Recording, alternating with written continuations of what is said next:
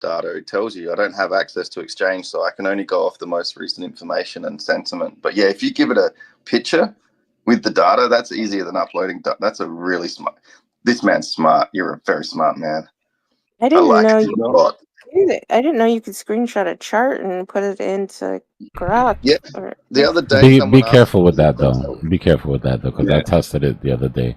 I literally just went and put a bunch. I took every indicator I had on and I turned it on, and then I put it in, and they're like, "This guy's got a great knowledge of risk management and da da da." What they'll do is they'll recognize what indicators you're using, and they'll recognize the patterns that you're drawing. They won't tell you whether it's accurate. It'll just tell you what it is and what you're trying to achieve by it. Oh, he's got liquidity up. He's got a good hold on, liquidations and their effect on price action, whatever. But it's not.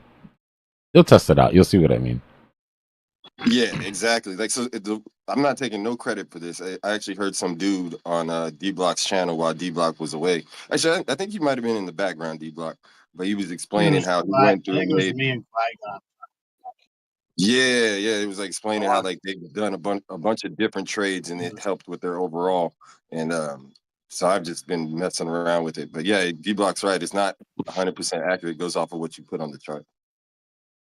Yeah, you could load in one RSI line or something, so it's got hold of it. Hopefully, someone was asking me a question about data science the other day, and they sent me a maths equation. I haven't done linear algebra, in like 25 years, so I'm like, I don't know, and I can hardly see this thing anymore. So I uploaded their equation to Gemini, and then it could read all the maths, and it gave me all the answers, and I sent it back. It's like, so you just take a screenshot of your textbook and then just upload it, and it will do maths for you. It's insane. That was on free Gemini.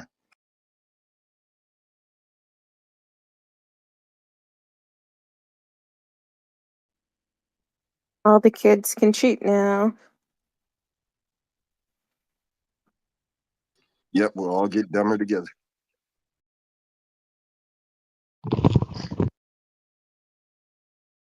I'm good at stupid.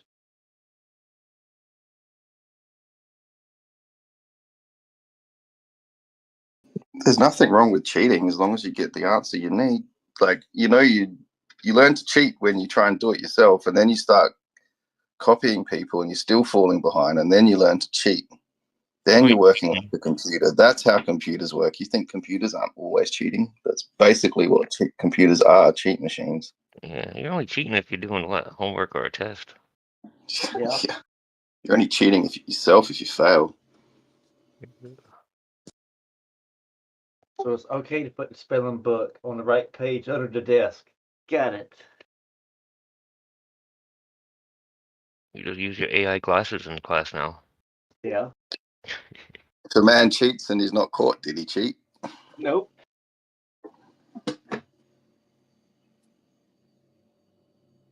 Don't cheat on your missus, though. Well, she's a math teacher.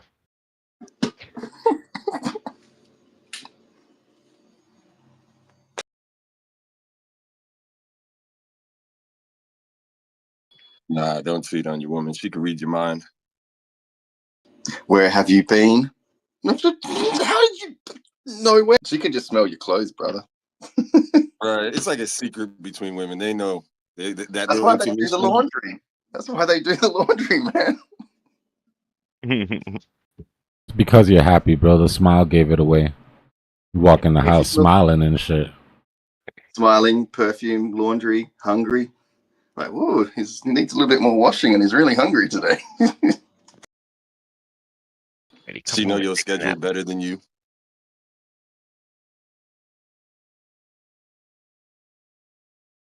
All right, my bad, guys. We had a little technical difficulties there.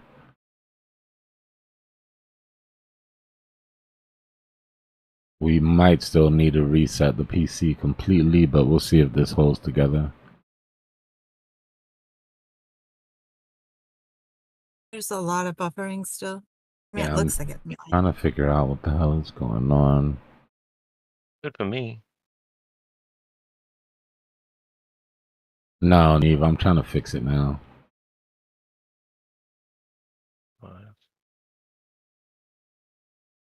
Commercial.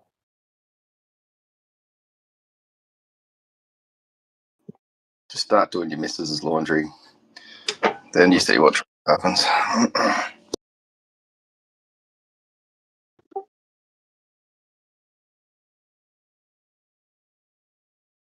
Start asking about her coworkers, all the guy ones.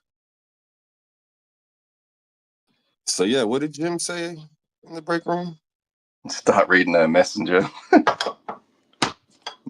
That's privacy breach. I don't really like reading other people's phones and stuff, but there is reasons why they hide them.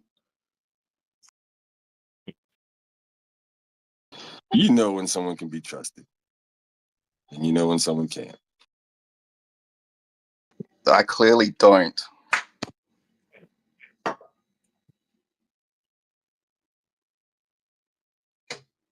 Yeah, I But forgot about I'm that.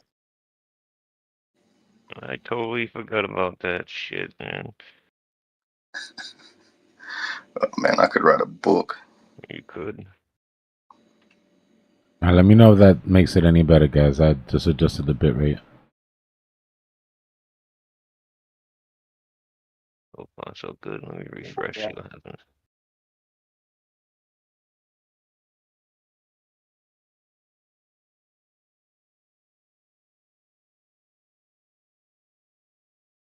Seems alright. Nice. Oh, God.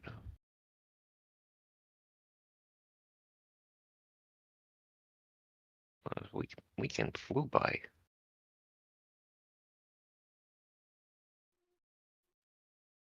How much time we got left for the close?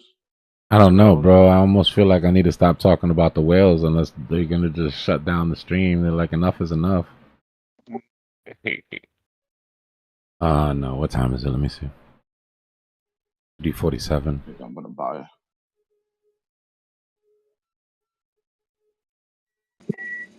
You got Satoshi Glockamoto on Dbloc? How about I'm gonna buy some more spot. I haven't been to the range. See Jelly today, man? Nah. What's going on with Jelly? That thing did like a 170% move today. Jelly, my Jelly. I think I know their app is on Apple and something. Something was going on.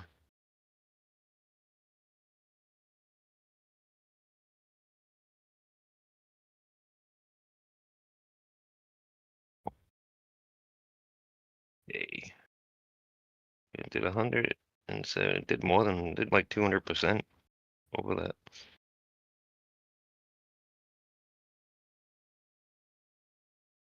Not coming down much either. Looks like it wants to keep going.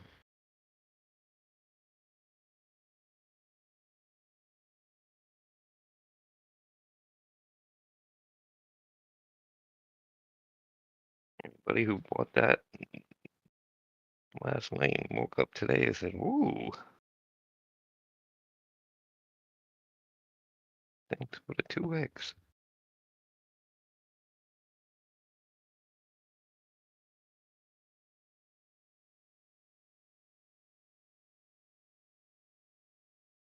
You know, D, if you show that that chart you've been showing, 100-day, that M2.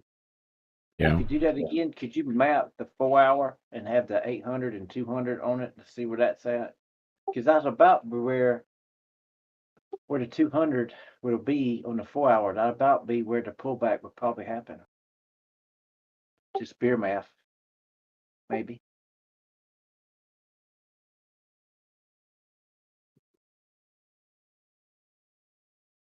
This 200 has been really strong on resistance on the 4-hour. Yeah, it'd be right around where that vector gap that we're looking for would be. Okay. Be right in that circle. Did you say just beer maths? Beer maths is the best maths, bro. That's where the maths is at. And then the 800 would be a little bit above it, so it could wick up and go between the 800 and then come back. I mean, anywhere in this range, a rejection off of 90 for the first attempt trying to get back over it just makes sense, even if we weren't looking at M2, right? Just technically, you would expect there to be at least some resistance at 90. But looking at M2, I'd have to assume that it's going to be a deeper correction. It doesn't come down lower than the original, but deeper correction still. Do you know why London became the financial hub? It's because of all the little pubs after work. They'd sit there and drink beer and chat about money. That's why they became such good traders. That's why there's so many little hidden pubs everywhere through London City. Fact. Yeah, we got a good stopping volume candle on the 15-minute. Didn't get a bullish engulfing on the following candle, but we did respect the bodies so far. So weak, but it's there.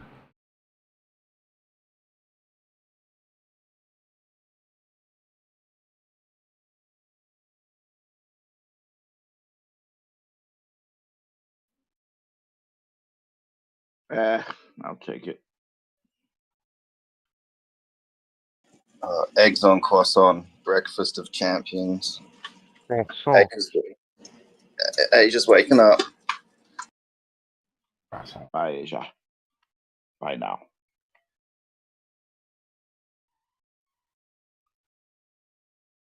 I think Asia wants to go up.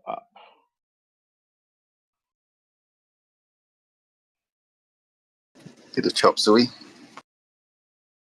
American chop suey? Asia filled top.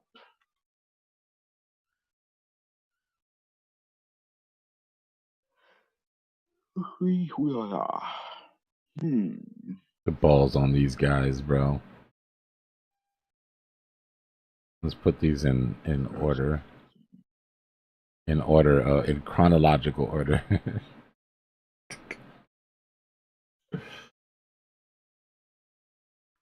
Bunch of Connies. Man, lost some dominance, shot right back up. You had to, bro. All that money that came in. Look at the second. So look at the first tweet, right? This is the one where he called to get the little hunting party together, right? If you're willing to hunt this dude with size, drop a DM, setting a team together, da-da-da-da. And then he messaged underneath in the comments, 7-figure size only, DM please. We already have 8 figures committed. And then the next tweet, the next tweet was the big one. We might have some ammo coming in. And he's got a message from Justin Sun, a message request, right? He told people to message him. And Justin Sun said, interested, what's your Telegram? So all that money that came in was just straight Bitcoin. That's why dominance shot up like that. And then where's the last tweet? Hold on, here it is. After he moved his stop, that's the last tweet. We lost the battle, but we've not lost the war. Locked in. Losing my fucking ass in my mind at the same time. What are you doing?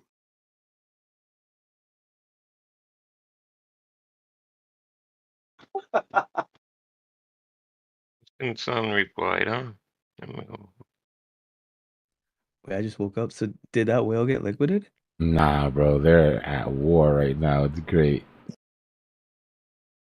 They're gunning for him in real time on Twitter in 4K. In 4K is on what?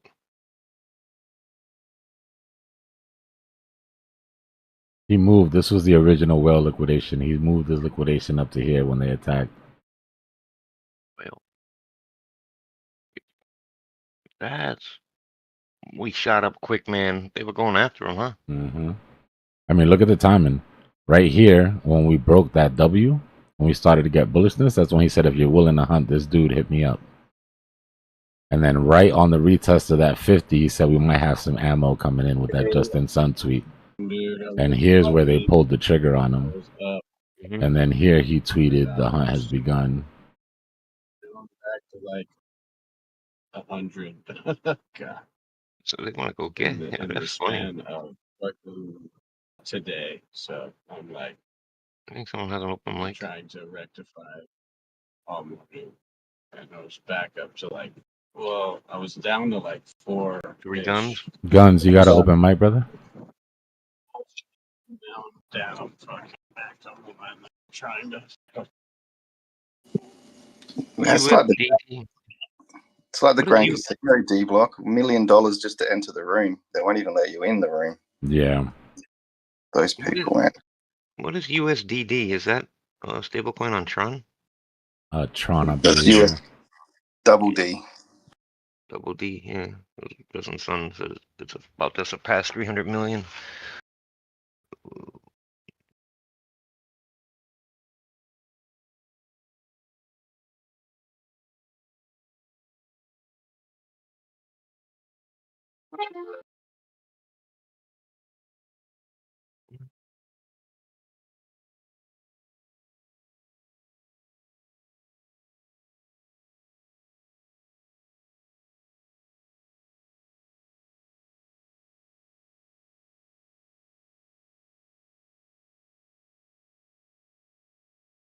Let's see. Let's see if they got any fight left in them. I would imagine that they've reloaded the coffers at this point, right? War chest should be full again. Probably took a little bit of a dip on the wick, right? When people sold off into their push. Shorted it down, made the money back. I'm still refreshing this guy's page. If he's smart, he won't tweet next time. They'll just do something and then tweet. Because this guy's following their Twitter at this point. If we're following it, imagine how close the whale is following this thing. He's probably hitting refresh constantly.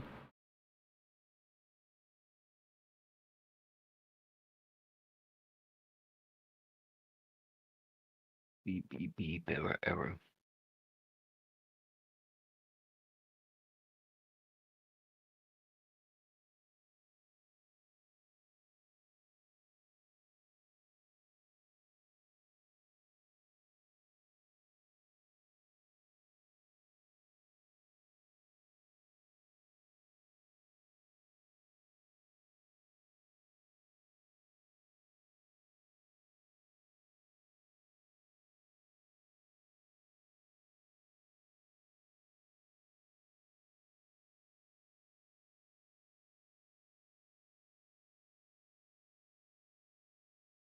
Like football.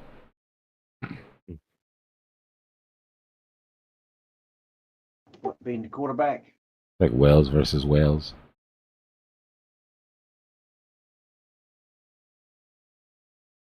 We have lost a battle, but we have not lost the war. Locked in 2 hours ago. Yeah, this is right. So, like I said, they got to where they wanted to, right? But he moved his liquidation. He added. So maybe not talking so much crap before you attack beforehand is probably a good idea. Right? Because we were all, this is when he said Justin Sun was interested. And there was at least 30 minutes until we actually got that, so. That's the flex, though, D-Block, to actually say it, then do it, then win. Well, the flex, the last part is important, though. Yeah, but if you do it and don't say, then it's not as big a flex as doing it and then winning.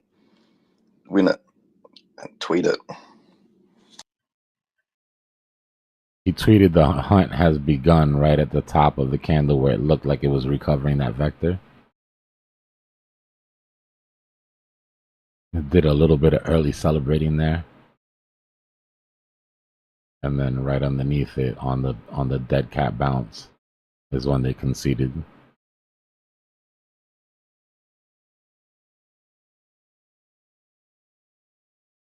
I mean, what's a dead cat bounce? Dead cat bounce just means you've already seen your top and then you're having a top that doesn't reach the height of the last, right? It's the confirmation that a lot of people need for the start of a downtrend. You come down here, it's cool, you're starting to recover. You can still get above this top and blow out. Once you put in a lower high, that's your dead cat bounce.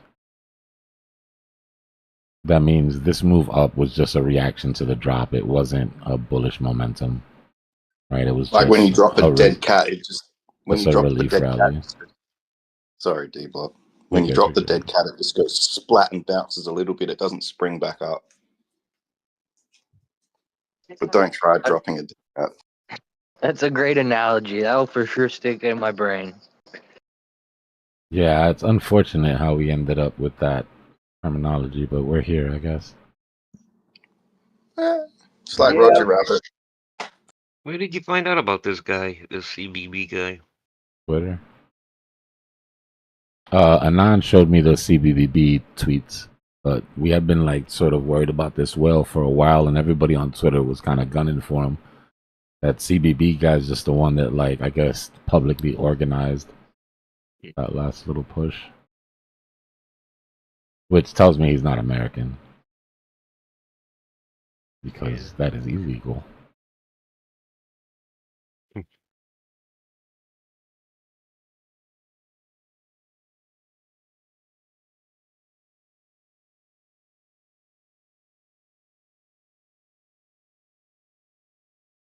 I have definitely got his page on refresh right now, though.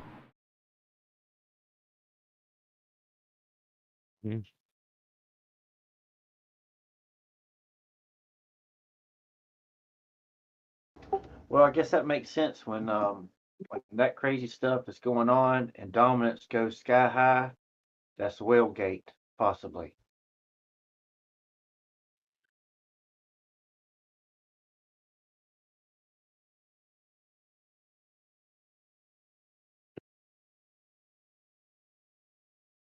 Oh, whale's playing, I guess.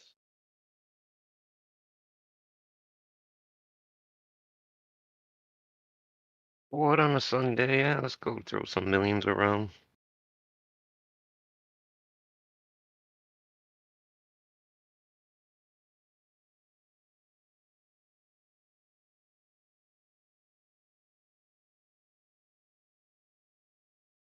You know, I'd like to say I'd be a good guy, but if I got in Bitcoin stupid early and had like a lot of Bitcoin, I would like to think I'd be a good person, but I'd probably be a terrible person.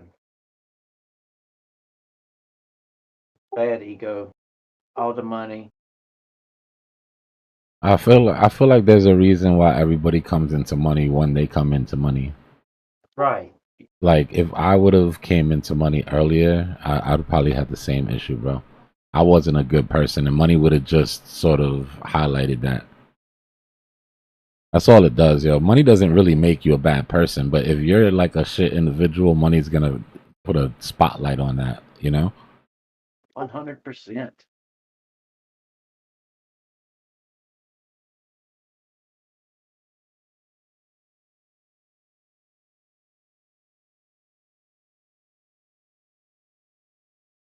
No money makes you a great person, makes you the best person, makes you a better person.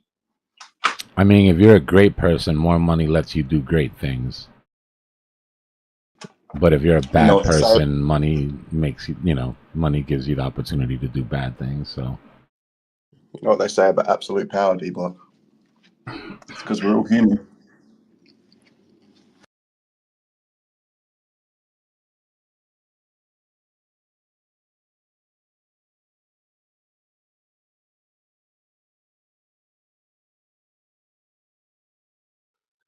I posted those charts on ChatGPT and it gave me some answers for the layout with the global money supply and whatnot. It's in the TA chat. what'd they say? It's a pretty long-winded message, but in a nutshell, they said that 93K could be the potential top for the rally, with resistance at 85 and 88,900, and then they're saying the stochastics right now are in a good position for a rally, and at the 93 they could be overbought, leading to a potential bottom at around 75,800 as the bottom. Disagree on the bottom a little, but the tops aren't too far off. Couple $1,000 is within the margin of error. I don't think we come back down to 75 though.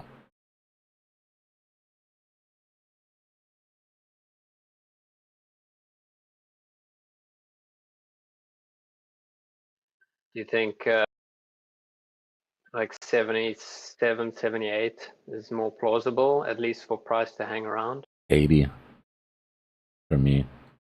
Double bottom off of 80. Or a higher low, low 80s.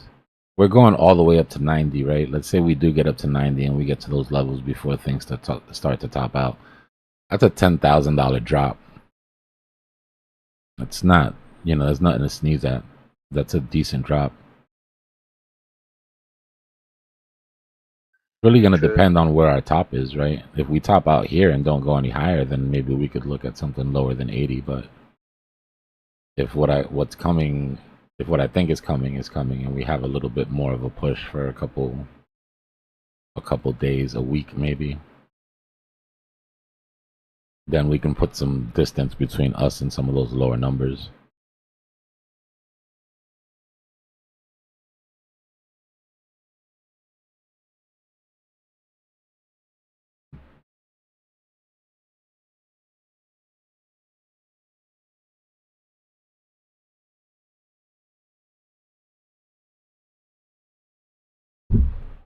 The CBDC in EU will launch October 25th on my birthday month too. They got the nerves.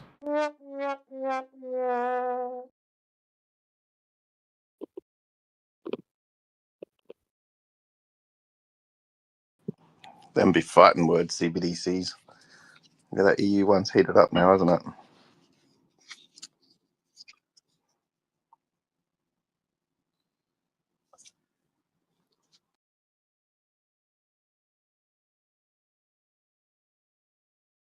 Now, what I see is whales lining up to try to short the last drop before things go parabolic. Right? One last short means one last big bag of money that you can use to accumulate before shit goes crazy.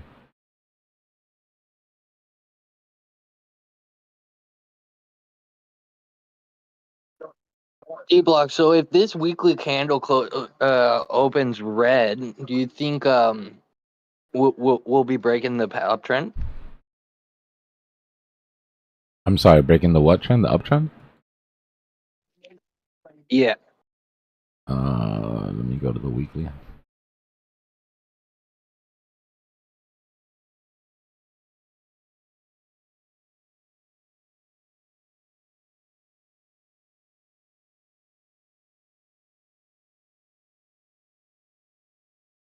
So you mean the next weekly candle?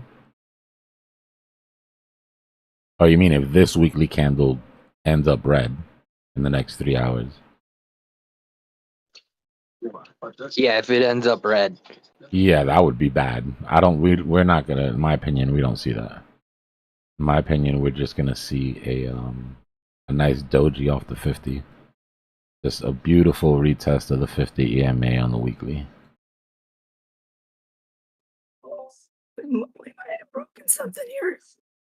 Sorry. Go ahead, BJ. Is that you, BJ? We really might have broken it here Oh no. because we didn't cross that 800 in time, possibly.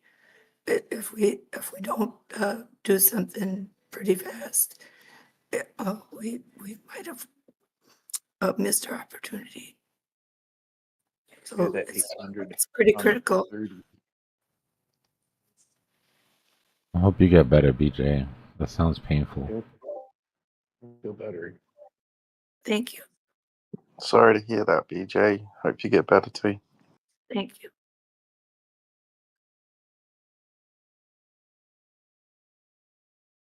I have a watching you kind of mapping out on your chart down there, and I'd see exactly where you're feeling things are pointing.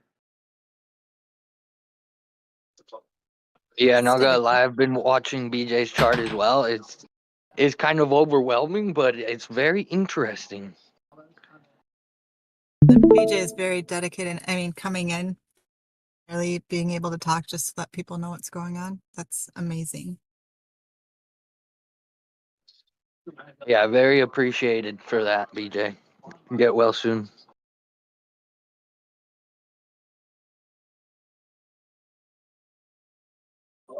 Thank you very much. I got to fly out tomorrow, so I'm going back to Kentucky tomorrow. So I'll do as much as I can.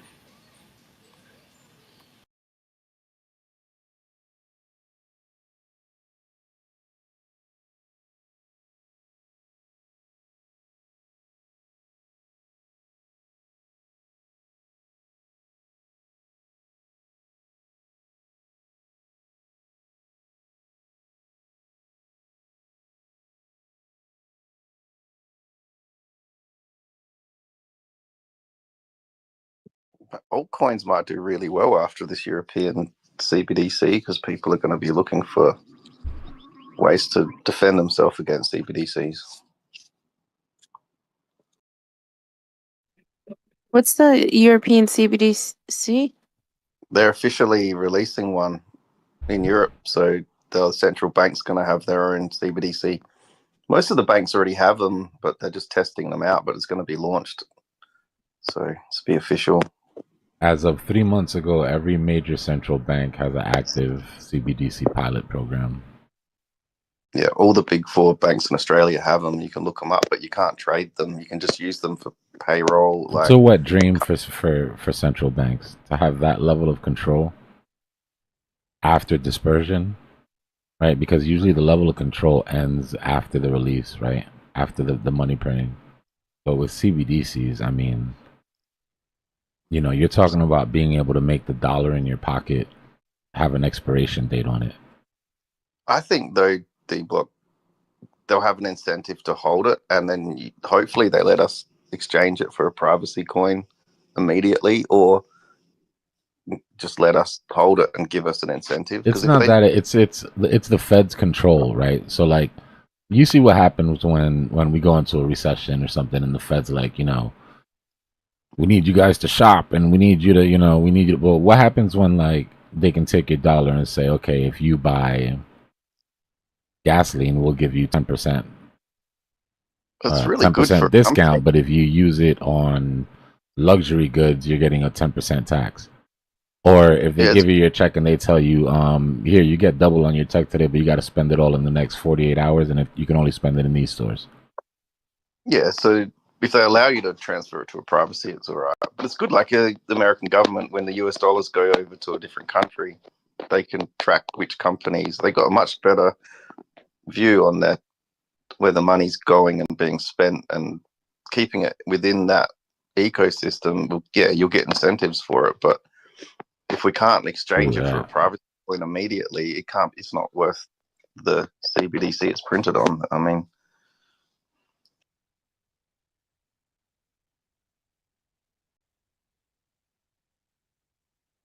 Nah, I'm good.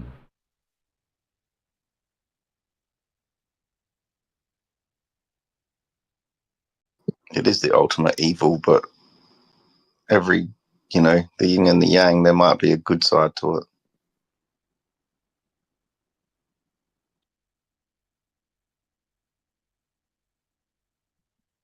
CBDC, the digital euro. Basically, like a bank issued digital currency that they have complete control over. A lot of people don't realize that USDT and USDC also have a lot of the same controls, which is why when there's hacks, they literally freeze the USDT or USDC in like hackers' wallets and shit like that. So we've already got a certain level of that, but that's not something that you want, in my opinion, the government having control over. I mean, they already trace any large transactions you do over the normal network, like Swift. They can intercept. Yeah, but it's not about the tracking. It's about the programmability of the money, right? Like I said, making you spend it, or savings, right? Like maybe you have too much in savings, you need to spend some now. Yeah, but if you're on the credit network, you get cheaper flights, you get, you know, the lounge, you get all these bonuses, but you can still go into cash if you want. But like if they stop us going into actual non-traceable money, into proper cash, the first step, that would be a problem. Once they have the control of a CBDC and they have the full sort of transparency of CBDC, fiat money, paper money will be outlawed eventually. But that's the power of code, right? You mess with open source, open data, you mess with programmers, we will mess you up. Even if you're a government, we will take you down. So I think this is the power of privacy. Donald Trump banned the US from creating a CBDC. For the US, yeah. Congress doesn't like it, right? Because what that would mean is that would mean that the Fed would have control over the purse, and Congress has control over the purse. So Congress is against CBDCs, right? They want to be able to say, who spends what money, when, where, especially the government. The Fed or the central bank would have way too much control over the economy. Does the Fed want a CBDC? Like, does JP? He doesn't seem like Powell he'd want says that that. Powell says that he doesn't. Powell says that he doesn't see the need for it. But I don't know. Like I said, every major central bank has a CBDC pilot program. So both my fear is what happens when it's not Powell, and it's somebody else. Well, Powell and Congress are both lying to make you feel good, giving you those warm fuzzies. I feel like that's one of the most responsible things Donald Trump has ever done. Yeah, it was an easy win too, because nobody's really for CBDCs. Like, especially anybody that has any sort of paranoia. I'm for them if they let privacy coins and tumblers also legal. Stop arresting privacy, because private companies need privacy, but being able to trace things within your own ecosystem is good for accounting and taxation. So I'm not really for or against them. I just think you need both sides of it. 45 minutes, hour and 45 minutes until CME opens.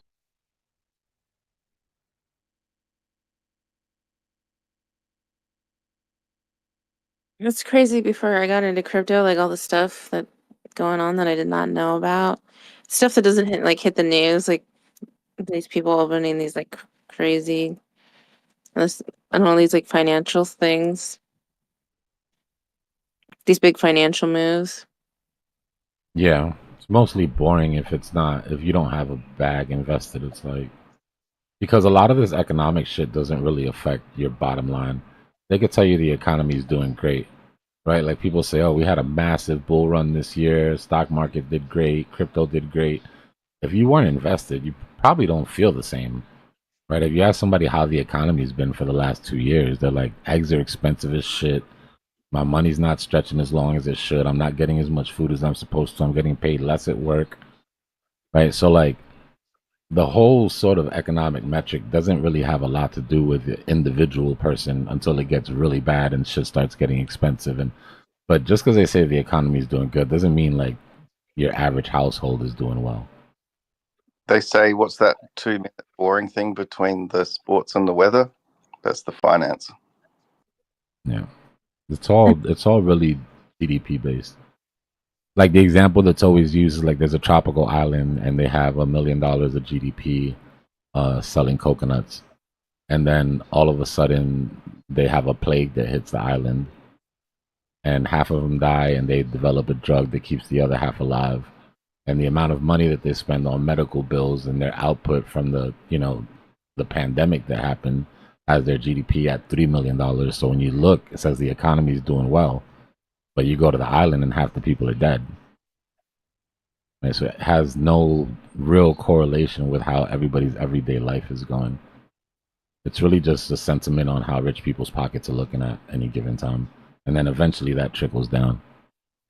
No one's dying. Yeah, I mean, I know, like, JP said, like, oh, the economy is doing good. Like, I mean, I don't know if I would agree with that. With inflation and, like, the stock market. Like, I like Jerome Powell and his ability to stand up to Trump, but with, like, the markets tanking and whatnot, I don't know if I agree with that statement. What we're trying to do right now, what Trump is trying to do right now is take the economy to the brink of something breaking to force Powell's hand. Yeah, it seems like he's playing chicken with Powell, and Powell's just like... I mean, just look at everything he's done, from what he's done to drop the dollar to raising unemployment by getting rid of all the people in the government. You know what I mean? Like, it's all sort of pushed to make Powell look at the metrics and say, okay, it's time to stop QT and it's time to start cutting. I mean, I almost wonder if Powell is like, okay, I can't give in to this, because if I do, then every time Trump wants something, he's gonna like go off the rails. And yeah, you can't. I mean, Powell's That's why I was kind of upset when Trump came out of the gate and was like, "I want Powell to do this." I was like, "Bro, that's you just made sure that Powell's not gonna do that." But at least he was smart enough to realize, okay, if I can't control Powell, maybe I can control the metrics that control Powell. Because Powell's a numbers guy.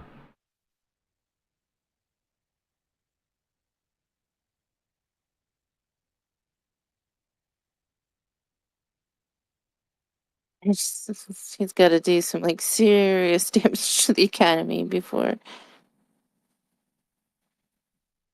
He's doing it. It's already happening now, right? Stock market's down. People are leaving stocks, going into bonds. That brings up the yield. That brings down the dollar. All the unemployment's making the unemployment numbers look bad. It's working. It just depends on how bad it has to get before Powell cracks. Has Powell seen enough? Is the real question.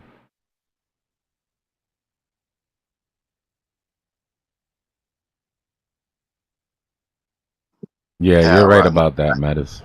Powell did say inflation was transitory, which is probably why he's focused so hard on fixing it, because he knows that his legacy sort of hangs on this. He fixes everything and gives us that soft landing. That'll be forgiven, right? If this thing becomes entrenched and gets out of control, that's all you'll ever remember about Powell, is that he said that inflation will be transitory. So for me, this whole thing is a legacy play for him.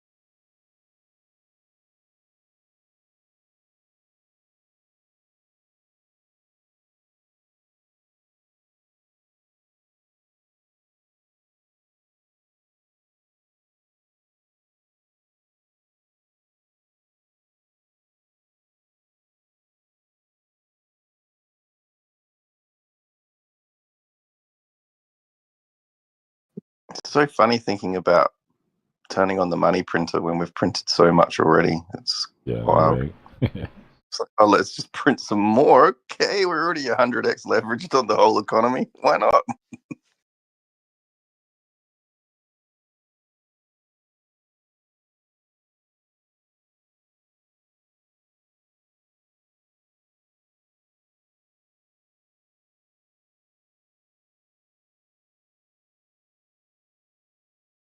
Government's just like a wild leverage trader, just out of control.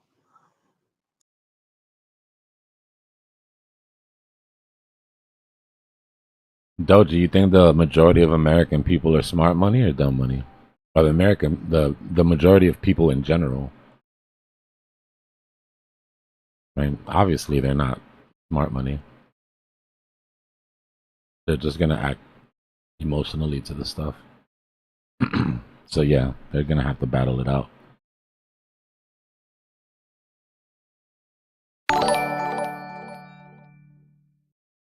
What a chart to come back to. Cool face emoji, volcano emoji, honeybee emoji, troll emoji, tornado emoji, postal horn emoji, ox emoji. W super chat, Doge. Yeah, I know, right? Crazy chart.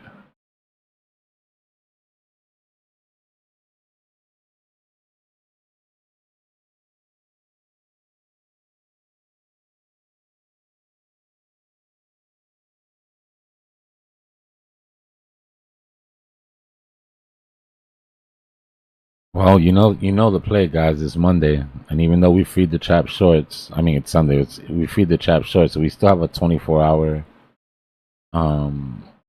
expiration date on the false move. Our low can come at any time during Monday. We know why we had this spike, so let's kind of just take this whole spike with a grain of salt. Right? Is what it is. Non-technical reason for this move. Anything above that measured move right there is non-technical. right? We had our W. We should have come up to 83.9. Obviously, we know what happened with the rest of it. But because of that, we can't let this spike make us forget that it is still, you know, false move, weak beginning territory.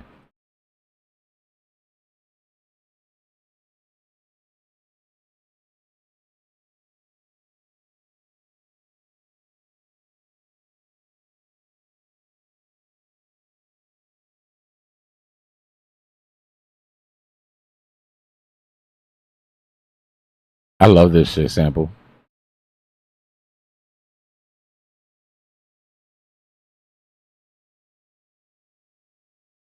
This is the type of whale war shit that, like, when I'm looking at a chart, I read into the chart anyways. To see it sort of play out in public is just refreshing.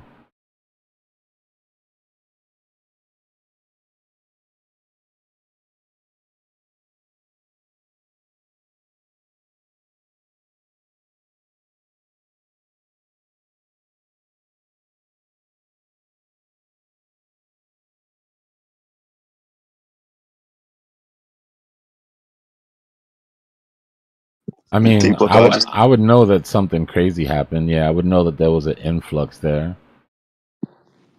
We would know that the whale was there just off of liquidations if you're looking at on-chain shit. But the little catty tweets and shit do make it more fun, I'm not gonna lie. I just heard this story, Dbloc, related to this. It's the Iranian wrestler. He was like the top Iranian wrestler. And then there's the female Iranian wrestler. She's the top wrestler. And then she said she looked up to him because he went into a wrestling match and his opponent had an injured leg, but he refused to wrestle that leg because he wanted to win it like on merit. And so when she was wrestling in a match, she also had an opponent that had a injured leg, and she refused. She remembered halfway through the match, and she refused to wrestle that leg, so she'd wrestle the other leg to like honorable. I kind of look at like this: if they post it and win, it's like more honorable. It's interesting. I think it's just a troll. Like, I really think dude just needed help. He was frustrated. That was a cry to help, a cry for help. Yeah, it's a flex. I mean, he literally just posted, if you're willing to hunt this dude, drop a DM. You know how upset you got to be at somebody? He could know the guy. It could be personal. A lot of these whales will just hunt each other, right? They know each other's wallets already.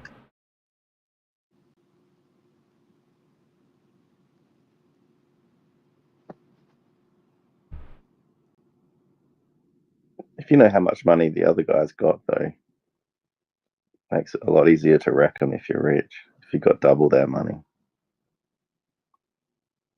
just give them the old bear hug.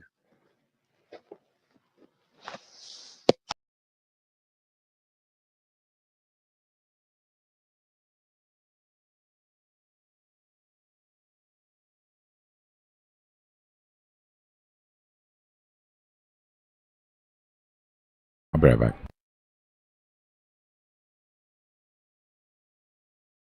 Yeah, not gonna lie, that ruined my entire week. what you done did?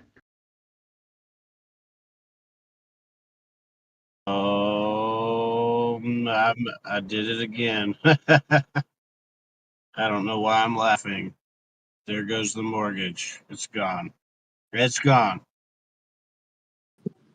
You put your mortgage on a leverage trade? What are you, as stupid as me? I haven't even made the first payment yet, and it's gone. I hope you're joking. I wish I was.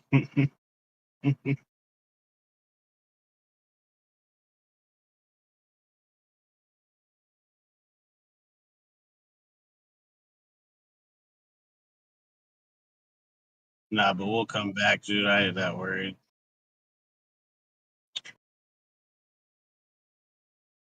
It's just numbers. Mother.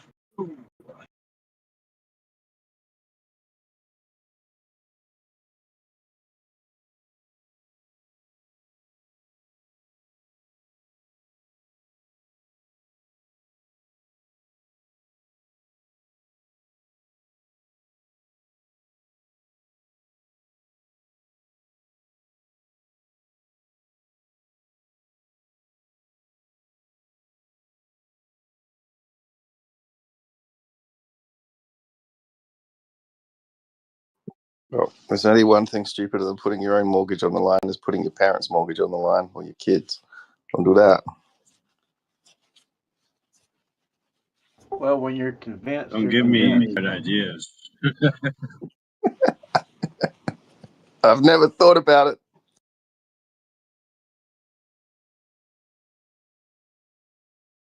That's about the same equivalent on trying to go into the restaurant business and failing, same type of leverage.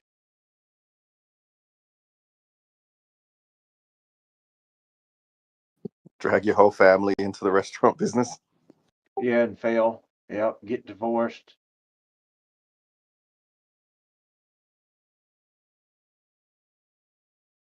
That was a massive leverage. You could look at that as a massive leverage trade that went wrong, One of my old bosses put his mum's mortgage up for a music festival and it failed. Well, there you go. Yep. It was a mess of a festival, but we all got free tickets.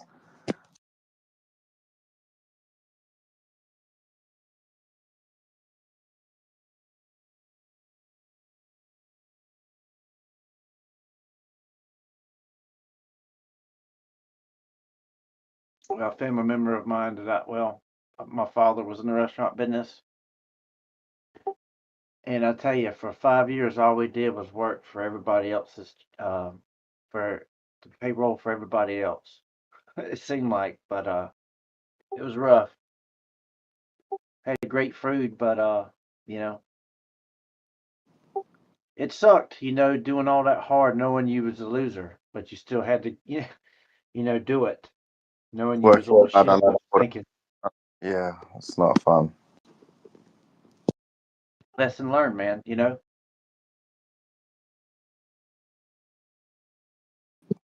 Get your concrete above water and then start taking risk, but you need some concrete first.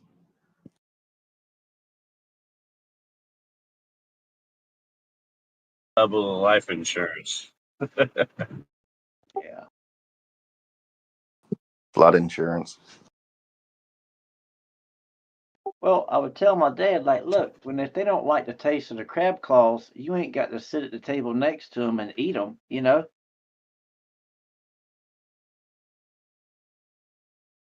How are you going to run off your customer?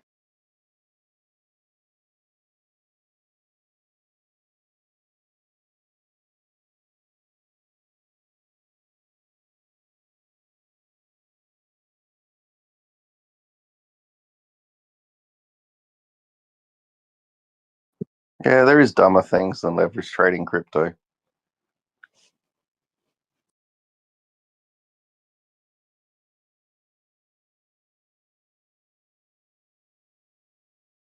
Yeah.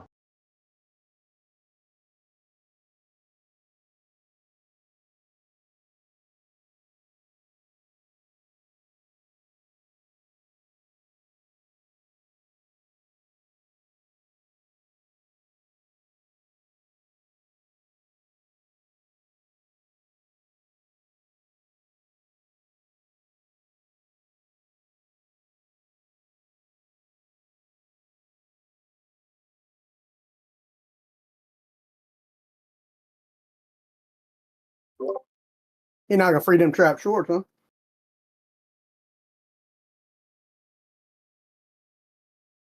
Too late to the game, bud. That happened like 12 hours ago.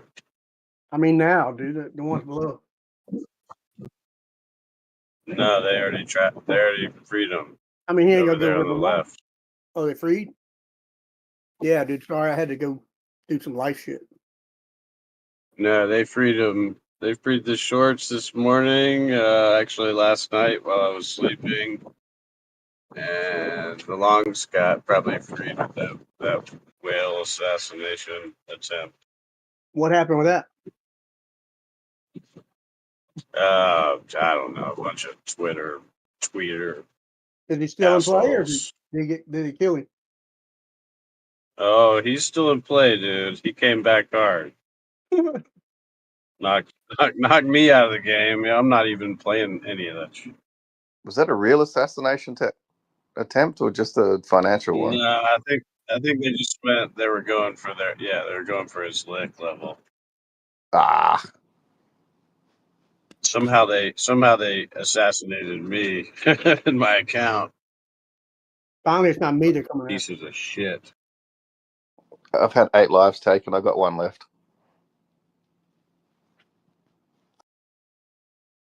Yeah, I like to think that too. I need to double that life insurance though. After that one. I already spent I don't that. even know what realm I'm on. The spirit realm, the physical realm, the mental realm. I don't know where I'm at. Cloud 9. Definitely not. Have you seen that cop? The video of the cop that pulls that guy over? I think it's fake, but he's like, "What are you on right now?" He's like, "On? I'm on one, dude. I'm on cloud 9." He's like, "Stop joking around. What are you on?" He's like, I'm on all. What do you mean? I'm on all of them: TikTok, Instagram, Facebook.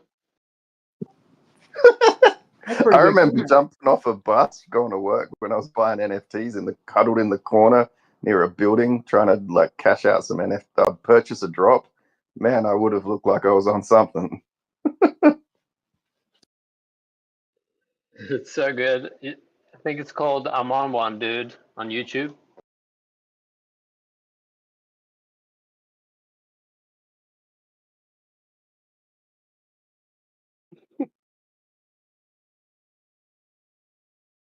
He's on X. That must be that new street drug.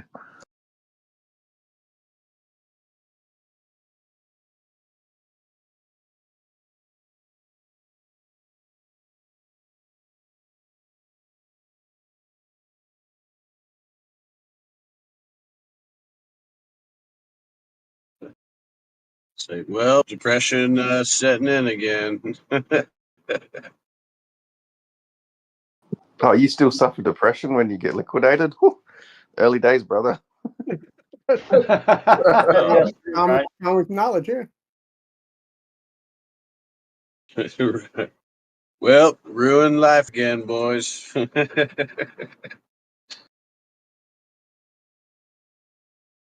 Go back to real crime.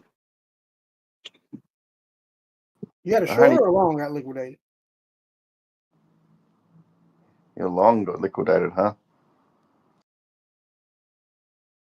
Just like some random ones. They didn't get all of them though, so I'm not tripping. But it just you build your thing up for the week, and then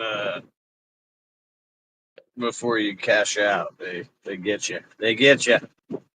I never feel sad anymore, but when I get the big green candle and I'm like 15x up, I feel a little bit of happiness, and then I know it's going to go to 0 in the next 3 hours. And it's like, I knew it. Yeah, that's why I get mad when I don't catch the blow off top and it comes back down for a retrace. I'm like, oh, it's ruined. It's ruined. Here we go again. Sell that green candle, man. Right in the middle of it. Yeah, you might as well. Oh, my computer died. Probably more You're gonna inherent. make double what you think you're gonna make. And you won't make that again for a day, and you probably get liquidated before the day's up. I've got a virtual ankle bracelet. It won't let me leverage trade for a while. Can I get a couple of those? Yes, sir. I'm selling them. Just what you do is you put your password wrong into your phone like 10 times so it locks you out for 24 hours. then you Hopefully get he needs a like, shock then you get collar. licked on everything else. So he needs a good shock collar for myself. Get a V chip. It's after you've been liquidated on everything, or you take profit. If you take profit, then lock your phone out so you don't put it back in again.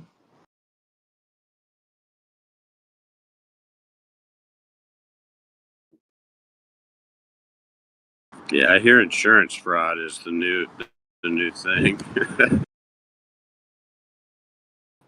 Burn your car and your house down? Please don't do that, brother.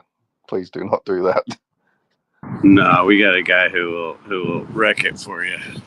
Oh yeah, you just leave your keys out. Nice.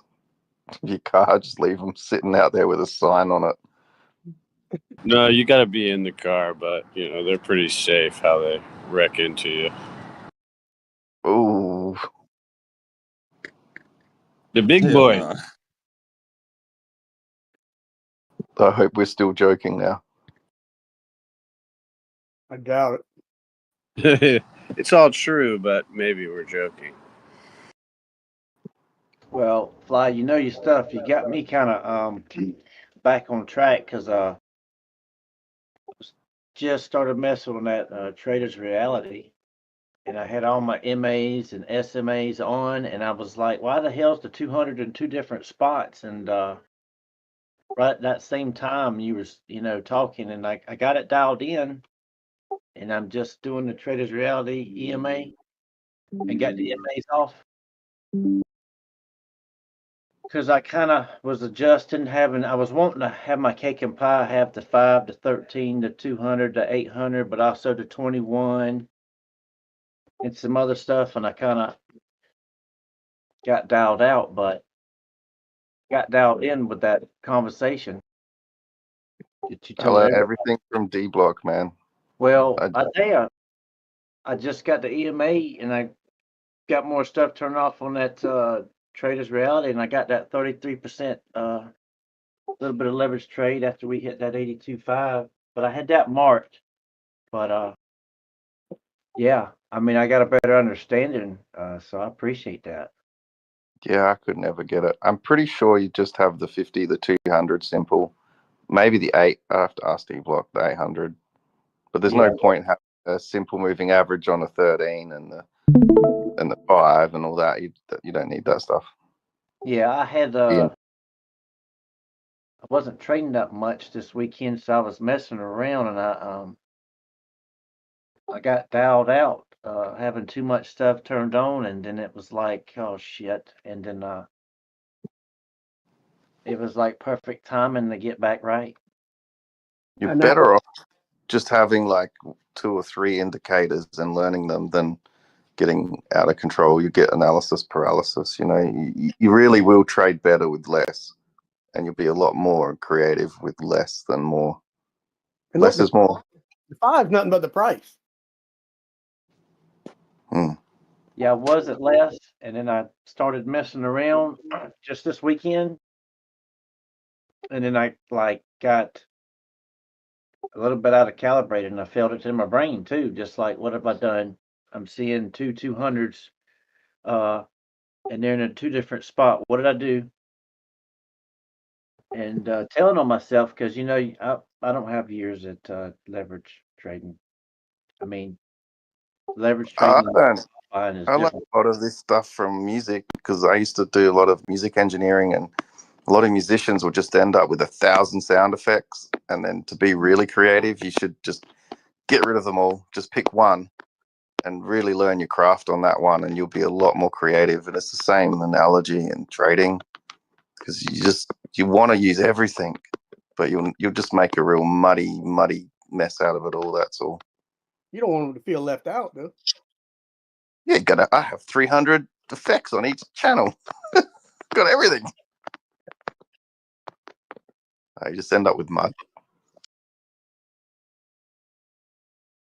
Yeah. Every time I go to download one, it says you gotta upgrade your plan. I said, I don't think I can. I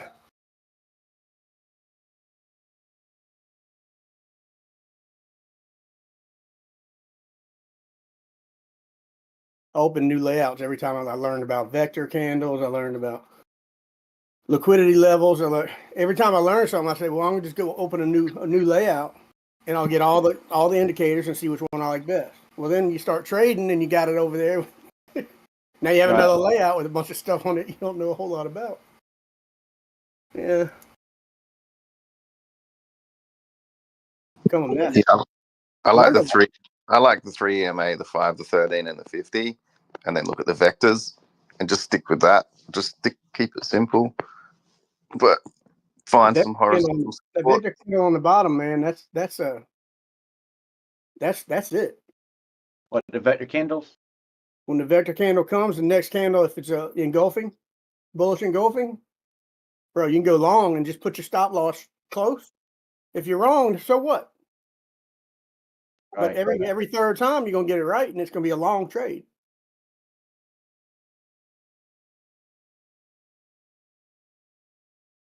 Then put back your Bollingers, your RSI, your MACD, then put your licks up there, then add a few other random indicators, put your trader's reality, put on your Hakanashis, put the logarithmic on, just go crazy. Yeah, on that trader's reality, I was trying to get to 50 where to act like the that 5-minute hack that he's got down there, the 13 and the 50 crossover, where it's a dotted 50 where it turns red and green so you can see the momentum. I like that. So I adjusted the 50 on that, where when the 13 does cross over to 50 and the 5's over to 13 and the 50 turns green, it's more confirmation that momentum's on your side. So I wanted to be able to see that. The 5 as well, if you've got 3, you see it curling up, and you'll get that feeling. You're like, it's all curling up. It's like bunching up. It's curling, and then you see the 5 and the 13 both break the 50, and you're just jumping in. You're supposed to wait a little bit for the candles to close, but you'll see the pattern. And then you look at all the time frames. You'll be at the 4 hour, 1 hour, 30-minute, 15, and you'll see them all curling up. Ooh, get excited. But yeah, 3 of them will let you see the actual curl up a bit better. And I got the cloud to be really dark so I can really see that 50 in that cloud.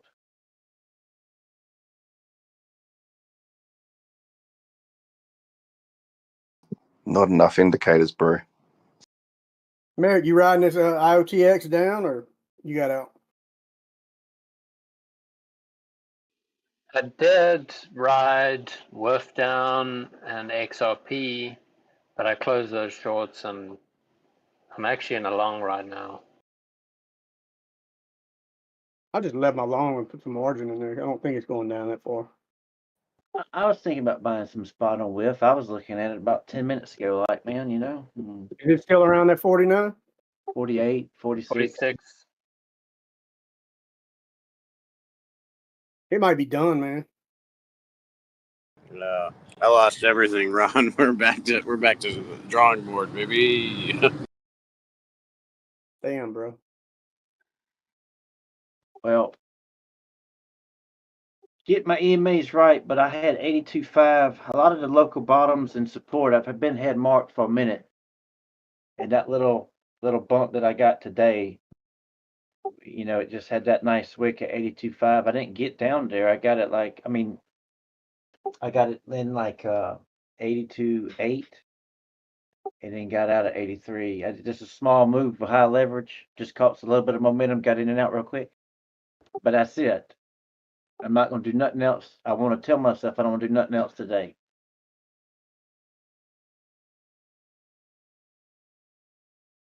Yeah, the way I look at it, man, now is every time you trade, it's a chance that them come get you. So you better be right. Or better listen to Dbloc. Yeah, you can't hold nothing. Pretty much, it's like the only thing I've been following that's been good. But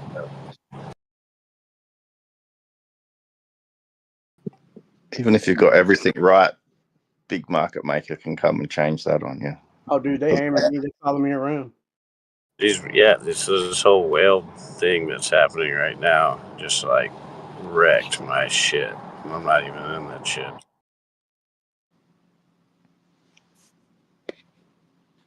you have to know that it can always go wrong. It can always go wrong. So you've got to be ready for that, especially on leverage, because you'll be liquidated. You know, if you're leveraging and you're putting your total position, like your margin times your leverage, say it's at 50K, you need 50K to back that. Like if you only have 20K, you will lose 20K. So it feels like you got more money than you have, but you don't have enough money to back it. So it's the problem with leverage a little bit. When you've got spot, you can always back it. You can hold. Yeah, but they liquidate it before you owe it. I know, but like virtually, like you've got this virtual position size that's not real because you can't afford it. But if you can't afford to back that total position size, I get it. Trust me. I mean, I'll have positions that were like 100K or whatever in leverage land, but I didn't have the 100K to back it. So eventually you'll get wrecked. Yep. Absorbed. Yeah. Oh, yeah. Well, they can sit there and look. They can see exactly what your liquidation level is and how much money you got. So they know if you. Yeah, especially if you're well, yeah, you can move more in, but I mean, yeah, if you're leverage trading on smaller coins, I'm pretty sure I put candles on Link when I was trading it like a crazy person. That pisses them off though when you put more in. It makes them more angry. Yeah, it just depends if you're a target or someone else is the bigger target. But if you become the target and they get sick of you, they will come for you. A couple times. It's not no fun. I think it'd be pretty hard to become a target on Bitcoin for a little guy. Bitcoin.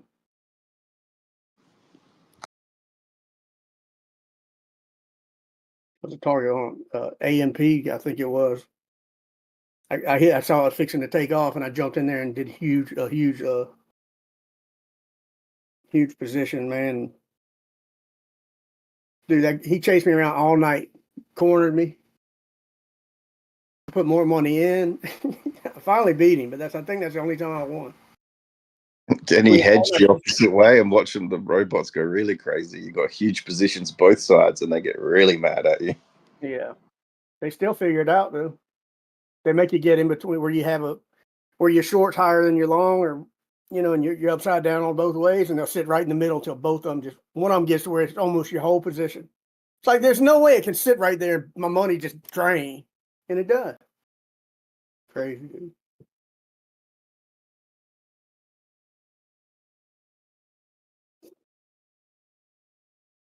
Force you, man. The way you guys talk about it makes me feel less crazy because I've had some positions where I'm like, yo, you missed me. Oh yeah, dude, you're not alone, dude. I'm really good at shooting myself in the foot. I've mastered the art of it. Ron, you want to help me cut off my arm later? You might need to get that kidney out, bro. Hey, I will give this kidney away, dude. I got that mortgage thing.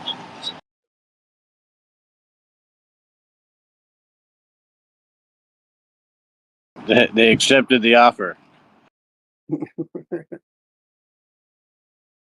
It's all right. I got a housemate now to pay my mortgage. I nearly lost it. This is a year after my worst leverage trade. So See, that's what I think what happens. You start getting good, and then you want to do more, and you get wrecked. see, I'm up on crypto. I actually lost money on spot in the first 3 years of trading, and then crypto in leverage, I'm actually up. But I got so excited how much money I had, I just started buying everyone lobster and vehicles, and then I thought I can make all this again. So I did my accounts. I'm up on leverage trading. It was my life trading that I was poor at. So yeah.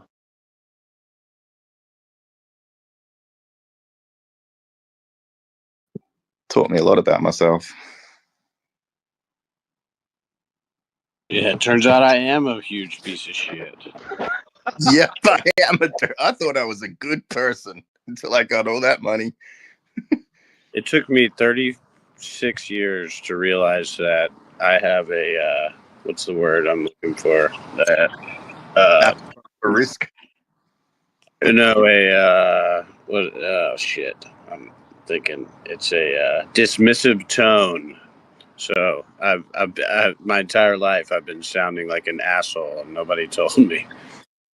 Yeah, I think I had that. I thought I was being like sarcastic or joking around, and they took me seriously. Like they don't know when I'm joking. I'm usually always joking. It's just how I communicate. Yeah, I'll tell the truth, and people will think I'm joking, and when I'm joking, people think I'm telling the truth. Yep. It's a dangerous problem to have, but you know, at least I've accepted that I sound like an asshole.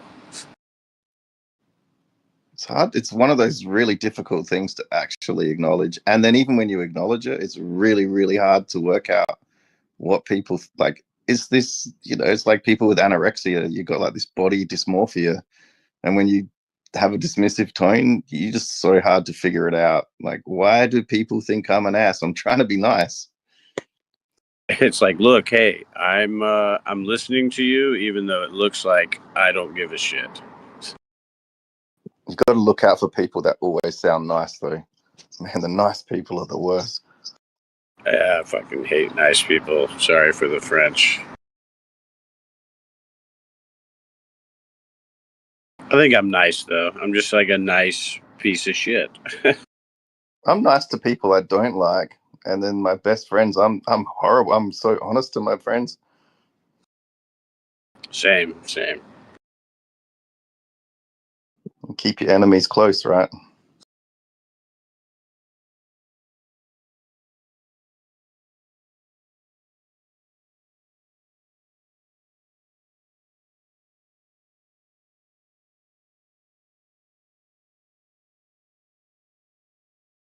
All right, are we gonna do it? Back from the ashes. Just time 7th time's a charm, 20th time's a charm.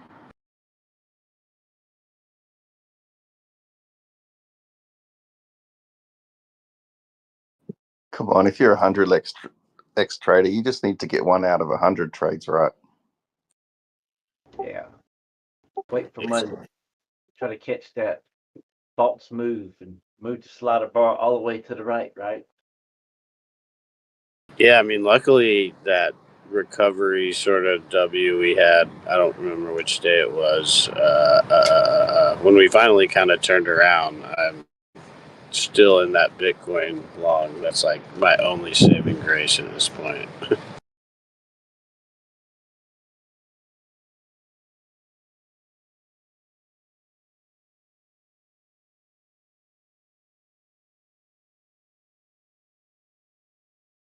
You got an idea when you're going to take profit on that if it hits it? Yeah, I've been like taking like shit off the top, and then whenever we've gotten a good dip, like that's the only time I'll add. But I've kept the lick level like way down, so it's like 80. Anything above 80 is not way down, by the way. No, I don't mean like 80, like way down. I meant it started at 80 when wherever we were, 8,300, and then it's gone up since then. But I've got to stop like above it in profit. I'm moving that up, like partial stops, and then probably trying to take profit in the next 3 days whenever we get this for that M2 thing he was talking about.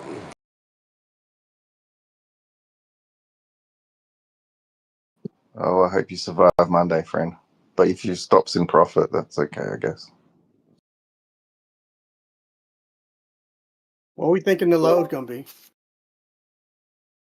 I don't think it's going back down under 77. Before when? I think we're going to go down a little bit and then go up, huh? Well, I think he said this might be you're talking about after we get this last like pump. What was the false move? Has it happened? Well, there's an expiration date, so if that wasn't already the false move, like the one we just, I mean, basically where we're like that W to the on the left of Dbloc's chart that freed the trap shorts. If that's not the false move, then we could possibly go back down to that, like where that 82 is. That's what I was asking. If the 82, they got some liquidation down there you can go pick up. If he comes down, he might just go grab it. So that's going to put some people in trouble that are long. We've seen it play out a lot of times where the false move just keeps dipping through Monday. Yes. I tell you, if I was the market maker and I saw them down there and that's where their levels were, I know where I got to go to close that gap. I don't want them making no money. Yeah, but right now the CME closes above us and the other CME gaps above us. Not that they won't hit those, but I don't know if the robots would hit those because they're trained to stay in that 1%. We got out of that 1% this morning. He went all the way up to the top. Yeah, but that's like that whole whale thing, I'm sure. But I'm saying like we'll know in like what, an hour, whenever Asia kicks in. No, that's in 3 hours. This is Sydney.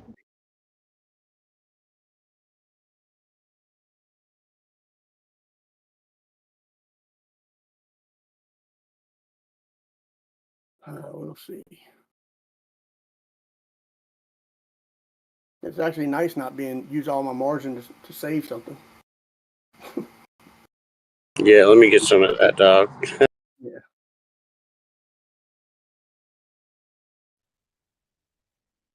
Are you the guy who was saying that you need to make 300 grand in 20 days? Oh yeah. It's just gone 8 o'clock in Sydney, but you really got to look for Hong Kong. But there is volatility going into pre-market Sydney, assessing the risk levels. So maybe the next 25 minutes you might see a little bit more movement. So 299,900 to go.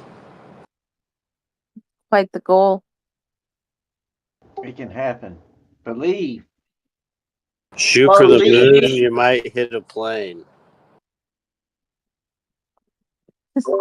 Dude, if you just double $1 every day, it's $1 million in 8 days or something. Compounding, obviously. I was doing all right this week, dude. I messed up last night. Fell asleep. You don't use stop losses? Yeah, I had stops for pretty much everything, but you always have that one that you didn't set it. They get you. Can someone start flipping a coin and tell me when they get 8 heads in a row?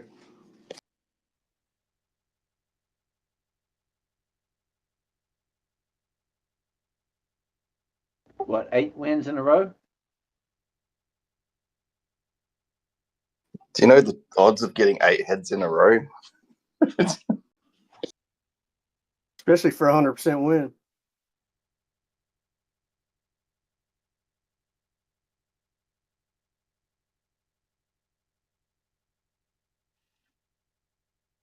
Just try and fold a piece of paper 8 times. And then try 10. I mean, I've gotten a couple of 9-1s, 8-0, 7-0, but I've gotten a couple 8 to 10 straight losses too. So, because I'm still young but still eager, so sometimes eager's not the way to go. But if you learn, or you're going to get liquidated. So, and you got to stay alive.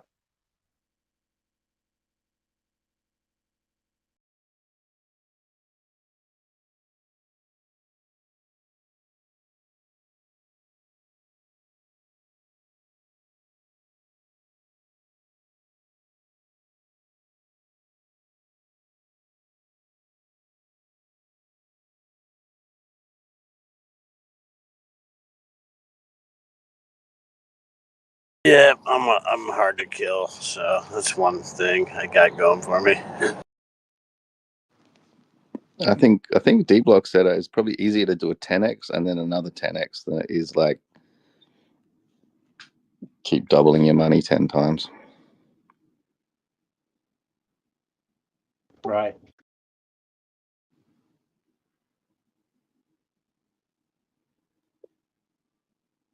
But if anyone cracks the code, please let me know.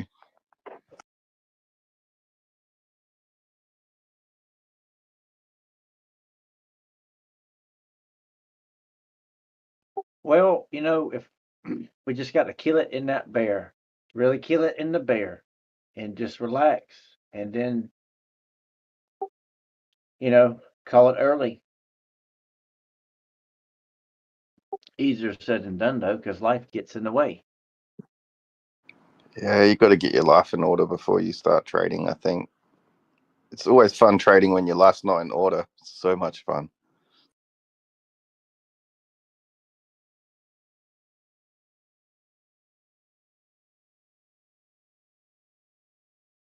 It's like that guy that turns up to a party all desperate, never gets nothing, and the guy that's already like very confident, he just cleans up.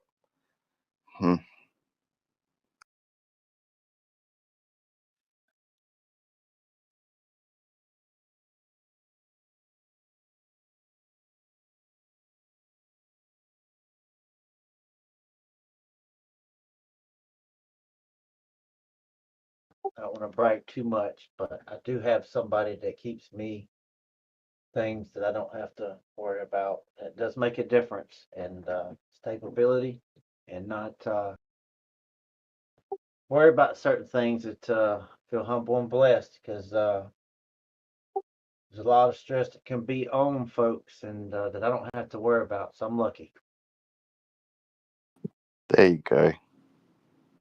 That's much better trading when you've got some solidness going on. You don't get emotional. You can throw that money out the window and not worry about it.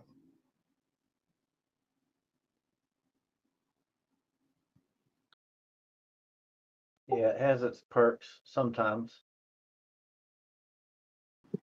You start getting fat. No, well, not really. Oh no, Will. Sounds like you got a leash, brother. Well, I'm eating healthy, that air fryer. I'm just maybe eating a little too much. Happily married.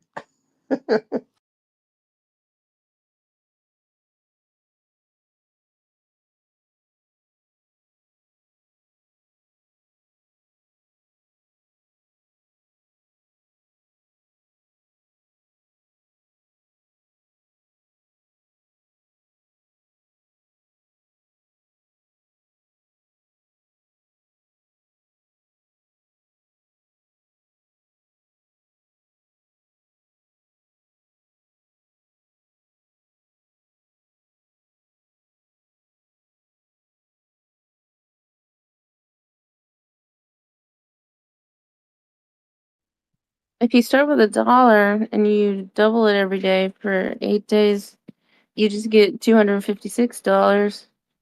Don't burst his bubble. I knew that. You need to start with 1,000 and do it like 10 times.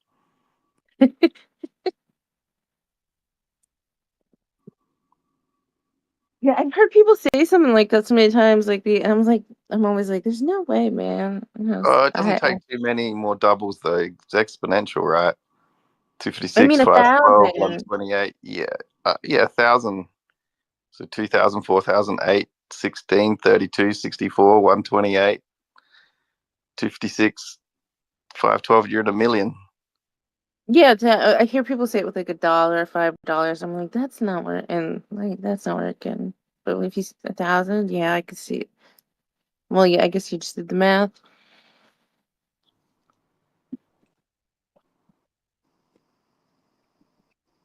There's that person that did the paperclip flipping, right, and bought a house. Apparently, gets really hard to flip that last one. And the problem is when you're risking 1,000, like for some, That's not too much to risk. But when you're risking 500,000 doing the same, you got to reduce your risk when your position gets bigger. You start to question things. It's really hard to get the courage to do the same risk on $500,000.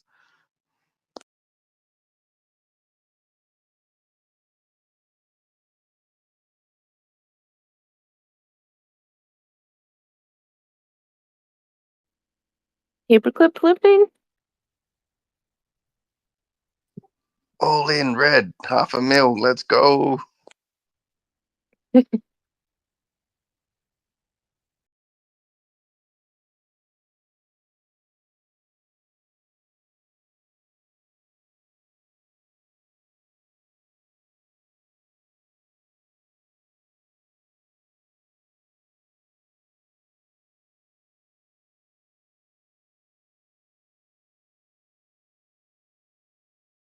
BJ, what's that black vertical one that they got to do it by as we're coming down there? I saw that black vertical one that you lit up there. What time is that one? That's got to make it by.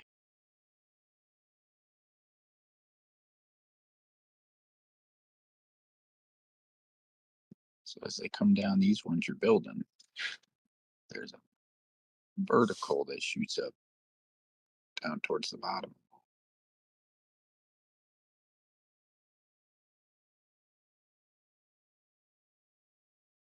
Yeah, what's that thick black vertical one, BJ? What is that one on the time frame?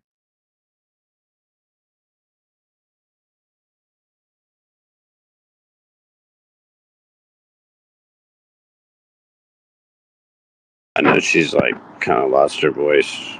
She's sick, but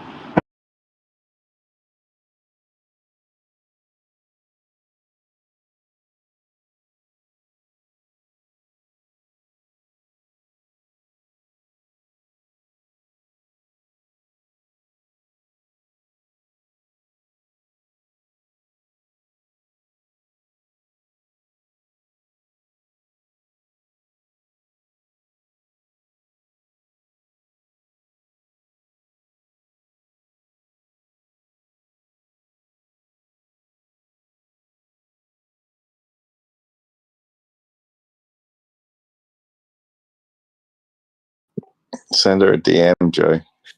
She might chat on text if you want an answer.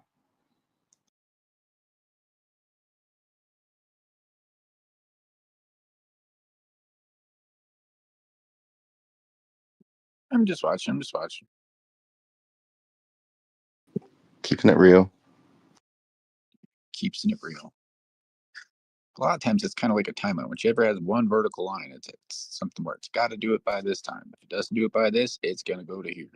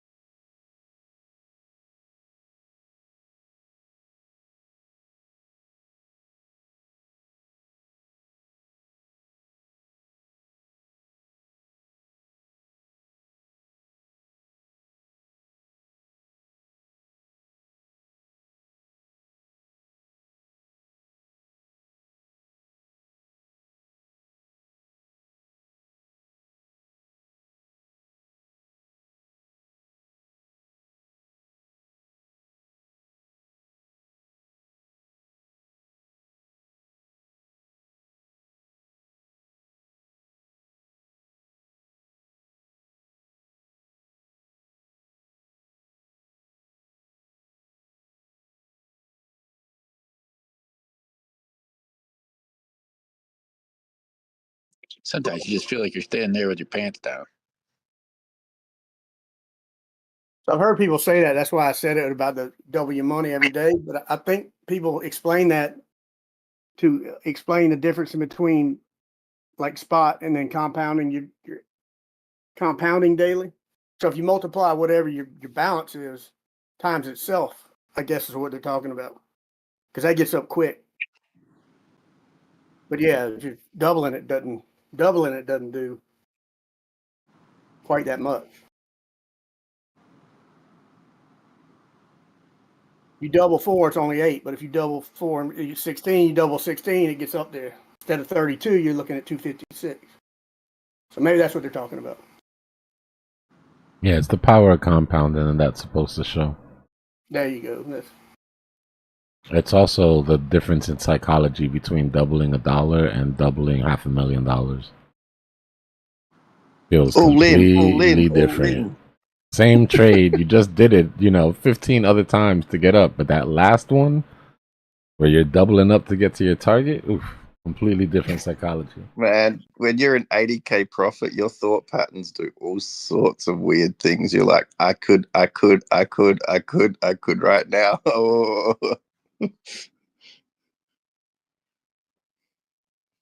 Unless you're a whale, you're like 80K is like nothing. But yeah, whatever that number is for you, you start freaking out. Start thinking, what's 10 times 80,000? I would consider that a win.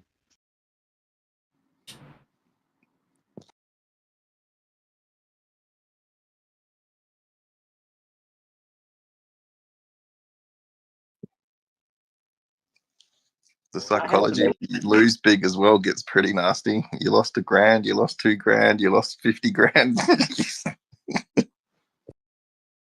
Yeah.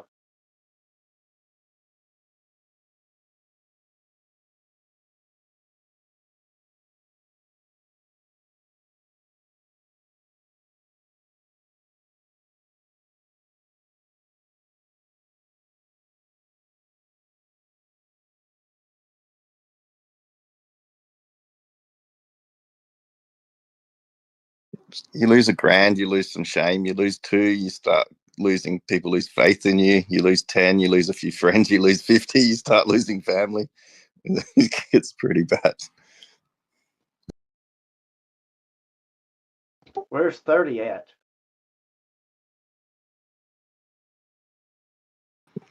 Yeah, a car or 2. Yeah.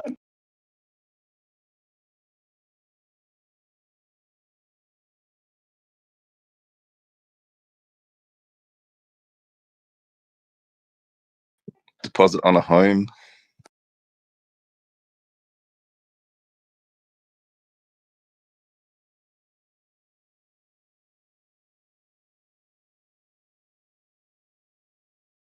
Children's college fund. Yeah.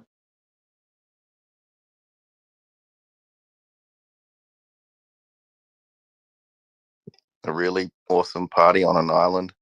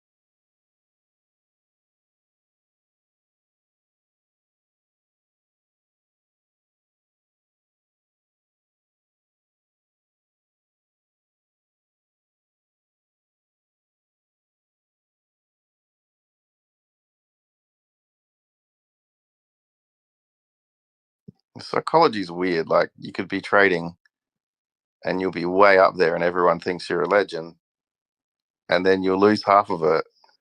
They won't remember that you just made a whole bunch. They'll just remember you lost half of a whole lot, Then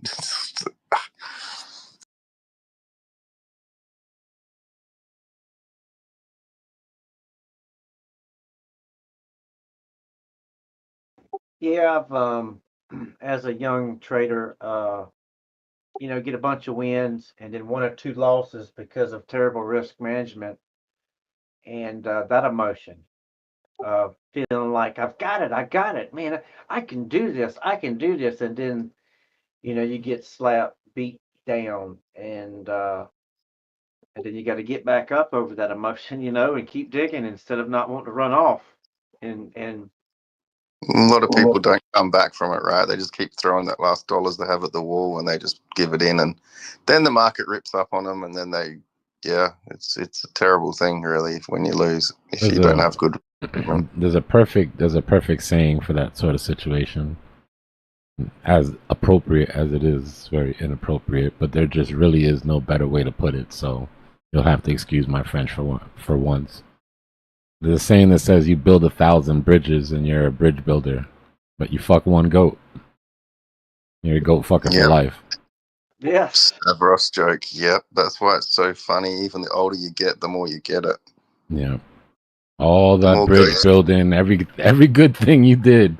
If you give somebody something bad to point at, that's what they will remember you by. Don't share your losses. Here we share our losses because it's educational, right? In your regular life, don't share your losses with people, yo. Don't share your victories because it just makes people envy you, and don't share your losses because they celebrate them low key behind closed doors. That's just bad energy. Try sleeping with 1,000 goats. You'll have an Instagram page.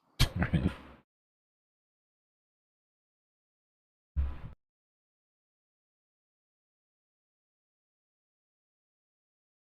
Yeah, people that don't share their losses, they're just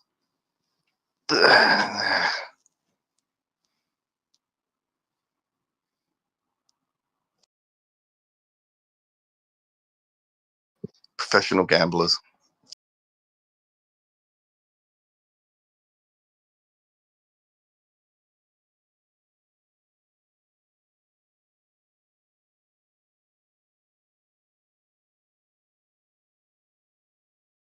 that's what happens in my dad's restaurant. Somebody the cook got sick, and so I ain't eating there. Get sick. Yeah. Most people do not share losses because you do, and you just lose all credibility pretty quick, right? People will just write you off. Those type of people don't matter anyways. If a loss is gonna make somebody lose credibility, then you're really looking at it wrong. Everybody loses. I lose. Everybody loses. But they love their superficial friends. But this is the whole thing with like Facebook, the whole fail fast mentality, and Elon like happy to blow up the rocket. Like they realized in tech that losing is part of it. Like if you never lose, that means you'll never learn anything. So if they're honestly successful, they've made a lot of losses before. And fail fast.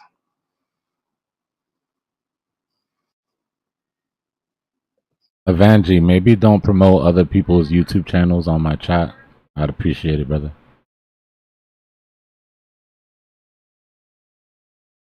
Especially not somebody that's giving targets. You're good, brother. I just don't want people getting misled.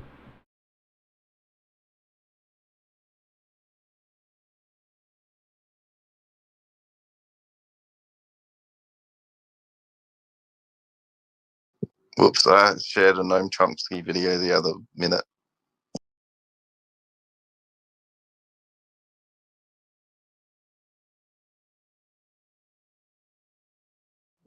Yeah, you can't share other crypto channels, right?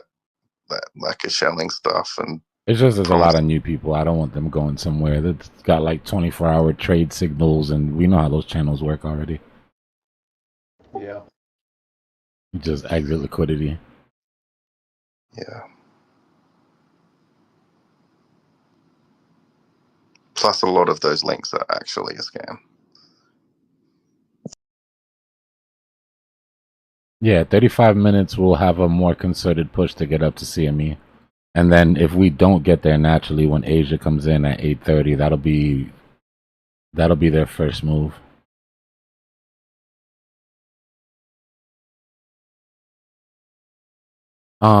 As CME opens, you'll get traders trading towards that direction. But as Asia comes in at 8:30, if we don't get it there by traders, they'll step the foot on the gas. That's when you'll really see the volume start to come in.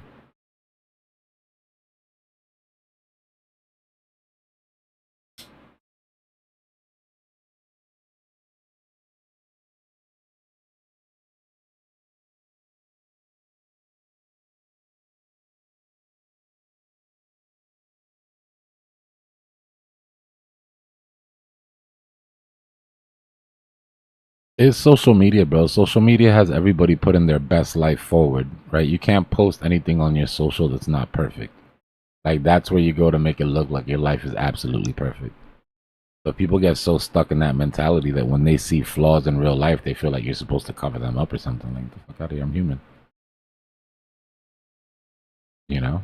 Dbloc, did the TA check get taken off? No, it should still be there. If you don't see it, go up to where it says browse channels and see if you find it there. Sometimes, Yes. depending on if it's been a while since somebody posted, it'll come off of the main list. I see. I found it. Thank you. No problem.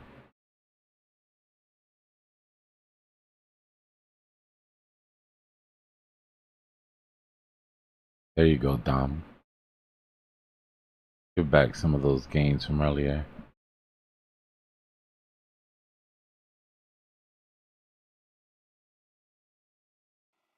Dbloc, I posted in the TA potential forecast for the 4-hour moving averages and how that could possibly coincide with all the confluence, and then obviously the lows are up for debate. Yeah, I'm seeing it now. I'm looking at it. Yeah, it looks good. I mean, I think not only will we be able to get the CME close, but we'll be able to get rid of that other CME gap as well. Pretty short. Make short time of it. 86.2 by tonight, tomorrow morning, give or take. Is there going to come a time when the CME isn't relevant, Dbloc? Yeah, market maker loses. See that soon? Market maker loses control. You'll leave tons of gaps on the way up, just like you'll leave vector gaps. But I mean, are we still going to be checking the CME in 4 years? Yeah. Traders love a target that we can all agree on. And that's just one of those. It's like the golden pocket now. You know what I mean? Does it really have to bounce off of the golden pocket? Just because? No, obviously not. But we all agree to trade towards that target and to trade from that target. And CME is just one of those. I would have thought with the ETF that the CME would have become less and less relevant because it was the volume on the Chicago exchange, right? Yeah. I don't know. It really just becomes a target, like I said. The power of it is that we all trade towards it, and we all trade from it. And traders rarely give up a sort of agreed upon target like that, right? Because it just makes the trading easy on that day. And we all love easy. Self-fulfilling prophecy. Yeah, we all love easy, so like the same thing, whole and half numbers, right? The theory of whole and half numbers. You could literally just play whole. You know, yeah. 100, 150, 200, 250. I'm a mathematician, but I'll definitely play those numbers because people like the people that play Powerball and stuff. You look at them, but yeah, they just play the numbers. Yeah, it's lazy brain. Well, it's just the human nature to look for patterns, and then people that don't understand numbers will treat those numbers with some kind of reverence. And then smart people will realize that stupid people treat them with reverence, and then smart people take them. Yeah, it's just like, okay, whatever. Psychological. Yeah. I hope so, Maddie. I've still been building my virtuals, so.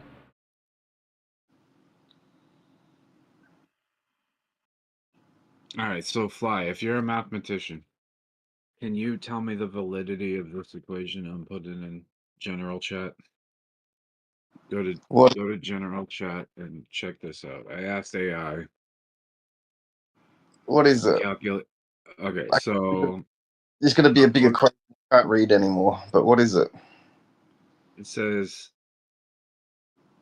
basically it's how to calculate how long it would take to turn $100 into $100,000 with a 2% daily profit. Just And can't you you just use the Excel? compound interest formula. So this Yeah. says it would take approximately 348 days to turn $100 into 100,000 with a 2% daily profit. Sounds about right. But you could just With do a full compound. full compounding Yeah, though. full compound. Yeah. You have to compound every single day. Yep. It's interesting when I did. But that's a year. That's less than a year. Yeah, it Power. is, because People don't understand the power of compounding. Our brains aren't meant to work exponentially. Compounding interest is insane, bro. That's where it's at. That's why when people look at spot and they're like, "But you don't make any money on spot," and it's like you don't get to compound on leverage. But Fly gets Exponential is $500. too risky. Fly gets $500 and he takes his money on a flat and goes and pisses it up the wall. But yeah, you got to be patient in life, right? You start off, but get Excel, fill down. The one thing I learned interesting at uni in finance was the compounding continuously thing. So it becomes calculus. You make it an equation, and then it will converge. You do the limit on it, and you'll see how much more you get compounding continuously. It's not much more. So, like, if you go from compounding monthly to daily to hourly, and then you do it continuously. But as I was saying before, the banks, when you owe them money, they do it continuously and cream that last few cents out of it. And then when they pay you, they compound daily. And that's why you'll do the calculations and you'll never work out what the bank does. They owe you, you owe them a little bit more, or they pay you a little bit less than you think, and you can never figure it out. Yeah, well, that's just they tack more interest onto everything.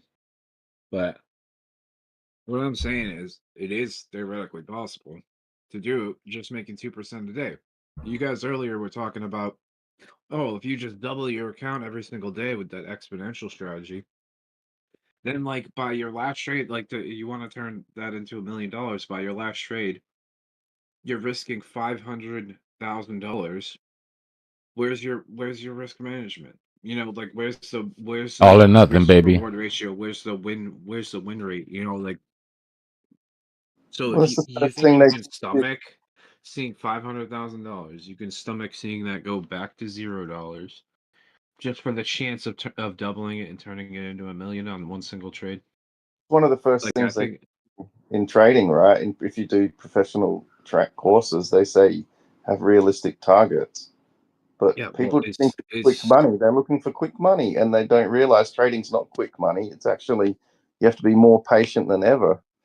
it's hard work and it's it messes with you psychologically too. But I mean, so we're going from that one extreme, like doubling your account, making 100% every day. Is that realistic? Probably not. But that's never meant to be like trading advice. It's meant to show the power of compounding. That's what that thing is supposed to. That's not supposed to be advice for anybody. That's way too much risk.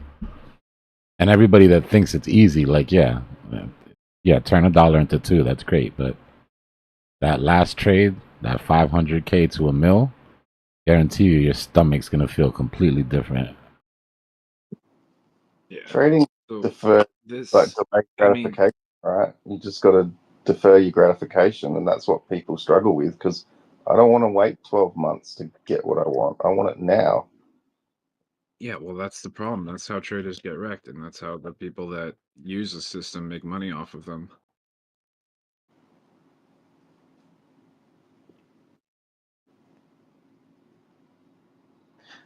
Yep. Like the market maker literally uses that exact system. But it's because to make people money off of people that are getting wrecked. People are desperate, and that's why you can't trade if you're desperate. You need to have your finances in check. You need to check all your outgoings. You need to have realistic targets. You have to have risk management. You've got to understand compounding, and you've Exactly, got to but not be a gambler. even with this compound effect, right? 2% per day, that's not like a super unrealistic target. Like to do it Well, consistently anything more at than 2% every single day, that's still tough aggressive. It's still because very you don't aggressive. know. But Still I mean, very. like people are trying to make 1,000% on leverage trades. But it's not. And it's That's like, not okay, if you put stupid. $100 in and you don't have realistic targets, and it ends up coming down, you round trip it or you get stopped out or liquidated, you just lost $100. When there's a way to theoretically turn $100 into 100,000 over the course of 1 year, if you just shoot for 2% a day. Yeah, but even getting 10% a month is still like extremely high profit. Like you put your money in conservative and it's like 6% a year, and there's reasons why, because they can do that long term. A lot of people, 20% a year, that's easier. Just stick it in the stock market until you have a crash. So Right. people Well, realize that 2% most a day is aggressive. most hedge funds can only really make like 12% a year. And we're smarter than a hedge fund? No, we're not. But sometimes we get lucky, but yeah. Well, okay, so here's where it can be useful to use leverage, because you don't have to be that right if you're maximizing what you're doing. So you could take so that 2% move on 10x leverage becomes 0.2%. You only need the price to move 0.2%. Exit your trade. You do that once a day, and you're good. The leverage argument is, I mean, it's depends which angle you're going at. Like leverage can be the same as spot if you have correct risk management. Leverage, you could say it's better if I don't have much, but it's more useful when you have a lot. Like if you've got $10 billion, you don't want to lock up 10 billion of capital. So you take 1 billion and you turn it into 10 because you've got a team of people that are risk managing it. And, but you don't want to put 10 grand on an exchange server. You only want to put 1 grand on the exchange because you don't trust the exchange. But if you can't, there's no free money. Like, you always, if you're going to want more profit, you're going to take more risk. It's simple as that. Yeah, well, It's still so here's the other thing. I did another one, and this gives you like a little bit of a better idea of, oh no, I can't post it in general because it's too long. But because the calculation is too long. But basically, this is to determine how long it would take to turn $100 into 100,000. If you had a 25% success rate, risking 1% per trade to potentially make 3.5% per winning trade. So that after all these calculations, it says it would approximately take 1,108 days to grow $100 to $100,000 with a 25% success rate, like basically with a 1 to 3.5 risk to reward, assuming 5 trades per day were made. So if you made 5 trades a day with a 1 to 3.5 risk to reward ratio, and you were only right on 25% of them, 1 out of 4 trades, it would take you roughly 3 years to turn $100 into 100,000. That's over 30 grand a year. But yeah, like you said, people are like, "Oh, I don't want to be patient and wait 3 years. I want money now. I want $100,000 You've also tomorrow." got to get your risk to reward ratio calculation has to be correct. So first of all, you need to know how to work out a measured move, and then you've got to work out how accurate your measured moves are over that time as well, because you could be having a strategy and your 1 to 3 ratio, but then that doesn't hold any longer and your ratios are wrong and you don't hit any of your targets. There's a lot of assumptions Yeah, there. well, those are the losing trades. That's the 3 out of 4 trades where you're wrong. But even if you hit, so like take this for example. No, you can be Okay, so wrong on the ratio and wrong on the trade. If you have multiple, well, you'll obviously want to have an invalidation, whatever. Like it depends on what type of trade you're making and where your invalidation is before you figure out like if the ratio is realistic or not. But like realistically speaking, if you are just going on low time frames and you make a lot of like even just 5 trades a day, which is still kind of a lot to try to find 5 high quality like setups per day. If you're doing like a decent risk to reward ratio and you only risk 1%, you can make it happen. Like you can grow your account quicker because so this 1 to 3.5 risk to reward ratio. Here's what I've broken it down to is that you can really have 4 targets, right? So you risk 1% to make 2%, So 2% is the first target. Like, let's just say for the sake of the example, 1% is the risk. That's defined and determined already. So the first target is 2%, the second target is 3.5, the third target is 5%, and the fourth target is 10. So if you sell first at your first target, if you sell 50% of your position, then even if you come down and get stopped out after that for the 1% stop loss, you only have half of your remaining position left. So you get stopped out for only for the money that you already made. So that trade is break even. As long as you hit the 1-to-2 RR ratio, that trade is a break even trade. And you can always move your stop loss to entry if you want and just take the profit that you made on half the position. If you let the rest run and you hit 3.5% and then you hit the 5% and the 10%, so you're already halfway out at 1-to-2.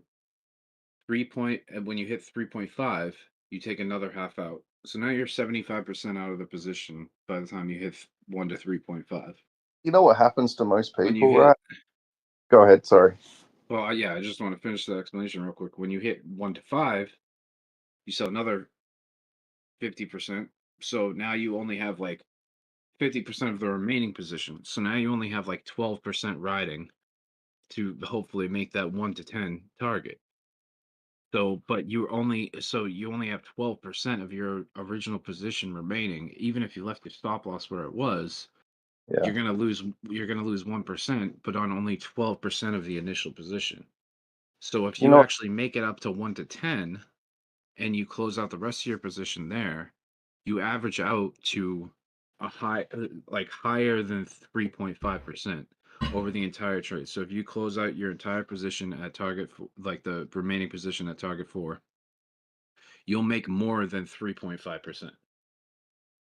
you know, So well, you really only need to do that 1 out of 4 times to be profitable. I think like, It's like yeah, it's even less than that. I get it. You know what I think happens to a lot of people? Like, if you don't have your house in order, you don't have your accounts in order and your job in order and your boss happy and your family healthy, then it's a problem, right? Because you've got these targets. You're like, I can make 300,000, so I'm gonna target to do this in 2 years. And then you get about $5,000 profit and your air conditioner breaks, and you're like, ugh, all right, I'll do it in another 3 years. You start again. Then you get up to 20,000, and then you're like, you know, that cousin of mine that needs some cancer treatment, it's probably better off I put it there. And then you give it to them. Like, people don't have a mindset of wealth. They get to a certain point, they think everything's going to be great, and they don't have a wealth mindset, or they're not generous and they'll help people out, or they get a habit A or whatever. scarcity So mindset to get you every time. exactly, it's the mindset.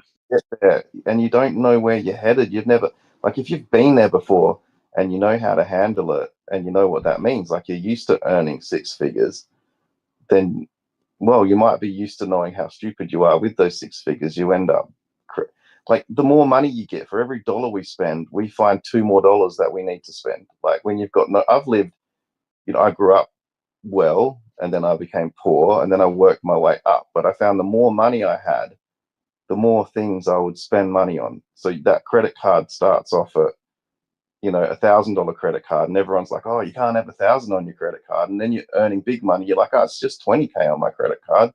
So, and then every dollar we get, we find $2 more. And the richer you get more and more and more greedy. Unless you can be happy with what you've got, unless you can look through your bank card and make sure every single transaction is something you need. It's not a premium account and 3 Netflix accounts. And until you can get your outgoings down and have realistic goals and have good family relationships and personal relationships, you may as well forget trading.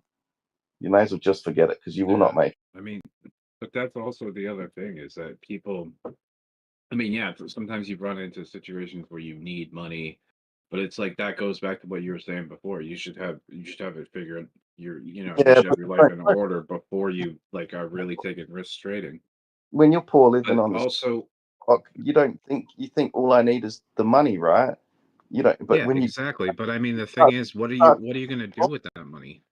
you start to fill holes. Like, you know, humans naturally, we see a hole and we fill it. Like, I got lots of money, And now I've realized that I can help all these people. So you start filling all those holes. When you're poor, someone tells you they're sick, you're like, I'm sorry, but I can't help you. But then what are you going to get rich and turn around and say, sorry, I can't help you when you can? That's why wealthy people don't tell you they got money. They hide it. And then they start feeling guilty. Like this mentality, this mindset that we have, it's only natural. Like the really wealthy people, so, I mean, I'd love to see someone wealthy and happy and generous, but generally you get wealthy, greedy and sick, or you get wealthy and cynical. Like, yeah, it'd be nice to see. If you're broke, you want stuff, right? Like you want money so that you can have stuff. But this is one of the biggest differences between and like the scarcity mindset, the wealth mindset is poor. The biggest difference between poor people and wealthy people is that poor people continue to buy useless crap that they don't need, and rich people, they buy assets that pay them an income. That's one of the biggest differences. Yeah, I've seen poor people buy liabilities, rich people I've buy seen rich family that have built 600 houses and they become cynical and they find excuses to hate other family members, and they're like, they're a narcissist. All they want is my money. Meanwhile, the person's like on the street because they tried to help someone out. This is what I was saying. Like, I don't. It's all about it's all about self-respect, and we live in a capitalist society, right? So self-worth and feeling seen is the difference between poor people and rich people. Rich people can point at what they've made, right? They don't need to wear it, right? When you're poor and you're working your way up, I'll speak for myself. When I was poor and I was working my way up, I showed every dollar I had. Oh, if I had a chain, I had it on. If I had a ring, I had it on. I might have worn 2 watches at one point in my life when I started starting to touch some money. And all you're doing is trying to get that sort of outward confirmation that you've made it, right? This is why people buy the Lambo. This is why people buy the dumb shit. When you have it, you don't feel that need to prove it to anybody. No. It doesn't matter because you've already fulfilled that sort of natural need that you have to, like I said, be seen or feel like a good provider for your family, or especially if you're a man, not to sound sexist about it, but men are under specific pressure in this culture to be providers. And sometimes to prove that you are that, you need to show that. And that's when you do too much, starting off.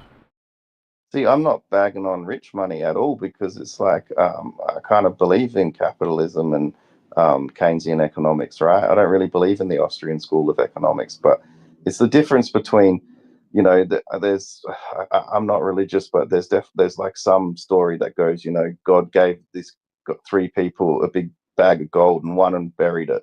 The other earned a little bit and the other started big companies and made lots of money and made everyone wealthy. And he comes back and the guy that's really wealthy, God sort of like said, well done.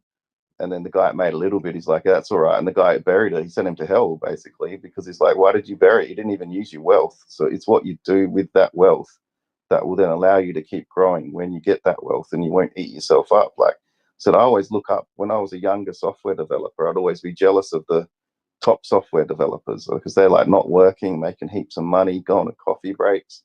And then you get to the top and then you just wish there was someone around smarter than you. You just like face palming because everyone around you has no idea what they're doing. And I look up to smart people that, so it is a mindset, and you'll go through a lot of those stages. But no, I love to see rich people helping people and growing wealth. That's like the best place to be.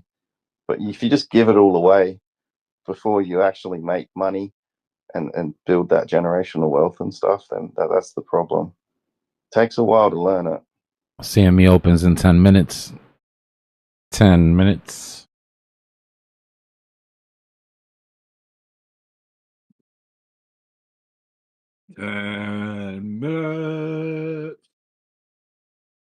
Melania's pumping.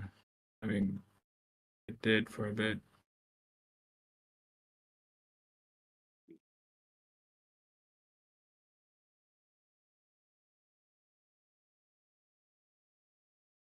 Trump looks like if it breaks this uptrend, it can come down to mid-10s.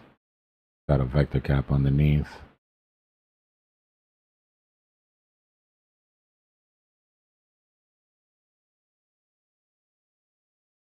crazy. I can't believe that shit came all the way down to $9.20.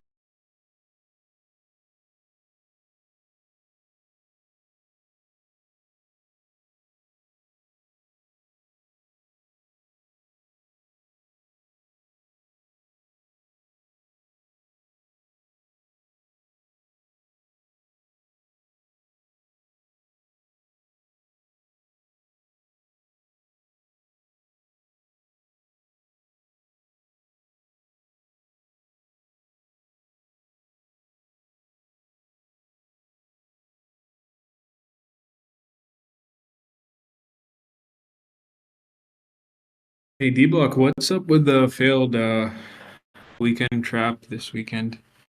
You think it was Why was it failed? I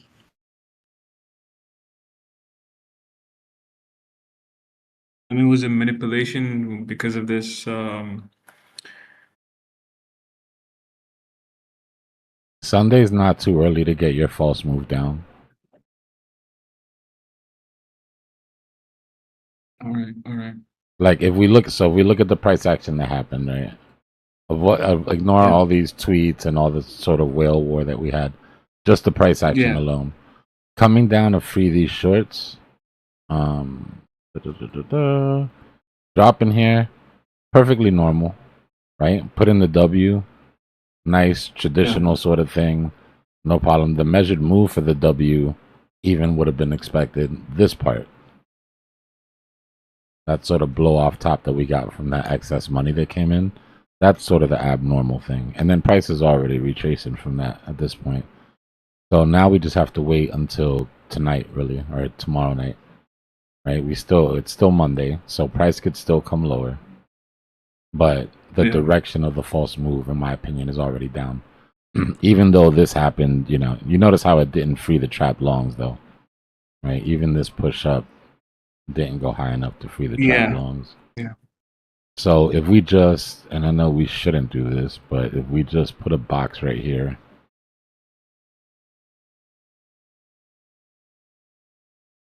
We just put a box right there and we put it on black and we go like this. That's what price action should look like right now if it wasn't manipulated today. Had our W popped up, got the measured move, failed to get above, put in a higher low, and starting to give back some of that now to take some of these liquidations out. But, we had that little hunting party for that whale, so.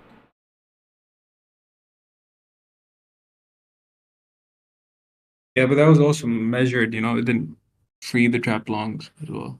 Yeah, it didn't go high enough to free the trap longs, but that's a lot to do with this support and probably some to do with this guy selling on spot to defend his position, I would imagine. Okay. I don't think they're done though. We'll see. We clear these liquidations here. I'm looking to at least come down to this vector. There's just too much money sitting here. There's not enough bullishness to just go right now. So come down, grab these when Asia comes in though. What time is it? 5 minutes until CME opens. When Asia comes in, they're gonna wake up or they're gonna walk into the office basically to a CME gap that's like that big.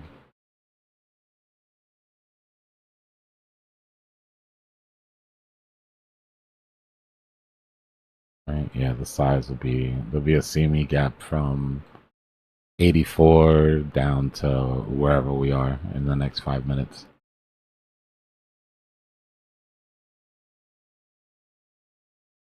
When Steve Jobs died, he had $2.4 billion sitting in cash in his hands. What a waste. What a douchebag. Just in case, apparently. Just in case. Did that guy ever give? He's like one of my biggest heroes, but did he ever give to charity? Like, I like his business mentality, but his actual personality, man. I don't know, man. I don't feel like anybody has to do anything, right? But I feel like if you don't at least spend more than you made, like you can't have more saved than you've ever spent. Like that to Look at me this would be like, Dbloc. oh man, what a wasted opportunity to just do crazy shit. You know, I'm the biggest Apple fanboy, but I'm not a fan of Apple and running their sweatshops out of China. Not a fan at all. So like there is a certain level of ethical responsibility and moral responsibility. I know why Apple did it, because they got slaughtered by Microsoft. It was like a war. So you need that cash on hand to survive. It's like a life or death. But the types of profit margins and how they make the profit margins, there's a certain moral and ethical responsibility you have. And this is the type of mentality he ended up with, burying that much cash. It's like, yeah, I know why he did it.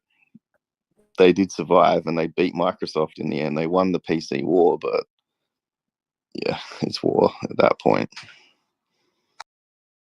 Well, I guess it was one of the biggest companies at that time, and that was probably one of the biggest achievements they had. So that's it's just more. It's more about achievements once you're that rich. It's about achievements more than money. I come It's from legacy. the time where the war was between Microsoft and Apple. I mean, Bill Gates was earning like over $1,000 a second or a minute or something. We would just watch the clock, you know, and you're like, how bad can these people get? And Apple nearly got wiped. And they had the big court case in '97 when Apple was pretty much broke, and Microsoft had left the copyright Apple computer in the source code. So the lawyers just all walked out. At that point, Apple was bankrupt. Microsoft come in and bought 10% of Apple to save Apple. And then just before they released the iMac and the whole iPod thing came out, Microsoft sold out their 10%, the idiots. So by the time the iPod hit and then the iPhone, it was not about money. Jobs was not about money. He didn't care about money. He honestly didn't. He all he cared about, like, you had the biggest egomaniac in the world and the biggest megalomaniac in the world. It was really a war between wealth and pride. So, but I just still don't understand why Apple ended up with slave sweatshops in China. And this is why I'm so happy to see him come back into the US. Yeah, Always because money. it was I always war. tell you, you always, when you can't figure something out, you always err on the side of greed with these people. Yeah, money to win a game, or money just Yeah, to have more it's money. not the money. Money isn't shit, but it's what the money gets you, right? It's the influence that the money gets you. Yeah, because you would assume at some point that enough is enough, and maybe I can afford to pay. Maybe I can afford enough to pay all my factory workers enough where they can all live in mansions. Like, why wouldn't that be a good thing? If I'm still making more money than my kids could ever spend, but we never get to that point. If it's not even greed, right? When you know your enemy's so evil that if you just put your guard down for a second, they're ready to chop your head off. It's not even greed anymore. It's a survival thing, like, because you become such a target. If you don't have that big moat and that big castle, you'll get chopped down, and you don't even care about the moat and the castle anymore. You just don't want your head chopped off because you're such a target. It's what I mean. It's a battle between greed, pride, and safety, and being too. Like, it just escalates like out of control, but then people are getting hurt out of it. It's not good. But anyway, we're moving Apple back into the US, so that's a good move. $500 million. Yeah, it's a good move until everybody's got to pay $3,000 for their next iPhone. No, your minimum wage will drop. They'll just drop your minimum wage, and you guys will be working for $1 a day. Just watch it. They'll bring Temu and Shein. It's gonna be the shittiest quality, the most expensive, shittiest quality iPhone you ever bought. And the crazy thing is I don't obviously American workers could do the same job that you can do over there, but the standards are just so much higher, in my opinion. People are gonna live up to their standards. Well, you can tell the stitching between the Louis Vuitton. Yeah, if there's low expectations, people will live up to those low expectations. You can tell the difference between the Louis Vuitton made in Italy and one made in Spain. So, but it's yeah. Yeah, that's what I'm looking at, Pepin. One last sweep. Just these red guys clear that vector, and then have Asia come in and take us to CME.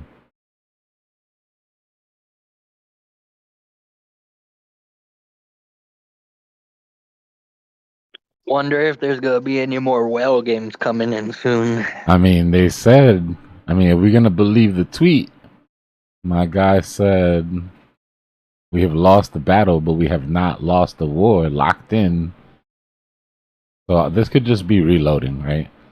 Will started the party, wasn't enough to kill the guy. The guy moved out of the way. So they probably shorted it down, made some money on the way down. Now their war chests are full again. Now it just depends on when. Like I said, if I was in charge, if I was the guy running the little whale party, I'd say, look, guys, let's short this thing until Asia comes in, and then we'll go heavy with market maker at our back to CME close, and then we'll see if we can push past resistance and go get Buddy, because he's all the way on top of the next CME close. He's at 86.59 something. So if I'm gonna try to make that push again after we already missed once, I would want market maker on our side to do it. And for that, we gotta wait a little bit. Yeah, I'm running out of time for my prediction to be right. I was saying that we'd hit 92K by March 18th. Tenlos, it went down?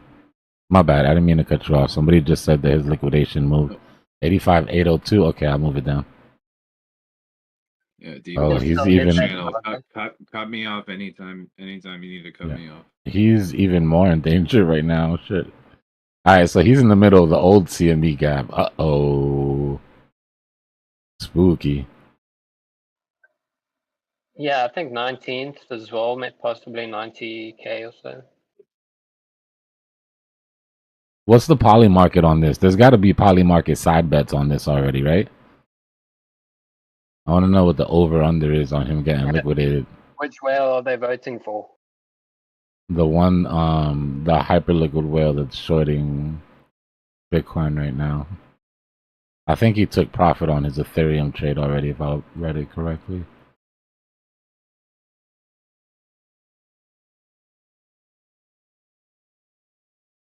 Well, did he buy? He his original liquidation was here at 842 when they were gunning for him. And then they got there, but he pushed up his liquidation. He basically jumped out of the way. He dodged the bullet. And then they posted, we've lost the battle, but not the war. Locked in. This whole thing, watching this whole thing play out was great. Watching it in real time was just classic.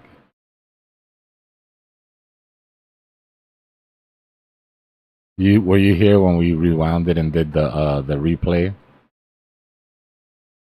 Like the chronological replay of it? No, it looks funny though. Look, so like I'll just run it quick without running it back. So right here, this candle is where this guy posted, anybody willing to hunt this dude with size, drop a DM. We're setting up a team right now.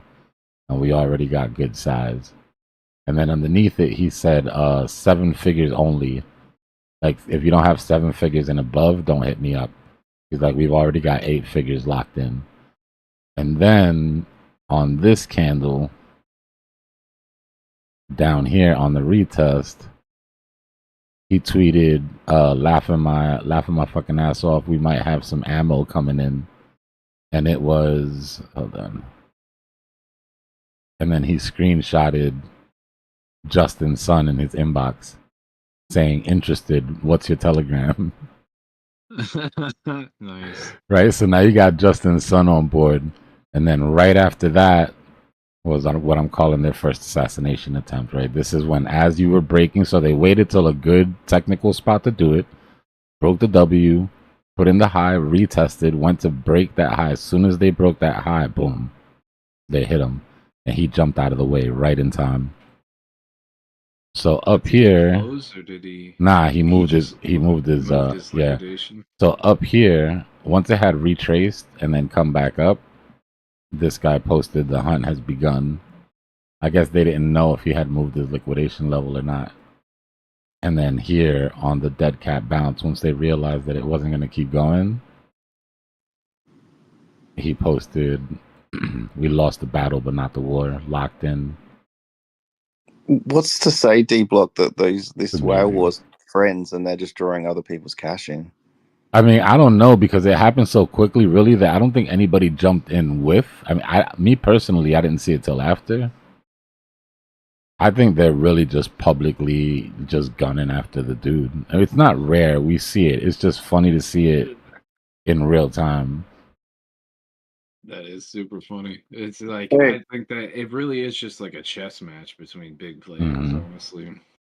Quick question. Are you guys talking about that wake up earlier around noon? Yeah.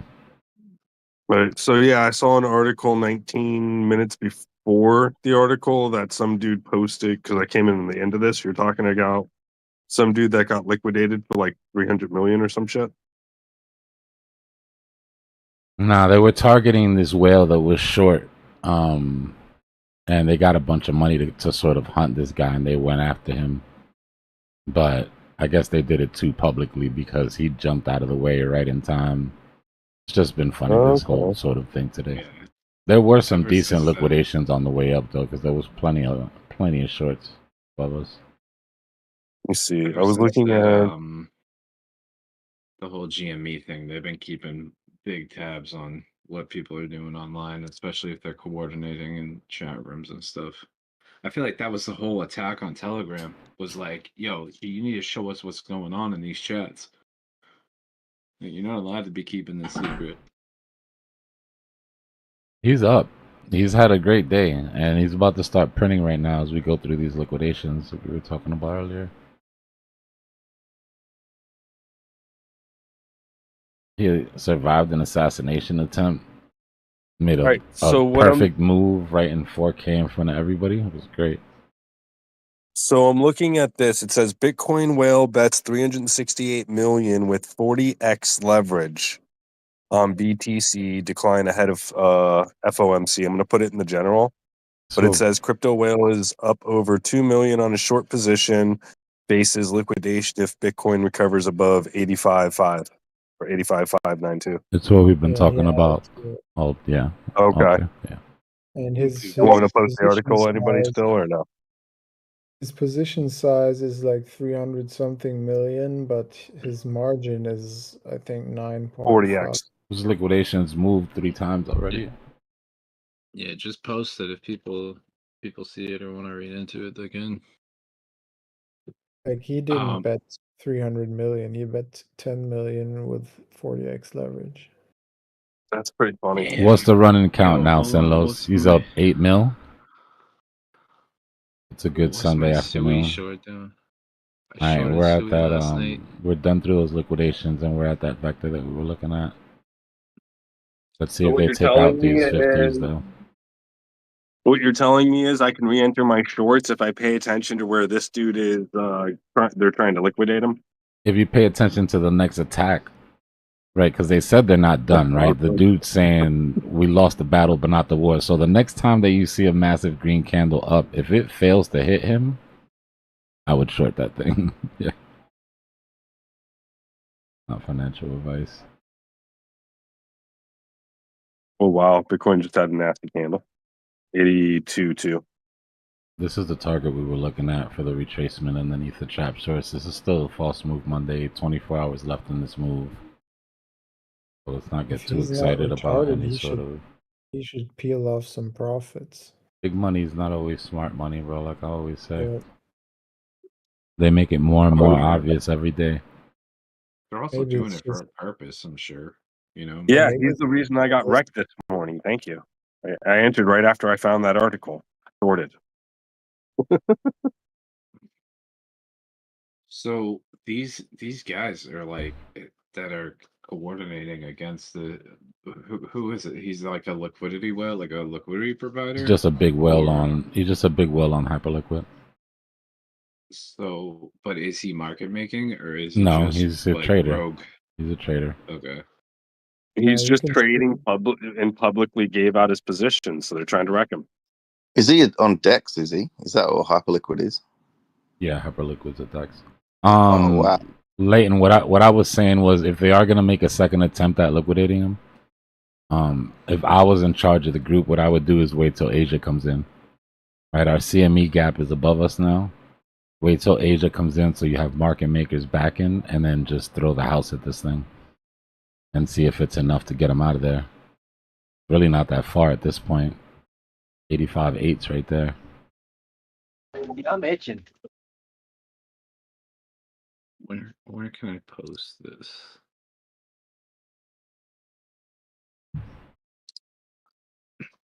I entered a Sui short last night and the thing ended up printing.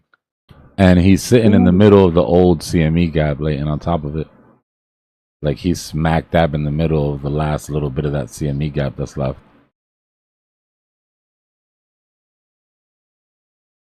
Asia opens at 8:30, so we've got a couple hours here. Is this one of the bigger trades on Hyperliquid Dbloc? Right, for today, yeah. For today. Hyperliquid's also where the dude longed the Trump tweet about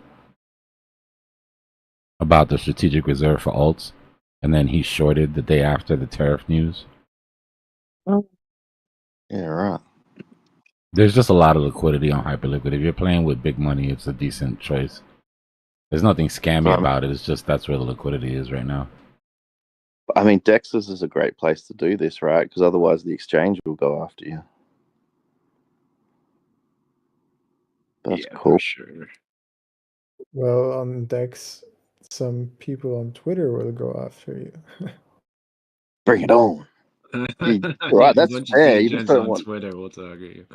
Yeah, but it's better. It's more fair than having the exchange.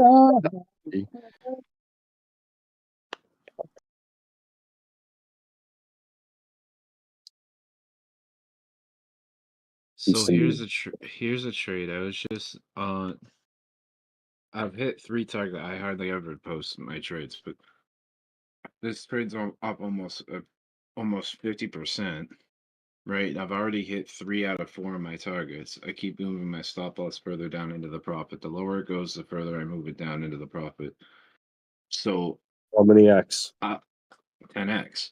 It's up 46%. So a minute ago it was up 50%, but like being up almost 50%, and doing that in like less than a day. I mean, 2% increasing your portfolio by 2% is technically not that difficult. Yeah, I increasing never your used to take portfolio. profit. Say goodbye to it in a few 3,000%. minutes. I only took it at 3,000. I'd question myself. 3,000 enough? I'm already like 85 to 90% out of the position, right? So it's like Good. I've locked in that profit, but it's like if I can do this, I'm not that good of a trader. If I can do this, then Don't let them people lie to should you. be able to turn people should be able to should be able to increase their portfolio by 2%.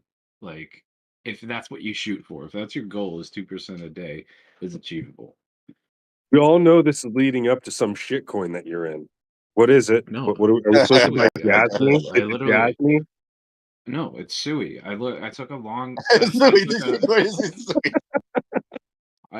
talking opened a about grid. compounding in your portfolio every day, like 2% compounding daily would lead up to a big amount, like six He's months down the talking line. boring stuff like risk management and sensible trading. Oh man.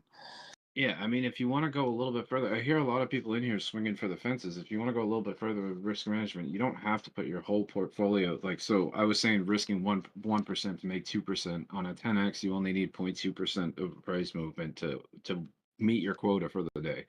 I But hope if you that when wanted to people be, I hope when they're swinging for the fence, they're just using 1% of their portfolio, not swinging all their money and their friends' money. I hope so. well, I think they kind of are some people because like there's a bunch of DJs in here, like sort of myself included. But if you're gonna swing for the fences like that, it's like people. I hear a lot of people that are kind of round tripping trades.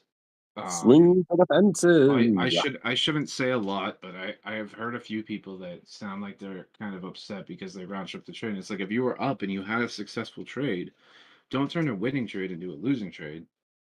So if you're gonna swing for the fences, what I would say is start smaller and like crawl, then try to walk, then you can run. And what I mean by that is you don't have to put your whole portfolio on a single trade and risk 1% to make or account. I shouldn't say portfolio account. So we were using the example of a $100 account size. You don't have to put $100 on each trade and then risk 1% of that. Oh no, please But don't do that. I'll let you here. I'll give you a better, quicker solution. Set alerts for the prices. That's it. Set alerts and pay attention. That's it. But yeah, if you have a plan, you have a system, and you have a risk to reward ratio, like this type of stuff over time, it works. It pays off. It's a system, like it's a job. But what I was gonna say was, if you really are somebody that is like, I'm swinging for the fences, I need a dopamine rush, whatever. What I was saying before was that like 10x turns a 2% move, so in order to achieve 2%. You could do that if you went on 10x. You only need the price to move 0.2% in order to achieve that 2% quota, right? Now, if you were to take it a bit further and you say, hey, I'm not going, like if you're real degen, but you want to practice good risk management, you don't put your trade, you don't put your whole account on one trade and then risk 1% of the account. Instead, what you can do is if you just take 10% of your account, so that would be $10, and then you risk 10% of that, you're still risking only 1% of your entire account. Now you have to, if you want to hold the trade, you do have to make a 20% move out of that. But doing it on 10x leverage, you only need a 2% move in price. So you can like degen it a little bit if you want to swing for the fences while you're still practicing good risk management and trying to develop good habits. But I mean, that's the thing, is like people that like to hold on to trades and they get that dopamine rush, seeing like a higher percentage of your trade go to higher targets or whatever. If you're still minimizing your risk by only positioning with 10% of your portfolio and then only risking 10% of that, it's only 1% of your entire account that you're So risking still. Use 200x leverage then. The only time I see leverage is useful is like when you have a time delay between you transferring from one of your banks to the central exchange over to a leverage exchange that can take like 20 minutes, and you can see something happening and you have that available leverage on hand. It's like a quick lend, but you've got that money in the bank. So yeah, there are reasons for it, but it's the risk and effort involved. Risk not so much because of the management, but the effort. Right? What you're talking about is a high effort sort of endeavor. And not everybody's like in hardcore day trading mode where they can do that. Right? For other people, putting 1,000, putting 10,000 into Bitcoin and having it 10x over 3 years and doing that twice and getting to that 100K without doing anything at all. Yeah, that's an investment. You get what I mean? But it just, like I said, it depends on how much effort somebody's willing to put into. Getting it done. You could put in no effort, but if you use the same philosophy when you're trying to trade on leverage, chances are you're gonna round trip or you're gonna get wrecked. Like having that same like shooting for the stars on every trade, swinging for the fences on every trade. That's the way to lose money quick. Yeah. So I like being on 200 cross immediately because it's available to me. I've only put a little bit in though. Your money will be sitting in a bank or in another account, and you just automatically open 200x on cross. But I've only put $10 in there, and you got your other 1,000 sitting on the other account. But at least you can react quick. But the only problem is that if you've got no self-control, you're quickly dumping like 10 times that into your margin, and then you're doing silly things. Well, that's where discipline comes into play, and like that's the thing that's why Dbloc is so much of a better trader than I am, because he has so much more discipline, and he's got more experience and he's had a longer time, more experience to develop better habits and have more discipline Meaning, like when you go through these things and you realize, like, oh, why is it good? If I had just had more discipline and stuck to my plan back then, I would have made more money. And like he has Yeah. that because he's lived through the point where he at first he didn't have discipline and he grew to have much better discipline. So like discipline comes into play a lot. Like when you're trying to be a consistently successful trader, and like trade buying and holding is one thing and investing is one thing, and you can be lazy about it. But if you want to be like a serious trader, then you really have to have rules in a system, and especially if you're on leverage and like you're trying to like DJ and turn small amounts of money into large amounts of money. Discipline comes from having tools, right? As well, like if you know how to calculate your risk to reward, and you know how to calculate those plays, and you do put your stop loss, and more importantly, put your take profit in, then yeah, you've got the more tools because you're smarter, and it's easier to become disciplined. And also, if you've wrecked things a lot, you learn how much damage you can cause. So yeah, But it's like a lot of it's psychological too. It's like, being like desperate to turn $1 into 1,000 or $100 into $100,000, like, and being like, I need this to happen right away. Like that's like you're sort of being emotional about it, not disciplined about it. You're being like, yeah, you don't have the psychology right. You've got that lack mentality that he was talking about earlier.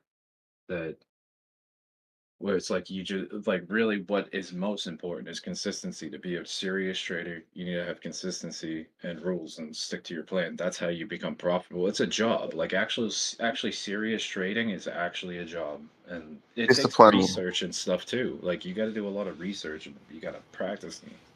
You have business expenses, like you know what I mean? It's like running It's your so own business. hard. Like It's so hard. Yeah, You because I get was looking like, at this sorry, go strategy a few weeks ago, the compounding strategy that you're talking about, and even 2%, and if you have a 50% success ratio then you're trading, a few trades a day and 50%, you can make good money in a few months, depending on how much you're putting in. But it doesn't have to be leverage trading. You could do it on spot as well. 2% on spot is not hard in crypto. But I mean, obviously, it has to be calculated and with good risk management. But yeah, I mean, if you look at the numbers, there's a website you could, just put in the numbers and see what compounding can do for you. It's amazing. the desperate thing's the really hardest bit, right? So say you've got $100 in, you're a really good trader, you easily turn it into 1,500 in a week. You're like, cool, I did it. And then you're like, well, if I make $5,000, I can buy a mum that medication she needed. And then you're like, damn it, I've made 1,500, I can make 5K. And then you're like, now I need to make 5K for myself, so now I need 10K. Oh man, it's just so the discipline and the psychology. That's what I'm talking about, getting your house in order. Like you need to know that people around you aren't using you. You need to know the people around you, that they're going to be safe. You need, if you care about people. If you don't care about people, it's a lot easier. It's a lot easier. There's It's been all about times where I discipline and was financial literacy. I mean, even if you have 100 million, you could be doing the same thing. You could lose it. I mean, you could spend it on stupid stuff and just lose it in a couple of months. It's all about discipline. Like if you have $100, if you have $100 million. Yeah, exactly. If you have $100, you should treat it as if it's $100 million. Like, you know what I mean? So if you do that and you just create good habits, then when you have 100 million to trade with, chances are you're much less likely to actually lose it. Like, because there was like Do you have times, so 100 like if million? I have, huh? Do you have 100 billion? No, hell no. But I mean, there Damn was time like just for example, it's like there's been times where I I was disciplined and structured and had well thought out entries and like had a perfect trade and stuck to my plan and took profit and like when the trade started turning around, I closed it. And there's been times where I easily made like 5 grand in a week. But then there's also been times where I completely lost all discipline and lost all structure and started trading emotionally and trading on tilt, and I lose 5 grand in an hour. Yeah, it's So, being on so tilt, it's right? like When I people mean, see you you usually on see these tilt, people who win the lottery.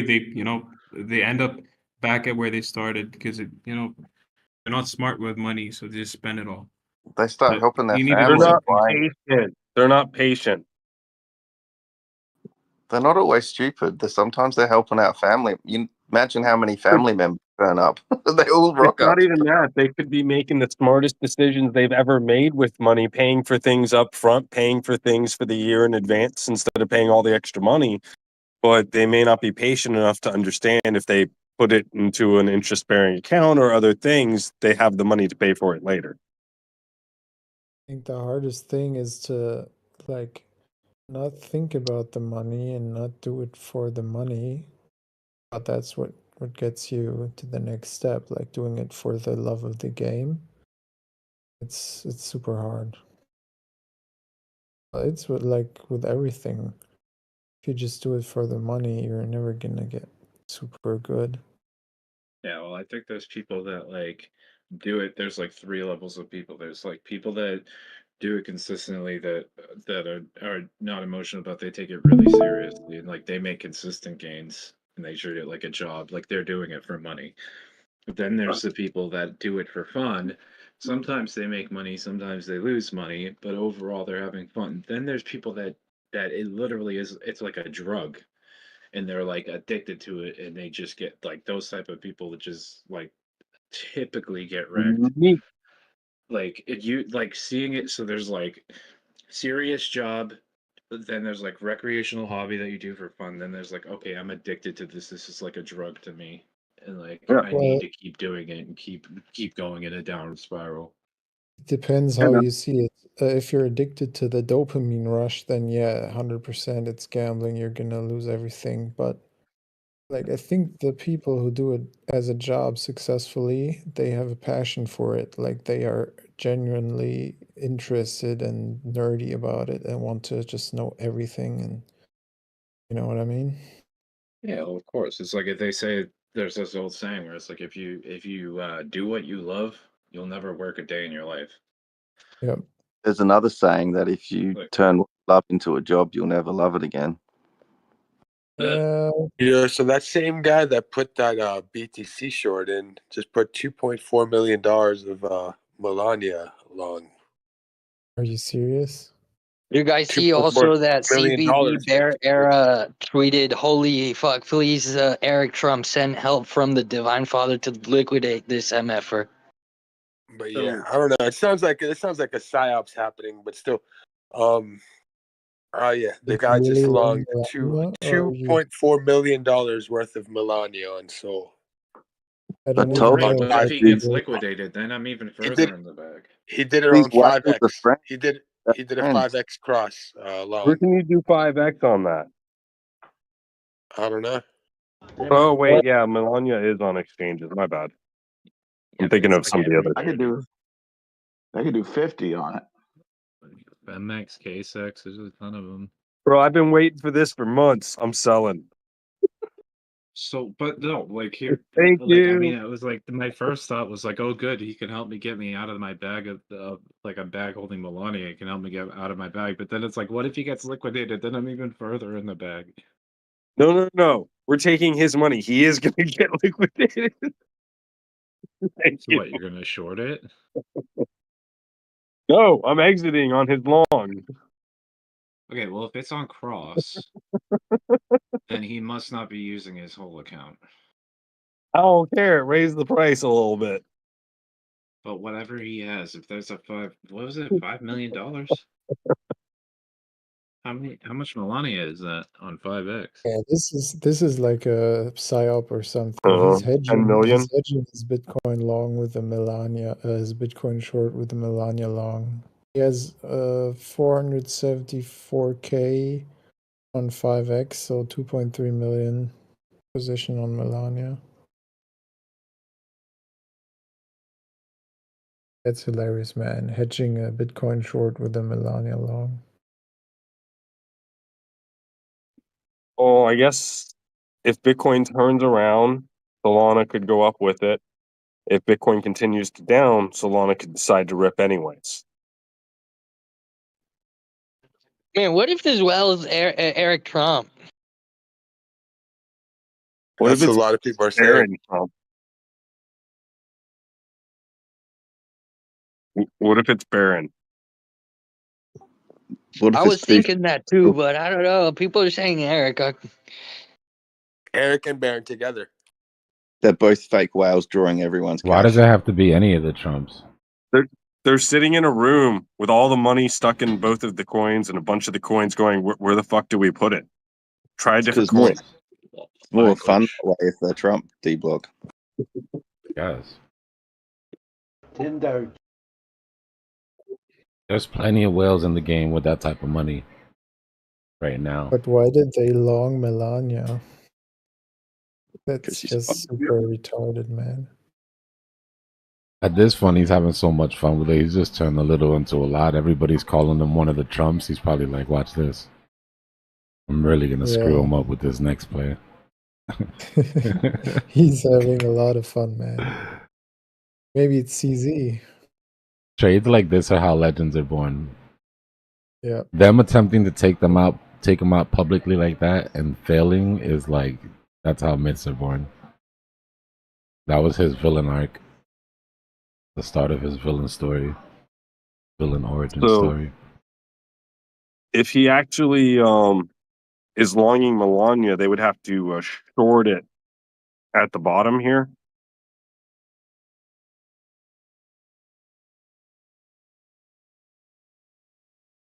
And does he have enough money to buy out the coin? So you know what I'm saying?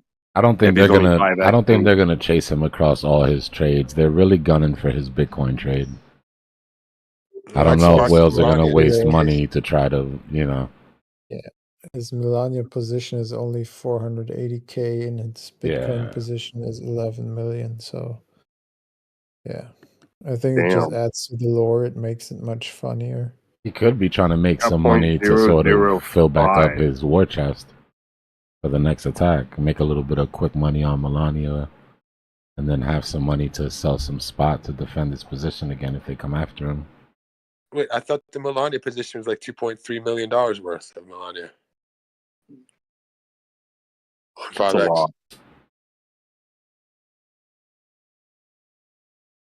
That's the borrowed amount, right? That's not what he has in. D-Block, are they so rich? This is just like them playing a board game at night time. Like, oh, let's just pull out the board game and who cares? Bro, this is like Drew coming in and talking about syrup, and me trolling him by going on there trying to get him wrecked. Like, hey, Drew's liquidation is at this, at so and so and so. Let's try to take him out real quick. Fuck it. I'm gonna support him on Melania and hold it up for him. That coin has such low volume, I can do something like that. It's retarded. Yeah, I just bought some Melania just in case too. Which one's more offensive, the F word or the R word? Both, but yeah, just be careful with the language, bro. I know you're excited right now. Sorry. I didn't realize how offensive the R word is until I looked into why people think it's offensive. Whoa, it's really offensive apparently. And did you see Elong's like, I've said it so many times, I'm just not going to say it again. Like, I didn't even realize. What are you getting at? I'm not offended. I'm just pointing out the language. That's all. Just making I an don't observation. understand. Can you be more specific for me? What word? I starts with R. retarded. You know that song, Let's Get Retarded? You know why they changed it to Let's Get Started in here? I'm just saying the R word's apparently more offensive than the F word, and we're not supposed to say the F word. I'm just pointing it out. Fine, we got banned for you singing anyways. I know it's Do like you know night what? there. Do you know what exchange he did that on, or she? Hyperliquid is where he Hyperliquid was is in earlier. chat. I'm not You sure can about the see the- Melania one. Yeah, Yeah, I'm it's wondering both about on. the Melania. It's both on the Hyperliquid. If you check the chat, you can even see the position. Appreciate it. Oh my god, Melania just jumped. Thank you. I know, I'm holding it. Hold on. 11%. I'm gonna hold the floor on it. Happen if You're this is a good. quick money grab and he's gonna take this money to defend his Bitcoin position, that Melania short might not be a bad idea. You just gotta time it right. I'm gonna laugh. If Look you at see a dude, pump, I'm then I holding it up. would like after the wait for a pump. You can't look at Hyperliquid on TradingView, can you?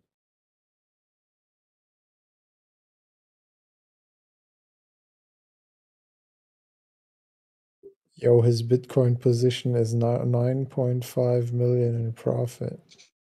So I'm guessing he got in at 65 cents. So what is... I wonder if he's got a Twitter.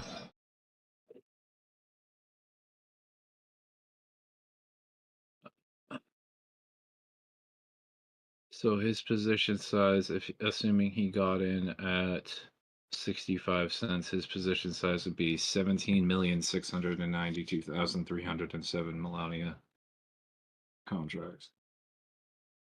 There's one thing that I don't wish on anybody in here is that you ever become this guy.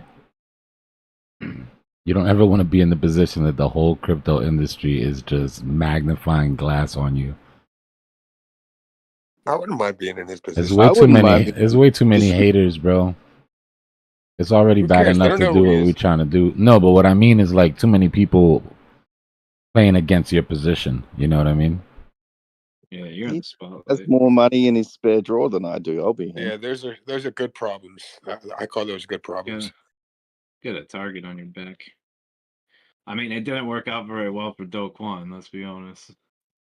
There's only one thing worse than too much work. That's no work. Or did it? Did they The ever main burn him, and character how much always money ends did up he get getting away smashed in crypto.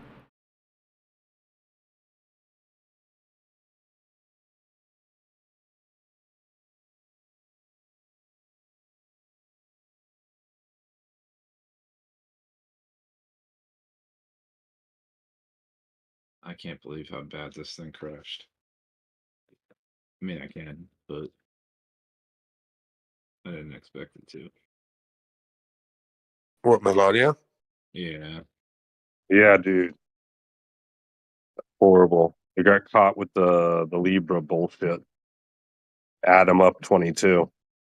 Yeah, Libra was even worse, but I mean that was kind of expected. That's why. After what happened to Melania. That's still why it hanging. happened to Melania. It's the same people that did the Melania Trump then spilled the money into Melania.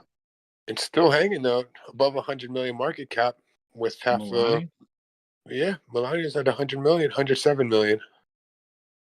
Dude, Drew, I have a bag at like $5. That's all those people that bought with their credit card on the website that have no idea how to sell, even if they wanted to. Like trapped market cap, people's grandparents that just wanted to support. I bought it on the website. What's your wallet address? What's a wallet? I don't know. I use bought my it on Visa. They sent me a Like, I mean, certificate. they don't know where their coins are. They don't know. Dbloc, you buy your 200x position on credit card. Nuts, bro. Looks like a double bottom there.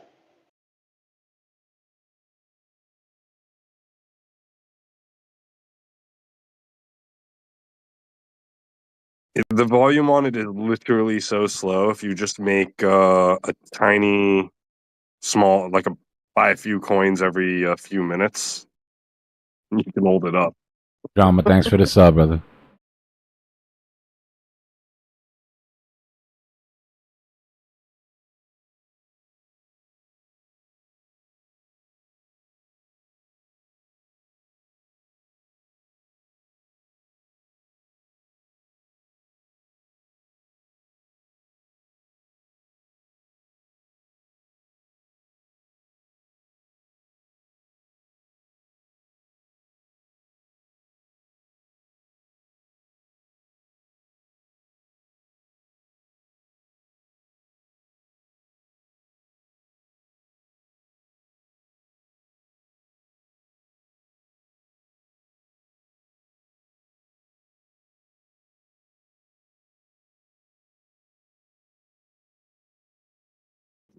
People in the chat are talking about shorting Melania.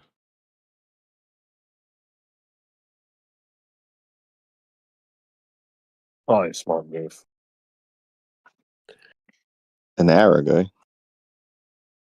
don't know. I mean, this move on Bitcoin kind of came down a lot. Not that Bitcoin has too much. What is Solana looking like right now? I need somebody to be leveraged against.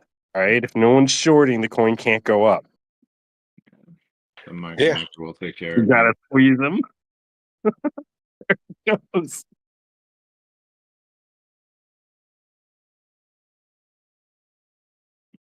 So, Matt, did you actually took a long on Melania? Yeah, dude.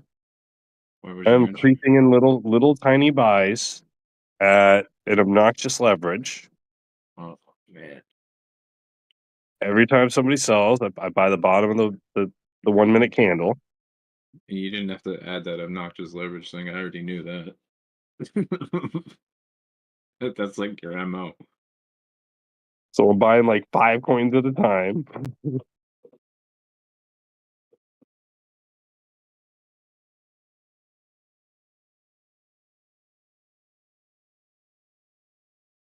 Man, don't put me in the box. I just want full leverage straight up. Don't Yeah, hold no, I me- just want to catch this coin at a stupid low price with high leverage. and then just hammer it right at the end there. You don't want to have to switch your leverage up just at the last minute. You want it on hand. Trigger. Why don't you just put a $100 on 1x with a 10% stop loss, and then if it goes in your favor, then you can max out the leverage to 100x. You Where tell would the fun in Rambo that to be? take. You tell Rambo to take less ammo with him, man. He's going to take all his ammo with him into war. Do you tell Rambo to put it on semi-auto? That dude never runs out of bullets. Why do you need so many bullets just in case? I mean, just the thing is, when you open a position on the 100x leverage, if the price goes against you, like 0.1%. He wasn't opening. I think you're on cross. I think he's got the leverage there, and he's fuck like no. slowly. Yeah, see, I people would that not open do up. cross. Hell no, I would not do cross. Okay. No, I'm only I'm holding 103 coins. All right, making those small little buys. Might even stop here for a little bit if it doesn't go up higher. And if it actually does some crazy move to like $3-4, that's crazy on this leverage. I don't even know how 25. isolated. I don't even understand isolated. I don't know how you Yeah, add but more margin. if you get liquidated, you just lose $1. No, like 4. No. Well, I mean, it's like that's the thing though. There's such a small price percentage move that it takes to liquidate. You can add margin to isolated, but there's It's almost not no as point. protected as me putting $100 at like 1x, obviously, because then if I had a 4% stop loss, I'd only lose 4%, and it would be a much bigger range. But this is fun. High leverage on isolated is just if you're gonna swing for the fences with a real small amount of money, your stop loss is your liquidation, but you just don't put a lot of money into the trade, and you don't want to add margin to an isolated trade unless you're gonna take it out immediately once it goes in your favor. But even then, I wouldn't suggest that because if it does liquidate you, you're just adding to your losses. So it No, doesn't yeah, you're really make full. much That's sense. because you're Well, I full mean- market allocated. Cross is different because you can sit on 200x, but just be literally because it's variable. Really, you can just start at 2x. Yeah, but but it's the okay. reason why Rejected cross right up here. So I mean, we could go down, and it might be a good place for me to just take my profit and re-enter every time it drops below 70 cents or 71 cents. Unless it pushes off right here. See, it just dropped back down to below 71 cents. I was making my buys. This has been high frequency trading on Max Degen Moan with matches. Is that your main strategy, or are you just doing that No, for I'm fun? just screwing around right now because, like, you know what I'm saying? Money's fun. It's crazy risk on that. They're going to try and liquidate the dude. So I doubt they're coming after him on Melania, but they could try.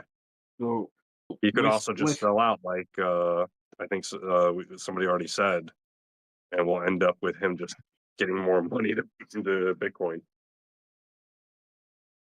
So with cross, if you're going to insist on doing a high leverage on cross, which is super duper risky anyway, because you're exposing your entire account, and that shows on the books that the exchange and the market maker are looking at. Just saying, but if you're going to do that, the way that it can be useful is that you can hedge against the position that you're in, and it will protect you from liquidation as long as it rivals the size of the failing position.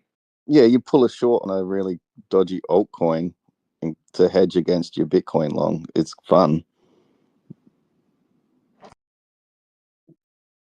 Yeah, you can do that. I prefer to do it on the same asset though. So that way if one of the trades is failing, one, you don't get liquidated, but then two, if you decide to cut the loser, then like as long as the opposite trade, you did it in the right spot and it's the same size, you should recover the losses you made from the failed trade and maybe even make a Honestly, little bit if of profit. you want to know dumb things to do, I got them all. I know how to do them. But Oh, yeah, I wrote the book. I wrote the book, bro. my All on favorite was Amazon for $5. my favorite was just the Bitcoin long, and when that starts printing, just buy as much altcoins on leverage as you can on your cross position and watch it go or liquidate you. But yeah, it's not advised. I on my platform, sorry, when I can't use the same coin to like short, because if I try to sell that coin or go short, then it just sells all my longs that I'm in. That's because you're either not in hedge mode and you need to switch your settings so that you're in hedge mode, or sometimes they call it two-way mode. Yeah, hedge mode. Let me check that out. You have to set your preferences to buy on the app. Not every exchange actually offers hedge mode, but like a lot of exchanges, like it doesn't start off there, so you actually have to change the settings to hedge mode, and sometimes it's called two-way mode. The way I see it is 200x leverage on cross in hedge mode gives you full options. Anything less is just reducing your options. It's just like like a poor man's trading option. I don't want all of it. But you're still exposing your entire account. He goes No, 200x and he does the hedge mode thing there, and he's been locked down. I don't know what to do. I'm 5,000 up on the long and 4,890 down on the short. You keep plenty in your spot USDT ready to just pull it in, and then as you're making profit, you start moving out your USDT from your margin back into your spot. Like you start funneling it out, and then you're locking in your profits. You're just cashing in, cash in, and then you're not exposing everything. You never are unless you put all in the account. Silly. Matches. Remember that trade I had a couple of years ago where it was like I posted the long and it was like $15,000 in profit, and Serrano was like, "All right, now post the short," and I posted the short and it was like $14,400 in the negative. So it was like I was still up $600, but it was like they kind of washed each other out. In hindsight, if I had just cut the short, then I would have been up a lot more money, you know. So, I mean, but the cross hedge strategy, it can work, but it's like very tricky. I just like having all my ammo available, like locked and loaded. Like I got in spot, there's just less options, and isolated less options. I just want them all there. I don't want to like restrict myself. Like I can be sensible, and then I can get ridiculously, ludicrously stupid very quickly. But having all my money in the bank, not on the exchange, because then it gets really silly. Like, yeah, I don't know. That's why I prefer 200x cross on hedge mode, not just because of being sensible around. But how much of your account size are you putting in a position? Like, what is your margin ratio? Like, are you putting 1/10 of the account in a position? Is it 5% of the account? I'm not trading. When I was trading, I would have my spot bags that I'm trying to keep for long term. I would have my money in the bank. I'd have my money in a local exchange. I wouldn't put all my money into my 200x position. You can even have sub accounts as well if you want. But I just like if I go into an isolated position where I'm trading on spot, I just don't have as many options on hand. Like I just want to open my trade with. I don't want restrictions. It's like an unrestricted account. But no, you never ever like you're crazy to put your paycheck into cross account full margin. What I mean is that like if you have, say you have, like, regardless of all the extra money you have on the side, like say you're willing to put 10% of what you have in the bank into a cross margin account. So like if you have $10,000 in the bank and you put $1,000 in a cross margin account, are you only putting are you only putting $100 on every trade? Because then it Oh, means that start off you're nothing. Like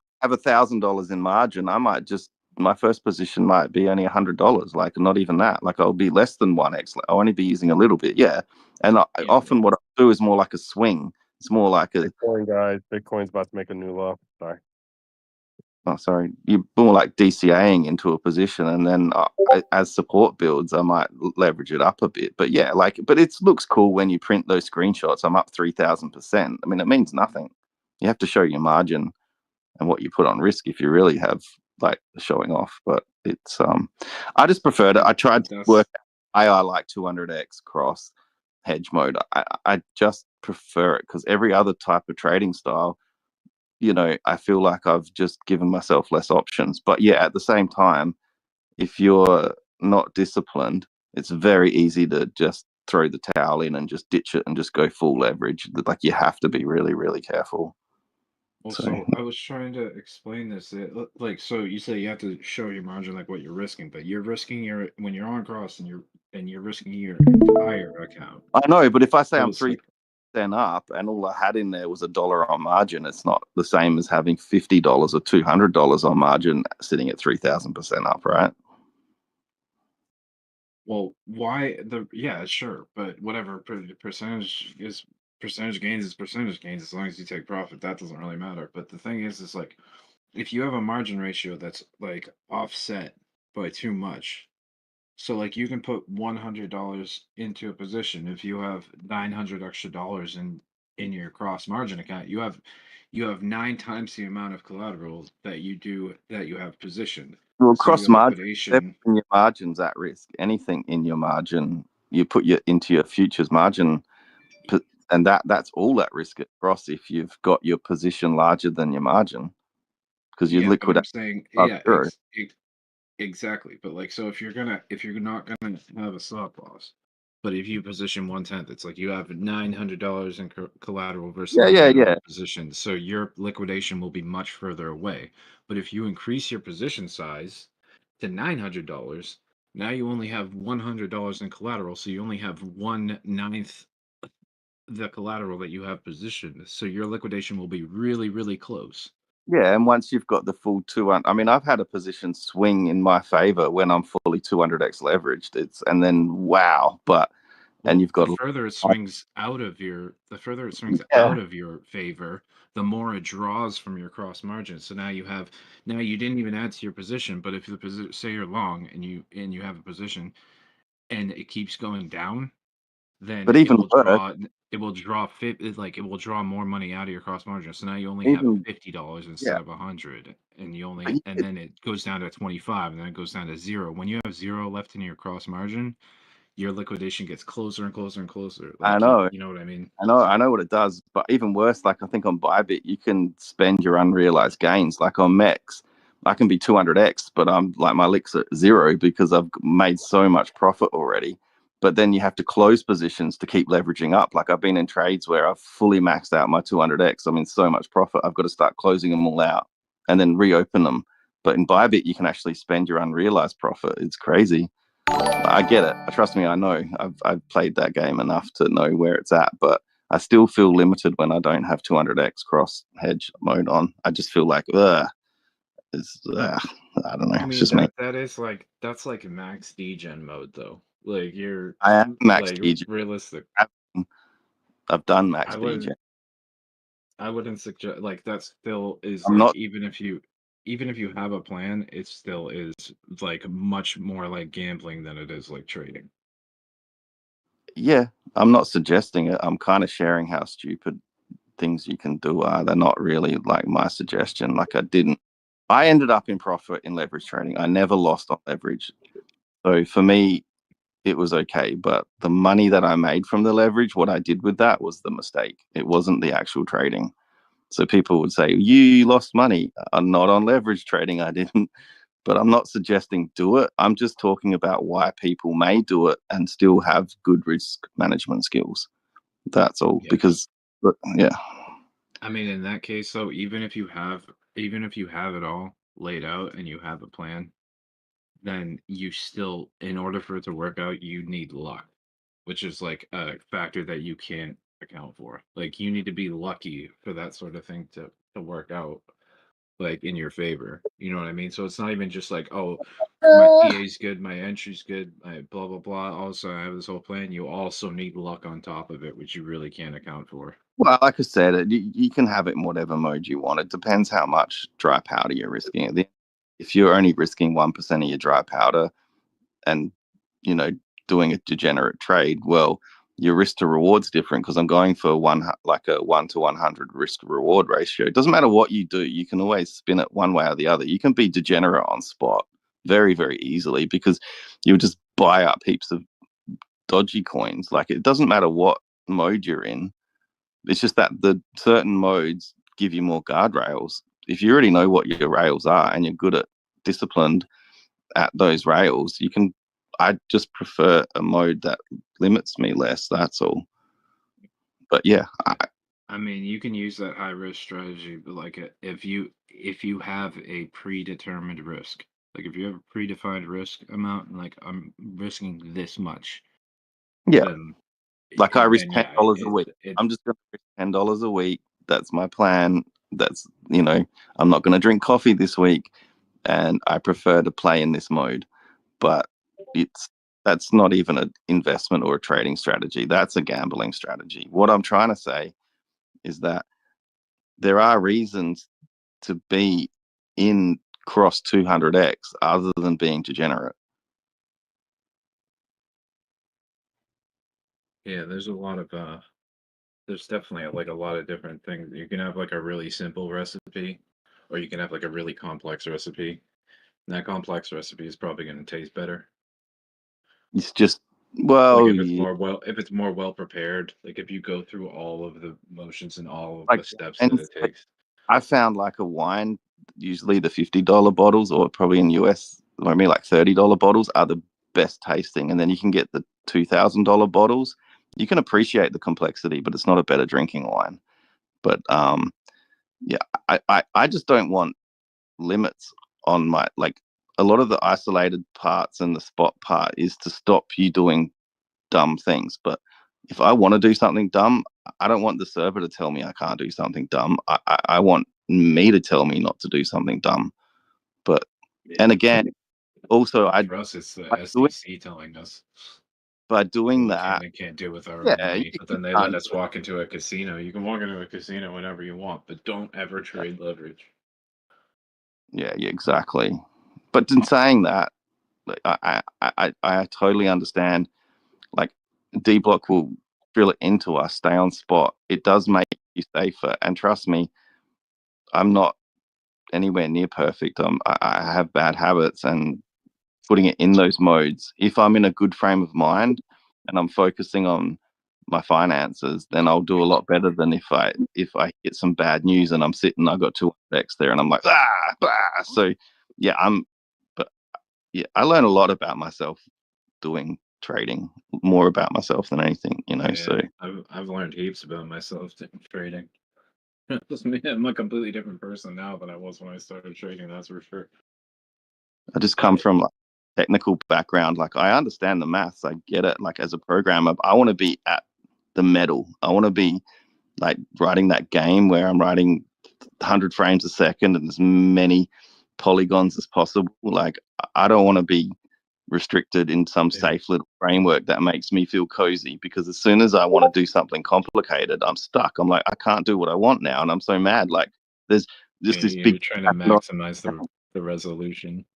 Yeah, because like if I'm sitting on 200x cross, and next thing I hear that Binance has just put an end to FTT, and I'm like, oh, I wish I had this on hand. Now I've got to wait 15 minutes. I'm like, oh, I got it. I got this magic money right there. But on the flip side, if someone rings me and gives me bad news, I also have that magic money there. So it's like you need to like turn your phone off, lock yourself in a room when you're really happy, and don't be drinking and don't be doing anything dumb, and then expose yourself to the cold face. Like this is I've done a lot of thought about it. I've thought about the dumb things I do. Trust me, I've made a lot of mistakes in my life, and I've reflected on them. But I still don't want to lock myself out of options.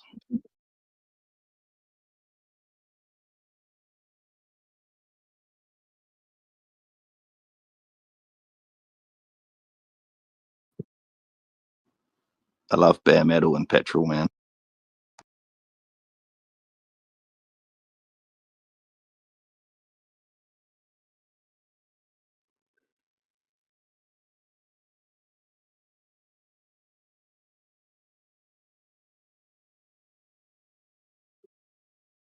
I was also just surprised, like even previously on the other channels and stuff prior to this, that there's simple knowledge out there that people are scared it becomes taboo to talk about it, and then degenerates are like playing with things they don't even understand the maths. It's like, why are you using a feature when you can't even multiply two numbers properly, dude? Like literally. But there's not really clear explanations on. You'd be surprised. You go looking for it and you're like, no one actually explains this to me.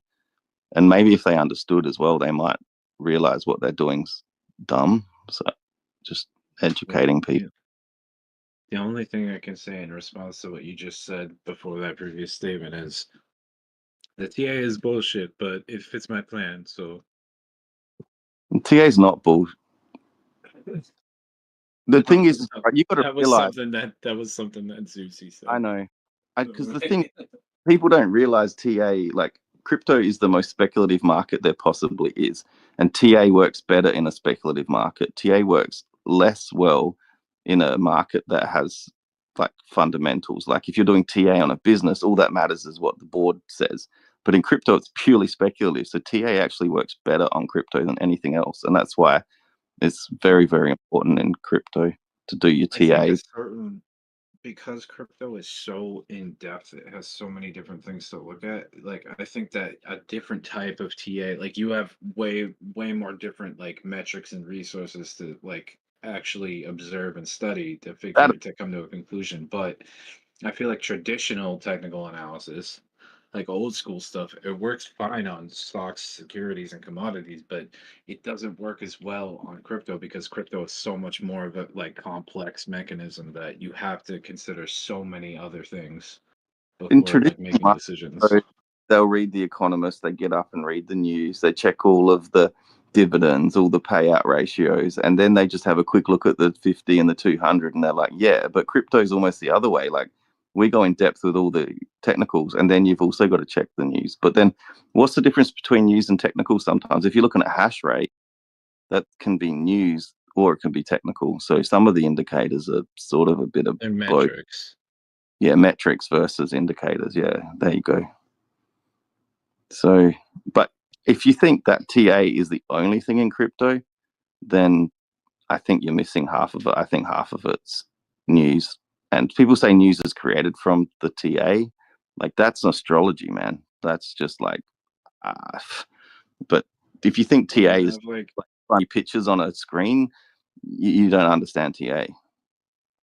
Well, you have your common predictable factors, and like that's like I forget what they call it in math, like a constant or like a constant denominator or something like that. Like something Okay. that is controlled, that's like your control part of it, but then like something that's not something that's out of your control is what kind of news comes out. It's something you can't predict.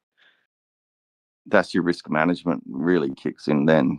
If you know you're exposing yourself when there's an FOMC meeting just about to open, well, and you think that TA is going to help you, then yeah, well. So you need to know any course that teaches you trading. I've done one online that's like I know Dbloc's done the New York School of Finance, and there's other ones, and they're really basic. Like Dbloc said, you won't learn that much from them, but they all teach you risk management, portfolio. They teach you, good financial decisions. Like the first thing my friends that were into like traditional trading were like, get your outflows down, like get rid of all your subscriptions, get rid of all your monthly payments. That's the first thing to do because then you've got more dry powder to invest. Like all the teach you that. Minimize your expenses and like try to like make sure that your income exceeds your expense. Yeah. You get as much as and just not having anything too much. Like learn how to eat cheaper because then you can invest more. Like don't have big fancy lunches and stuff until you can afford them. But yeah, honestly, one of the reasons why I decided to start like I want to be healthier and I want to get in shape, but like, so I started a new diet and I started fasting, like intermittent fasting. And so it's like if you're doing intermittent fasting and you only eat once a day, you only have to eat once a day. And then if what you're choosing to eat is cheaper than something that's like a little bit more like luxurious that you're gonna splurge on, if you choose like the cheaper option, then you're gonna end up eating less. Plus the food you're getting is less expensive, so you could really cut down on your spending just by going on a diet. Yeah, supposedly intermittent fasting, you're only supposed to really skip one meal a day, but that food science is the most disputed science in the world. So it's oh man. Yeah, it's controversial. Like there's people that have different takes on it, but they have been studies that have shown that you could do a 24 or 48-hour fast and it's actually more healthy for you because like one, it's sort of like even if you're not on a ketogenic diet, it can help get you into ketosis temporarily. And two, they say that if you do a 48-hour fast, it increases your HGH production by like 50 or 100% or something. Like it was crazy numbers. Like for that, for whatever period of time you continue to fast after 48 hours, it's like a ridiculous spike in your HGH production. Yeah, I saw a video about that recently. I thought he said like 200, 300%. Something crazy. Yeah, it might be higher. I don't even know, but I mean, I'm sure that's left up to like there's studies that have been done on it, but I'm sure like different experiments with different variables will end You up got to giving you measure, different measure results. if your IQ's dropping like drastically as you're getting malnourished. You're like getting dumber and dumber. Yeah, but you're not really getting malnourished though, because it's like back in the day, like in I prehistoric times, like know, people didn't eat that much. Like our DNA actually tells us, like you're not supposed to eat that much. Like you're not really supposed to eat 3 times a day. You're spiking insulin levels, and then when you spike insulin levels, whatever extra calories you're taking on, you're storing it as fat. Our bodies are designed to store fat because we needed it to I know. sustain ourselves as a form of energy over long periods of time, sometimes even weeks. I did paleo keto for some time, and I did a lot of weight loss on it. It can be good, but you can reduce your endurance as well, and your overall strength from it. So, but yeah, it's like it's so controversial. If you're eating, I feel like if you're eating enough protein, like if you're eating a lot of fat and you have enough protein in your diet and you're getting enough sleep, then you should be okay. Like I'll give you a hint, right? Because It's you get focused on protein and fat, but try and eat 9 cups of green vegetables a day, man. That's like going to help out a lot more. And have a low protein and high fat diet if you're doing keto, but it's the vegetables, the green vegetables, that are going to actually allow you to absorb all of the other vitamins and minerals that you're taking in. yeah. Get balanced, man. You do need to eat a lot of greens. If like, just supplements is not. Actually, greens, most vegetables have, or all vegetables have anti-nutrients. So if you're eating vegetables, you're actually reducing the amount of nutrients that you're getting. Where if you eat, like meat is very incredibly nutritious. It has Yeah. almost everything that you need, except for maybe, you take a zinc supplement. If you eat organ meats, you get everything that you need. Like I saw liver. Yeah, the and the strong. animals eat all the stuff that you're supposed to like. If people say you're supposed to eat vegetables, it's like, well, the animal I just ate was eating vegetables before me. Why are you eating the rabbit's food if you eat the animals so much? I saw the strongman on like one of the podcasts. He's like the Russian strongman, and he goes, "Vegetables are poisonous. I just eat 1 kilo of meat at night. That's it." And he trained all of the strongmen in Russia for, like through all the years. I don't think that they're necessarily like poisonous. Like they're like okay, so I think based off of your specific genetics, like some people can have like a much more poor reaction to it, while somebody else actually benefits from it a lot. But like I'll try to incorporate vegetables into my diet, but I don't go excessively. Like maybe like 1 to 3 cups. I try to stay away from the starchy vegetables and more so the green and cruciferous vegetables because Asparagus, they have the stuff you need, bok and choy, they're but yeah, they're also they don't have the stuff that you don't need. some people can't have any of that stuff. It will make them sick. So yeah, it just depends who you are, really. At the end of the day, for me, it worked to eat lots of green vegetables, smaller amounts of protein. But there are the older you get, the more protein you need as well. And then fats are really good for me because I steered away from them, but they keep me full. But for some people, they can't eat fats. Some people can't eat sugars. Some people can't. They're all different. Yeah, there's loads of energy in fat. Yeah, some people really can't handle it, but like there is loads of energy in fat. There's like 9 calories per gram in fat, than like as opposed to like 4 calories when you're doing protein or sugar. Like I always grew up with like eating margarine, right? But I'm so glad that I found out butter's good. Grass-fed butter, oh man, and then like full fat, like natural yogurt, and you eat it, you're actually full. You don't just starve you. Human beings, I mean, are human beings. So I actually eat butter. Like I'll go to the fridge if I'm feeling a little hungry, and I'll just eat a couple bites of butter. It's actually really good. I put it in my coffee. Human beings, though, they're like, they're human beings. So what's good for one human is usually, I mean, in the large scheme of things, humans all eat the kind of same types of things. But what you can tell is like there's telltale signs, like someone's teeth. If someone has sharp canine teeth, their body's probably more adapted, and their genes are more adapted to eat more meat. If someone has flat, short teeth, their body's more for grains and nuts and things like that. Some people have like IBS or have like gallstones though, so they have to be really careful. Yeah, but it's like you can everyone some people thrive more on meat, some people thrive, but I think the teeth tell a lot. Like family genes and family traits have teeth. So like some people have canines and some people don't have canine. If you have canine teeth, like very sharp canine teeth, it's probably good that you're eating a little bit of meat. Yeah, me personally, like, I mean, everyone's different, like, it's variable depending on the person, but me personally, like, I feel best when I'm on a high fat, high protein, or high fat, moderate protein, and then, like, a smaller amount of, like, vegetables and stuff like that, but if I have to supplement, like, one thing I was doing before was, there was this supplement called chloroplast, which was, like, you take like a shot of it, right? Like you take like a 2-ounce shot of this and you drink it once per day, and it's like getting all of the vegetables that you need in your diet for like 3 days. Like it's like 3 days worth of vegetables, like in one like 2-ounce shot of stuff. So Well, it's like you can supplement the nutrition that you need if you're not eating any vegetables. You can supplement it that way. Synthetics versus organics, but yeah, there's a lot of stuff in vegetables. Bok choy and spinach and asparagus are awesome for me. Like sticking at those top tier greens is the way to go.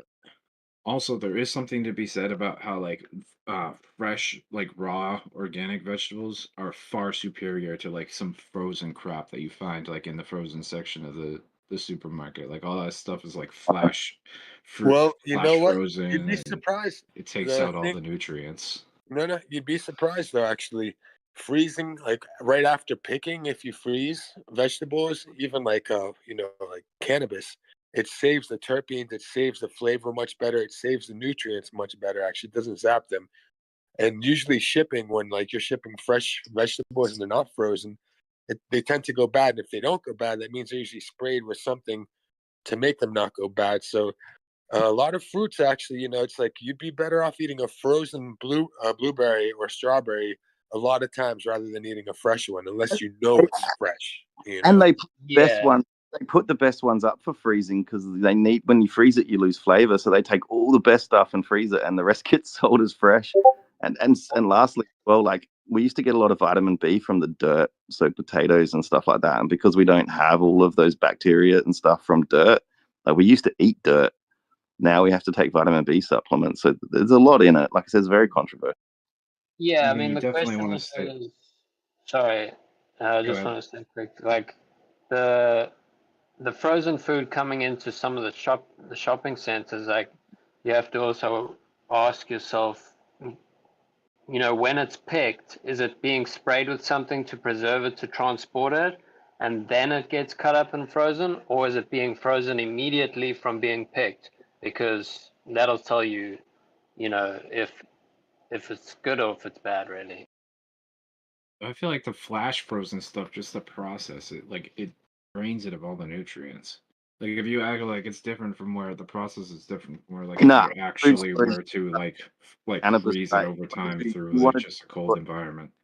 if you want to do long-term storage, you have to go frozen and you have to seal it properly, airtight, sealed. If you want to do short-term storage, then you'll do humidity controlled and like airtight. But food grade and preserving the flavors and the vitamins, there's a fair bit in the science. But if you want to like store stuff long-term, you just definitely want to snap freeze and keep it completely airtight.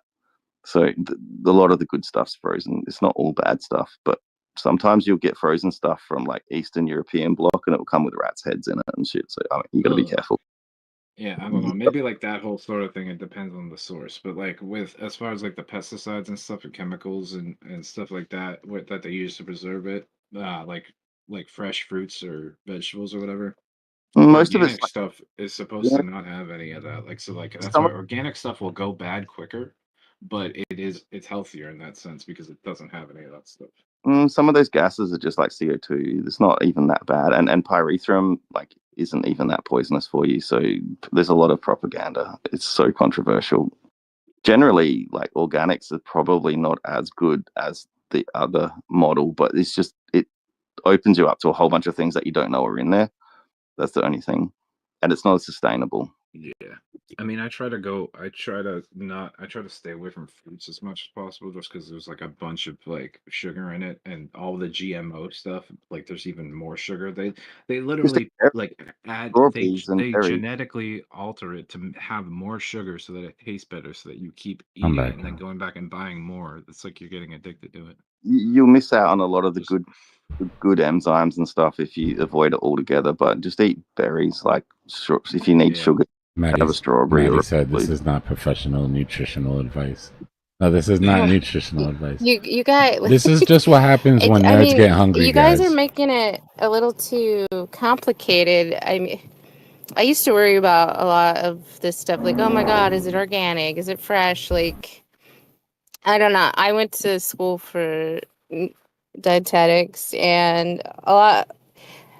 I stopped kind of like picking this stuff apart. Like first of all, like there's so much of the chemicals like in the ground already. It's like organic. It's really hard for something to be like 100% organic. At this point, like it's good if you're eating a vegetable. You don't have to worry like is it frozen? Is it fresh? I mean, like a vegetable is a vegetable. It's a good thing. Yeah, Well, I and don't that's like. what you I mean, I think that admit. there's options that slightly vary that are slightly better, but it's like at the end of the day, if you kind of like can't afford to eat full organic anyway, then it's tough to do it anyway. Kind of more of a luxury. Maybe it doesn't make that big of a difference. I feel like it is like the better option, but not necessarily like, oh, you I, have to do this or else like you have a if terrible you go diet. too deep into keto and stuff, you can make it to a broad range of food, not overeating and reducing the amount of sugar intake is probably enough to cover most of it, and then sourcing your food from reliable food sources.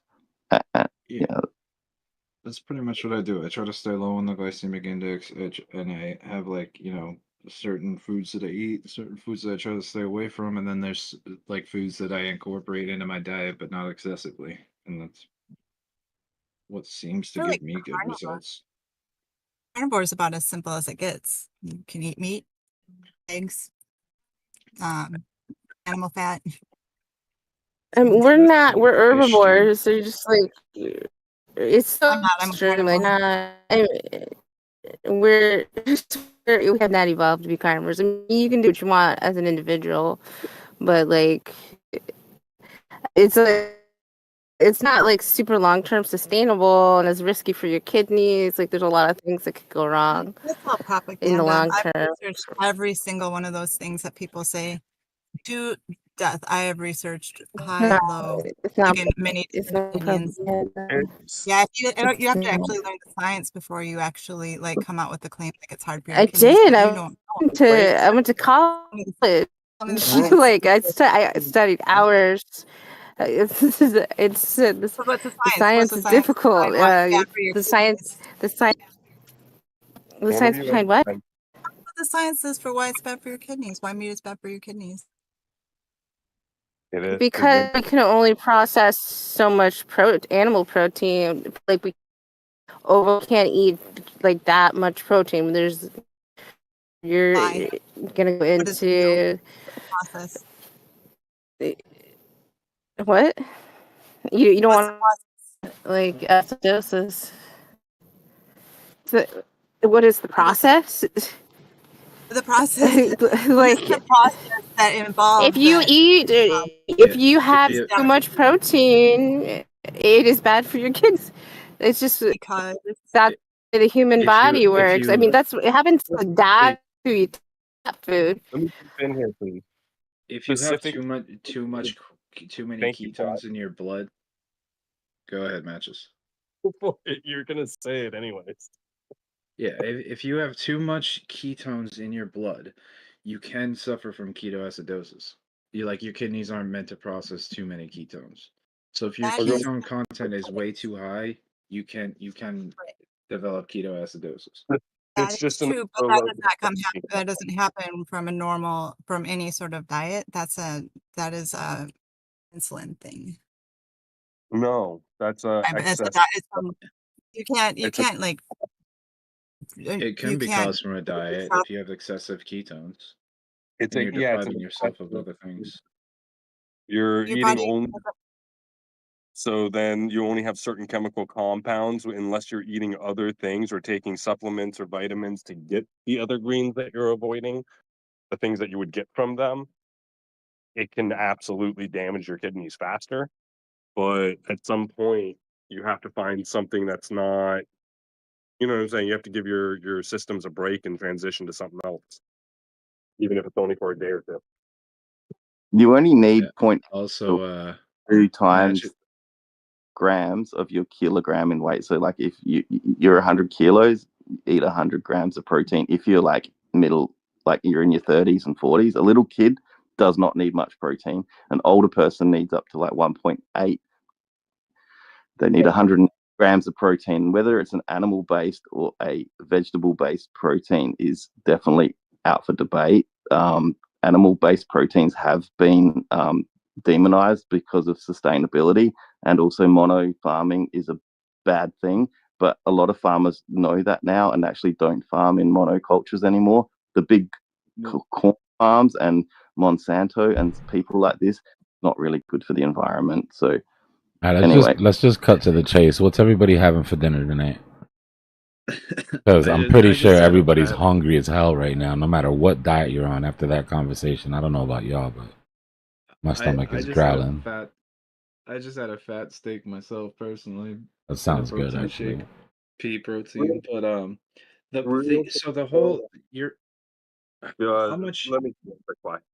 All right, so anything in excess is going to be bad for you. If you have too many beets, you can get was it diabetes? No, I'm sorry, not diabetes. If you have too many beets, you can get diabetes. That's hilarious. That's like a good dad joke, though. You get gout from beet.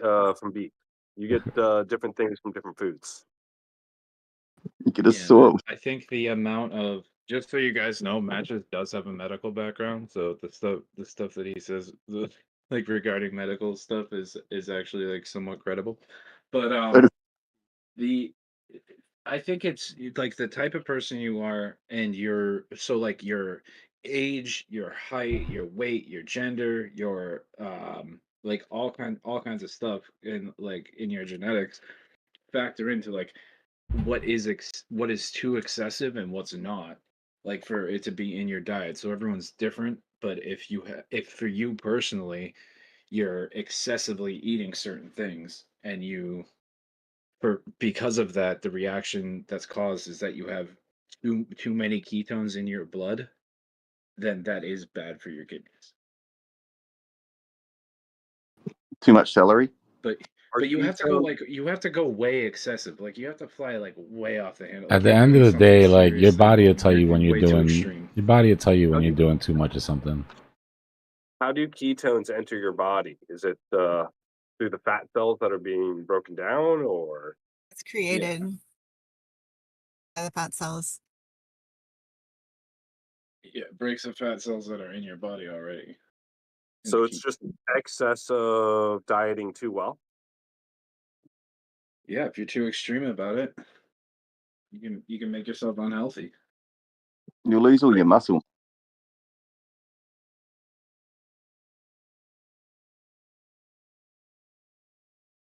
I could tell you what works the best for me. Tons of protein. Tons of protein, low carbs, heavy fat diet is what my body operates the best on. I don't follow anything strictly, but when I listen to my body and I eat what it wants and I pay attention to how I feel, I can't deny that that's how I operate the best. Like me personally, I have even a little bit of carbs, a little. I feel absolutely horrible. And I've been doing this for a long time now, and I feel clear, I feel great, I have energy. Carbs take away all of my energy. I can't do anything after I've eaten carbs. What about nuts? Pecan nuts. It's because you're in ketosis, though. That's why you're running off of fat. Yeah, I'm the same way. I crash really hard off of sugar. That cheap energy, it doesn't last at all. So do you have big muscles? You have to keep eating to maintain the fuel that you're burning. After a few hours, you switch to the other fuel. So you're essentially, like you said, ketone and anorexia and all this other stuff. But while you're eating the food and you're maintaining it, it has that effect. But you have to keep fueling that fire. So like, I don't like to eat too much meat. I love meat, but I have to take a break every few days and not eat too much at night because I'll wake up too fucking hungry. What happens when lactic acid kicks in during I endurance work race? out a lot, so I need the protein. I'll hit a plateau if I don't. I don't get hungry, but that's just the way. I think some people's bodies are. Like I naturally swing towards insulin. Like pre-diabetic or whatever. Think of the word right now. Resistance. I couldn't remember which is the one that's good and bad. But yeah, I naturally swing towards that. So I basically was saving myself from being diabetic because it runs in my family and my blood sugar is really stable.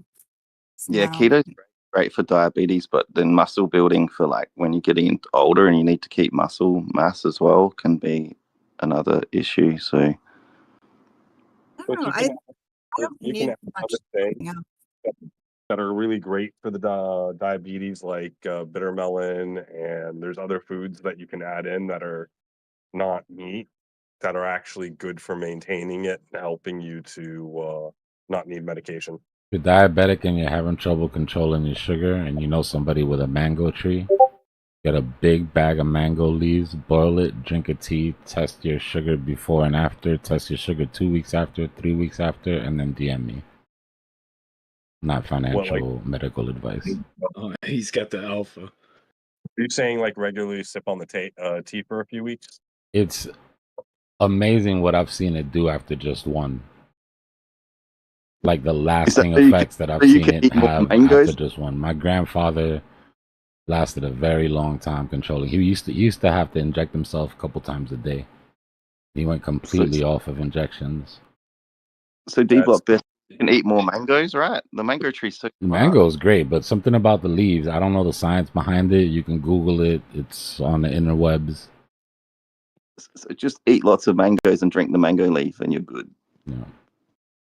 It's probably the same thing that's in bitter melon. It might be a higher dosage. Well, that shit runs in my family. Sugar so. in it though. So anyway, Dbloc, somebody in the chat said, "Hi, I'm new to trading. I would like to know what you mean by false move. Maybe you could explain to me." Yeah, it's just the move that we have out of the weekend trap. The first move out of the trap for the week is usually the wrong direction that they plan on going on for the rest. So we came down. For me, I consider the false move once we free one of these trap longs or trap shorts that we set up before the weekend trap. So our false move for me is down this week. and we're just waiting for Monday to close out to see where our bottom's going to be exactly. But I do expect a 3-day up for the next couple days coming up. You might have to explain that trap. Also, the guy that asked that, if you're new to trading, it's kind of a little bit more advanced stuff that he's talking about. So, but you might have the to TLDR is that explain I what the expect trap it to is, go how up it for the works. next couple days. Yeah, but that's a whole 20-minute thing, and I'm about to get some food in a second. So I didn't want to start something I couldn't finish. Oh man. But stick around, bro, and we'll explain it. Sub up. Yeah, you'll hear about Join the it. Discord.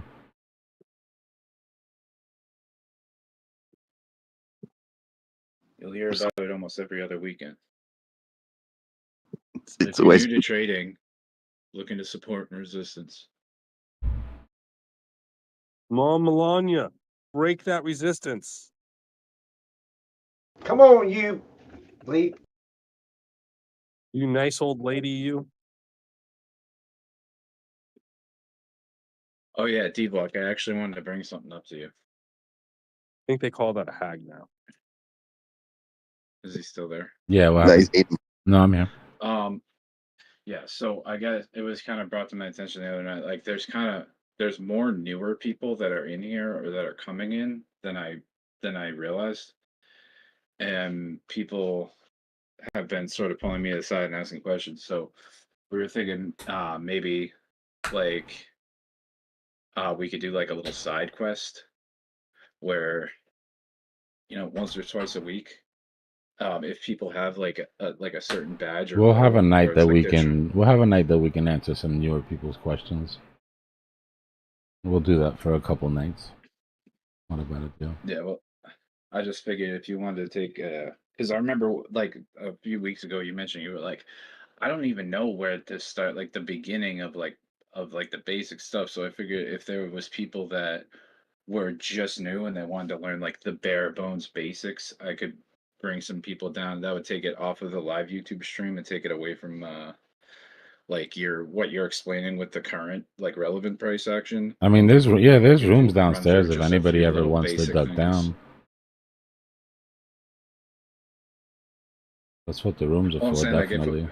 if we could do like a group thing where it's like I can bring people down and like it's like 10 people want to like just learn that are brand new, just want to learn the basics of like one day I could do like support and resistance, and then the next day I could do like trend lines, and then the next day I could do like incorporate the two of them and like how they interact with each other. Then I could go into some chart patterns and like basic candlestick stuff, like and then maybe get into like some basic And you're gonna indicators and run your oscillators. curriculum by me so I can make sure that if people hang around here long enough, they'll hear every dumb question ever. Just hang around for a few months, 6 months, you'll hear every dumb question.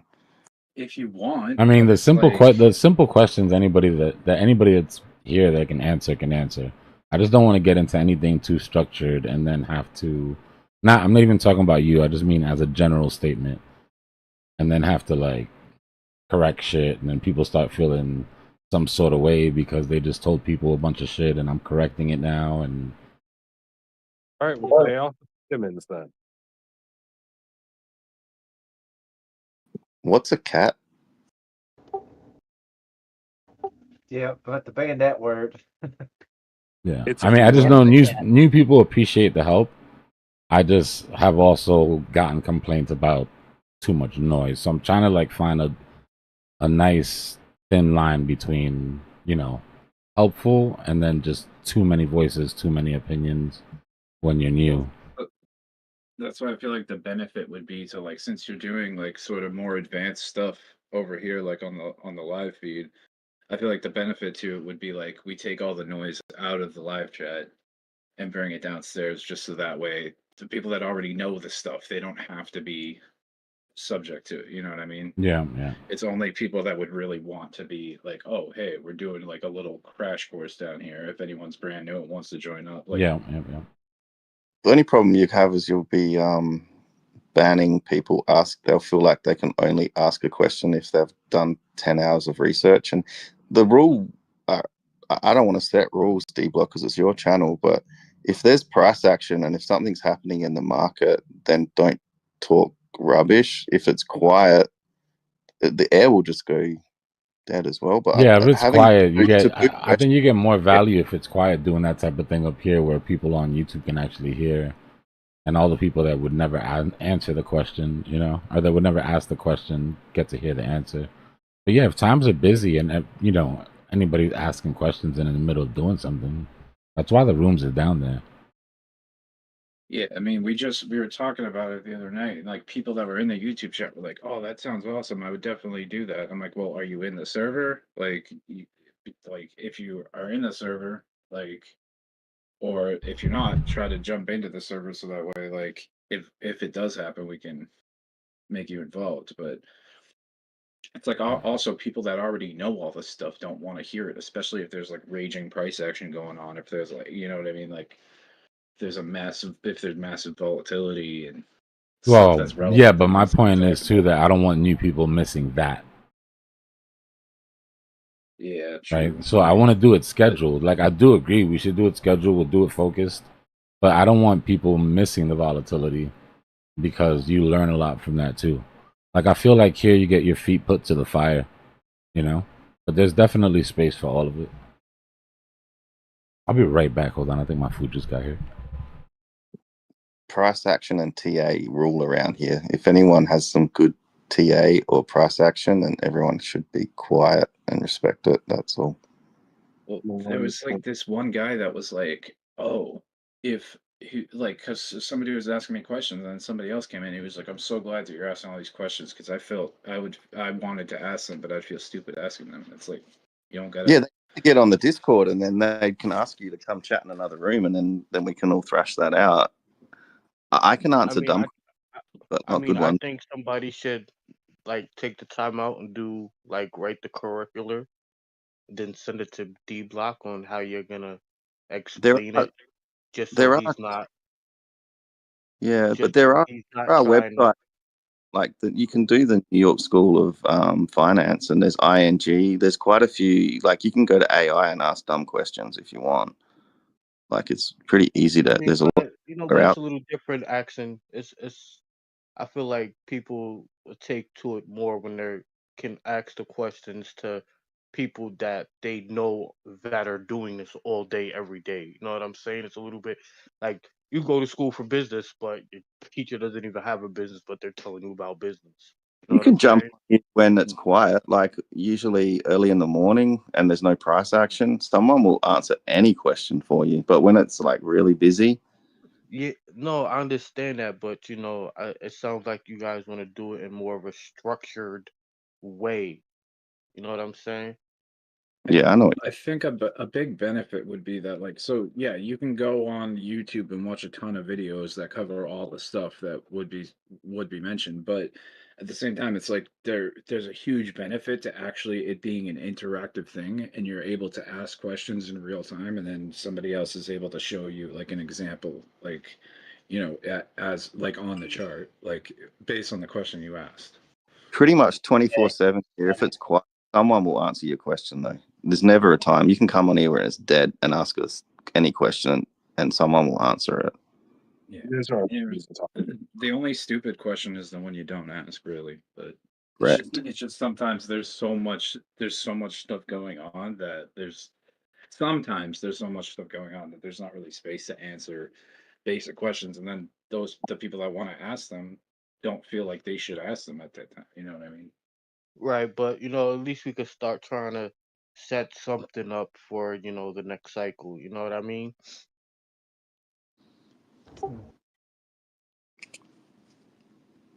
Are we already working on the next cycle? Is this one that much of a failure? That's what I was thinking too.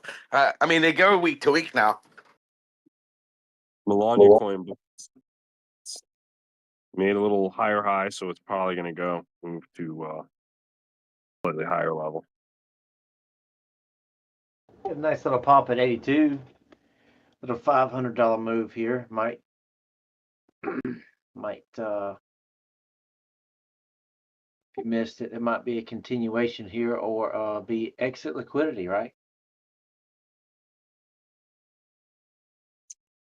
I don't know. It's already shown that it wants to go up right now.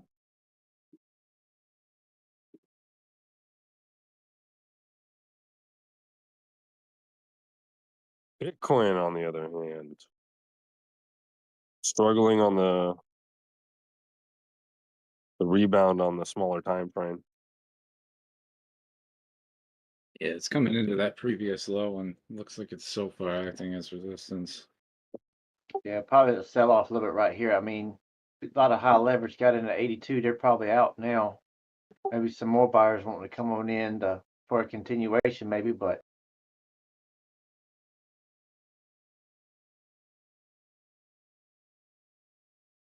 I caught the last wick down and made a taste, but I didn't catch this one. I was FOMO. I was finger on the trigger, but I mean, I done made a little bit, so I wasn't hungry, but I was, you know, it was there. That was impressive. They just bought on that little wick on Melania. Check, have you guys seen IODEX? They did a massive flush, and I'm just wondering if those are big buy volumes.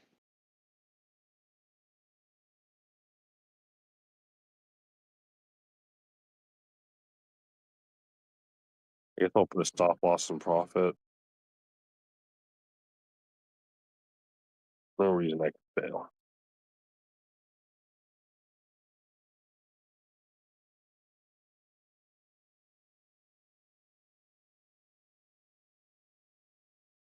Man, the fact that it's like 7:45 and it's still light out, this is like, it's good stuff. Yes, it is. The only thing that would make this spring better is just a massive pump to like new all-time highs for everything, and then everybody's making it. That would be a good thing.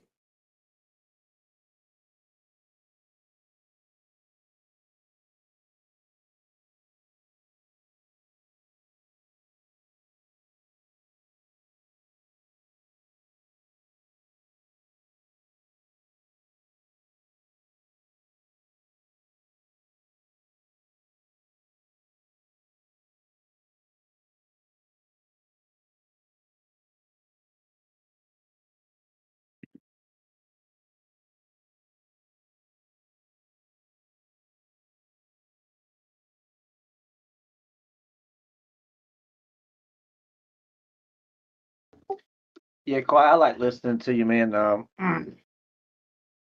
Maybe have a max Deegan room 200x leverage you may enter. Nah, but I like listening to you. 200x through now you're talking.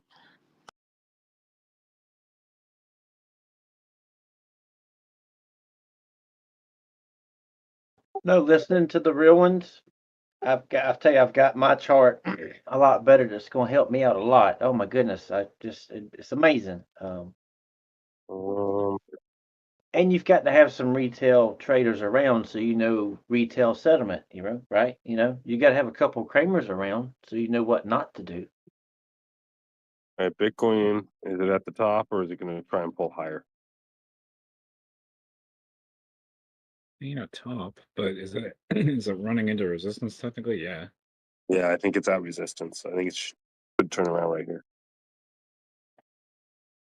Yeah, it's at the 200 SMA on the 1 minute.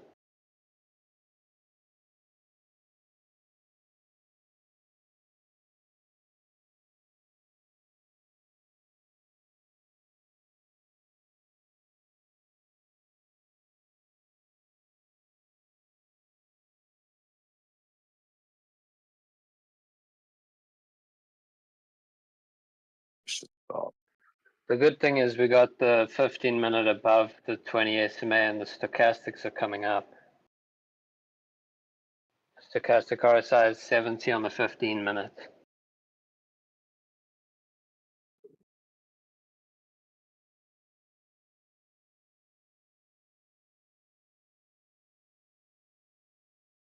And the 30 minutes just crossing the 20 now.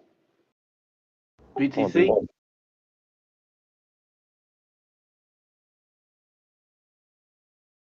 What about Melania? You know, she owes me a little money. I want it back.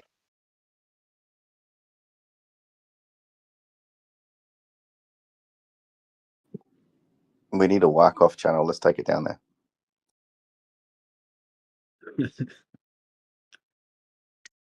Once upon a time, there was one of those in the old server. There'd be no whack-off around here, buddy.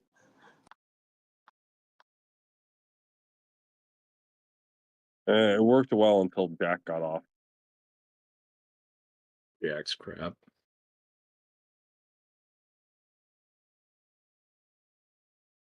I heard that Jack and Jill went up the hill.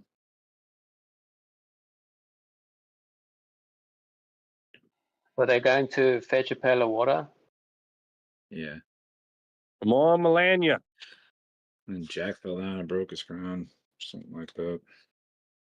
Got 111 coins. Let's go. Jill came tumbling after. They were both drunk. They weren't And fetching Melania. Yeah, I think Melania came tumbling after.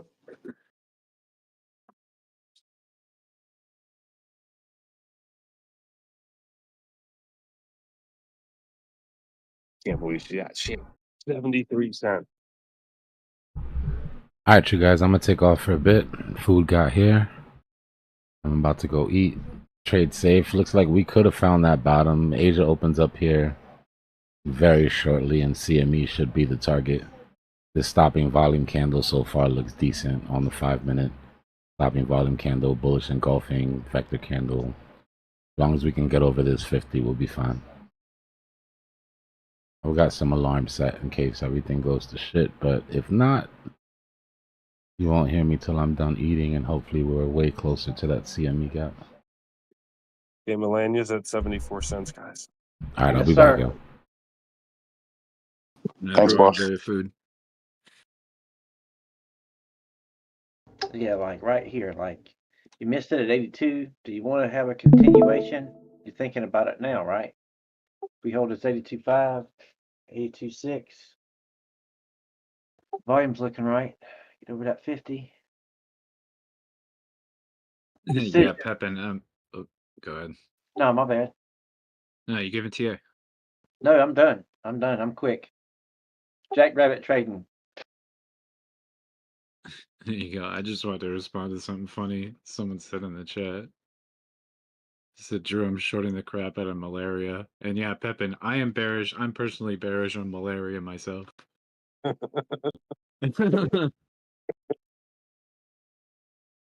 DDT coin. Dude, going to be a malaria coin in the next 20 minutes on Pump Top Fun. Right. DDT share.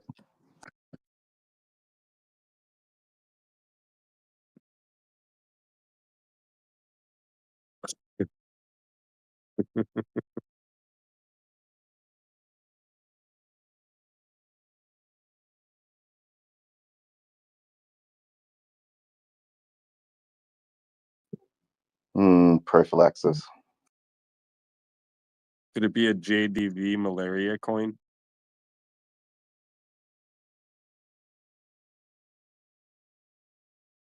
Does he have malaria?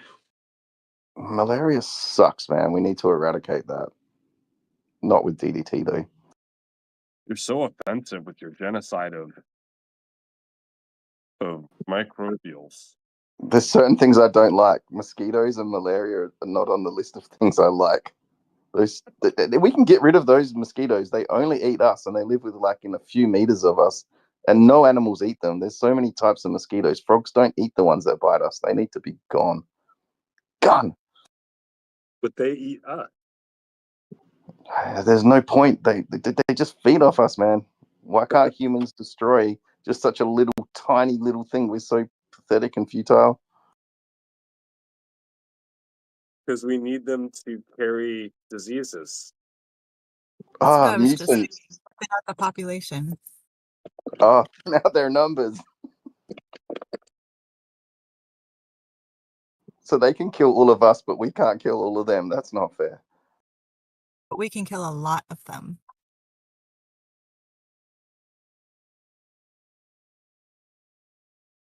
Until humans are still defeated by a tiny, buzzy little insect, there's no hope. Well, it's to our defense, we're outnumbered. So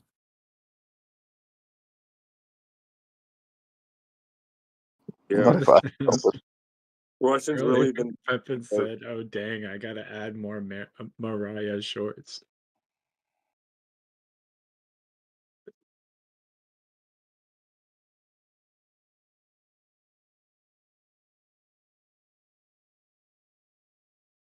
Add more Bitcoin source, baby. Bitty, bitty, bitty. Short shorts. We're short in Bitcoin and long in Lanya. You mean malaria? Myopia. Pepin is a riot, dude. He said, "I got curriculum for YouTube chat trolling. I gotta write it down first before I run it by you."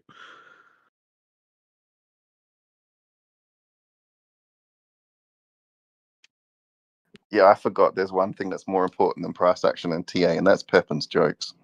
I want to hear what he's saying when Melania is back to $1. The whole rest of the chat is discussing like the benefits or drawbacks of like a ketogenic diet and stuff like that.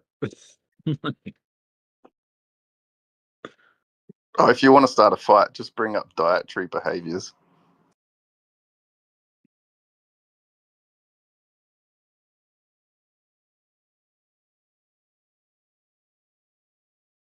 Or we could talk about ham and pineapple on pizza.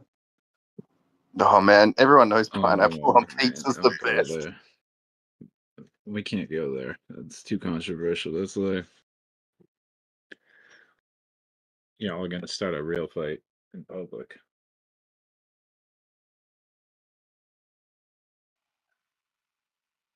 That's how you get subscribers and comments. Start a pineapple fight.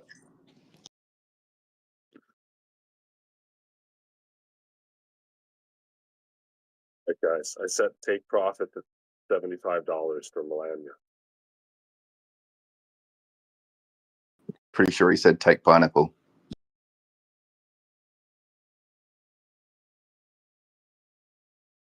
Gonna ride these shorters all the way up.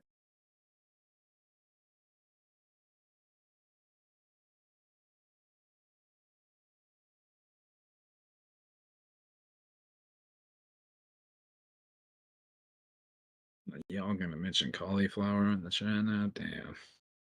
It's bad for arthritis. Batman or Superman?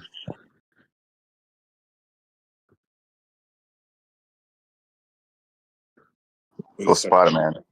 Take profit to be lower than this dude's. I'm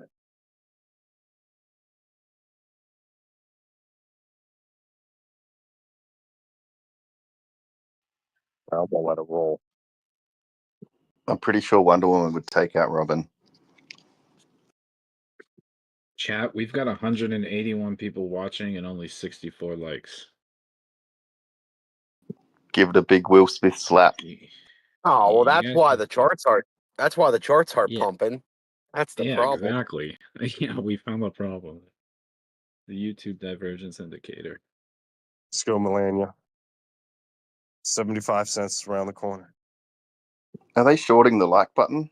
Rat bags. Dude, I think they are short the like button, but they're naked shorting because you can't see the dislike. You can't see how many dislikes are in there. I'm gonna liquidate all the haters. Yeah, we're gonna pump these likes. You guys are gonna get wrecked. You're shorting the like Well, that's button. why YouTube got rid of the thumbs down button. They didn't want to see people that were rooting for it to go down. They only give you the thumbs up, so the charts only pump. That's how. That was just some DEI agenda, man. Bring back the dislike button. Man, it really is it really is pumping now, dude. Like somebody told me to refresh it and it's at 96. Pussies. Click it more. Yeah, go on your second and third account, click it again. Probably they're too weak with their feeble little nerd fingers to click it. Oh, shots fired. Shots fired. Bang, bang. You guys gonna let him talk to you like that? Are you gonna smash that like button? I am Going the on his most trial. annoying degenerate nerd around here, so you better click like if you hate me.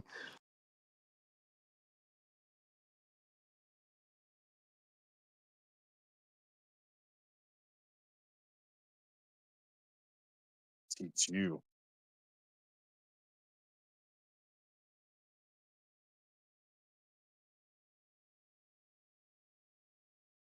Dude.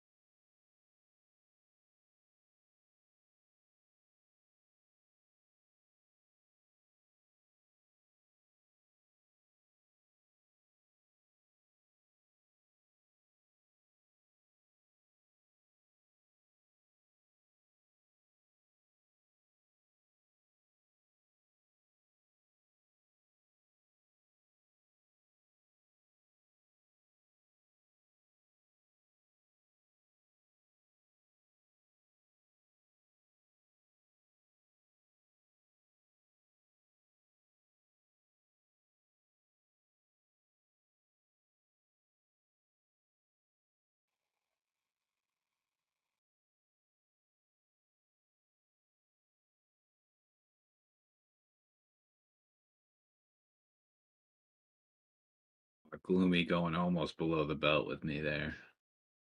Don't all go down at once. Ooh, millennia. You got to take your belt off your neck, bro.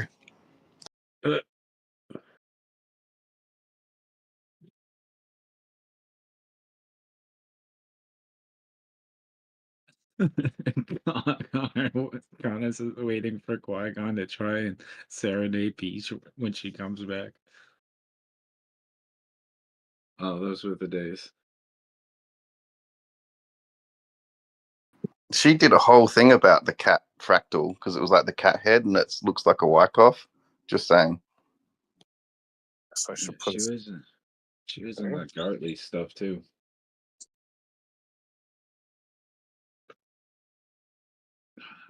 Gartley patterns, harmonic patterns.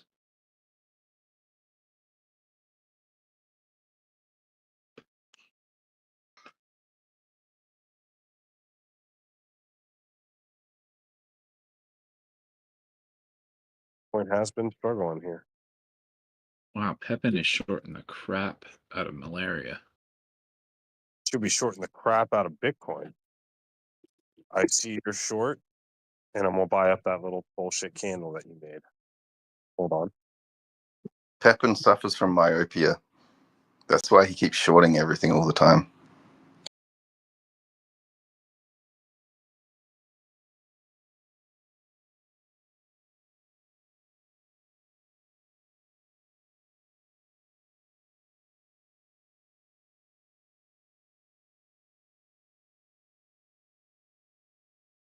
There you go. Buy it right there.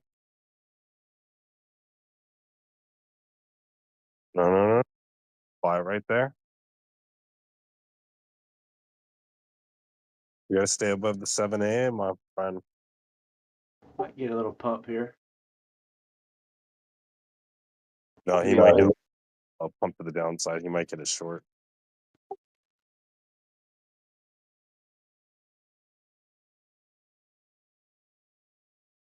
Only one man, and it just broke the 7. What on malaria? Yeah.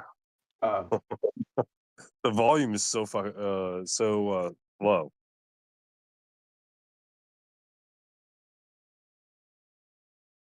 And there's still a lot of people in it, but it's like you don't have people buying and selling every second with stacked orders. You have like gap.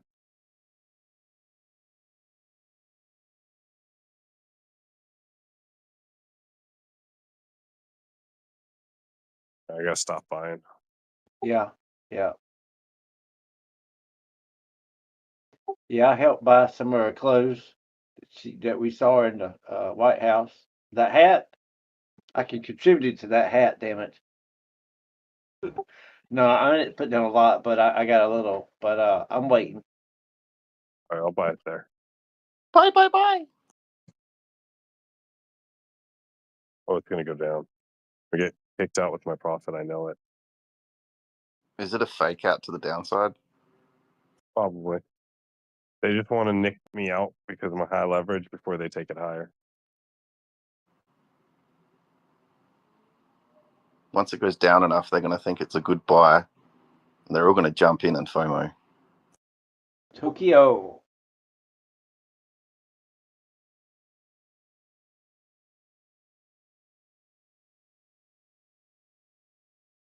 Come on, Hey. come on. Push up, push up, push up. You got to beat Pepin. Make a higher high than 75 too. Come on, you can do it.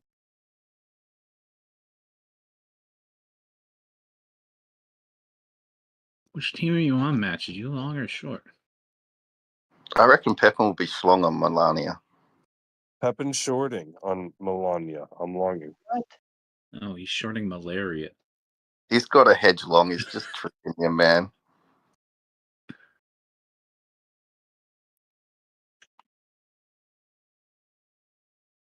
He's trying to push for this little vector, but it's been already rejected by the 50 EMA. Just looking at this 5-minute on Dbloc chart. What, BTC? Yeah. Yeah. It act like it was going to get some steam, go past the 50, but I think it was a fake out. But it could stay here. Dude, what is going on with my Sui short? The thing must be printing. Oh? No, not really. It's kind of bouncing a little bit. I had shorted Sui last night because I went long on a spot grid bot, and so to hedge against it, I took a short, and it ended up working out pretty good. I still have all the coins on spot. I haven't sold anything. So I might just try to redeploy another batch lower down. If it gets down closer to $2, I'll just buy more and restart the grid bot. Nice. Now it's acting. Come on, rip. There it goes. It's acting like it. Big points. Yeah, it needs to get over that 50. The problem with these spot grids, though, is you need like a minimum investment for it to work. Bitcoin stop. Good. Is that what your scam grid bot server told you? You have to put in $20 before it will work? No, just if you have a certain criteria, like a certain amount of grids and a certain percentage per grid and yada yada, like it calculates that you need a Oh, is you that need how a they work? minimum investment. Yeah. Yeah, so it's like you need 2,000 to run this strategy. Otherwise, it probably won't work. I got you.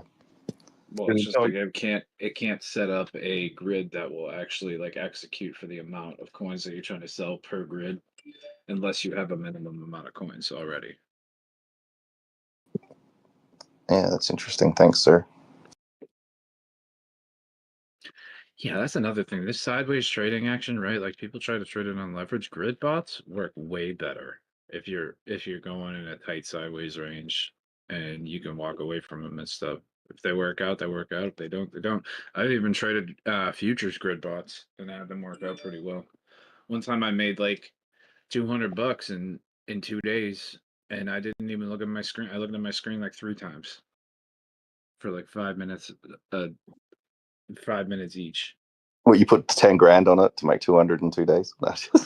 Nah, dude, it was only like $200 investment. And no, actually, hold on. Okay, so there was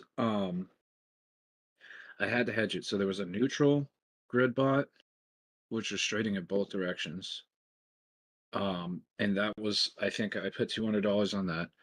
Then I had a long grid bot for a lower grid that and I was basically just trading from fib level to fib level and the bottom of the range to the top of the range. And so I put a long grid bot with $100 investment, and then higher up I put a short grid bot for $100. So it's $400 total. Or yeah, $400 total investment in the grid bot. Let it run for like 2 or 3 days, and I think I made like $200. And I only looked at the screen like 2 or 3 times for like 5 minutes a time each.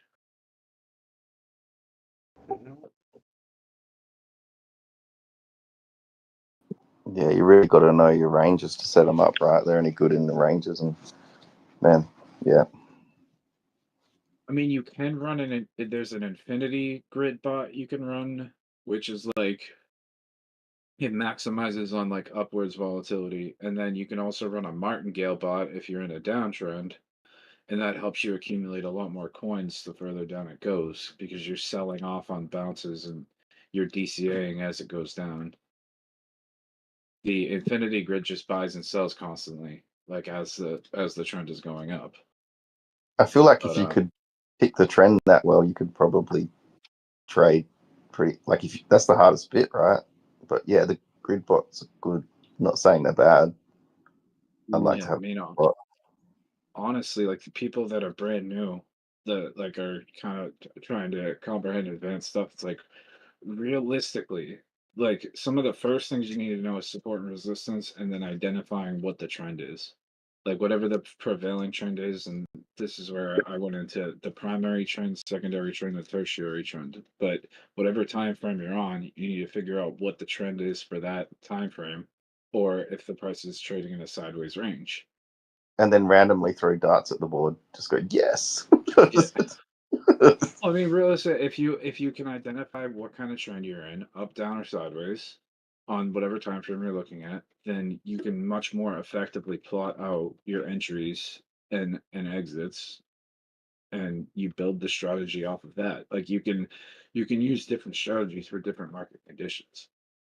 There's really only 3: up, down, or sideways. You know what I mean? So implement different things, different tools at different times. But but yeah, in a sideways trading range, it's like a spot grid bot actually works really well if you can Identify the range. Yeah, the higher and the lower of the range. The better you do that, the better your grid bot will go. Yep, and even the extremities of the range, like if it was to go out, if it was to break outside the top of the range, like that's why I had a higher short grid set and a lower long grid set, and I had a stop loss on both sides of my neutral grid. So, but at certain points, all 3 of them were profitable. You know what I mean? Like when you were in the center of the whole bigger grid that encompassed all 3 of them, then all 3 bots were profitable at the same time. So at that point, it's kind of like you can just be like, okay, well, I can either leave this running or I can just close them all out right now at the same time and take the profit, or I can leave one open to hedge against another, yada yada. Like, but Here's me the thinking grid bots extremities were of the range. simple. I thought they were simple, man. Whoa. No, I mean you still have to know the basics on how to trade to be able to program it. Because if you don't know how to trade and you try to program a grid bot, it's not gonna work very well. But if you already know like pretty well what the basics are of these types of, whether it's a trend or a range, then you should be able to successfully set up a grid bot and it pretty much runs itself. What you do if you've got a successful grid bot is you rent it out for $20 a month to people. See, like it's so easy to make your own that people don't do. Also, like 3 commas, like you can add grid bots to that, and it does it all for you. But you do have to pay for 3 commas in order to do that. Like, but you That can lets have like you wire trading view into other exchanges, right? Like a triggers of 3 commas, isn't it? Yeah. Well, you can also like do like API keys from one account to another, and it tracks your entire portfolio, and it tracks every transaction that's made on each different account. It's kind of more of like a data management tool, but you can run grid bots on it through, like, so you can link up your exchange and run grid bots through 3 commas, and the trades will execute on your exchange, and like basically set the parameters based off of like, are you trying to make profit? Are you trying to like accumulate more coins? Like, is it a DCA bot? Is it, a volatility bot?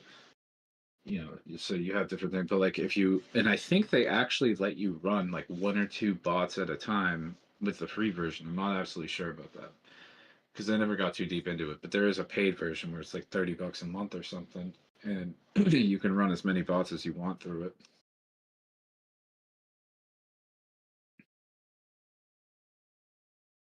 But that's like really I mean, you also do need to have an idea of risk management, like when to cut a bot that's losing before it's too late, like before it's lost too much, because otherwise the bot's just going to fail and you're going to lose the money that you put into it. But that's again what I was going off of with, like you have a well-defined range and short the top, long the bottom, and then like also having the neutral grid in between makes you like extra profitable as long as you're trading within that zone, which is a tighter range.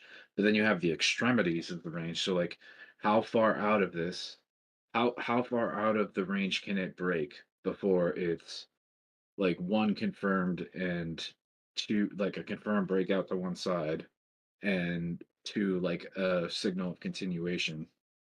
So it's like you have to know when to stop out of one side or the other, but you can identify like it can it can technically break the range and be this extreme before it's not turning back around. You know what I mean? After that, it's like that's my threshold for where like I have to cut this specific bot.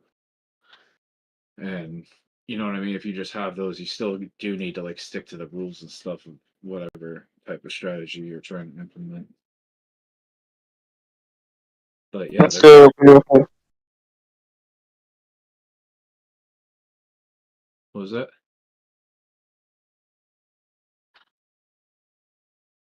Sounded like someone just tried to say something, but they were kind of scratchy.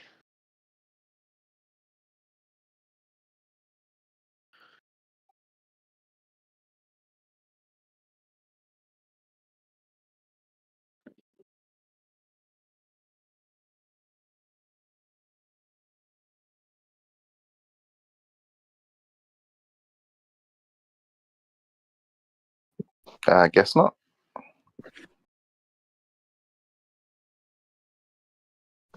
Speak now, forever hold your peace. That's right. Don't get stage fright, man. Yeah. By holding your peace, I meant sitting there holding it, you're weighing in front of the toilet, not being able to pee. It's the worst thing ever. Just don't let it happen to you, man. Just come on out and say it. Isn't that prostate problems or something? It could be. I also know a lot of people that were on Suboxone that couldn't pee for some reason. That was bad stuff. Suboxone. Yes. Yeah, dude, stuff's terrible. I can't believe they give that to people. Yeah. You can tell when people's on it, they got that damn Down syndrome look to them with the jaw just sticking way on out. Yeah, and they way overreact to everything. I'm still scared of the young engineer sitting in the office block toilets and hearing the old guys come in, like almost like just going, ah, ah. It's like, I didn't know peeing was so hard. I don't want to get old.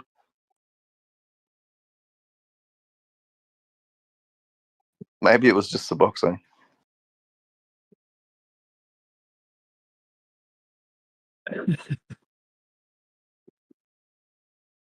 Dude, even if you just take it once, you can't pee. Like, forget taking it every single day. Like, even if you just take it once for like 2 days after that, you can't pee. I'll give that a try. I wouldn't recommend it. What if you're on a long flight? Like, you need to go on a long flight international and you don't want to pee. Well, you also don't want to get addicted to Suboxone, man. Oh, yeah. I love addictions. I've got nicotine. That's enough for me. Also, there's withdrawals if you stop taking it. Even if you like. That's the best if you part. only take it once. Yeah, you want to have like fever dreams and stuff? Oh, yeah, night terrors. They're kind of cool. I see dead people. Oh, it sounds like so much fun. I had one of those after using nicotine spray, and then I read the packet in the morning. It says, side effect, night terrors. I'm like, yes, sir. So I just dosed up more. It was so much fun.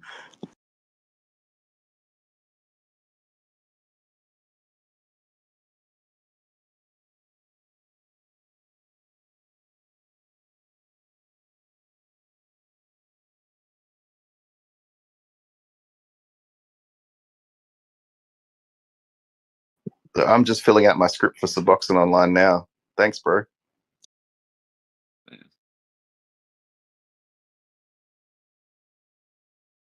You can give it 2 years, man. You'll be part of a class action lawsuit.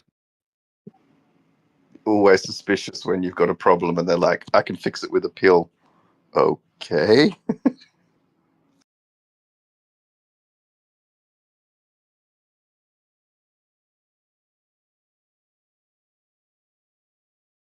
Hey, what do you give a man that's got everything?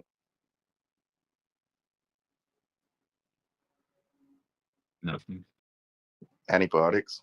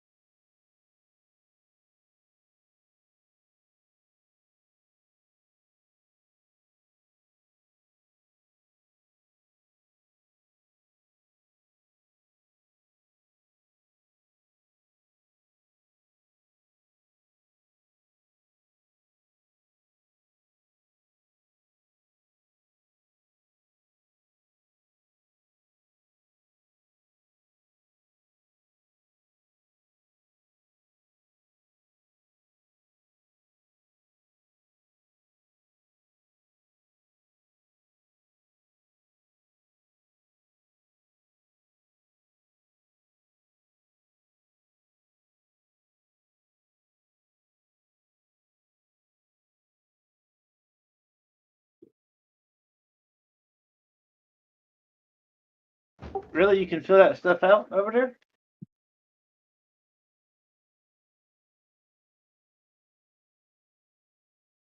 Oh, Phil, what over where?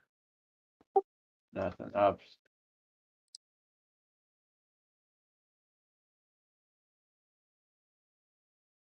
bad.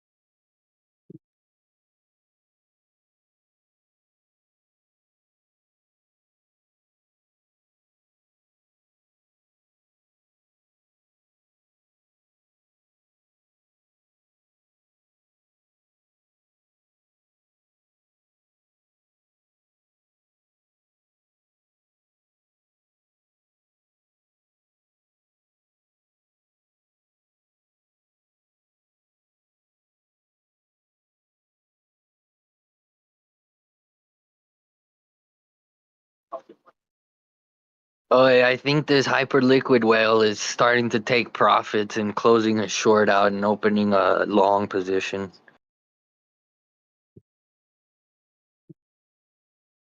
Well, he can do that.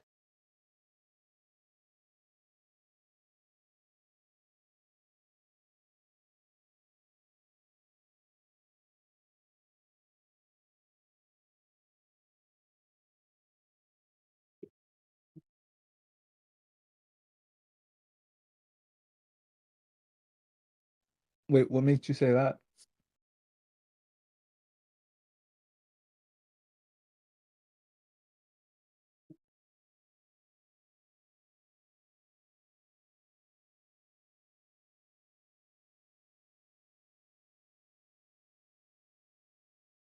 Now Sui looks like it could be bouncing. This might be a double bottom on Sui on the smaller time frames.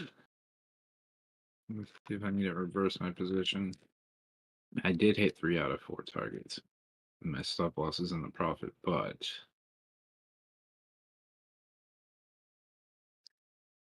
doesn't hit a higher high past 229. I'm still safe, technically speaking. Maybe I should hedge with a long if I get a clear signal.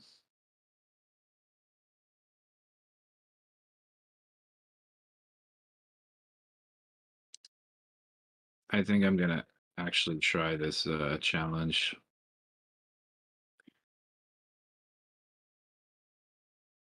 I'll make a video series of me trying to turn a $100 account into a $100,000 account in 1 year.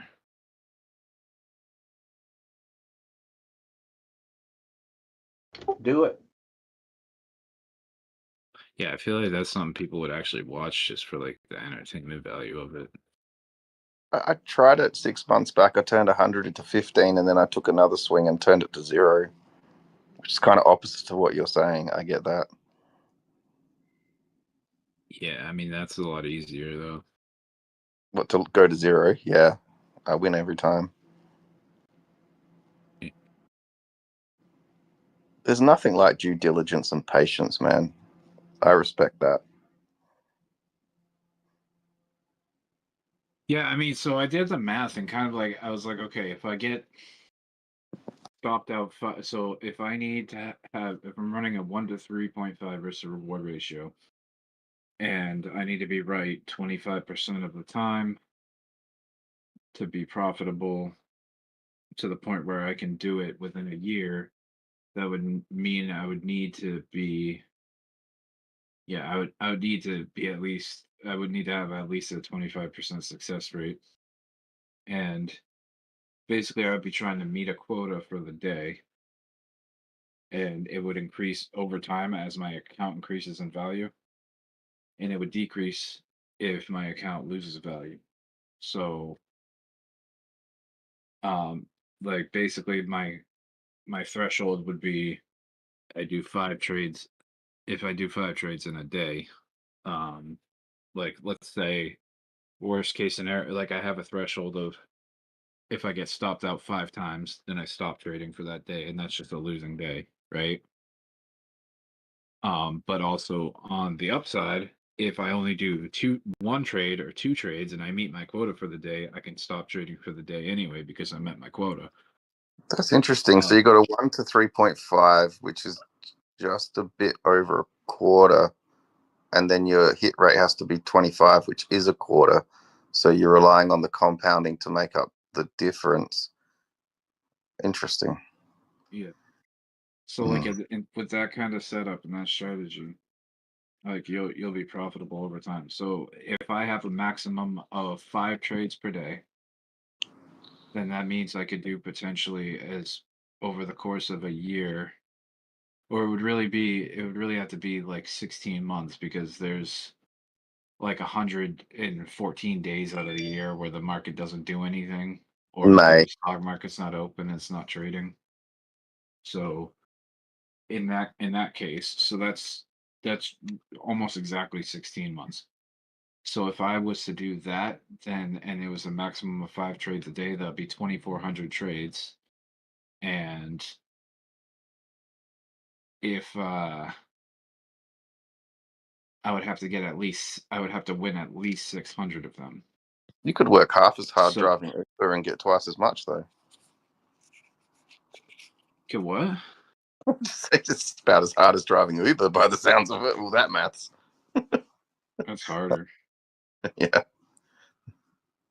And finding the trade setups and being patient enough to actually wait for them and take them when they present themselves, that's the hardest part. You save a lot of money. Steal a few chips from the bag every delivery. Compound. You know, I mean, you can do that stuff on the side too. It's just like, is it possible, and am I good enough to do it and pull it off? Is the question. But no matter what, in the process, so I basically there's 2 scenarios where I lose. Which the first scenario, it's like a game, right, with a goal, and to win the game would be to turn the account in from $100 to 100,000 in 16 months or less. That would be the goal, and I would win. But if I lose more than 1,800 trades, then I also lose the game because it would be impossible to do it within the time frame at that point. I find it interesting to see that, though, because you would have to work pretty hard, and that's kind of like a job. You don't need any money to get a job, and then for 16 months you get 100K. So yeah, it makes about sense. The figures match. You're right. And then it's like, okay, so if the account goes to 0 before I can bring it up to a place where before I can bring it up to a point where the compounding interest doesn't build up enough to get me there within 16 months, then I also lose.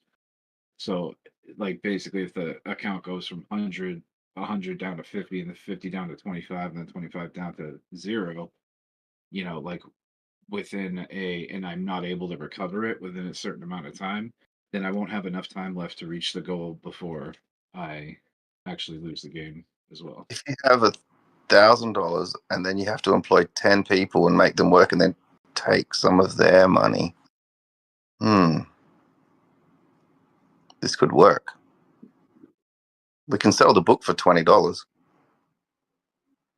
No, I'm thinking about just making a series on it, but so that would be a whole nother job too. So it'd be like the trading setups would be a whole job in and of itself, like almost full-time job if you're trying to do like 5 entries a day. But it could work out where you only have to take one to meet your quota.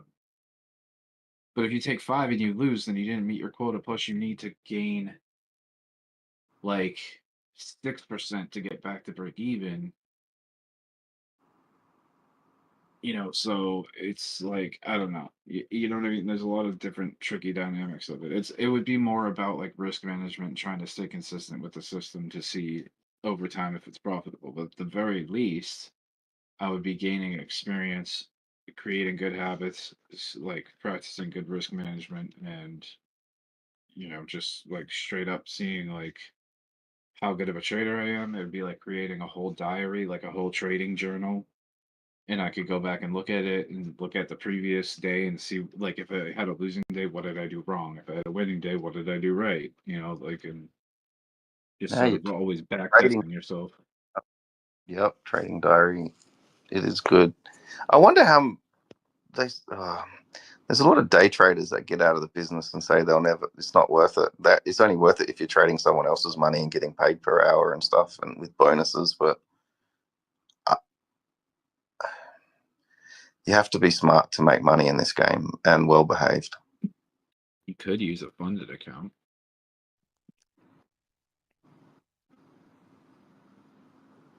Yeah, I could never trade someone else's money. Yeah, but it's not really like so with a funded account, you're spending a certain amount to get a higher amount of money, like basically granted to you. And then if you have a certain threshold that you can't go below, so if you take a certain amount, like you have a maximum loss, and if you lose, like if you go down more than what your maximum loss is, then your account gets closed. Like you basically lose that. That's the hard thing, right? Then you lose your time. You're like, what have I done for the last 6 months? But I mean, if you stick to the rules, then it can work out. Having a funded account is basically just the same as trading leverage, and also the amount of money that they make off of other people sort of like makes up for the money that you've lost. So that's why they're able to fund you with the amount that they can. So if having a funded account is basically like trading on leverage.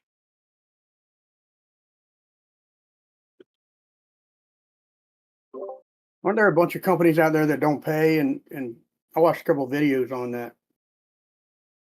You have to like make a goal. There's like a goal for how much you have to make within a certain amount of time.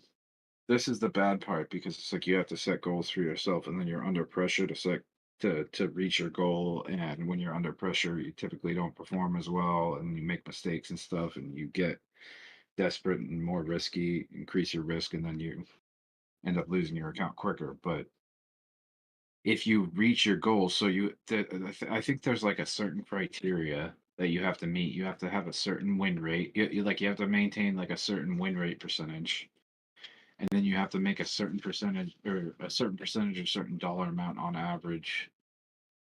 That's for easy. the You just month. have another server where you counter trade yourself and you do really stupid things on that server, and if it turns out, you get a funded account. Yeah, well, you can open up multiple different accounts at the same time too, like on the same platform. You just have to pay again. So you can open up like a $50 account and trade one way, and then you can open up another $50 account and trade another, like the complete opposite. And if one of them fails and one of them wins, then you still have the other one. But I remember on one it's server I did really well and they offered people to copy me. I don't think you had to do that well, but then shortly after they offered that, I wouldn't have. I don't like doing other things than just trading. But shortly after that, I got completely wrecked. So luckily, no one copied me.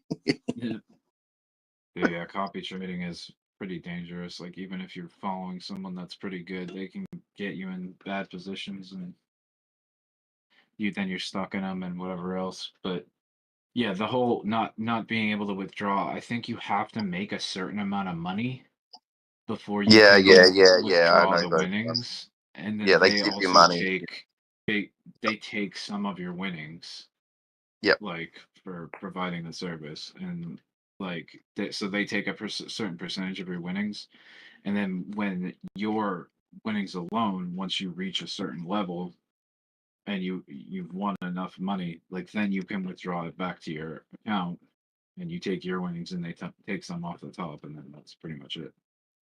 And then you go to withdraw your money and you find out they're a fraud server and you're like, damn it, not again. Well, you have to go with someone that's reputable, but yeah, I mean, There's so many. it can happen. It's just you do have to reach a certain level, and if you don't get there, like then you're not able to withdraw your cash. Because it's not really your winnings until you have to make them enough money to where they're satisfied, where they're like actually like, okay, we'll give you this much of the winnings that you took because you did so well. You know what I mean? But if you're not doing well enough, then they're not gonna let you take it because they're like, we're not making enough money off of you for you to be able to withdraw yet. So that's sort of the whole idea behind it. That's pretty cool. It's another good idea. Yeah, it has to be profitable for them too, not just you. The problem is with it, I guess by the time you've proven to them you're profitable, you know you're profitable and you don't need them no more. But depends if you want to leverage up with your time. You're leveraging your time, right? At Well, that I mean, point. you can use a funded account for a short period of time if you do really well and you get enough winnings where you can withdraw. You withdraw that money and you start your own independent account, and you don't have to use a funded account anymore.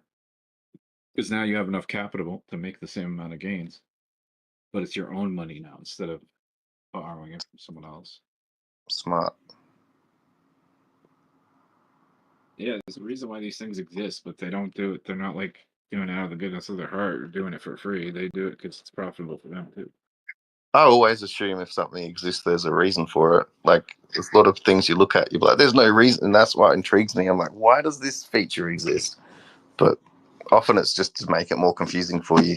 But you get cynical like that. But there's always a reason for things. Yeah.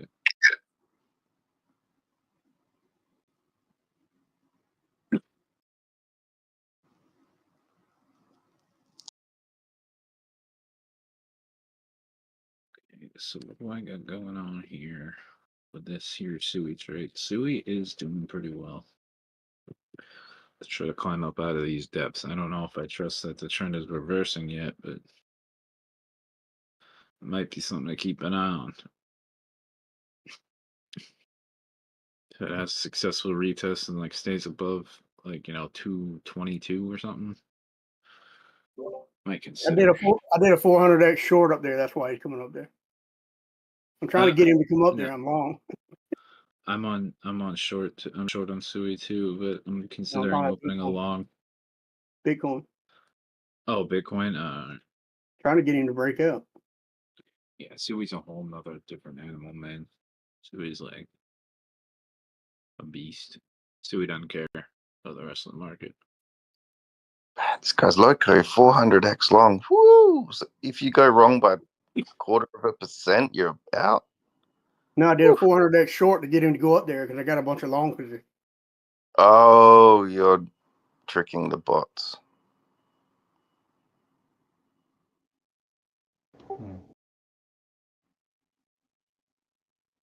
I probably do need to make another trade, but I also need to take a shower, so I may have to step away for a while to do that.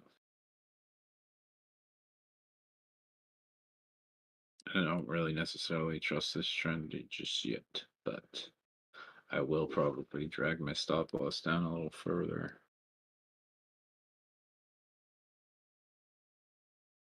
I think it's probably safe for what's at right now, but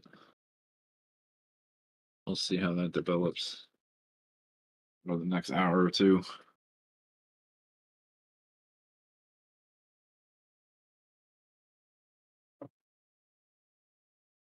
Maybe I'll look for a long if it retraces a little bit and starts to hold some ground. But SUI or BTC? Sui. Yeah. Yeah, it's down there again for that where it ranges to start to go back to the upside. Even if I do nothing, I'll just get stopped out of my short. I've already made the profit I need to, and it's like I'll be stopped out in the profit. Plus, I have the grid bot running still, so if it pumps out of control from here, I'm gonna make money no matter what. Yeah. So I'm pretty much covered. I covered all my bases on this one, but You know, it was kind of hard for me sometimes. Like guaranteed profit, just move your stop loss up, idiot. And it's just like, no, you're just sitting there ready to sell. But it's just like, just move your stop loss up, idiot. But you just can't because you're just an idiot. And until you're not. yeah, it's better to get stopped out of a trade that could have been more successful than like especially getting stopped out in the profit, especially if you're already covering all your fees. The only You have a problem free trade. The only problem is if you've taken like 10 L's and then you finally get a win and then you take it too early, that was the one that was going to cover those previous L's. But I mean, that's a bit of a bad mentality, but you do also have to be greedy. Sometimes you need to be Right. greedy a little bit. If you're not a greedy trader, you will lose as well. So greed's not always bad. You just gotta have targets. Your targets might be unrealistic, but you still gotta have them. Suppose you don't have to. You could just be like, oh well, I think it's gonna pump forever, so I'm leaving the position open. But that's never worked out for me personally. Yeah. So it's worked better for me is okay. I have this entry. I have these targets. I have this invalidation, and that's my plan. And like the trade will do itself. Yeah, I had this huge Solana position and my stop loss was sitting where I thought, and it got really close and I chickened out. Everyone's like, it's going to dump. And it's my fault for this. I didn't make a mistake. It was just a trade. And then I closed it and man, the thing swung right just before my stop loss. And that's when it went from $50 to like 80 or 100. I was like, oh man, that would have saved me 80 grand. I'm like, damn it. I was like, but you know, that's anecdotal and stuff. But sometimes if you know it, you know what your trade is, and then you start chickening out on your trade and moving your stop loss out. You already did the analysis. I mean, do the analysis and stick to your guns sometimes as well. That's all I'm saying. Yeah, trust your TA. Like, and if it turns out that you were wrong 10 times in a row, then revisit your TA and be like, okay, well, what's wrong with my TA? What's wrong with my entries? What's wrong with my strategy? Like, I can you have to understand. recalibrate sometimes. Moving the stop loss up is a strategy, right? When I'm doing super aggressive in like an uptrend, like as a pump, and I really want to draw all the profits out of it, like I see a parabolic move, and you don't want to get hit on those dumps, and so you want to move it up into those ranges that you've identified. So you'll be trading it super aggressive, move your stop loss up, super aggressive, move your stop loss off, get knocked out.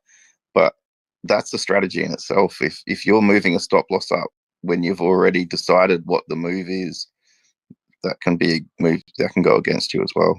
Most of the times, like if my targets don't get hit, I take profit with a stop loss. Like a stop loss can also be like a take profit at Take the same profit. time. Yeah, it's a market sale though. That's the problem. Yeah, but I feel like it's negligible. It's the lesser of two evils. What's the other option? You just get stopped out in the negative and you have to pay fees and you're losing the trade. Like, you know, Yeah. Well, there's always two sides to things, but opposite to wrong can also be another wrong. So yeah, it's just you kind of I'm have trying to to be like, Zeusy, man. I'm trying to be Zeusy. yeah, well done.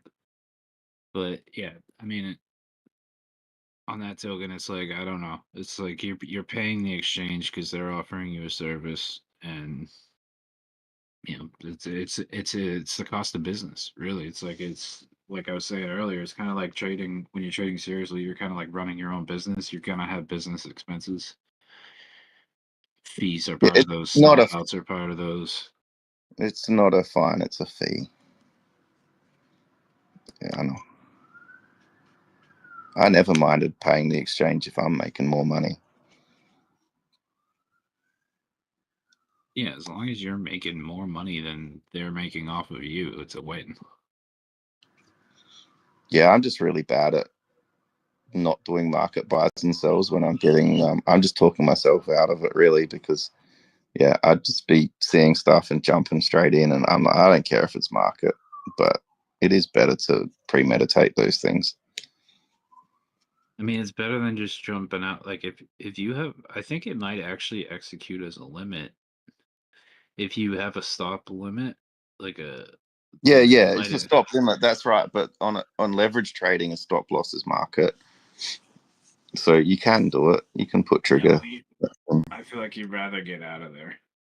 But the trigger limit, that's where you've got to put your trigger and your limit, and then if the range is too small, then you get blown out. Where a stop loss, you're kind of guaranteed that you'll get the market sale as long as no major weird market thing going on. You're okay. Exactly. That's like you're kind of paying for the extra safety aspect of it. If you put stop limits and trigger prices, then there's no guarantee that you're going to get filled or that you'll get out of the trade when you want to exit. So basically, there's no free lunch. There's no hack. There's no free lunch in this game.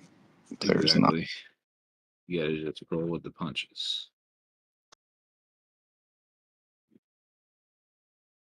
But damn, what a move Bitcoin made today. That was impressive. Like those degens that are hunting that whale.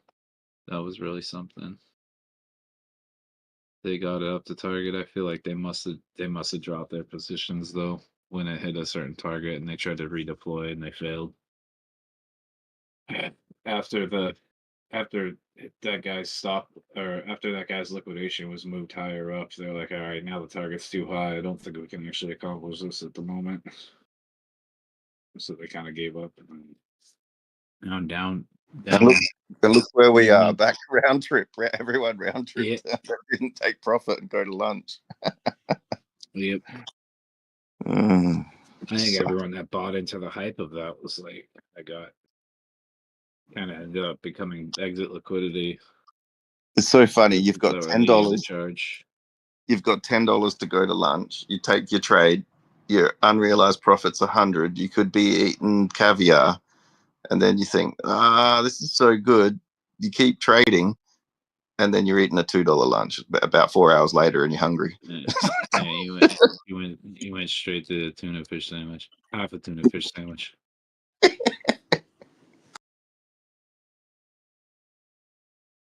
Bitcoin essentially needs to get back above, on the short time frame, essentially needs to get back above 83,200.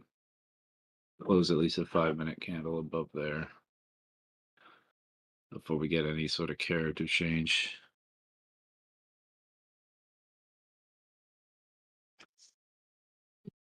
You're eating a tuna fish sandwich for dinner. That should have been your lunch. That's the kicker. Hey, man, bro, there's been times where for dinner I had like a quarter of a jar of peanut butter, and that was it. Just what was left in the jar of peanut butter, a spoon. There you go. You must have been baked, bro. Not even having, like people are talking about peanut butter and jelly sandwiches. I'm like, you can afford jelly and bread? Oh man, I just get pasta and cheese if I'm really poor. I just cook that and then put the cheese in there. It's delicious. And simple food tastes better sometimes. Oh, delicious. I'll put peanut butter on there next time. If you're really down bad, you can just ramen noodles, bro. It's the worst thing for you, but sometimes you gotta do what you gotta do. And make sacrifices for your bigger goals.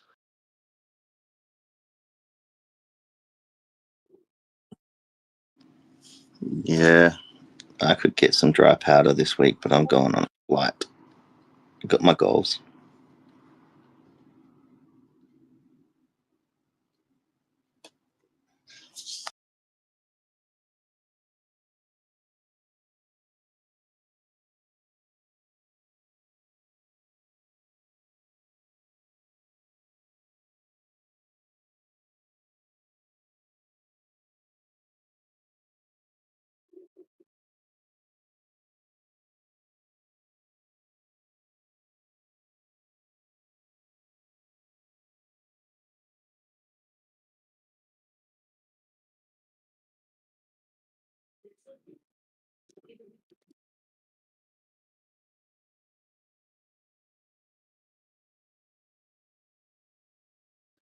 I got it. You just buy XRP and wait to go to $1,000. That's it.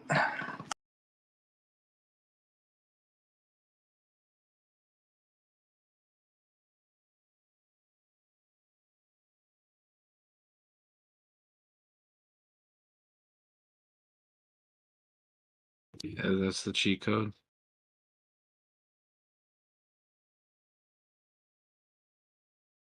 Yeah, I got 10,000 hours of watching XRP YouTube videos under my belt. I'm pretty good.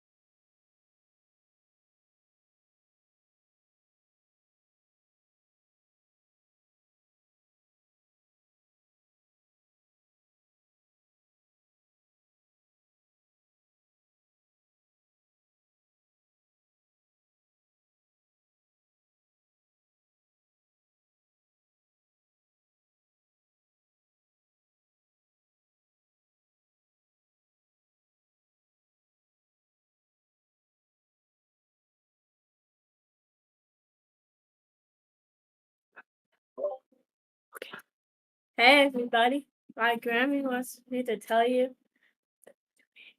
to pay attention to Doge on 15 minutes.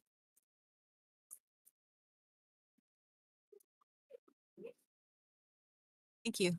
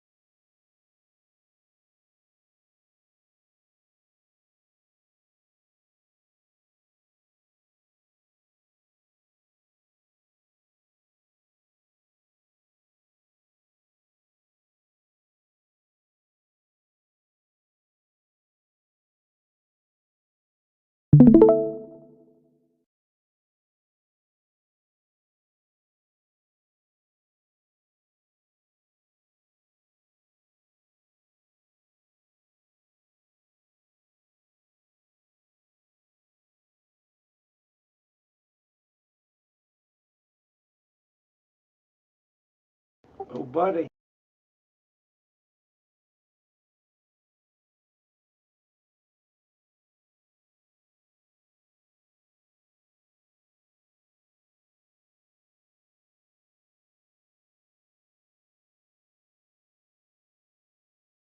I think I'm gonna get you.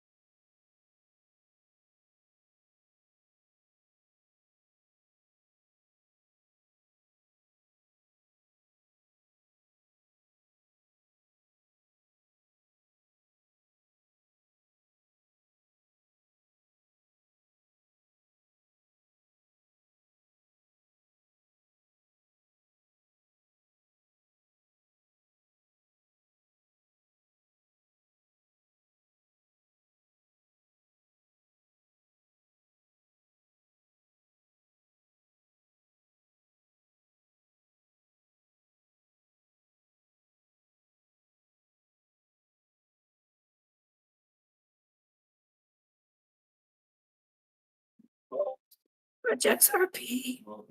XRP. Doge. XRP.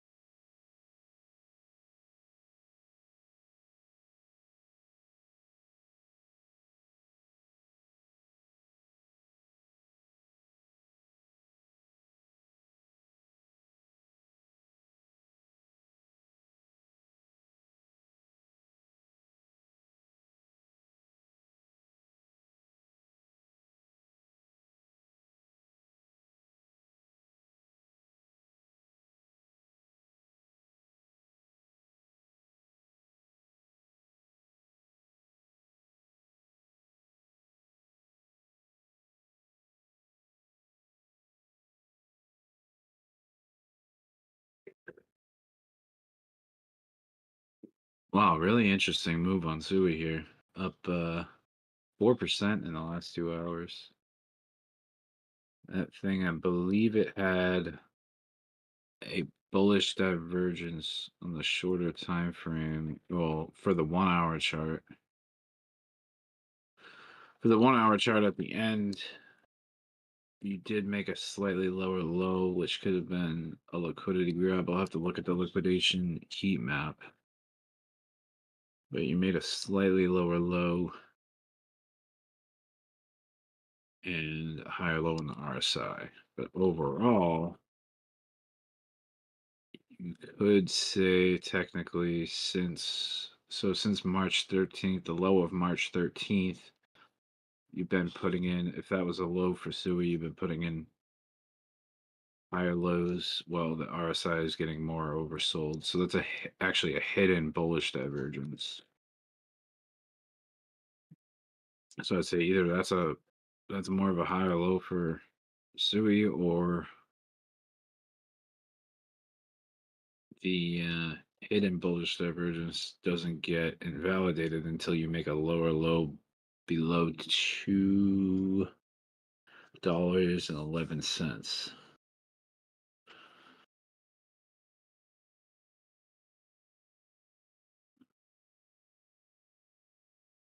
So as long as Sui doesn't go below $2.11, then that hidden bullish divergence is technically valid. And you also have your more subtle bullish divergence at the end of the chart, which just developed over the last how long did this take?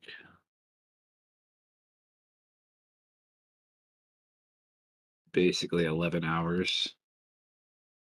So the shorter term bullish divergence that just occurred over the last 11 hours is also in play.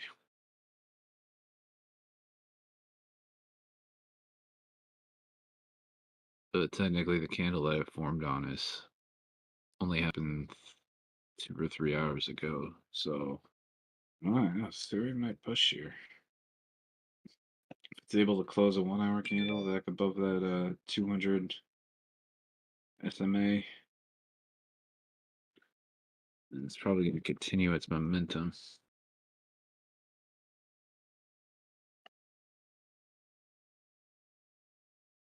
I'd say at least back up to above where I entered my short. So at least back up to 234 area would be my guess. If it was to close above the 200 on the 1 hour.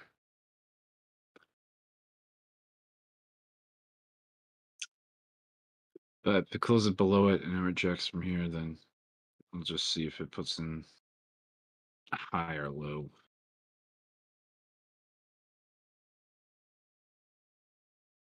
Probably take a long position. This could be working on a W here. The only thing is, I don't know. The right side of it is lower than the left side. I feel like those ones don't play out as much or as often, but they can. If there's a bullish divergence there, really just needs to break the top of it. Kind of have a valid W. 229.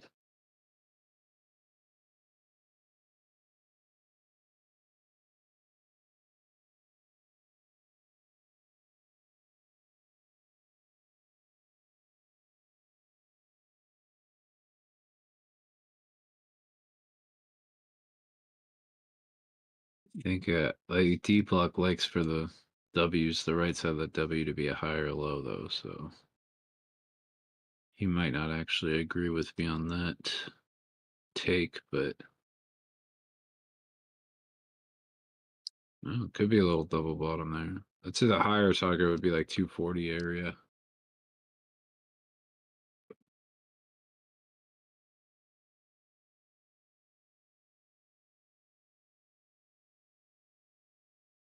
Man, I wish I had waited another day to open that spot grid bot though. I just opened it right when my short hit target 3. We've been in a way better position.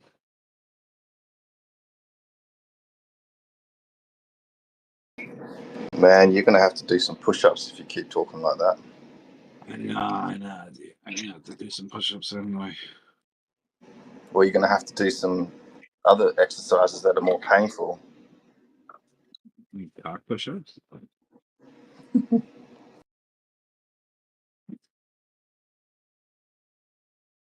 I mean, I wish I bought Bitcoin in 2013 or even 2010. That would have been sick. Let's multiply. How much was Bitcoin? No, just kidding. I'm not going to go there. Yeah, well, I didn't know that Sui was going to drop, but I capitalized on it anyway, so.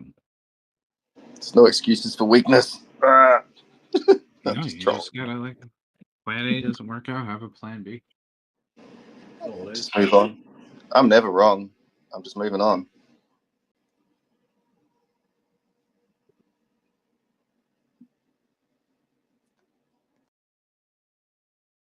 If there's like, you could, like, I could be wrong the first time and the second time and the third time and the fourth time, but the fifth time I'm right, then I'm still right.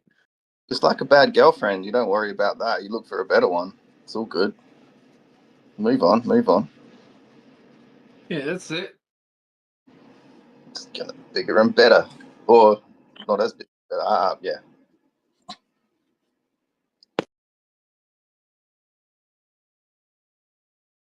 Some guys are into the bigger growths.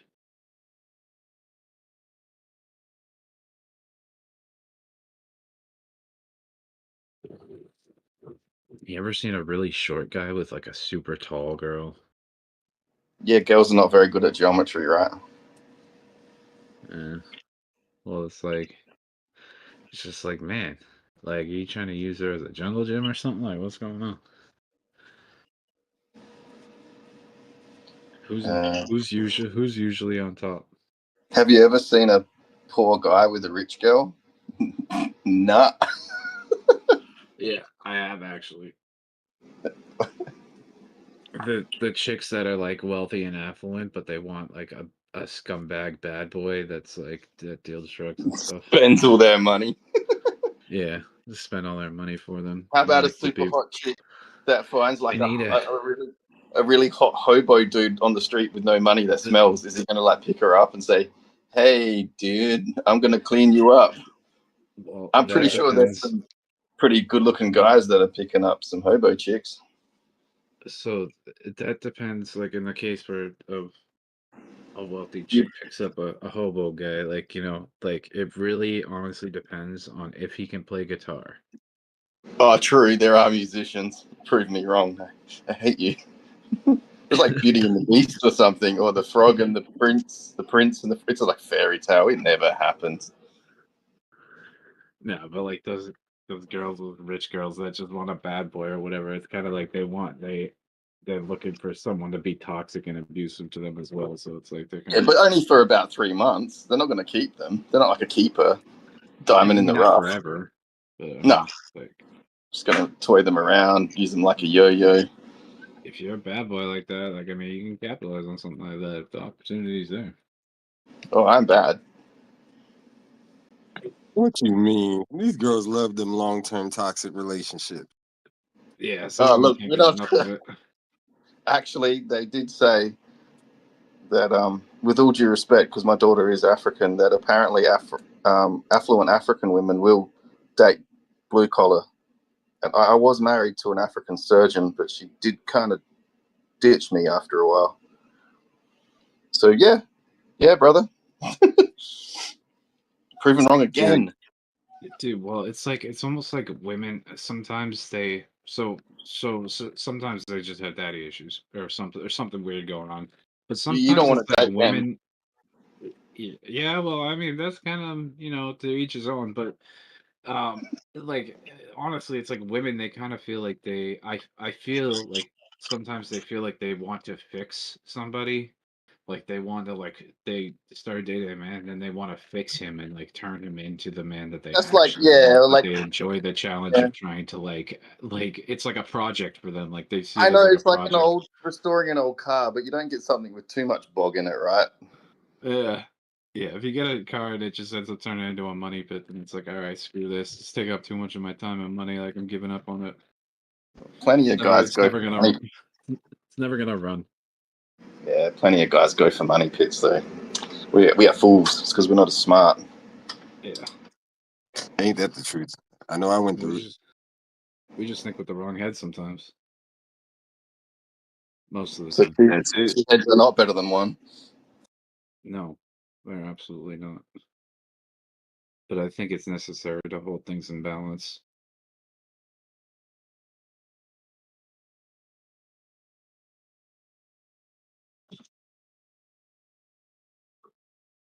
You gotta have a good risk to reward ratio, man. That's it. If you're in a bad trade, just cut that loose and create before it's too You gotta late. have a tight stop loss. Yeah, you need tight stop loss and that thing. I don't use stop losses. That's my problem. Where's going for the swing?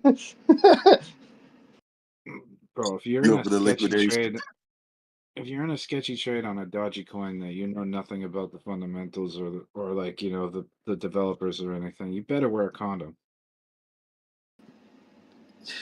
Yeah, they can get torn off. You can get slaps in the face. They're not safe. Yeah, and don't use heavy leverage trying to multiply your position. They don't like it when you multiply your positions. Yeah, especially when the positions know about each other. No, Yeah, it never works. It never worked out. Yeah, you're talking about being over leveraged in too many positions on cross margin. Like you're gonna get wrecked. So you're saying when I dated my wife's bridesmaid, that wasn't a good decision? Not a good hedge. Not a good hedge at all. It might have been a good short-term trade, but for long-term investing, I'd say hell no. What if I was scaling out at the time?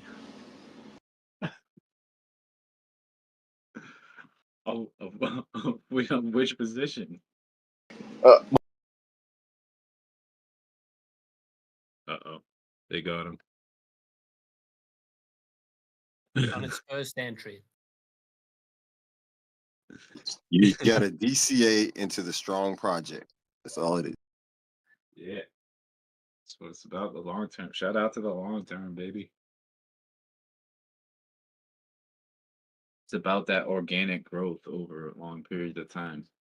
You've got to compound slowly with realistic expectations and not get taken off course. That's what I did wrong. Just long-term investment. It always pays off in the end. Just make sure you're investing in the right project. So dating 200 girls at the same time doesn't increase my chances. Probably not. Well, I mean, for short-term gains, maybe, but for long-term returns and a safe investment and like generating like sustainable wealth, probably not. Generational wealth, like kids that aren't broke. Yeah, I got it. Stick to spot. Yeah, you'll definitely end up at your 9 to 5 for a long time. Yeah, especially if you get margin called. Get caught with your pants down. If you get margin called and then you got to pay child support, man, it's like, damn. Oh, that's just when you quit a job. You just quit working altogether and work under the table. No, you have to work 2 jobs that suck just to be able to like survive. No, just cash in hand, bro. Or you have 30 children. They can't get like maintenance off 30 different children. Eventually, you get agree. If it looks like you got one swag job, and then most of your income is from under the table, and it's not being taxed, it's not documented, and technically only looks like you're only making $200 a week, then that could be that could be a decent hedge. Yeah, you just spend your money overseas. You put diamonds on and gold, and then you go overseas, you sell it, and then have a party, come back, no one will know the difference.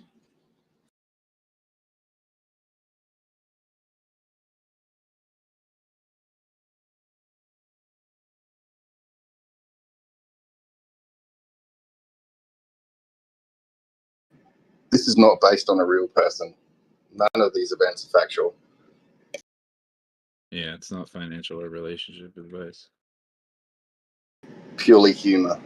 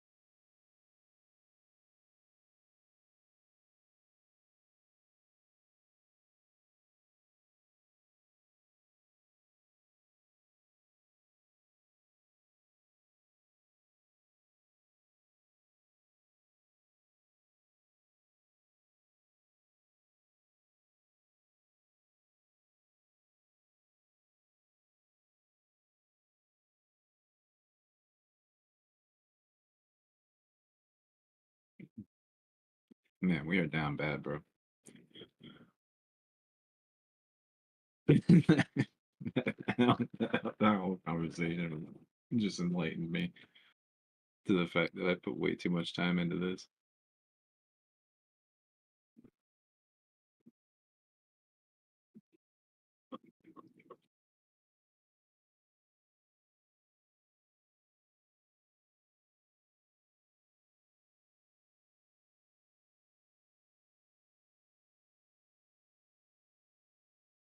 You feeling time-based capitulation? Yeah, probably. Should have got more leverage, bro.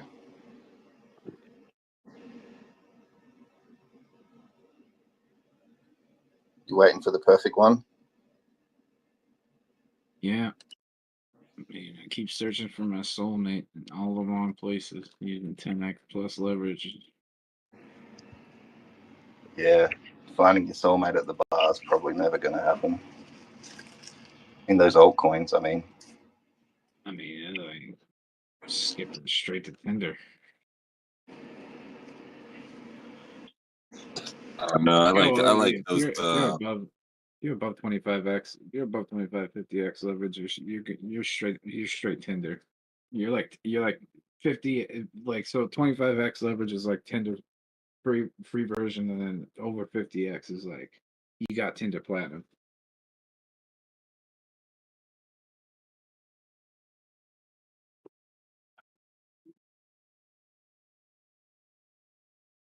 What were you gonna say?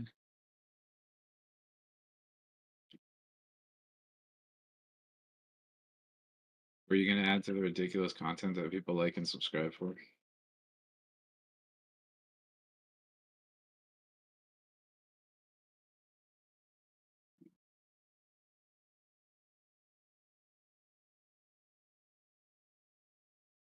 Yeah, I got another one. I feel like he's going to say something a lot more funnier than us, and we just keep talking over him. And then he's like, nah, I'm keeping it to myself. You guys ain't worth it. Jets. We got stopped out. Shut down.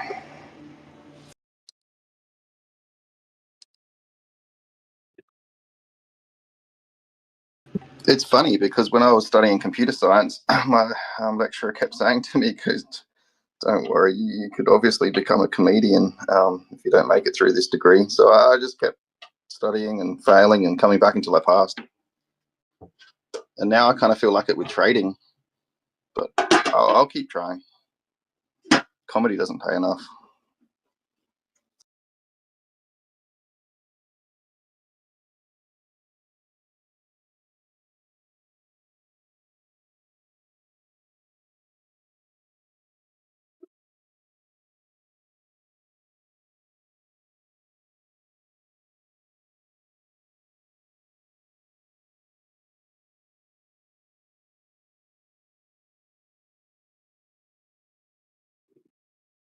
You get in the right areas, comedy can pay off. Yeah, it's like trying to Be be prepared resistant.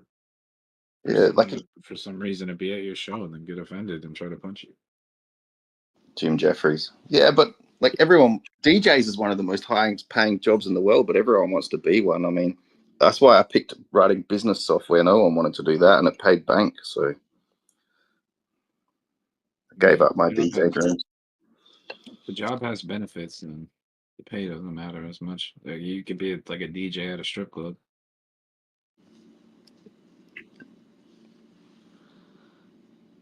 Yeah, neither of I want to do. I'm blind. Strip clubs aren't really that useful for me.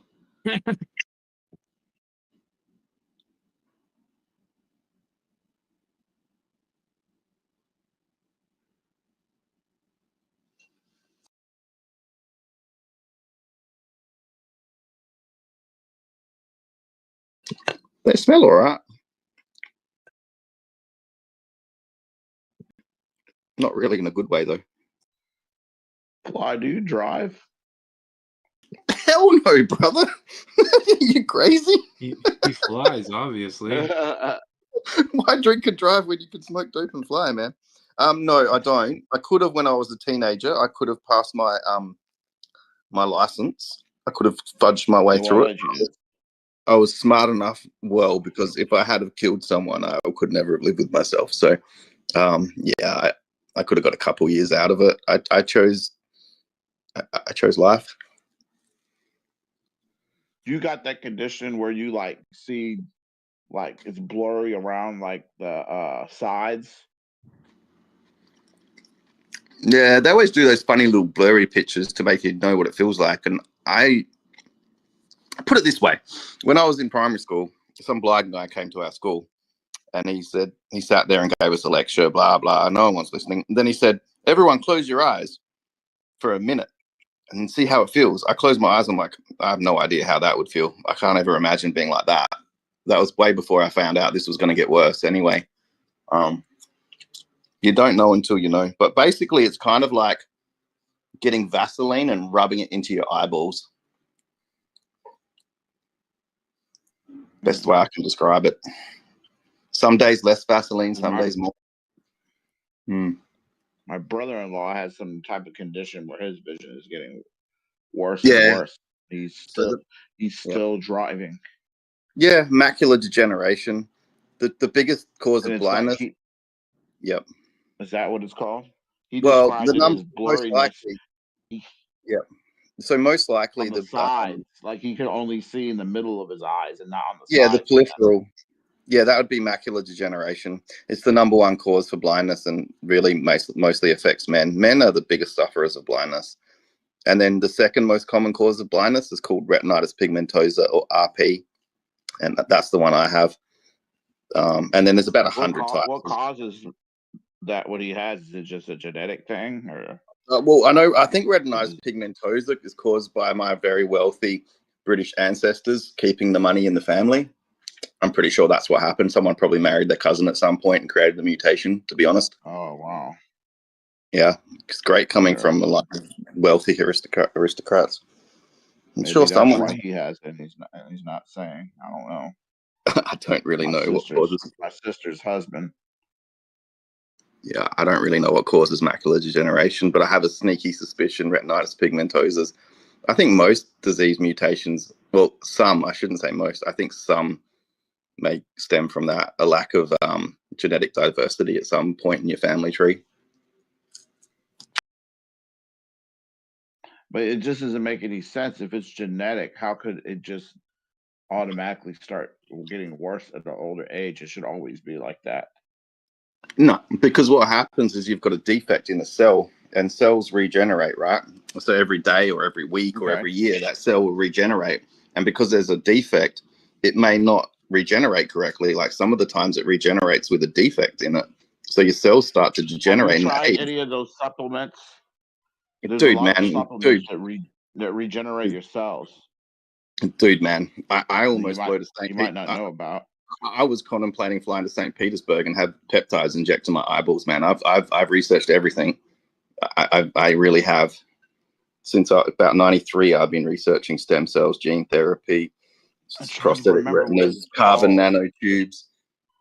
Yeah, there is no cure for this disease, dude. Some type of supplement that makes your cells regenerate way better. Yeah, there's no cure for this. And anyone that there is none. Well, it's not a cure. It's not a cure. It just maybe might slow it down. You can take vitamin A, some types, but then it can have side effects. And there is some gene therapy. Vitamin A. What the hell is it?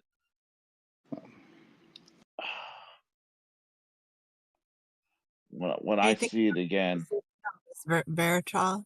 I mean, that's good for general health, but yeah, resveratrol. It wasn't that. I don't know if I hear it. Acetin, or some people call it lecithin. That one is really good for like killing zombie cells. It puts you in autophagy, kind of. Let me see if I can put it this way: if you could find a cure for what I have, you would legit be a multi-billionaire tomorrow, because you would be solving some pretty major steps in human development. It's a difficult one.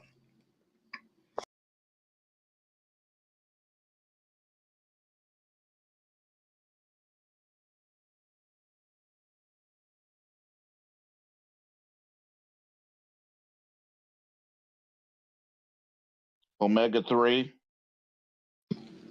Yeah, it's good for people's health. You should be Vitamin taking that D. every damn day. Yeah. You should be taking fish oil every damn day.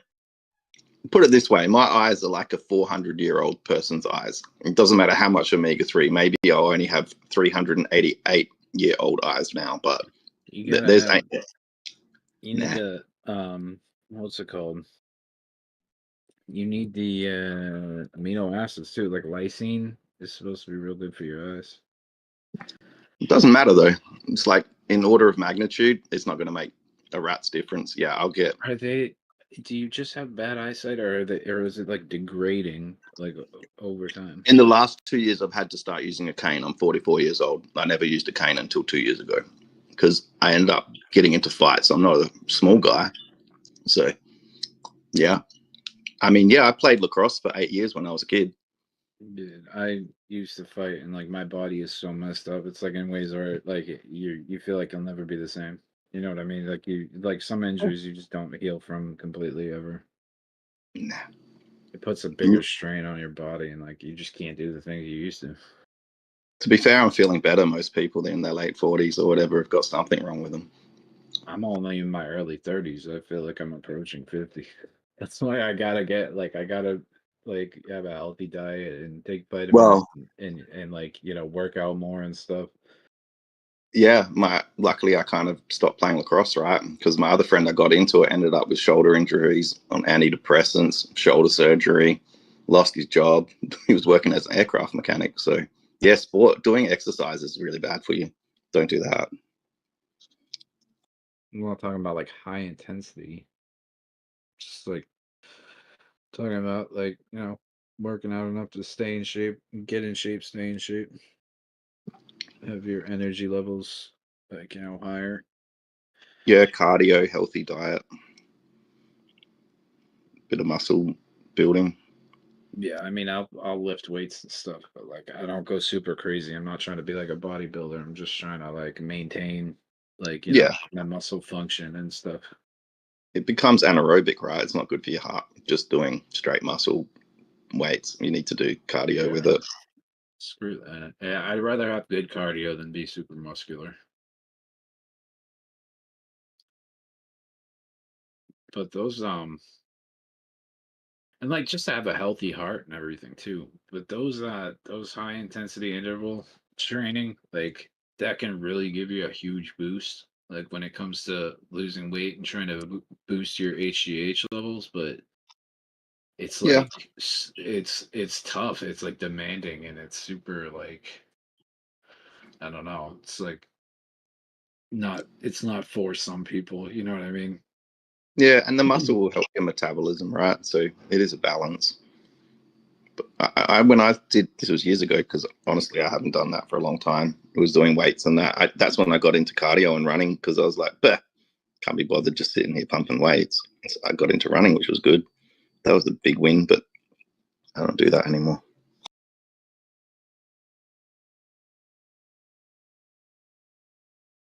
Yeah, realistically, there's only two reasons why I would want to be like muscular, which would be to like be able to be stronger, so I'm more capable of things. Like you're kind of more powerful, you feel it like when you're after you've gained a lot of muscle. And the only other reason would be like to try to be like slightly more attractive to a certain type of woman. But besides that, it's like I don't really need to be muscular. Like I'd rather just be fit. You just don't want to end up with no muscle as you get old, because it's hard to build it again. So losing core strength and stuff is bad. Yeah, it's better to keep up with it and maintain it, you know. You end up being healthier and living longer. I don't think, like, being healthy, but being overtly rich and attractive, I don't really think it helps unless you've got a good personality, to be honest. Well, then I'm screwed. Yep.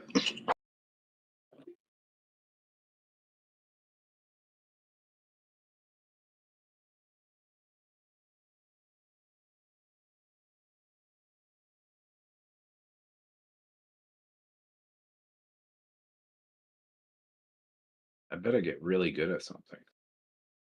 Nah, just move somewhere where everyone's poorer. You'll look rich if we make it automatically attractive. All right, I just gotta find out which state has the most poor, ugly people. No, poor, good-looking people. Don't go where it's poor and ugly. Oh man. Hey. Yeah, those places. Sounds like me.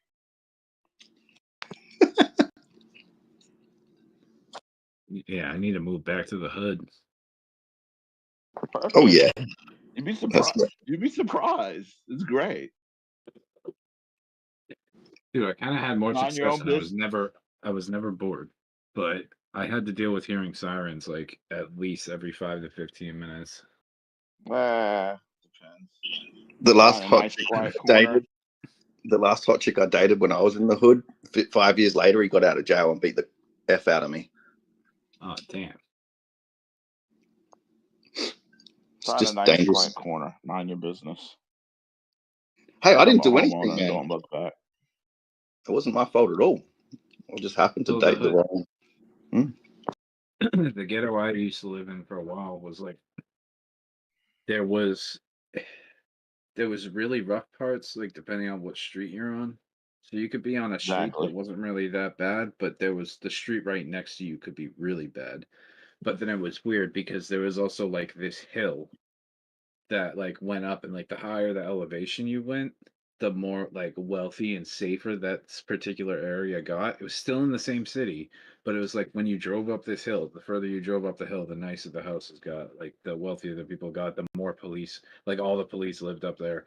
Like, and it was like safer. There wasn't like, that's where you kind of got further away from the violence and crime and traffic and We but I mean, where I was kind of in a smack dab. So like the next street over, there'd be people shooting at each other all the time, and like there'd be people getting in fights like right outside my house, like at the corner store. Like people would be trying to rob the corner store all the time. Like there was fires, like house fires all the time. And Oh yeah, that's one thing I noticed. Lots of fires. yeah. I can't. And then if Let you me tell went you how to down play like it. downtown a little bit, there's like the commons, and there's just a ton of homeless hobos there that are always shit faced. Like they're always completely drunk, and like they're like people like screaming random stuff, random nonsense. Yeah. It sounds like my worst. Sounds like the worst suburbs here are like your good suburbs. I can't compete. You go to the hood, and then you go all the way to the edge, as close you can get to the end of it, to where the nice neighborhood starts. So, Emad, like I can't And that's compete where- with your suburbs, but like when my parents split, and I ended up with my mum in government housing, and they offered us one house, and for some reason or other, we didn't pick that one. And I didn't even know these places existed. I grew up in at a very young age in nice, beautiful, leafy suburbs. And then, so we got the next house, which was on the edge. And I told all my friends, come round, man, check out my place. They're like, where the heck are you living, bro? And then later I found out, luckily, we didn't get that first house because that would have been right in the middle of it. So we were just on the edge, but it was bad enough. Like, it wasn't far from it. So I know what you mean, but we didn't. What you want to do. Yeah. On the other side, on the my city. Yeah, on the other side of my city. So like there was like the Commons, which was in the middle of the city, and then there was like if you drove 5 minutes, like where all the like drunk hobos are.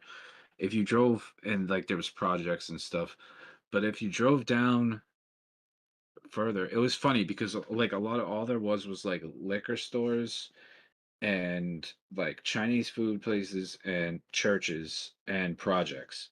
That was like all there was down in that area. It was projects like Chinese food, gun, liquor stores, and like friggin' what's it called? And churches. So it was wicked funny that there was a ton of churches like in that area where it was just liquor stores and projects and stuff. But you drive 5 minutes down the street and you get to the beach, and there you go. The beach had like it was the same city, but the beach had like all these like really nice condos lined up, like these really nice high-end luxury condos that were lined up all like down the strip of the beach. And that's where you got like businesses where there was like yoga studios and stuff there. That is so America. You guys will have the most wealthy, like hard That's how upper it goes. poor. And yeah, we have a bit more of a gradient. It sort of turns into the ghetto and then full ghetto. And then we put ours Well, right next to the rich. Even like Emad was saying, like that beach was in that city, but if you drive down the beach, you eventually get to this bridge where you cross a bridge onto this island, and it was just a really small island that was a different city on that island, and that island was super rich, and all the super rich people live there. And then like driving down the other side of the beach, like if you went the opposite way, if you were leaving the island and you drove all the way down the beach where the condos were that I was talking about, and you just keep going straight, you end up hitting another city that was like actually like relatively nice, like where there's older, richer people, like retired type, like it was a lot of people that were older and like kind of had retired and stuff, and they had bought their houses like earlier on and stuff like that, and they're like the crime rate dropped like as soon as you went over into that city. Like even as soon as you cross over into that city, if you lived in that city instead of mine, you had cheaper car insurance. Listen, man, that's the game plan. That's how you play it. If you don't got a lot of money and you want a house, you go straight to the edge of the ghetto and wait for it not to become that, because eventually it's gonna spoo over.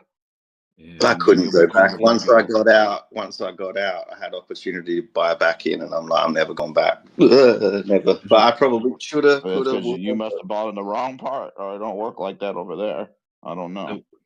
The worst part was like once you were in the city, it was like you couldn't get out because the traffic was so bad that it would take you 45 minutes to like get out to like the closest highway or whatever.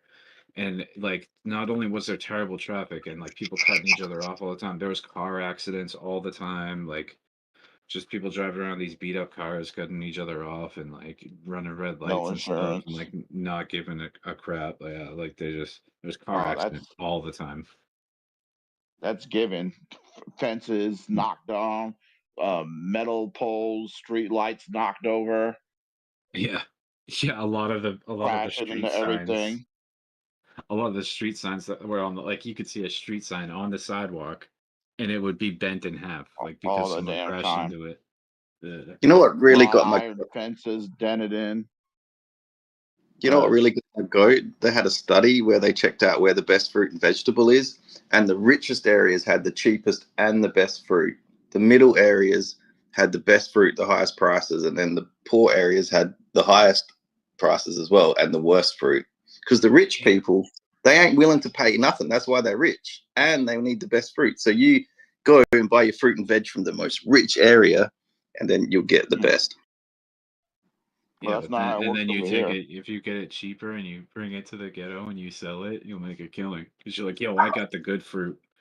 I like I'll sell for the same. I don't know I'll sell about for the that same over price here. you're Let me buying tell now. you how it works. You go to the grocery store over here, and you don't get none of that the good stuff. You just get your basics. You want some fancy stuff, you ain't getting nothing. You That's gotta go right. to the rich part. Yeah, you got to go somewhere else. We have like actually different tiered That's stores. what I'm There's like saying. your In the regular ghetto areas, grocery store, and then you have like your Whole Foods. they distribute it like that, right? They work it out. They're Whole like, we're going to Foods, send that don't you. exist over here. I'm telling you, in the ghetto, they don't sell you the good stuff, but they'll charge you the same price as the good stuff in the really rich area. You go in the middle, you're getting the okay stuff at okay prices. It's not fair, man. I'm telling you, the rich get richer, like, and they Their get the nice prices are fruit. high as hell in their store. What do you mean? I'll never shop at their stores. Their prices are You've sky you've high. never even been in there. You go in there, you'll see it's like Yeah. half the price of yours, and it's better. I'm telling you, bro. That's the thing though. No, Like it is here, it's like not.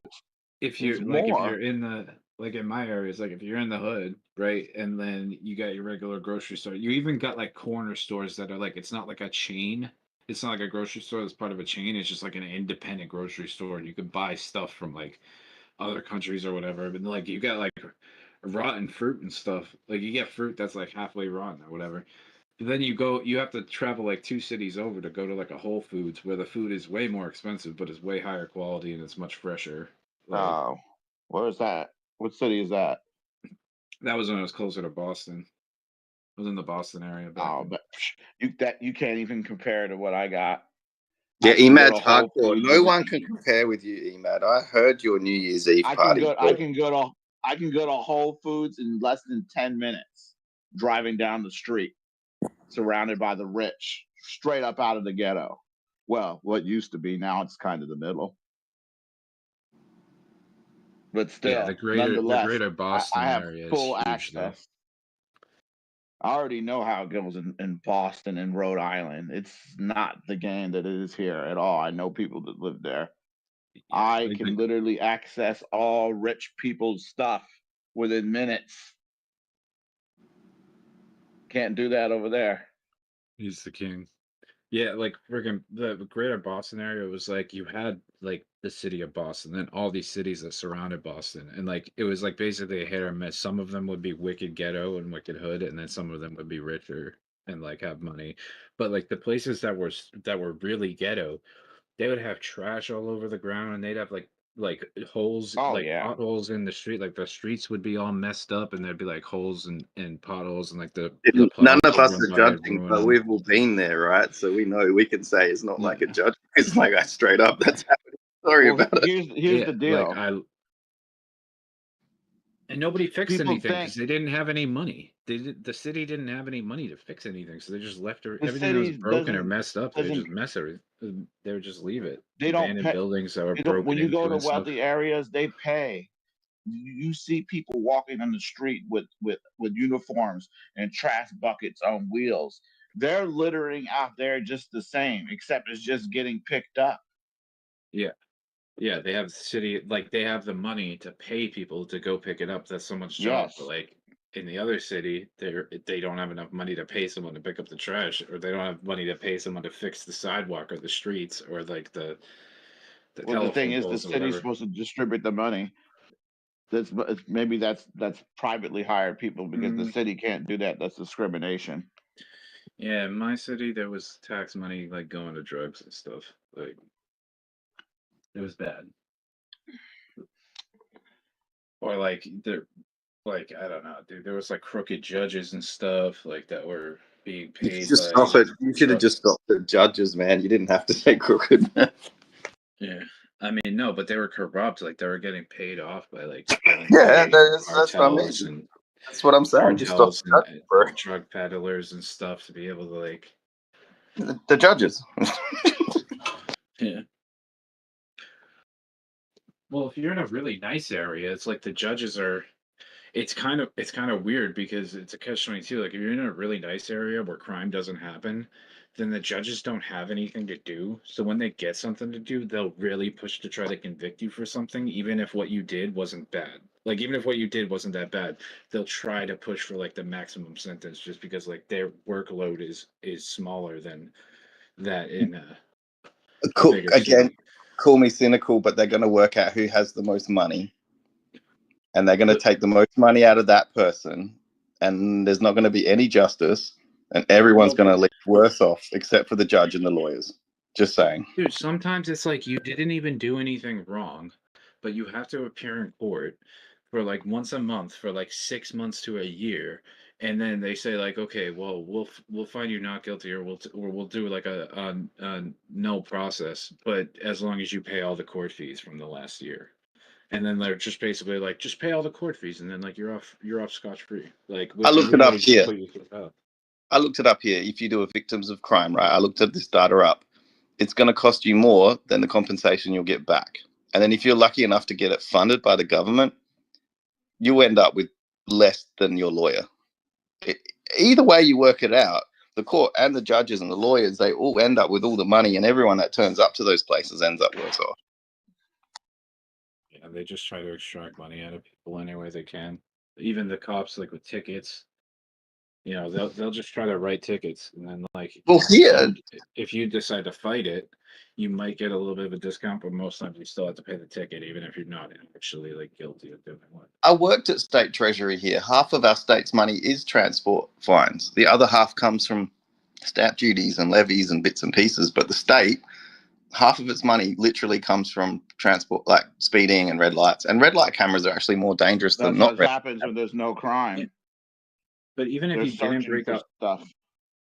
even if you didn't break a law, like a moving violation, like a driving law, like if you have like a bad inspection sticker, they can pull you over just for that, fine you for it. If you don't pay that fine, they fine you double, and then like they can take your license away. Then you have to pay to get your license back, and you have to like sometimes like go through a retraining course or whatever. Like one time I paid, and like I was technically living in one state, but my license and registration was in another. And I got pulled over for having expired registration and my license, because of it, because I had gotten a ticket that I didn't pay. They suspended my license. So a cop pulled me over, and I found out that my license was suspended and my registration was expired. Fined me for both, so I had to pay those, and then I also had to like pay late fees on the one that I never paid before. But then if you like, they took my license away because I didn't pay when they fined me for the registration and license. I didn't pay those tickets in time. So I paid to get my license back, but I had to get paid to get reinstated in both states. So like because my license was in one state, I had to pay to get it reinstated there. Like because when they suspend it in one state, it transfers over to the state that you actually have the license in.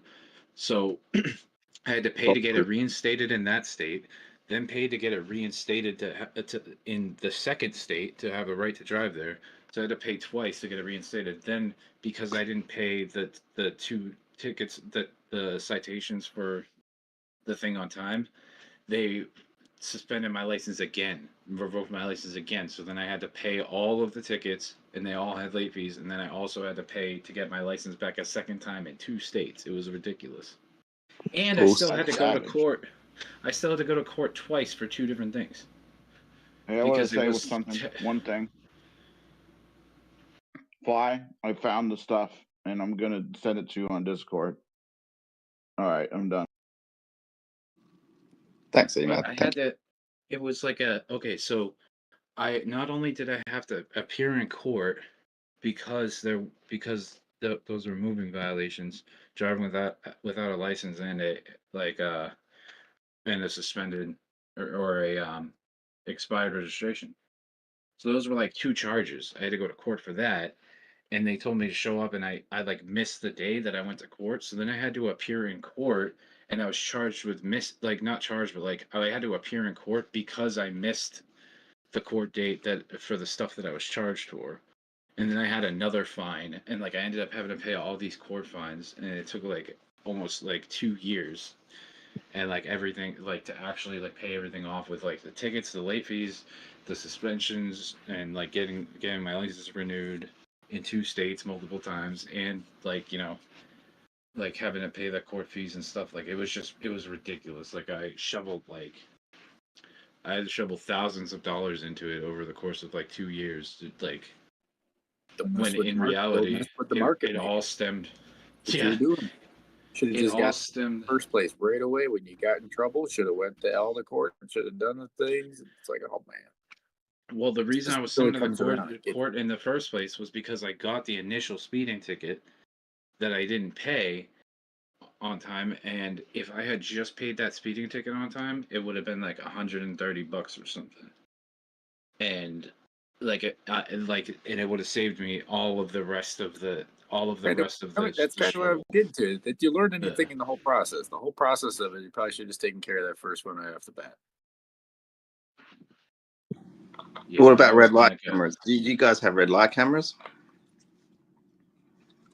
Like it'll do you if you drive through the red light, it'll flash you and then Yeah, photo. those type of things are all over the place for sure. Yeah, they're actually dangerous because people hit the brakes when they're not supposed to, and then you can cause an accident with those things, man.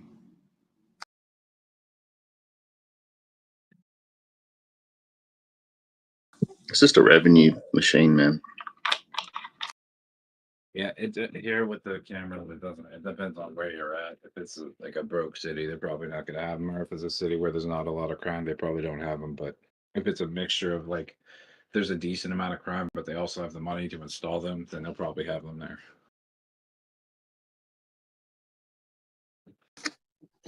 I know they got rid of them over here in Florida, but I think it was because 60% of the money that was coming from those cameras was going to Arizona. So, like, yeah, we voted to get rid of it. Dang.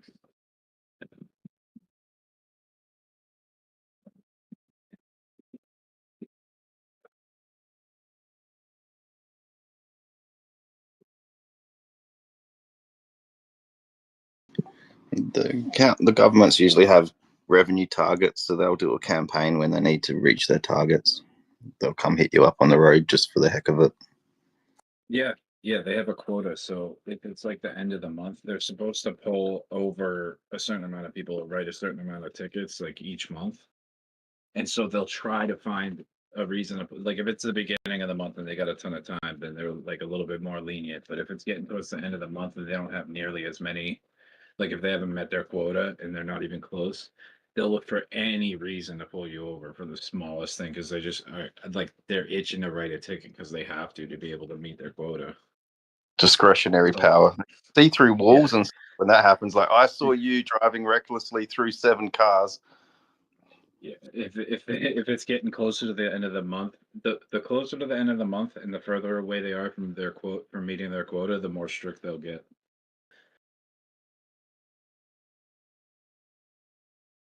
And then the more that's why I'm always a little bit more careful and observing towards the end of the month.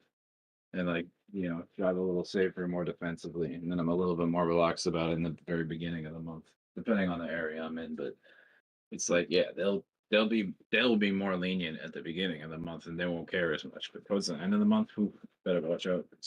They'll get you. Especially the state troopers. If you're on the highway and you get pulled by a state trooper, they don't mess around. Like they will charge you, write you citations and tickets and multiple things like all at once. It's like you're just like, damn. Most of the time, state troopers are like on highways, and if you get pulled over by a state trooper, you really must have been flying or pissed them off or cut somebody off. But state troopers, they don't want to pull you over. If they do, there's a pretty good reason for it. I've been pulled over just for not using my blinker to merge into another lane by a state trooper. That's a traffic offense. I mean, it is, but it's like come on. There's nobody else on the highway. It was just me, and then like I passed by and I merged into a different lane, and I didn't use my blinker. It's like, okay, you're gonna write me a ticket for that, really? But it's like also the state troopers. It's like I used to think like they didn't have jurisdiction if they were on if they weren't on a main road or a highway. Like there's like routes. So like if you weren't on a main route or on a highway, I thought they didn't have jurisdiction. But apparently They have jurisdiction anywhere whole within the state. Every Yeah. sidewalk, every street, every highway they need it. Troopers run it. So I was like arguing with this cop with them. I'm like, I don't even think you have jurisdiction to pull me over here. I'm like, I'm on a little side street. Like, I don't even think you have jurisdiction. He's like, I absolutely have jurisdiction here. Like, I think I had to look. I was like arguing with him about it for a little while, but I think I had to look it up, and I realized I was wrong. So you don't pay your fines, you don't indicate, and you argue with state troopers. I got it. Just kidding. It's just, yeah. Bro, this was karma biting you. I grew. Look, I grew up a little bit. It's almost like the older I get, the faster I grow up. But the younger I was, the longer it took me to grow up. You know what I mean? Yeah, for sure. But now we really get to the whole root of it. So it's not even about to go to the court the first time. It's not even about don't say this to the trooper. It's just use your blinker next time. Well, I'll tell you this much. I learned to use my blinker.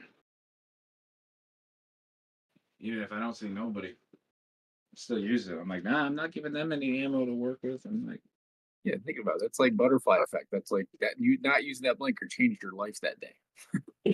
Be honest, 2 years later, to recover from changing lanes with your blinker. To be honest, if you did see someone around you, you probably wouldn't pull into them. It's the time that you don't see them and don't use the blinker that causes a problem. So using your blinker every time is probably a good idea, just out of habit. yeah, even just to get into the habit of it, yeah. Because if you're not in the habit and you don't use it when you should have or you needed to, and you get ran into, like, kind of your fault. Like people that leave their car in gear, that drive manuals when they get out of the car just because it doesn't matter this time.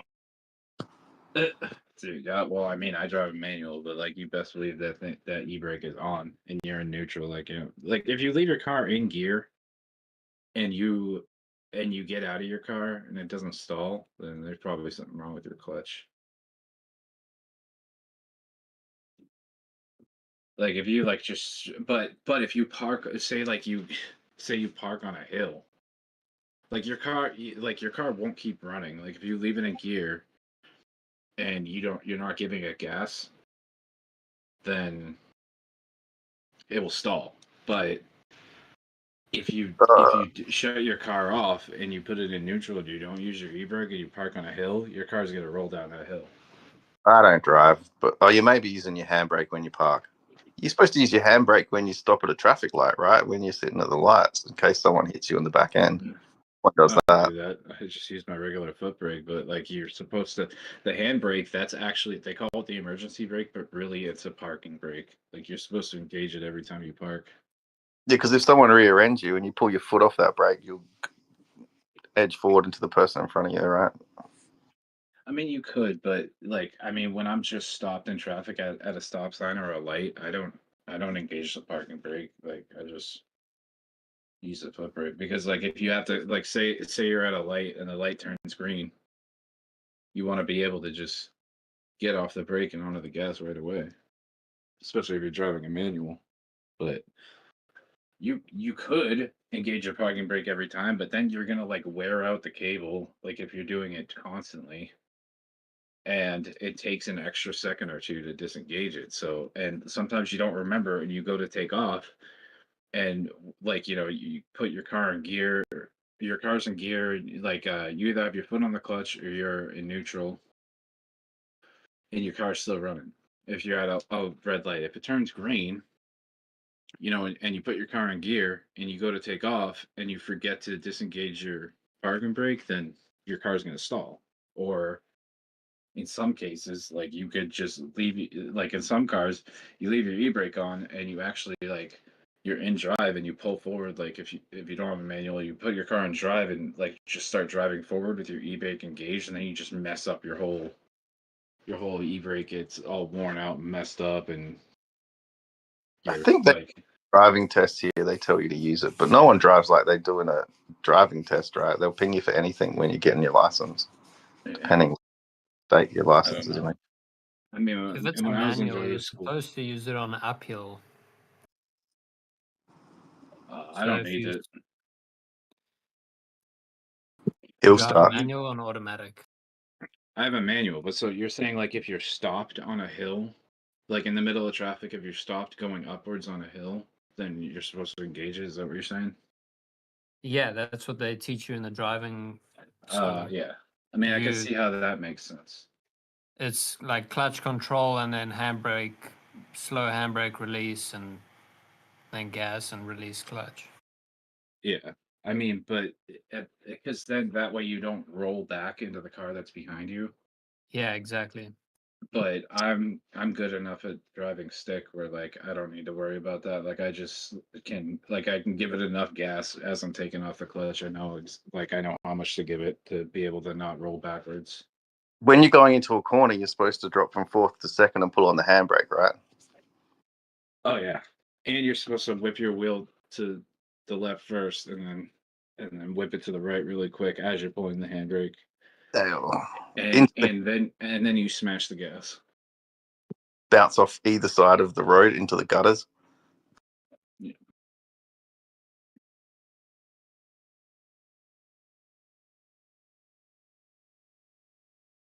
But that's only if you're going at least 40 miles per hour. That you're actually supposed to do that. And racing up to red lights and then hitting on the brakes hard. That's another good one. So you get to the red light quicker. Yeah. You save a bunch of gas too. You look pretty cool. Yeah, and your like your brakes love it. Like your brakes love being replaced every 6 months. If you're driving through one side of the city to the next, there's basically no point in racing because you all end up out at the same time on the other side. It's almost impossible to get through it quick. Yeah. I mean, I've raced people in the middle of the city, but only when there was like a long stretch, like from one stoplight to the next. There's like multiple lanes, and there's like a quarter of a mile, or like I don't even know, like an eighth of a mile from. How many times do you see someone through the traffic beeping at you, and then you both pull up to the same intersection, and you're just looking at them like you are an idiot? Yeah, you're an idiot. Like, you don't know what traffic is like? This is traffic, buddy. Get used to it.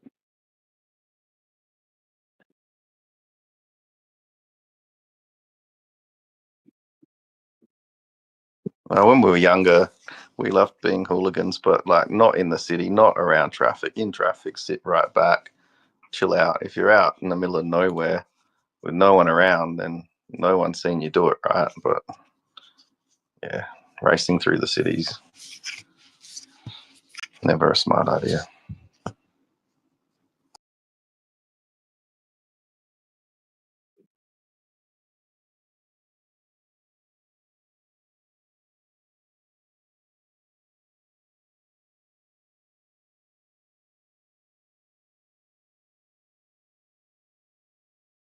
Speaking of driving, I might have to go for a ride. Get some late night McDonald's. Dude, that's like 3 nights in a row now. Three what's in a row? I'm pretty sure, wasn't it the other night you were doing a late night Mickey D run? I feel like it was more than 3 nights ago. I'm not sure. I don't remember. The days are blending together because I'm staying up too late. Kidding there, Probably right. I probably shouldn't, but I just want to go outside and go for a run. Honestly, and I need somewhere to go. I need something to drink too. No, when I get back, I'm probably gonna take a shower. I'm probably gonna go to bed. I don't know what Suey is up to. I think I was gonna try to take a long on it, but it doesn't seem like it's pulling back. By the time it does pull back, I don't know if I'm gonna trust entering the long position. So, F me. Still haven't been stopped out yet. It almost hit it.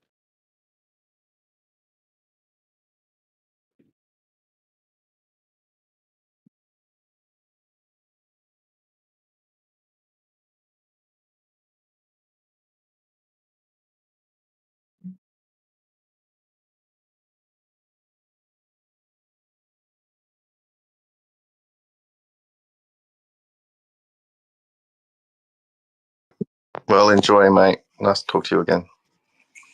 Yeah, you too. I'm just gonna hop on my mobile device, so I'll probably still be in here while I'm driving.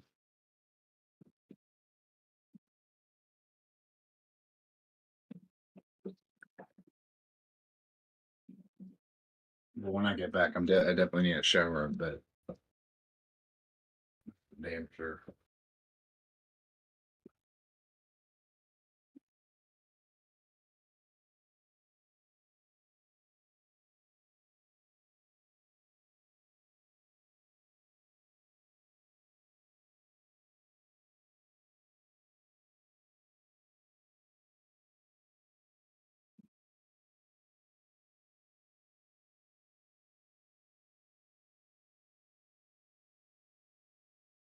Yo.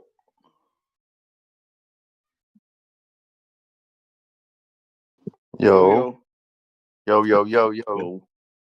Players and players. Yo. Pimps Straight and pimps. hip-hop. I'm sending that to y'all, him. yeah. Wu-Tang.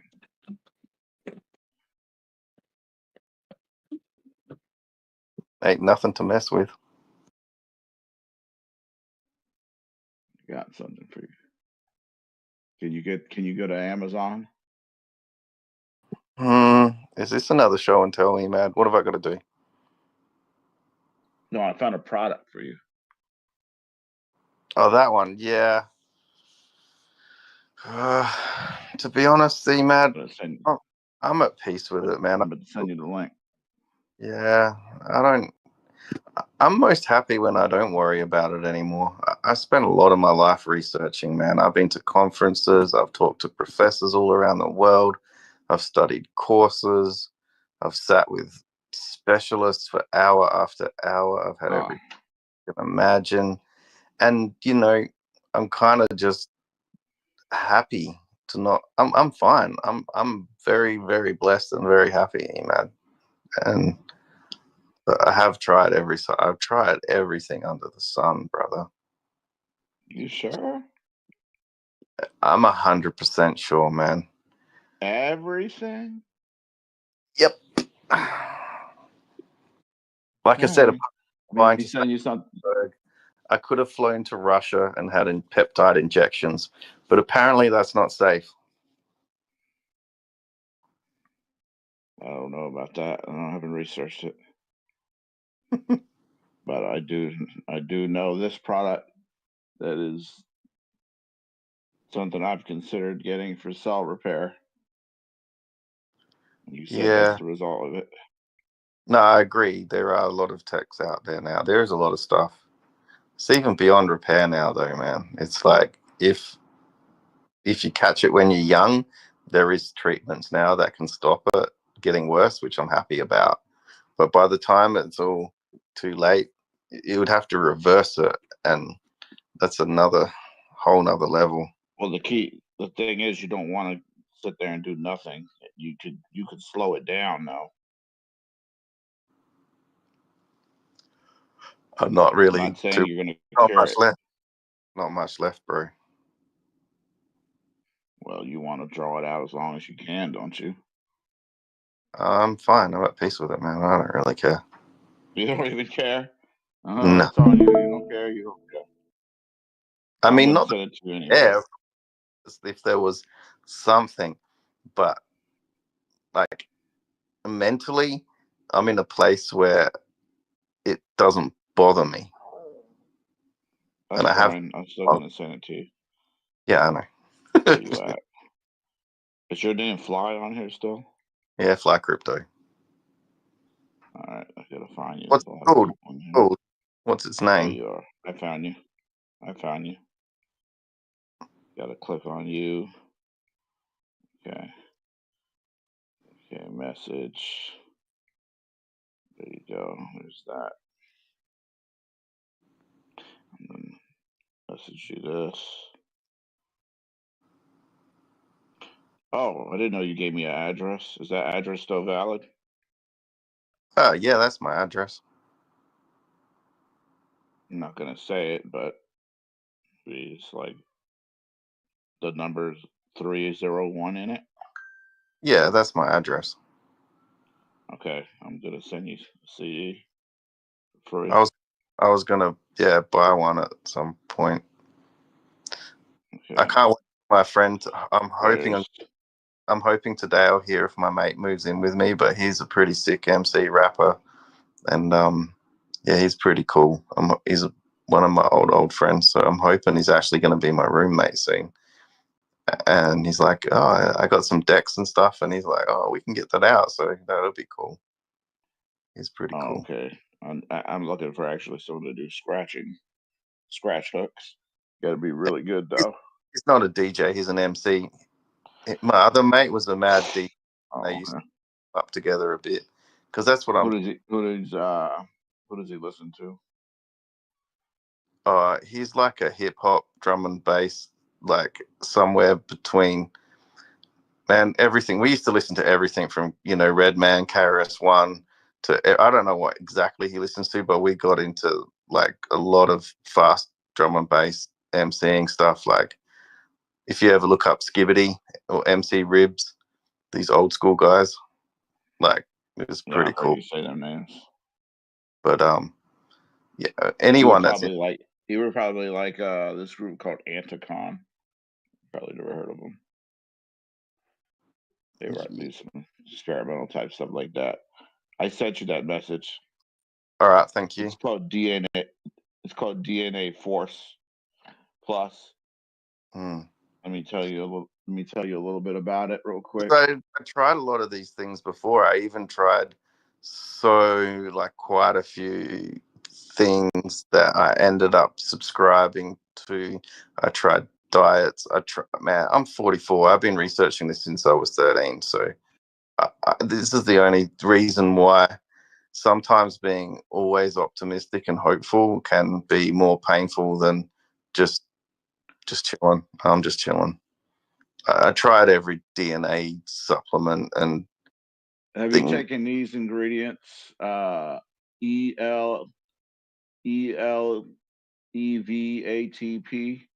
Never heard of it. ELEVATP. Have you tried that? I've tried every. No. I'm not dissing it. No. Trust me, I'm not dissing it. This is what's in it. Next, PQQ. Have you took that? PQQ. No. Next, CQ10. Oh, Q10. Yeah, that stuff's good for you. CQ10.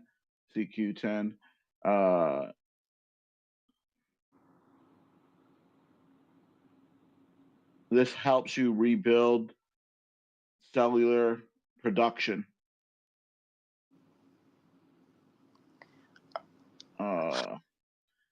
Helps repair cellular damage.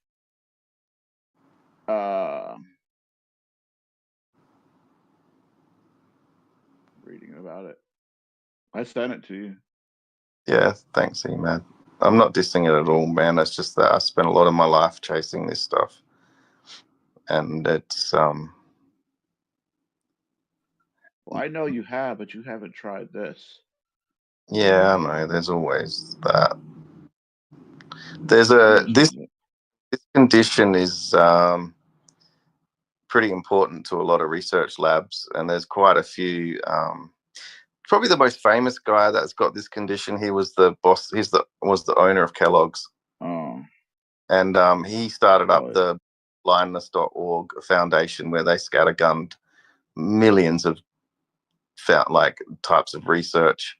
And the top research is sitting in London at the moment with some of the therapies and that. If they could crack this one, man, whoever cracks it's going to be rich, man. It's a non-curable thing. This guy used it for nerve damage. He's giving it 4 stars. By the way, it's sold out for now. I'm reading the reviews here. Nerve damage. What did this guy have? It's one of the problems. I mean, a lot of these things that are good for you, but it's one of the problems that I have with the health industry. People they'll take things off people, the money off them when they're sick, and they give them stuff that's not proven. And it's just like I'm not dissing it at all, Emad. There's probably a lot of things, but there's no significant changes at the moment that can be done. And well, it says straight up here, this is not a cure. This is treatment. Correct. There is no cure. There are some studies into some treatments that have maybe some statistical significance, but it's kind of like trying to patch up a leaky car with some sticky tape. It's just too far gone, bro. I'm fine with it, bro. I don't even care. I'm happy as. It doesn't really bother me at all. So the hardest thing was being like as a teenager, not getting your license, maybe. It's about it. Man, I've been everywhere, done everything, been married multiple times. How do you look at the screen? I can see on my phone. I can see. I've got like my phone. I can set the contrast of colors, and so I can you see. Can't see far away. You can see up close. I used to be able to see up close. Even when I started on these channels, I could still see. I got multiple screens. I told you in the last 2.5 years, they told me I'd be blind at 20, if not definitely blind at 30. I'm 44. I'm legally blind, but it doesn't mean I can't see. It means that it's much harder. And now my acuity is so bad, I don't see straight lines anymore. Like nearly every line I see will be blurry. Where before close up with the boom, I could get a straight line. But now, even if I look at line, it's blurry, man. It gives me a headache. It makes me tired more than anything. So you can see what's in front of you. You can see what's in front of you. It's just blurred. Yeah, so if you can't see the lines clearly, are you allowed in the bathroom now? That's it. Even looking at the clients, man, like the straight line's annoying. Like I can zoom in on my phone and I can check the 15-minute chart, but trying to watch a minute chart, it's just like, it's just like blobby. I mean, I can see the horizons. Don't get me wrong. I can see miles away, but like some people are short-sighted, some people are long-sighted. I used to be able to see close well, but even close and far away, as your acuity goes, you can't see either well. Even with glasses, it doesn't. Even glasses just make it even worse. It's just like I said, it's like putting Vaseline in your eyeballs, man. You can still see, but you're not going to see a straight line through it. It's hard. What's it called? Monocular what? What I've got, it's called RP. It's a disease? Yep. It's mine's an X-linked hereditary, X-linked recessive. It's called RP, and the actual form of the one I have is RPGR ORF 15+. And I was probably one of the second people on the planet to have that diagnosed, man. I've been studying this since a long time ago. Up RP. Whoopi Goldberg has RP. The boss of Kellogg's, he's probably passed now. He had RP. Probably 1 in 1,000 people have it. But they might suffer from it differently. There's like about 100 different types of RP. It's like an umbrella of retinal pigmenting diseases. It's like they call it retinitis pigmentosa because the retina starts to look like, if under a microscope, it looks like it has ink pigment sort of blotching into it as it damages.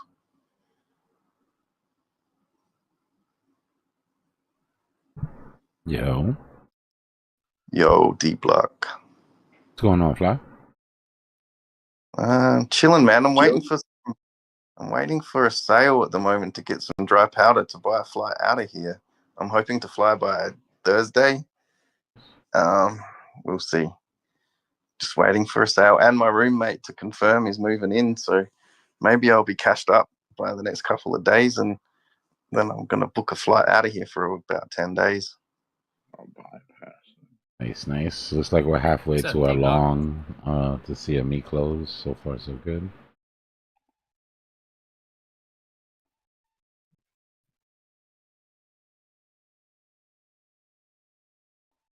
Asia came in, like I said, with one thing in mind. So just riding the wave.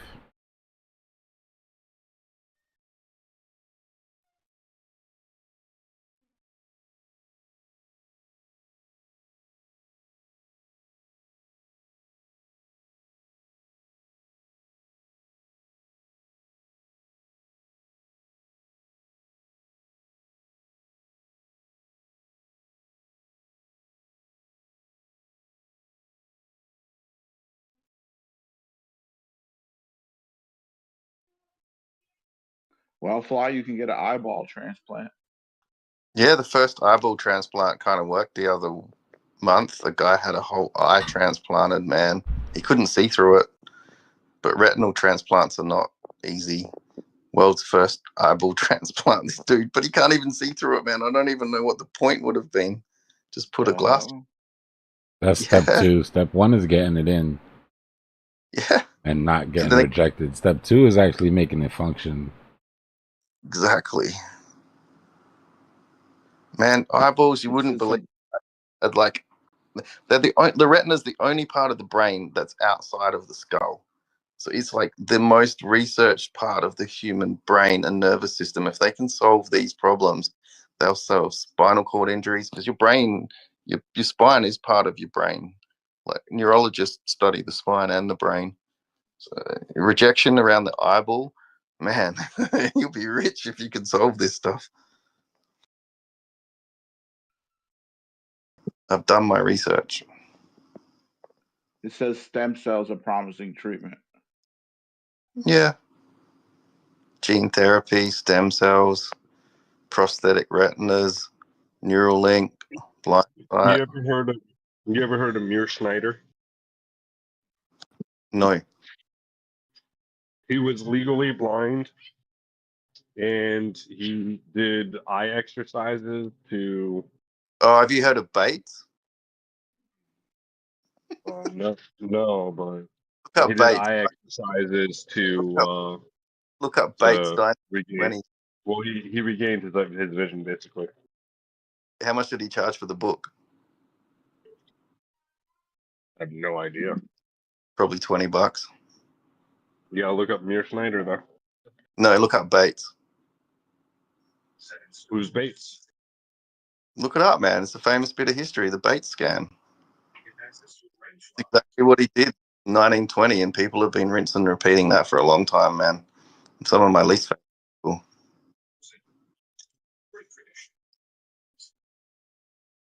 I'm showing that it works.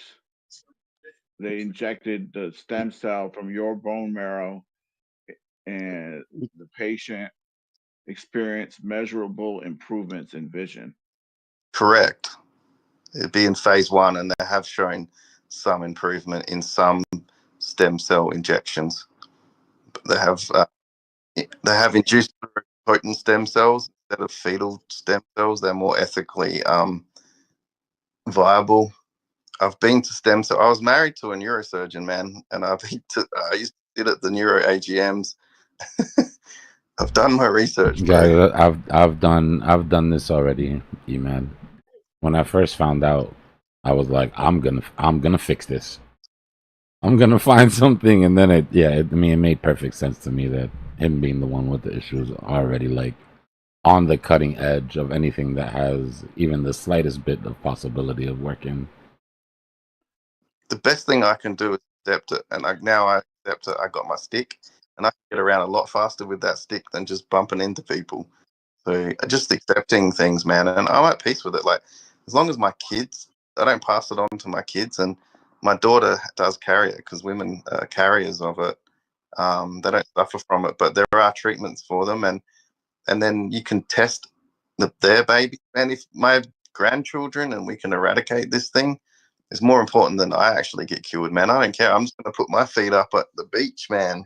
Drink mocktails, man. I'm good. I don't care. I'm with you, brother. We'll get blasted. We'll both see blurry by the end of the night.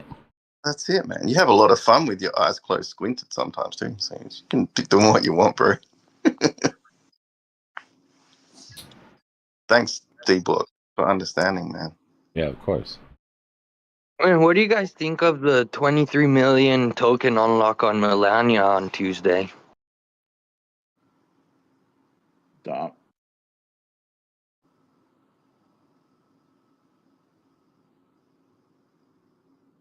Any more questions? All good. Appreciate it. It's my bad. Go ahead, somebody. Hey, Dbloc, I found something pretty interesting here with Bitcoin.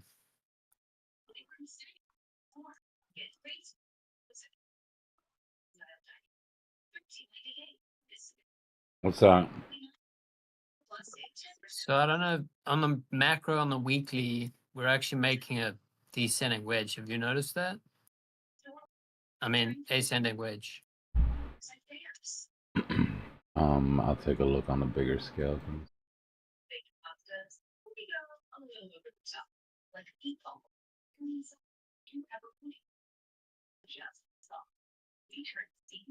You mean the entire move or locally? This entire thing here.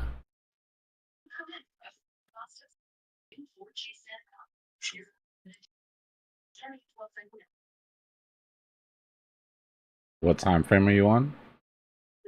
This is on the weekly.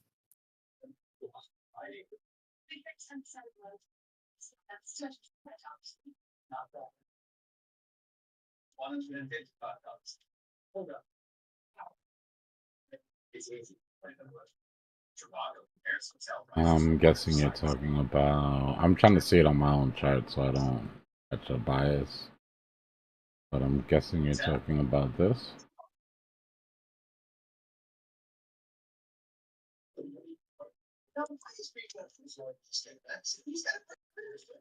Matches, you have an open mic. Oh shit! Really? It'll probably be on the higher time frame for you. I'm zoomed out on the weekly, so maybe like the Oh, monthly or the zoomed 2 all the month. way out. Are you taking all of this? Where's do you have 2020 cycle there?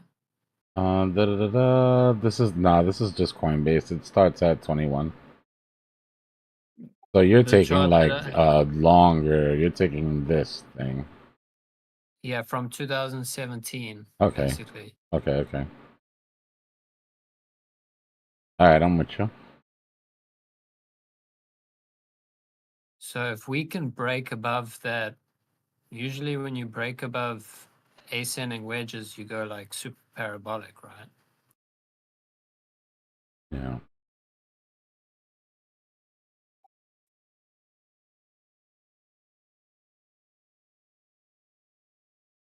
Yeah, I mean, there's too many. It's to the point where I'm looking at bearish things.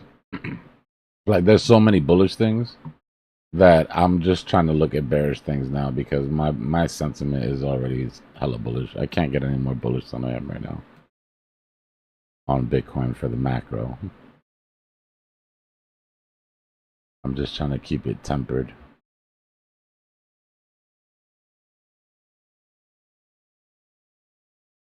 Yeah, I'm itching like to jump in, man. I'd just buy all that Bitcoin if I had big dry powder. I'd just buy it all and I'd just leave it. Man, it's bullish.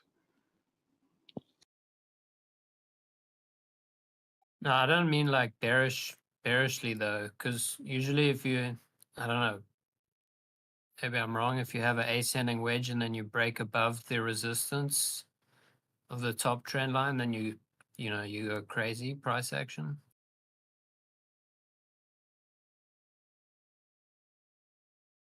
Give me 1 second. I'm sorry.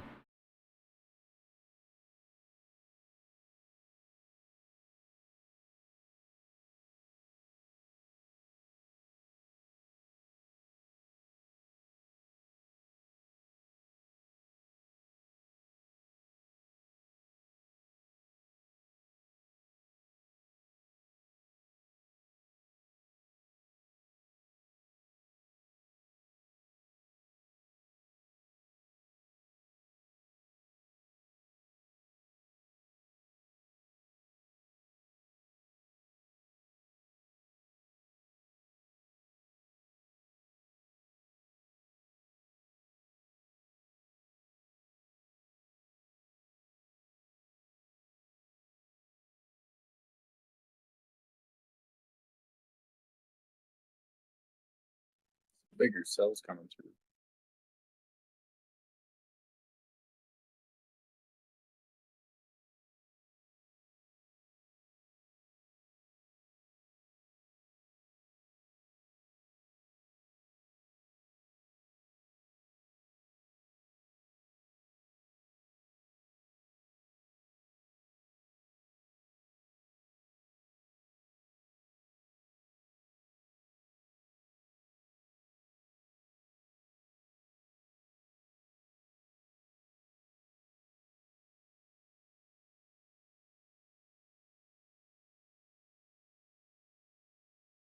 Put in a nice right side of a W here, and we can get our CME gap. How's that sound?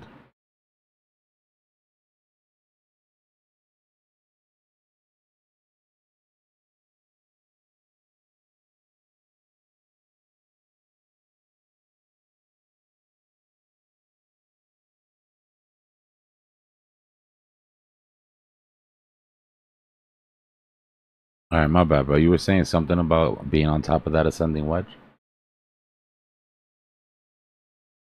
Yeah, I mean, I've got my screen pulled up if you want to see what I mean.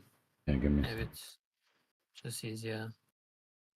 Dbloc, what if the bottom of that W goes into that small vector gap at 82.2?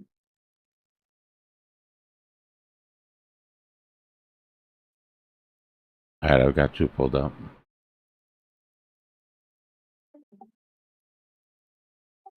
So there's the ascending wedge. So maybe like,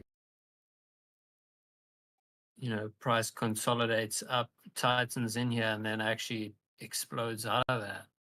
Yeah, I see what you're Like, saying. I also found this interesting channel here on the 4-hour.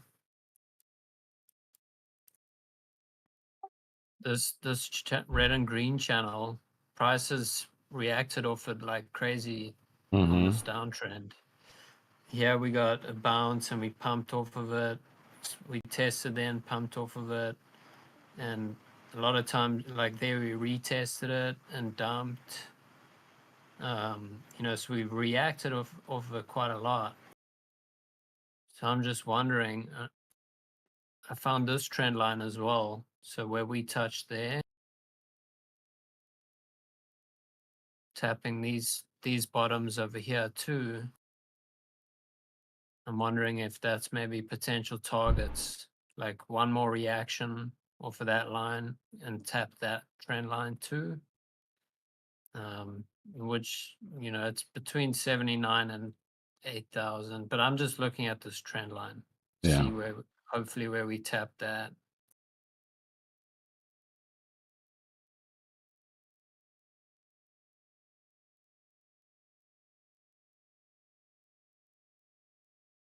It's gonna be an interesting week.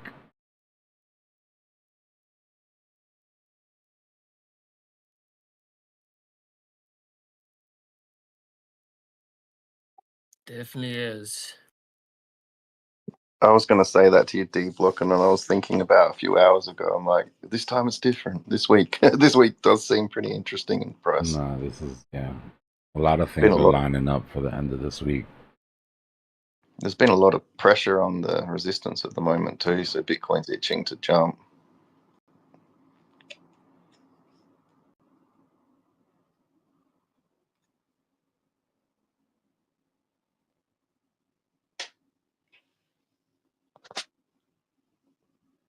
We're so low to the possible bottoms at the moment. We're scraping it, so there must be so many people waiting to just buy when they see a signal. Looks like Bitcoin saved Trump from that drop. I mean, it was playing out that breakdown, and right as Bitcoin started moving up, Trump caught a little bid. See if it could still roll over here.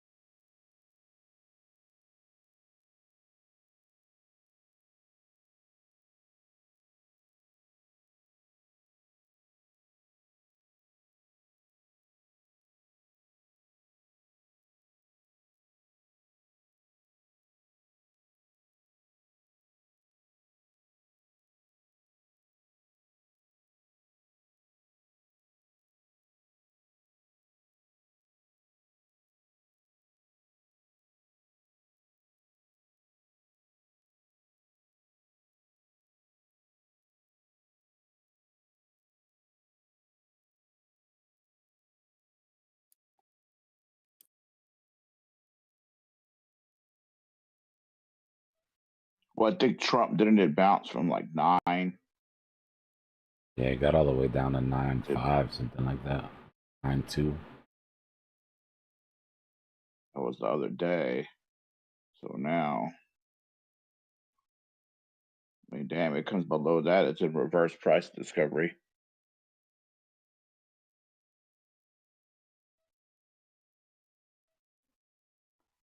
So what it?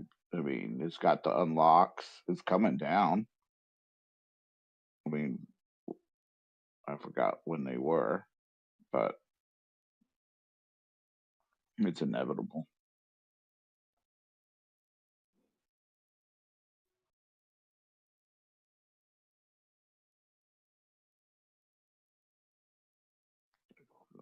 What I'm trying to figure out is where would that be?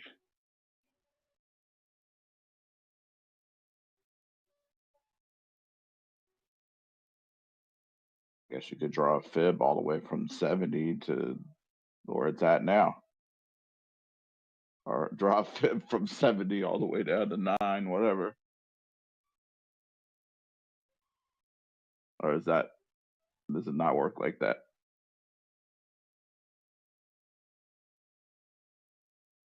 I should do this. I'm gonna do that for fun.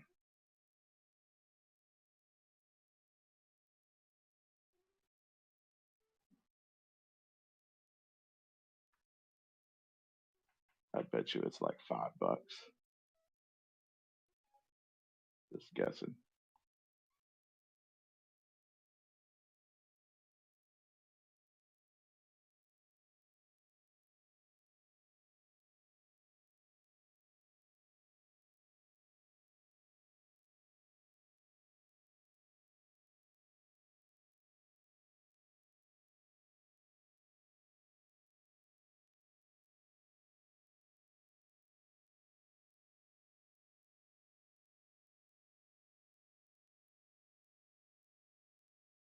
What's going on, chat? So you guys see how we were talking about as soon as Asia comes in, right? Momentum changes, motivation changes, targets change.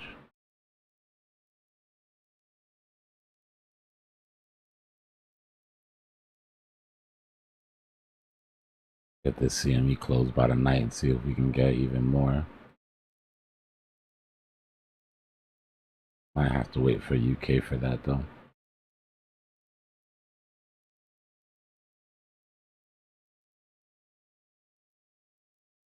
Yeah, my first target would be CME close. Get rid of that gap, right? If we have to draw the gap out, our CME gap is right here.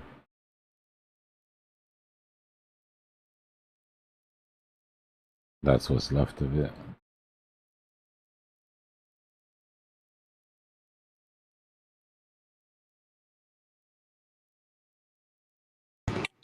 Evening, Dbloc. What's going on, brother? Just hanging out, man. I know we got Powell's Q&A is going to be pretty interesting this coming week. Yeah, I hope he plays nice, bro. Yeah. What else you got for this week, though? I know you said that this is a big week.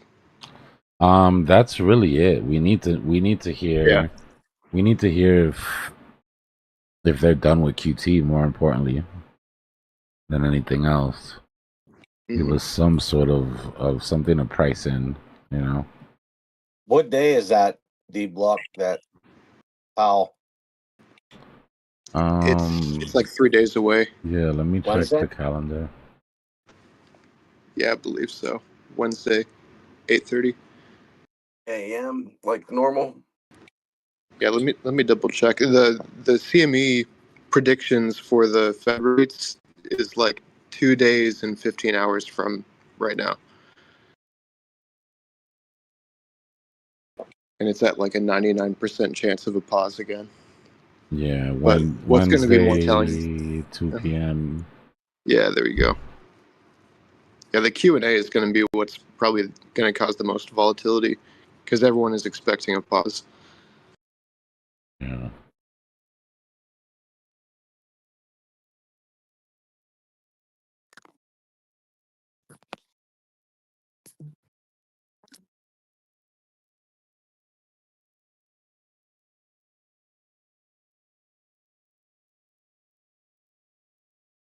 You've been following this. You've been following this whole global M2 discussion on Twitter.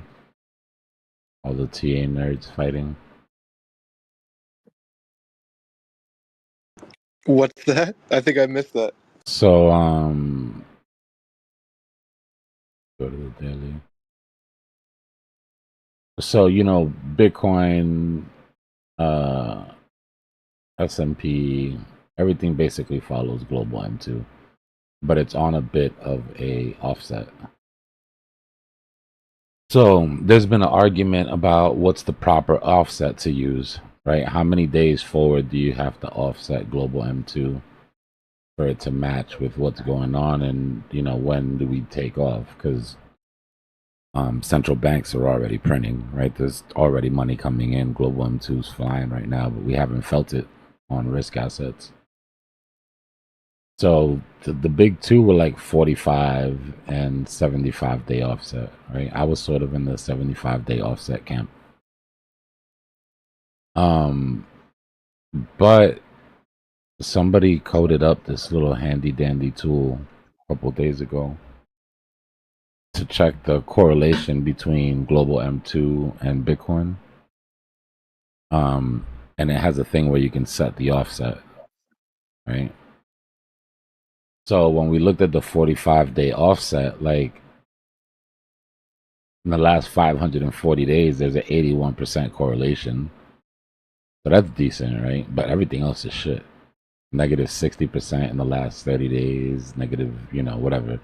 So most of the people were sitting in the boat of 75-day offset. Let me turn that shit off. So if you go to the 75-day offset, 75-day offset without this tool is the one that fits the most perfect for me by eye. If you're just setting up highs and pivots, you know, the 75-day offset is the one that fits the nicest. And when you look, it's 83% correlation in the last 30 days, 50%, 40%, 88% in the last 540, whatever. But then this thing came out, so the dude that made it went through all of them, and I went and I back tested all of them. And we've kind of landed on this 105-day offset. Look at what happens when you go to the 105-day offset.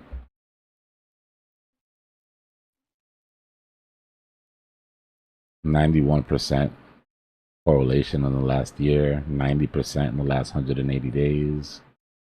Everything's in the 70s or the 80s. So for me, it's between those two.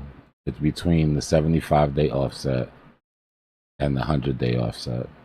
105-day offset, sorry. But in both situations, right, global M2 takes off very shortly, yeah. So the way I'm playing it is like this. I could just get rid of the 75-day offset and say, on paper, this is a better fit of what's going on.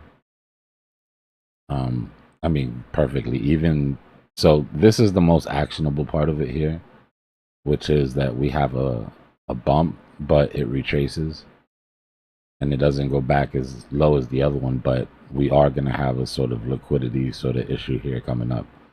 And there's a vector gap up here. There's the 200 EMA, I believe, on the daily or something like that. So I'm looking to take profit in this area and then load back up. But if we're going to respect both of them just to be safe, right, the 75-day offset would have us taken off on the 26th. The 105-day offset would have us taken off on the 25th of April. So in that in-between time there is sort of like the go zone, right? One last, even on both of them, no matter which one you're following, there's a bit of a retracement coming.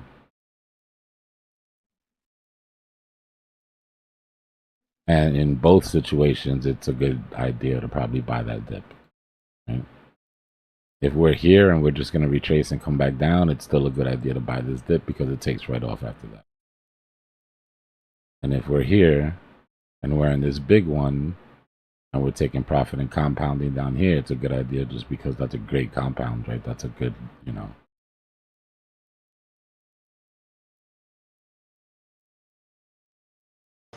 Yeah, makes sense.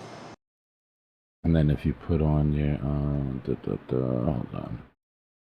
So look at on the daily, you know, it would just be our mean reversion to the 50 here.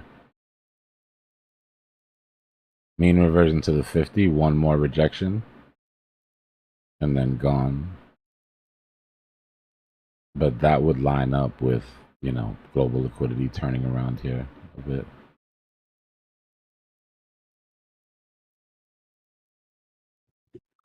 What's good, people? What's going on with it? Keeping a close eye on M2? Yeah. One last little tricky move here, I think, before we can start getting comfortable. Speaking of, let's grab this CME gap. Let's go, baby. Yeah, question is, what is dominance going to do in that during that move? Well, so this is where we have to look at the ETH chart, right? Because, okay, I'm looking at a butterfly harmonic. Don't judge me. I was just something looked interesting to me, so I had to grab it.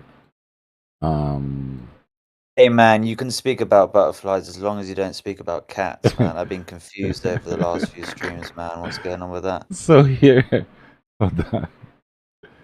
So here, let's put that on automatic. Purple line is ETH BTC. Green line is dominance, and then you've got your QT, QE, QT. When ETH is in the uptrend during quantitative tightening, ETH BTC bleeds out, and Bitcoin dominance pumps. Right, inverse effect from each other. As soon as we break that downtrend and we get the end of QT, we see ETH BTC bottom and we see Bitcoin dominance top out. Yeah. So right now we already broke the uptrend, right? So we got the first trigger, which is breaking the uptrend. Now we just need Powell to announce the end of QT, and we could finally put an end to this damn dominance run. Yeah, it's been relentless. And something that's also interesting. So you see these. I know it's a mess right there. This wasn't meant to be shown. It was something I was doing for myself. But this entire move has been a 10x on itself. Like if you look if you match up your peaks, right? So from this peak to this peak was a 10x. And then from this peak to this peak was a 10x. From here to here. From Is that what is that on logarithmic or to linear? here. I'm on log. On log, yeah, fine. Yeah. From here to, well, yeah. So what's interesting about that and a little bit scary is if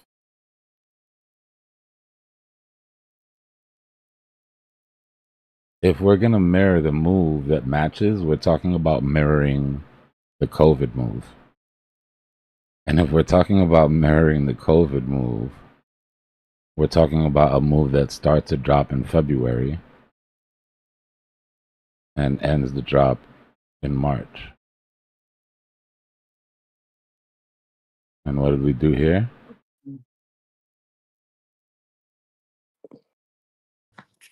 I mean, it's kind of hilarious. The stock market is already kind of nosedived. We had our spot up here, our move up in February. Yeah. And then dropped. And we'll finally end up finding that bottom in March.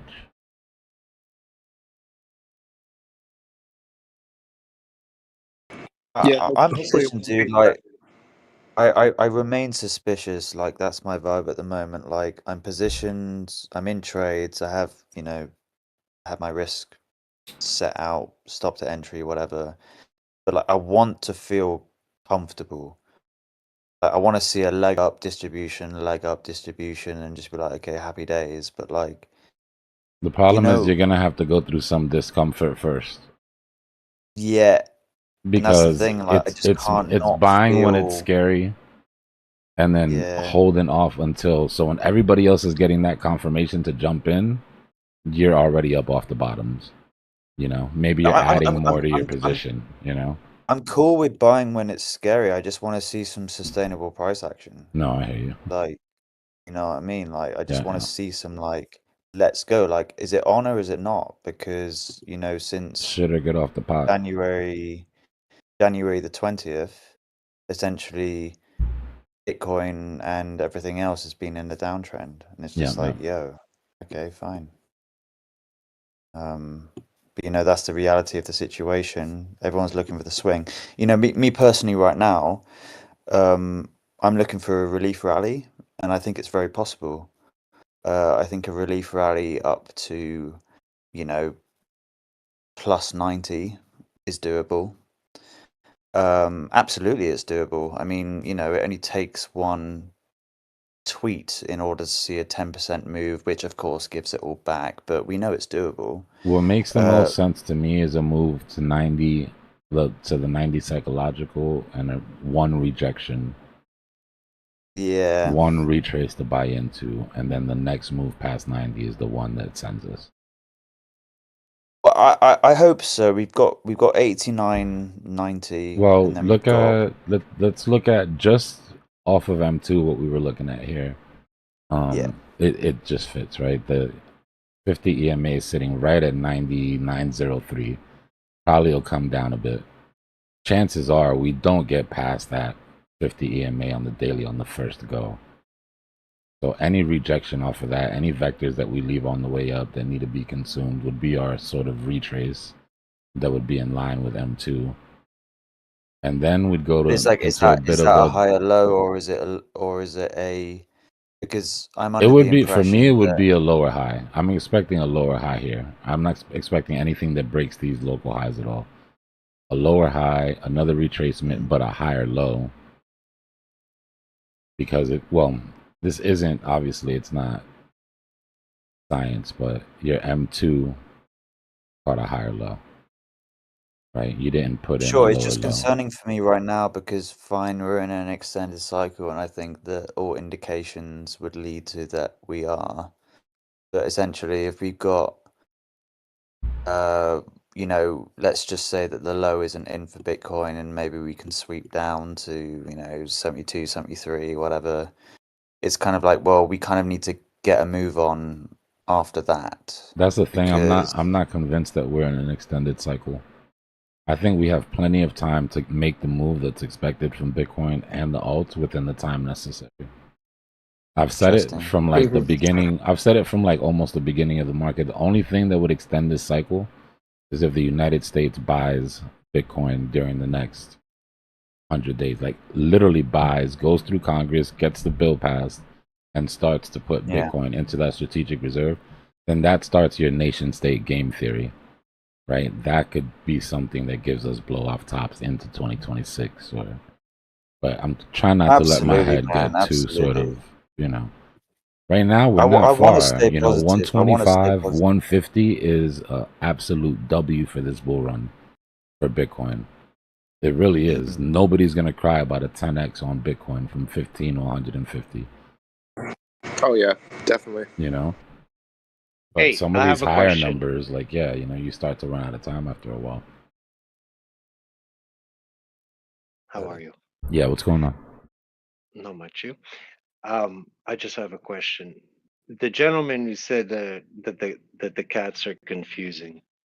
Did you ever bother listening to what it is before making that statement? Oh, absolutely, dude. Oh, okay. So you know it's No, a yeah, range, absolutely. lower range high, and a bounce on a 0.5 on the Fibonacci, right? Of course, and Okay, it good. So was, what's yeah, confusing about that? I'm just asking.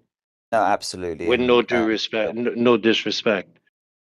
and likewise, I Oh, completely okay. appreciate that. Okay. But, It's very tiring that I've been studying this for 4 years and I still walk into discords and hear this when people are uneducated about the way it oh, works. dude, I It's the completely same problem we've understand. had since the beginning, Okay. though. It's that you don't call it something that everybody else calls it, and then everybody has to Yeah. learn I completely how you understand operate. the premise. I completely So understand the premise. So the Yeah, yeah. last time I walked into this Discord, no disrespect again, Dbloc, I was asked to give the cat TA. I Yeah. would have gladly come in here to just show it on Fibonacci's and show what I know. Just explaining to you why it, people don't understand it. That's all. yeah.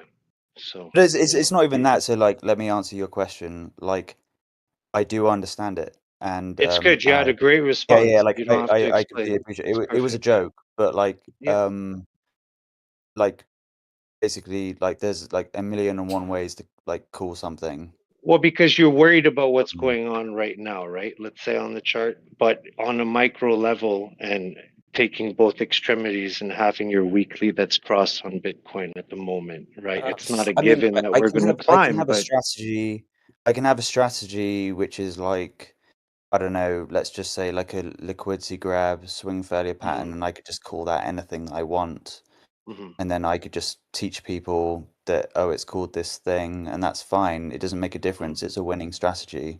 And so, Sure. like, my joke was that, like, kind of around that, like, you have this thing which you're calling a cat, which is fine, but like, there's other names to call it. And just like for the most part, like, most people won't know what you're going on about when you're right. So saying, take that to the other extent, okay? A newbie comes into the market and you tell them, use the Wyckoff. And he's going to say, what the hell is a Wyckoff? Right? And then you tell him, well, look, you know what? Compare it to the look of a cat. Okay, when you're gonna see these two triangles, you're I don't gonna know what you imagine. mean by that. That's Perfect. I honestly don't Perfect. know. Like, what do you Well, mean that it looks like a cat? Like, what does that mean? it's funny because during bro, who is discussing some really interesting stuff on the chart, we had a discussion for like 2 hours, and he was like, "Dude, I totally get you, and I understand the Wyckoff behind it, right?" So we've been talking in the background, and Skyzum is like fascinated that we're on the same page. And yeah, I call it a cat. He calls it the Wyckoff. Some people call it the Elliott wave. Bottom That's line funny. is they Yeah, that's mostly cool. do the same thing, right? They set a range. You retest or reject your 0.5. Usually your 618 is a good area for the the retail market to react in. But that true 0.5 on the on what it does and the history of it is super interesting. So yeah, I had to base the cat on that and forget about talking about the cat, But No, that's you're dope, dude. right. It That's sounds fun. absolutely stupid and it has haunted me since day one. No, But it's just cool, know, and like I respect yeah, that. Like my one that's thing that cool. I'd like to say is like for me, terminology is quite important.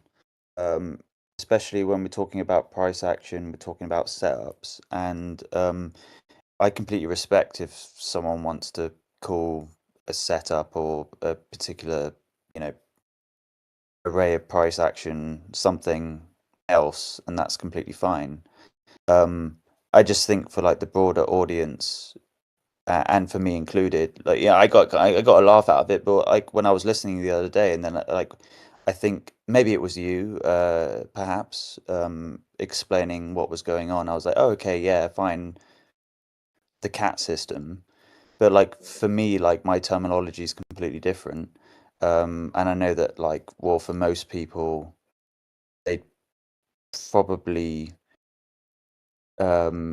get to grasps a lot quicker if you were to just say what it is rather than give It's it called the some cat like pattern, nickname, which is called a right? cat, which is Yeah, it's fine. it's called the cat pattern. It's not You can look at because my you didn't chart. do I your have it on live research. stream. It's not because you didn't do your research that it doesn't exist. If you look up Google the cat ear pattern, you'll see that it is an absolute pattern. And Now if you said the cat's ear pattern, I always then talk maybe about the that would cat be ears, so you must have been listening to somebody else. Cat But ears and the body it's and the tail.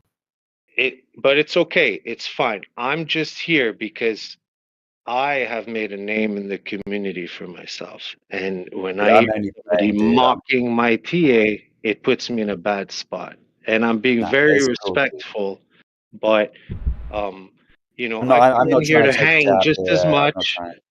Yeah, I come in here Yeah, to hang just as much in the background, and I don't have to sit here and mock somebody's TA. That's all. dude, So I'm I'd not trying to take appreciate a it if jab you didn't here. do the Like, same seriously, thing. cool. Yeah. You want to All right. call I'm something? You sorry, want to call D-Block. it? I'm sorry, No, it's all D-Block. good, man, and I'm happy It's you my brought it bad. up. It's like you want to Yeah, call a particular setup yeah. something, that's hmm fine. hmm You know, I was joking about it just because, I Well, was you sounded obviously worried, so I just wanted to reassure you oh, that, not it's worried just, per se, but just more I so think the kind of market's like in a great place, personally. I You didn't think ask my opinion, but, you know, okay, yeah, fine. Okay, so I was worried about the market and I am very suspicious of the market at the moment, but what I was elaborating on before was just that like right, we all have like a set of like metrics and terminology that we want to convey this I got market. you. You're probably a And great those person. things I'm can just, become a little bit confusing when we start mhm. coming up with like, oh, this is this, and it's kind of like, and that's fine. Um, and I suppose that's part of the learning process at the moment, like our It's chat's kind going of been, mad. it's kind I got you, bro. Look, I didn't, I'm not trying to come on as an asshole. I'm sure you're a great guy. I just wanted to say my piece. That's That's all. good, dude. Anyway, You know, it's no it's bother. all It's no good. bother. It's no bother. It's all good. I just want you to know there's a lot of technicals behind it, and throughout the years, if you've been in my Discord or another Discords, which I respect, if you have or have not, this is a fantastic Discord. I myself love to come into here, but I've innovated from it. Like, it's not the cat, it's the Fibonacci's. The cat works very well in it. So uh, But it's I've so grown from exactly it. when if you're going to unpack the strategy and say to me, well, this consists of a bunch of Fibonacci's and a bunch of Yeah, precisely that is my point. My point is that you have a strategy which you've nicknamed something, which is it's a path. fine. It's a path. I didn't nickname it. It's the mechanics behind the path. It's an automatic rally with a retest, and it does the same type of pattern. It's the sell off. It's the waves of the Elliott wave going through it. It's recognizing the Wyckoff schematic 2 with a spring or not. It's the way the cat forms. So it is something that's implemented. It's not because we call, for example, an abandoned baby candle that we're gonna say, hey, Mhm. does this thing look like an abandoned baby to you? No, it's abandoned baby because it sits there by itself, created within gaps, and it comes back to get taken. Okay, so you have that.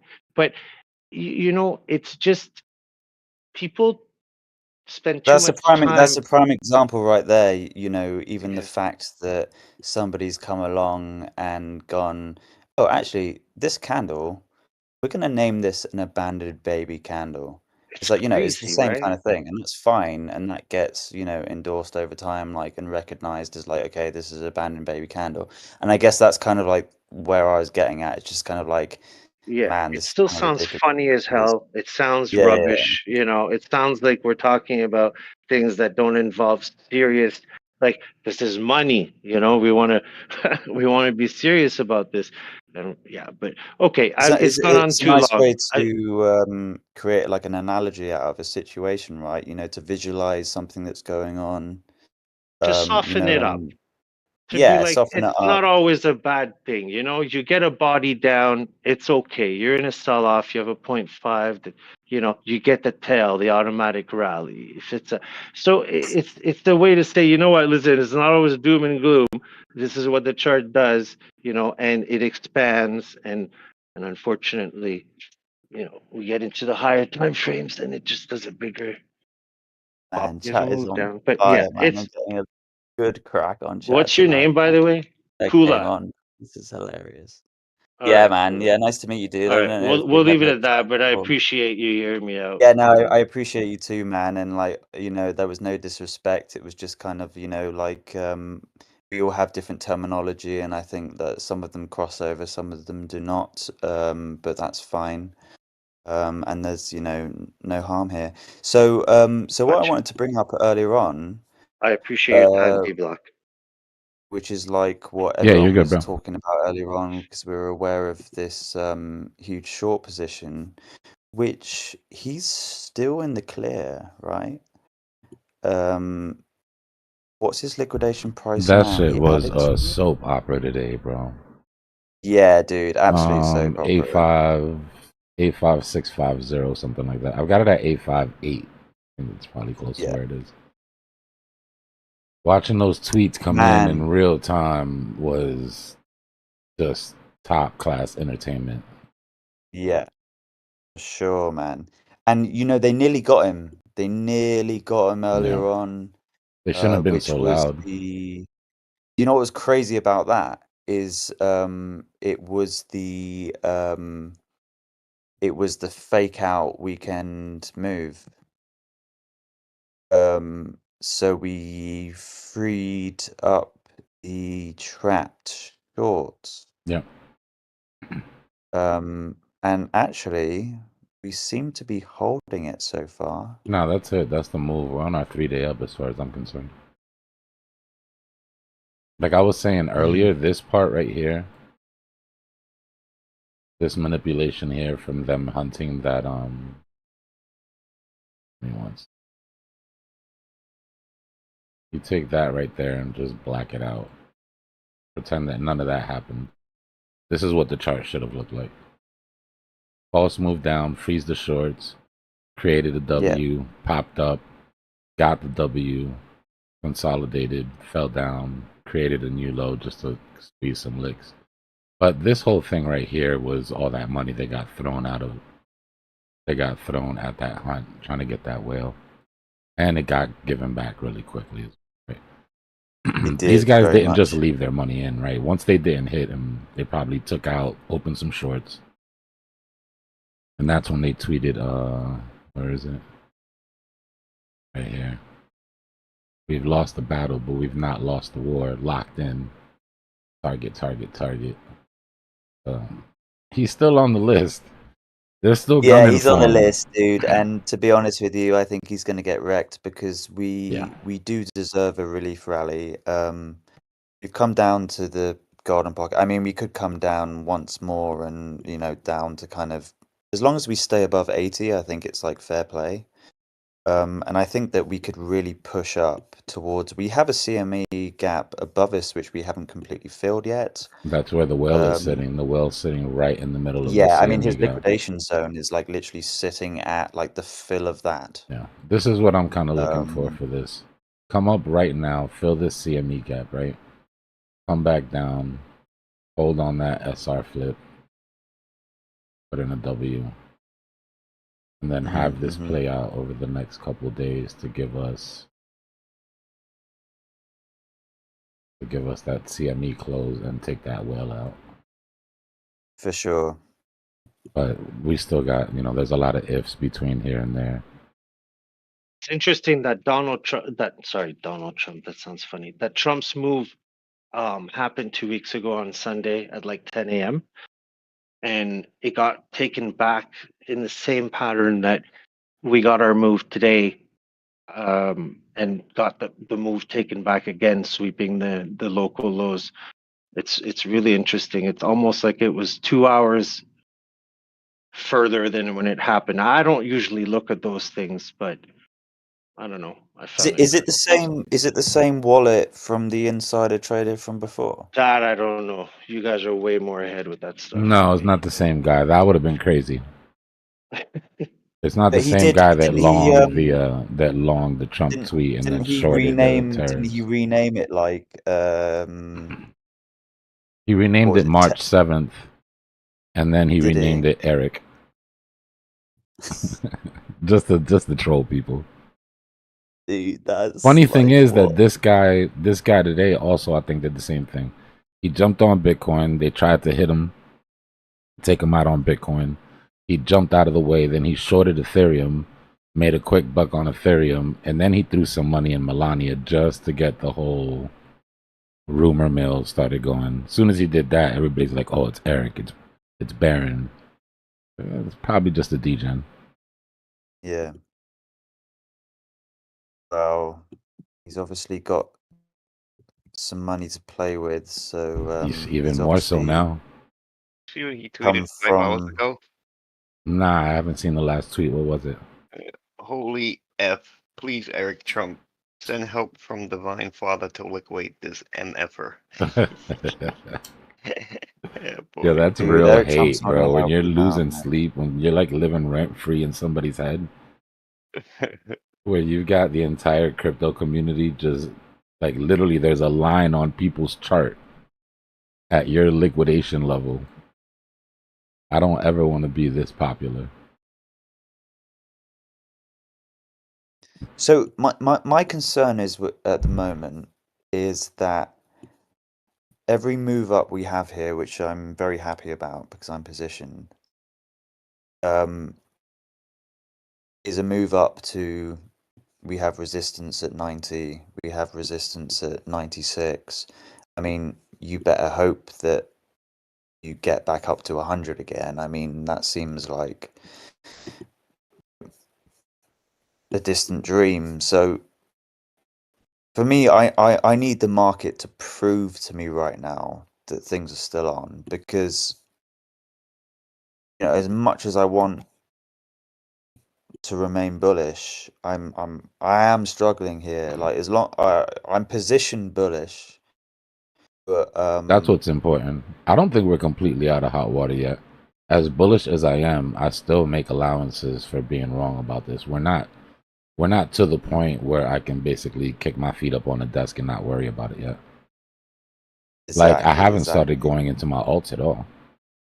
61.6 is not enough. I don't care what kind of rejection. Sorry. Yeah, I've had a couple of them do 10, 20% over the last couple of days, but they also gave up 50. So it's like, so yeah, I'm definitely waiting for certain metrics. Like I need to see a 5 in front of dominance before I start pouring any type of serious capital into alts. that's why I've been playing derivatives on alts at the moment, because a lot of my spot bags, which I've accumulated from, well, some positions from lower, some from a bit higher, but my cost basis is like fairly okay. But when we had the recent flush out, I was just like, actually, I'm just gonna like enter some low leverage positions here, because I'd rather just be stopped out on these and take a little bit of profit on the way. But really, what I'd be happy with would be like, well, if there's some strength in the market, if Bitcoin can get back above 100K, well, I'll just take profit on these derivative positions and just move that into spot and just like get a slightly higher price. But I'm okay with that because I just know that it's like back on. Little insurance policy. Yeah.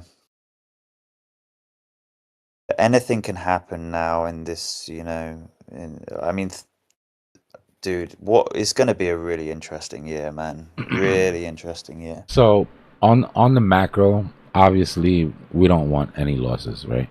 But I'm thinking everything included: worst case scenario, best case scenario, base case scenario. We're at a point right now where at least on your higher market cap coins, your downside is, I mean, even in a disastrous scenario, what, 50%? Now, what's the upside? I mean, a lot of alts have already given like 70. That's what I'm saying. So at the most, you're looking at maybe 40, 50%. We go into a bear market. The top never happens. So what's the top side? Right? Way more than that. I mean, if I walked into a casino and they were willing to give, they were willing to give me those odds, I wouldn't leave the table. I'd keep spinning and keep spinning. Obviously, nobody wants to take a 50% drawdown, so we can do better than that. But absolute worst case scenario, it's just an asymmetric bet right now. Yeah. I suppose there's a heavy correlation with legacy at the moment, and rightfully so. You're checking out M2, which they're is both also waiting on M2, basically. both waiting, yeah, exactly. And ES1 absolutely nosedived, completely nosedived. It's given 10%. It's down at key support, which is fine. And that's the thing. It's like Well, of course we deserve a relief rally, and you know it's pretty clear that you know maybe markets open later today, and we get a little relief rally on legacy. We get a relief rally on the crypto markets, and that's cool. But my concern is that I'm looking for a true move. I'm looking for a definitive. Here we go. Let's make it happen. And I just haven't seen any indication for that yet. And you know, it might be that your philosophy around QE is really what we require. I'd like to think that perhaps markets are pricing that in early, and that we can, you know, feel like that we can. I mean, I think you were showing this the other day. Like I dropped onto the stream, and it was like that. There's one more flush out. Is that right? In the history of M2, if you were to observe it, there's usually one more. So, like, if you were to Yeah, position yourself so early, right here at the correlation that has the tightest, you know, correlation right now out of all of them, the 105, we're at this divot. Let me bring price out of the way so you can just see. So this divot right here that we have before it goes, right? One last sort of lower high that gives it back. When we bring price down, like very well be what we're looking at right now. And if you put it on automatic and just kind of lock it into price, get rid of, so you see right inside that sign is our 50 EMA on the daily. And you get rid of that and you look at price, it's like it could very well be that we're going up there, rejecting, coming back down to put in a higher low, maybe check some of these wicks. Yeah. And then gone. And the last time that we caught up to global M2 doing that was in this section here, when we went from 59 to 108. sure, anything can happen this year, and obviously with the volatility of Trump. I mean, you know what I'd like to see, and I'd like to know actually how the markets react to this, would be like if a peace deal was made between Russia and Ukraine. It's like, do the markets pump? I'd like to think they do. That would be wonderful. But like honestly, like you can't even like call it on any news event this year. Like it's just It been, depends on the terms. Yeah, it would depend on the yeah. terms. But you know, the what the market loves more than anything is just confirmation, right? It's the indecision that drives everybody crazy. So it's almost like wartime is more profitable. Wartime and peacetime are very profitable. Peace negotiation talk time, very volatile. That's Zusi vibes, right? Like Zusi would argue the point that it's like, oh, we're in war. No, this is good for markets. Yeah, I mean, it tends to be, because as long as we have a direction, the market knows how to deal with it. Same thing with presidents. Look, just tell me who the president's going to be so we can figure out how to how to move through the next 4 years, and we'll get back to business. Tell me if we're at peace or if we're at war. Tell me if it's tariffs or no tariffs. The market will absorb whatever tariffs we throw at it. The market will eventually absorb it and then keep right on its path. But not knowing, and on and off and on and off, and it's less and it's more, and the tough talk and the all that indecision, they hate it.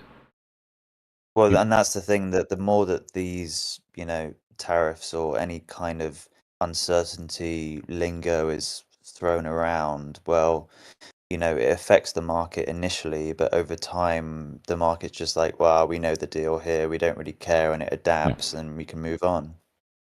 So I'd like to think that we get to a stage where it's just kind of like Trump can just kind of continue throwing tariffs or uncertainty all over the place, but the market's just like, yeah, we don't care, like we're positioned, like let's go. Well, hopefully, because I mean, it's having its desired effect. I think the whole point was to shock the market. Like I said, I think he's trying to. Yeah. I think he's trying to motivate Powell to do what he wants. Definitely. But I mean, at the end of the day, you would think we'd get used to it. Like every time he comes in and says, 99% tariffs, and everybody's like, "Oh my god!" and we're like, "Bro, that's the stick. Just wait. Give it a couple days. They'll come out with the real deal and his actual ask." I completely agree with that. Yeah, and you can. Like, This is Trump's style. Like he's even referred to this in his book with the art of the deal. Yep. But his end game was not to tariff the world. It's to put pressure on nations to leverage, to find a position of strength in negotiations to get what he actually wants. Yeah, he And does it so with it's everything.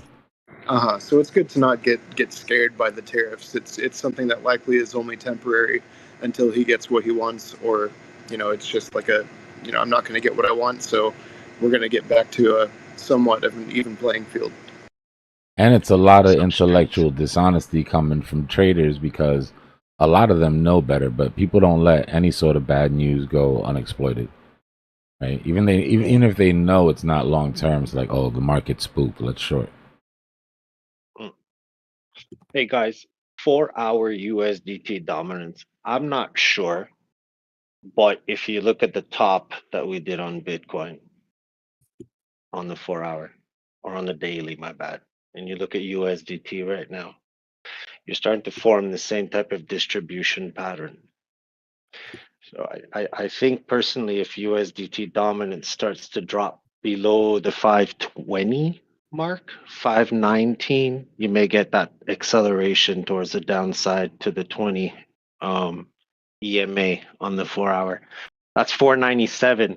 If you look at that 497, it's also its previous resistance where it actually tanked down back to 419.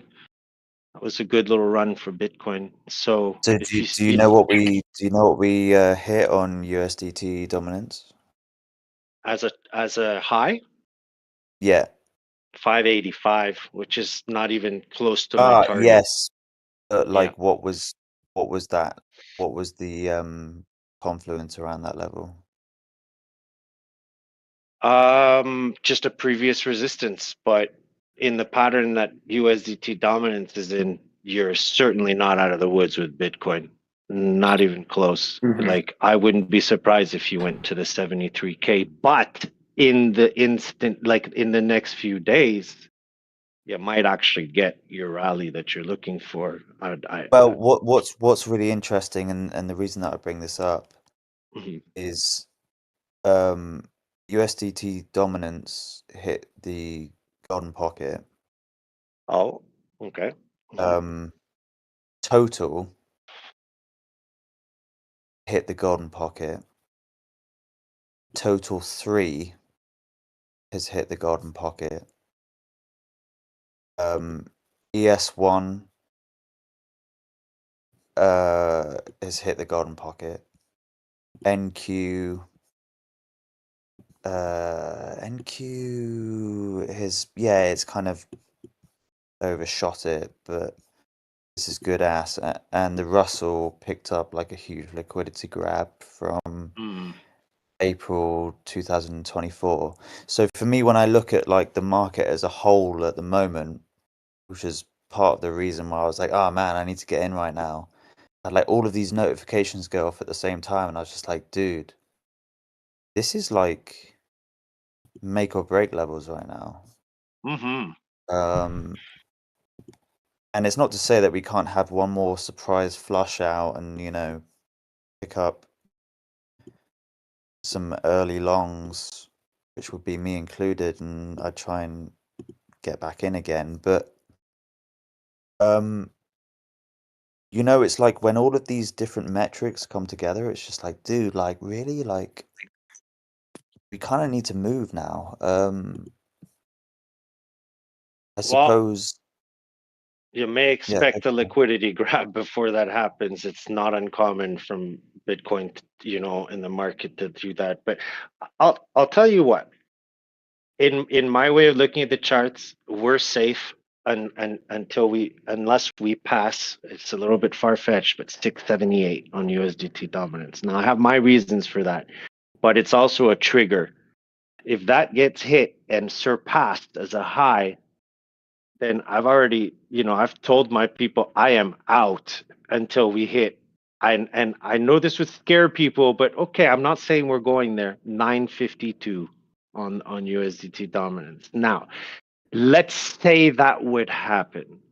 That would also mean Bitcoin would certainly not hold your 60s, right? We know the scenario from 15K to our top. The 0.5 is, was it 33K or I mean, something? 952 is an all-time high, no? Yeah, so I'm not even on, like, that's not even part of the book yet. It's you obviously have to go through many steps, and yeah, where the market is sitting right now and everything that's going on, I personally think, and I'm not American, I'm Canadian, so I see it as an outsider in a way, but you know what? This is all a puppet show. I think it's just timed properly. They're shaking out the market, and Trump is going to look like the hero, and things are just going to go back to probably to better than what it was. That's my opinion, but yeah. Yeah, I mean, I think that's a fair assessment. I mean, I think well, I mean, I'd say a couple of things on that. 952 would be a bear market because essentially the prior all-time high that we've had on USDT dominance was 2022, which basically was when the whole crypto market was in a bear. So of course, if we come back up to there again, I'd be like, wow, it's kind of over. In regards to Trump, dude, he's such a wild card. I think a lot of the promises or expectations that people had leading into the inauguration.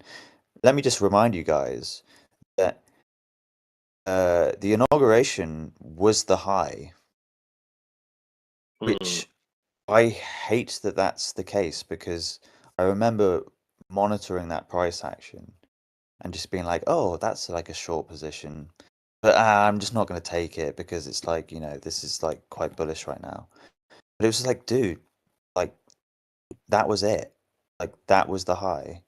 You're not wrong, dude, because ETF was the same thing. We reached 48K, Yeah. which was a double top, and we tanked and then went back up, right? My problem was with it is it was just because I'm a contrarian trader. I love taking the other end. If there's anyone that's going to be shorting inauguration, it would be me. But I just didn't take this trade because I was just and so the problem with this Trump situation is that it's so unpredictable, and a lot of people will speak about the fact that we're in a traders market at the moment, and yeah, we're in a traders market because you have a bunch of volatility that comes along with all of this, and really if you can just sit comfortably in making 10% here and there, you're fine. But that's not what I'm looking for. What I'm looking for is getting into a position where I feel comfortable for the next 3 to 4 months.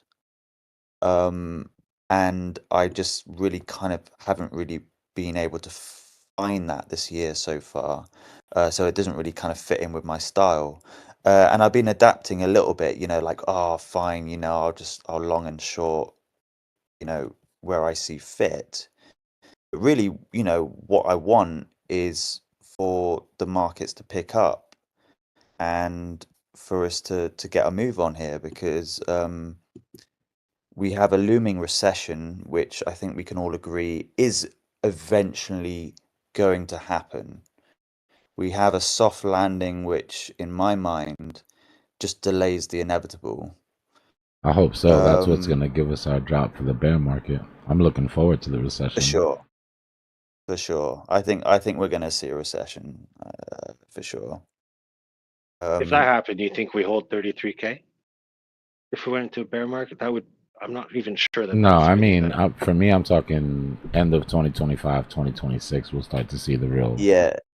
Okay, and then I don't think we come down underneath 68. If we can make it that we've far, we've never come down underneath where the president was elected in any bear market.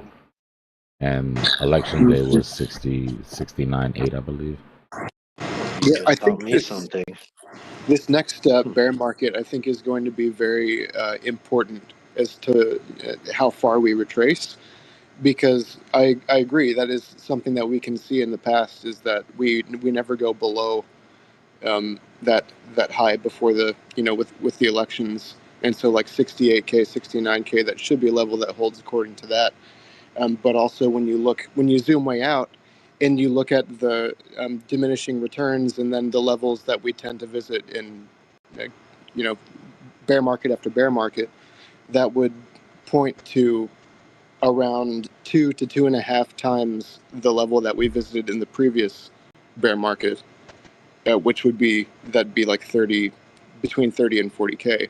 And so where we land is going to, I think, tell us the overall direction if we are shifting outside of the rainbow of death on the logarithmic chart that I know a lot of people are aware of.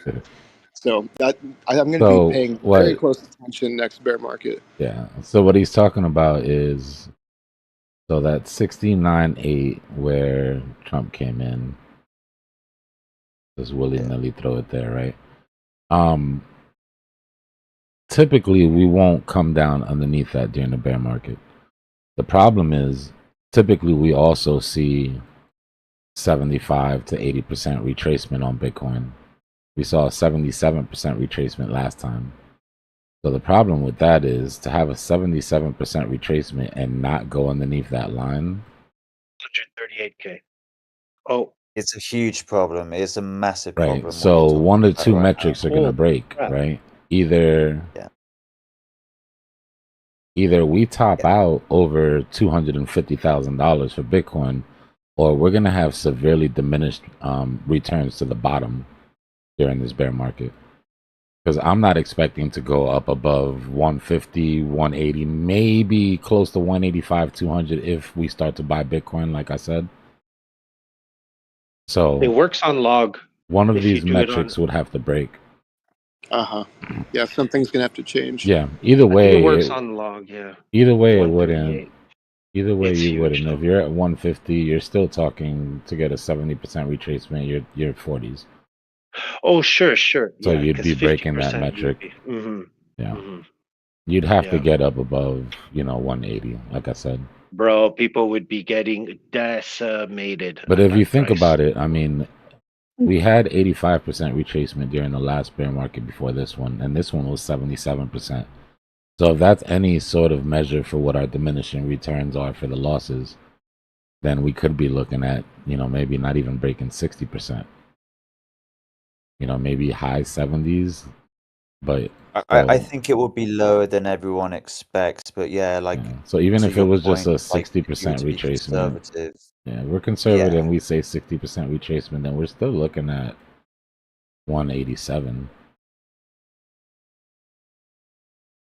Yeah, no, I think we break it. I think we break it this cycle would be my bet, would be that no matter what happens, I mean, we could fly up to, I mean, let's just say that the top is not in and that we go up to 120, 130. I mean, super bullish scenario, 180, whatever. I think in any case, I think we're gonna drop a lot lower than people expect. This time around? So, for example, here's something I'd just say is Of just all like before you continue, of all the bull market metrics, that presidential sort of thing is one of the weakest. It doesn't really hold any significant value. It's more attributed to where the elections come in during the bullish third quarter that we usually get, that we never sort of revisit, right? So that wouldn't crush my heart if it got, it wouldn't destroy the 4-year cycle if we lost that metric. So here's the funny thing about that price, and the ironic thing about that price is, like, if I was to say to you guys, right, so Sailor's cost basis is sitting around, what is it, around 60 at the moment. Do we think that in the next bear market, price is just going to stay above his cost basis, or is it going to dip below? I think most of us would agree that a true bear market in order to get things really fearful is that MicroStrategy are going to be underwater. Yeah. They can afford to be And that would underwater though mean because of their sub 60k level, which I think is very doable, you know, 40, 30k, fine. But there is going to be a moment where strategy is sitting significantly underwater on their holdings. Yeah, I believe it. Yeah. Yeah. They So tell I see they it like tell their that, you know? shareholders as much. There's a reason why they're set up the way they are. Right? It's a 5-year float. It's a less than 1% VIG on a 5-year float. Yeah. They can afford to sit on the water. They just tell their shareholders, hey, look, settle down, guys. Couple bad quarters coming in. You guys know the game. You've already seen it happen once. Yeah. We're clearing that CME gap now, guys. GG's, by the Quick way, question. anybody that Yeah, swung at I'm having. this play at Oh the yeah, CME. I'm killing it on Doge. Believe it or not, right now. Yeah, you have a Nice. question? What would it take Doge and for shit Michael all day. Saylor to get liquidated? He cannot. He basically can't. He basically Right. can't. Because The way he he's got completely it set up. impossible.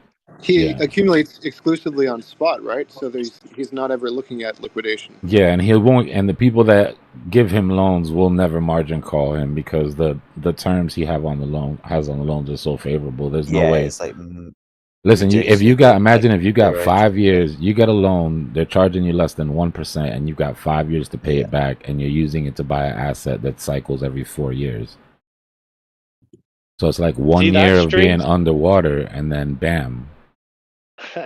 Yeah. D-Block, I wish Clive was hearing you say that right now. Strings, are you still here? Yeah. I literally told him that. I said, why would I use my own money right now? Do you remember me telling him that? Okay, this but week? wait, hold on. Let me put a caveat there. Okay. We can't get 5-year floats for less than 1%. Nobody gets that deal No. specifically. So Sure. any other sort of deal there is risk attached. I just don't want to make anybody to think that they can just run out there and be Michael Saylor. No, you're right. And to back that up, what I was just trying to tell him was, look, you know, it's nice and dandy to lock your own money up. Okay, it's fine. You lose it, it's yours. You lost it. Okay, but for example, you have a 4% on a credit line or something. You're being conservative. You take 5K, right? You know that most of these alts have gotten decimated. Some of them have gone and created lower lows from long story short, we know what point where we are at somewhat in the market. To pay 4% on $5,000, let's say for me right now, has been working out because with the profits I make, I pay it back and then I just recycle. So what I borrowed for a month doesn't even charge me the interest. I take back, I keep my profit, I put back the money, in, out, in, out.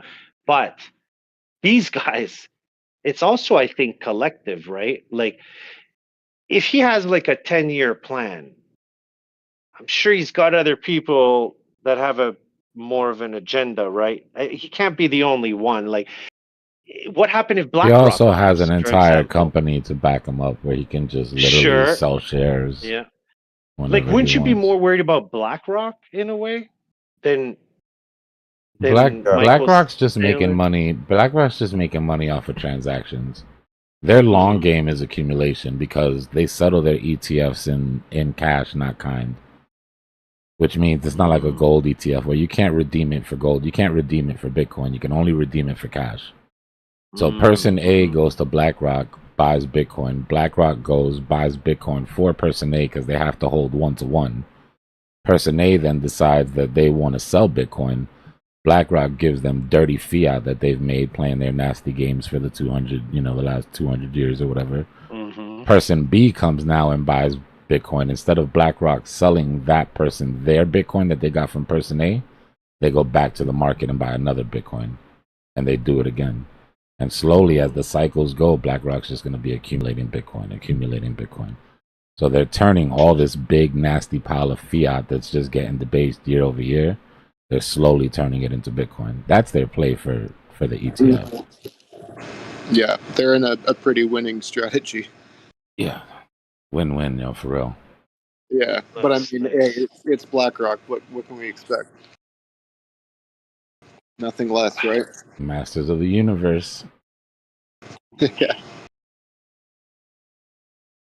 I knew nothing about all this stuff when I got into crypto, and now I feel like I'm a politician almost, just because I've concentrated more in listening into what happens with the market and the cycles, and the rate cuts and so much. And this statement you made, which is so true. Another thing Clive said once that really offended me, and I was like, "How could you say that?" He's like, "War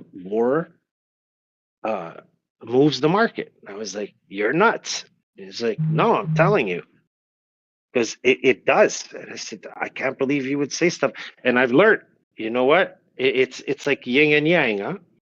When there isn't enough of something, it's unbelievable. Yeah, he likes to go for the shock value with a lot of his statements. Like I think just the other day he was saying like the game that we're in is to make money off of other people's misery.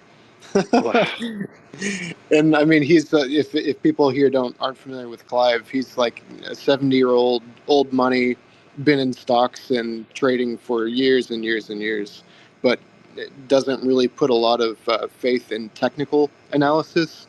He's a fundamental analysis guy. But yeah, he's a good person, but he definitely he butts heads with technical people. The newer generations.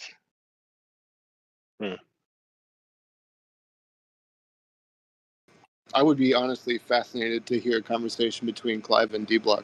I feel like my style really is a mix between technical and fundamental. Even my technical style. I don't even mean just because I mix fundamentals in. But the heavy emphasis that I put on liquidity and liquidity gaps and liquidity provisions and like that's all fundamental stuff that shows itself on a chart. Mm-hmm. You know what I mean? So I think I bridged the gap. I'm really like a hybrid trader, bro. One thing that I noticed is that I add a lot more sort of psychological sentiment analysis to what's going on, and not just the sentiment of traders, but market maker sentiment. Yeah, you guys would probably honestly have a good peaceful conversation. Since I definitely I see you as having some things in common with him. He's very smart, Clive. Very smart man. Yeah, very smart man. I gave him the invite. I mean, I'm pretty sure he's in here. The problem is that he's a big fan of Gary Gensler. That could be an issue. Yeah, that could be an issue. It's not true. Clive, for him. Damn, Gary though? No, we put him through the ringer. He's just joking. All right, we're moving up on this CME gap. We didn't even make it out of Asia, guys. Like I was saying, you open up after that false move week beginning, and it's Asian session. The very first thing on their to-do list is to close that CME gap. Easy money every time. Knock on wood. Not financial advice. Dbloc, if you Google BlackRock, the whole coin for the ETFs, they made an adjustment, and it says that you can get in coin or cash. Oh, they're settling it. Well, I know that they made an effort to ask for in-kind settlement, but there was always that rumor that it was just for show. They didn't really want. Well, in kind. I heard it from someone else, and then when you mentioned it, I thought of it. I just Googled it, and it popped up. Yeah, they changed it. That's interesting. But I also heard that they're gonna make it like a lot of people to get to deter people from it, of course. I love this move on the chart. If I had my way, I would want them to switch the in kind at the top of the bull market, so that so it actually affects the chart. Right? We want it to affect the chart. Once we take profit, we want to see some red candles down to nothing. Let's go, baby. Dude. TME push once again, guys. 84.4 trigger for an accelerated move up. I find it's like a reach for that target right now, but if you don't, well, there's always the if, right? They're going after that whale, baby. This Yeah. whale is Oh, gonna get taken out. he's still going. Yep, I 85 thought. 8. Nah, he jumped out of the way. I thought he sold. Nah, they jumped out of the way. He sold his ETH. They're gonna go for him on the sorry, never mind.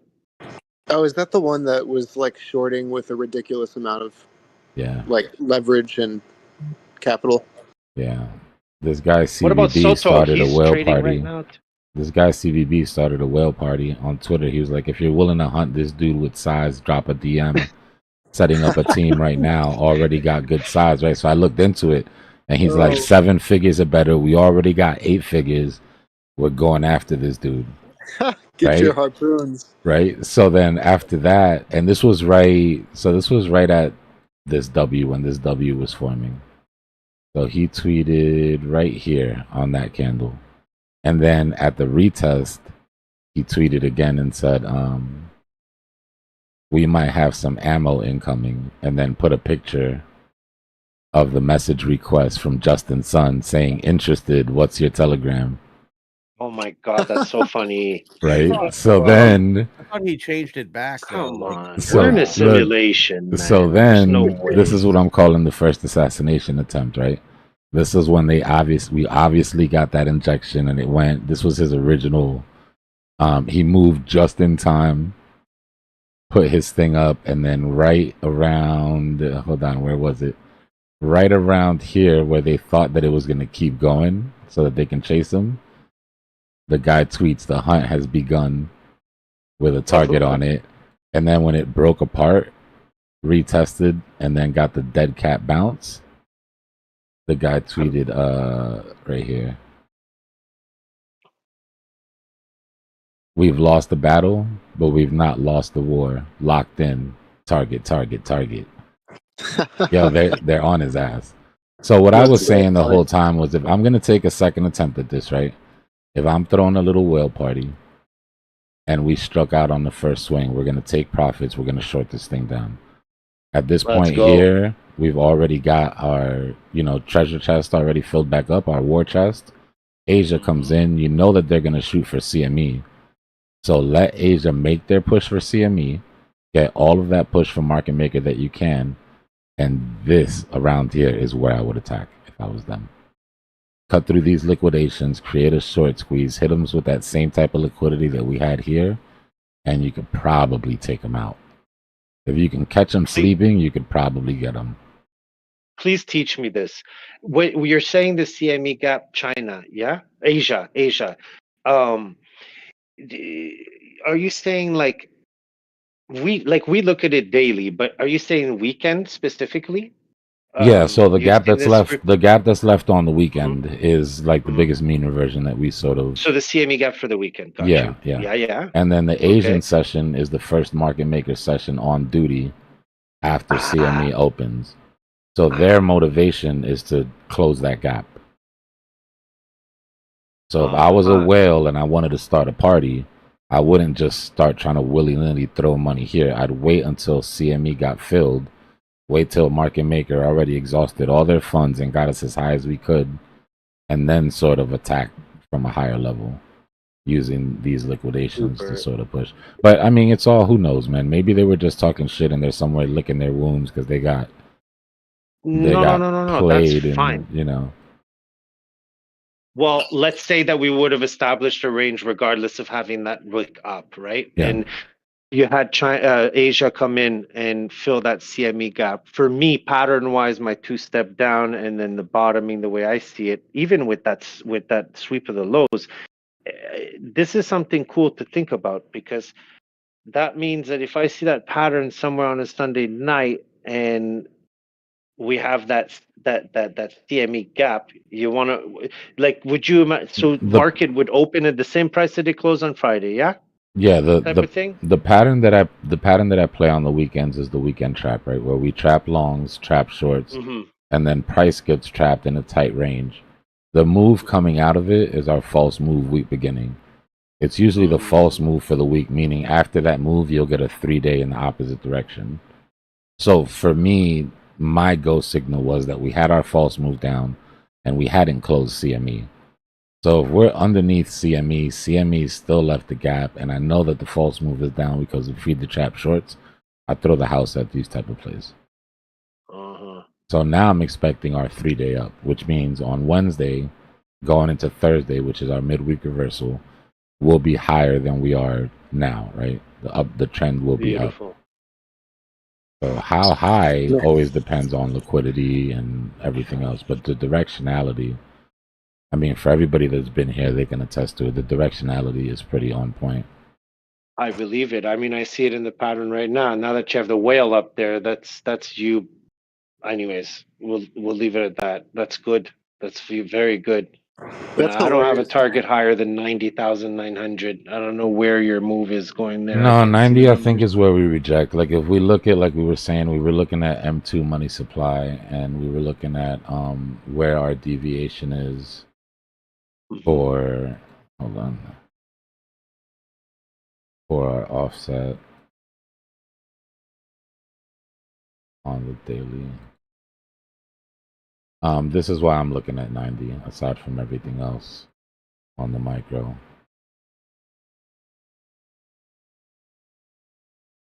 So this bump up on M2 money supply, I've got it on the offset. That's why we got future price action here, right?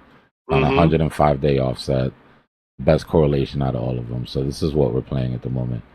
The top of that seems to really coincide with our 50 EMA on the daily.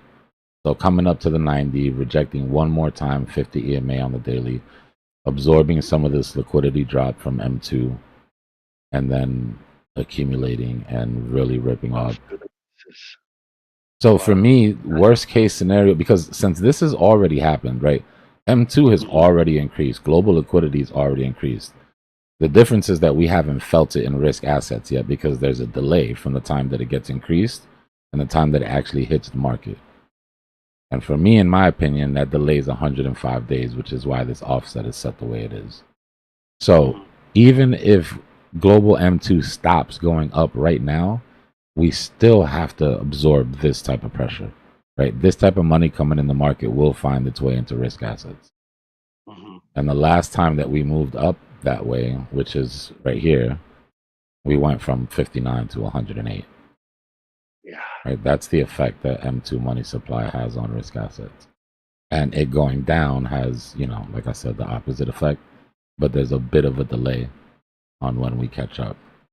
So in my opinion, if we're just looking at M2, in my opinion, we're getting very close to here. Yes, sir. And Yes, a little sir. bit of take profit, reaccumulate, Yeah. and then And fasten when our everybody seatbelts. thinks we're gonna shoot down even more, Oh, listen, it's I gonna. promise you, I'm going to tell you guys right now that on this trip down, the world is going to be over. Yes. Blood in the Yes. streets, the crypto is over, mom was right. Apology videos on YouTube. Yeah, no, I promise you, it's going to get really bad. The FUD is going to be horrible. Oh my God. Very nice. Very nice TA. Love Appreciate that. Great. Yeah. Yeah, it's good research.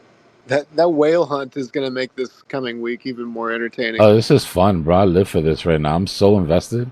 I'm like emotionally invested in this guy. I can't figure out if I'm rooting for the bad guy or if I'm rooting for the good guys here, right? Like I kind of respect the fact that he caught them, got out of the way, even with all that. I thought they were too bold, bro. Having all that shit on Twitter and being live and, you know, publicly headhunting this guy. I'm glad you guys wasted all that money. But I don't know. Yeah, my bags want him to get wrecked. But I kind of I'm kind of rooting for the bad guy here. I don't know. But I think he gets taken out. An XRP, what do they call them? What do you think about XRP these days? I mean, I would have had more I would have held more XRP during this bull run, but I have this thing about wanting to take profits all the time. And Okay, that's XRP fine. I didn't have give the me the same thing. opportunity to do that ever. So, but no, I rolled XLM. I felt like Okay. XLM gives me the same topside potential without some of the the muss and the fuss. You know, some of the nastiness Yeah. attached. Yeah. But shit, all the ISOs, you know. Yeah. H bar went crazy, XLM went crazy, even ADA, for fuck's sake, had a nice run.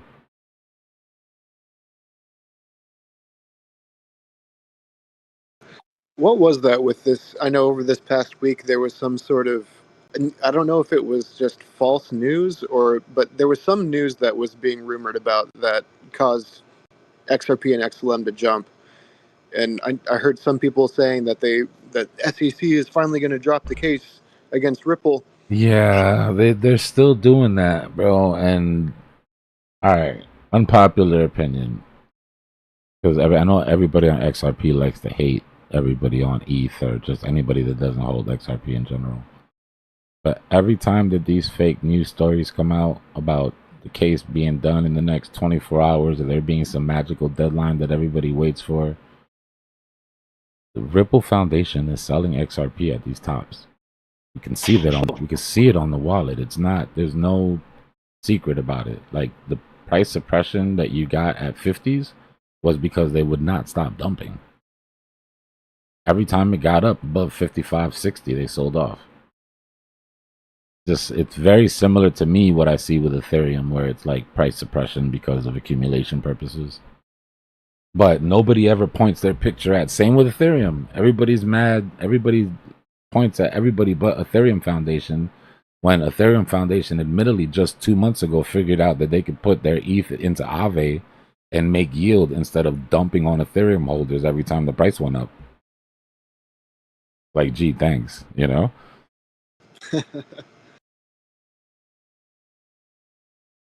Yeah, I was saying to some friends in the community that were saying, "Oh yeah, the case is gonna get dropped again." Like, I'm getting mad deja vu right now. Like, hasn't this happened like 100 times already? Listen, I'll say the same thing that I keep saying to everybody when we were at 50. It takes me 5 minutes, not even. It takes me a minute to pull up my exchange and put in a buy. The day that the news comes in and the chart shows me that the news comes in, I am 1000% okay with missing 5-10% on a move. I'm at the charts every day. I don't need to hold something in the hopes that something happens. I can just have it on my watch list, stay every day. I'm doing my daily research, stay on top of the news, see how much of a chance there is that. But all of this preemptive, I want to front run the news shit is like, that shit ends up costing you a lot, bro. More times than not.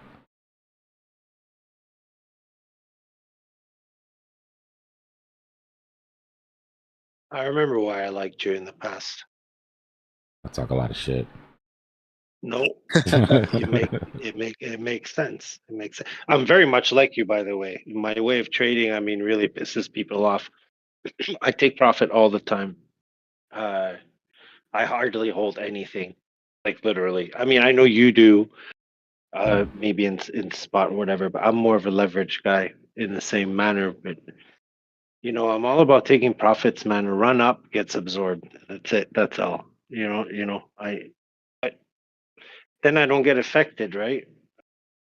If the news comes in and I'm too late, I short it. If I can catch it and it's something positive, great.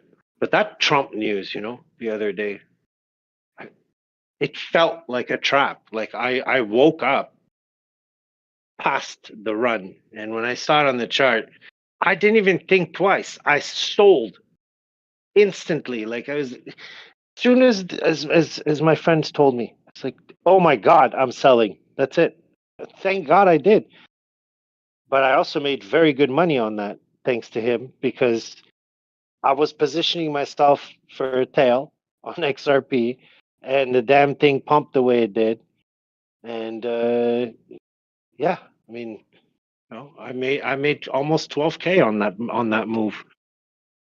Had I not gotten out, I would have seen it take the entire move and more, hoping, that it would sustain itself. Anyways, I still think we're very bullish in what we're doing. Yeah. Yeah. Bigger picture for sure. Yeah. Just that washing machine. Yeah.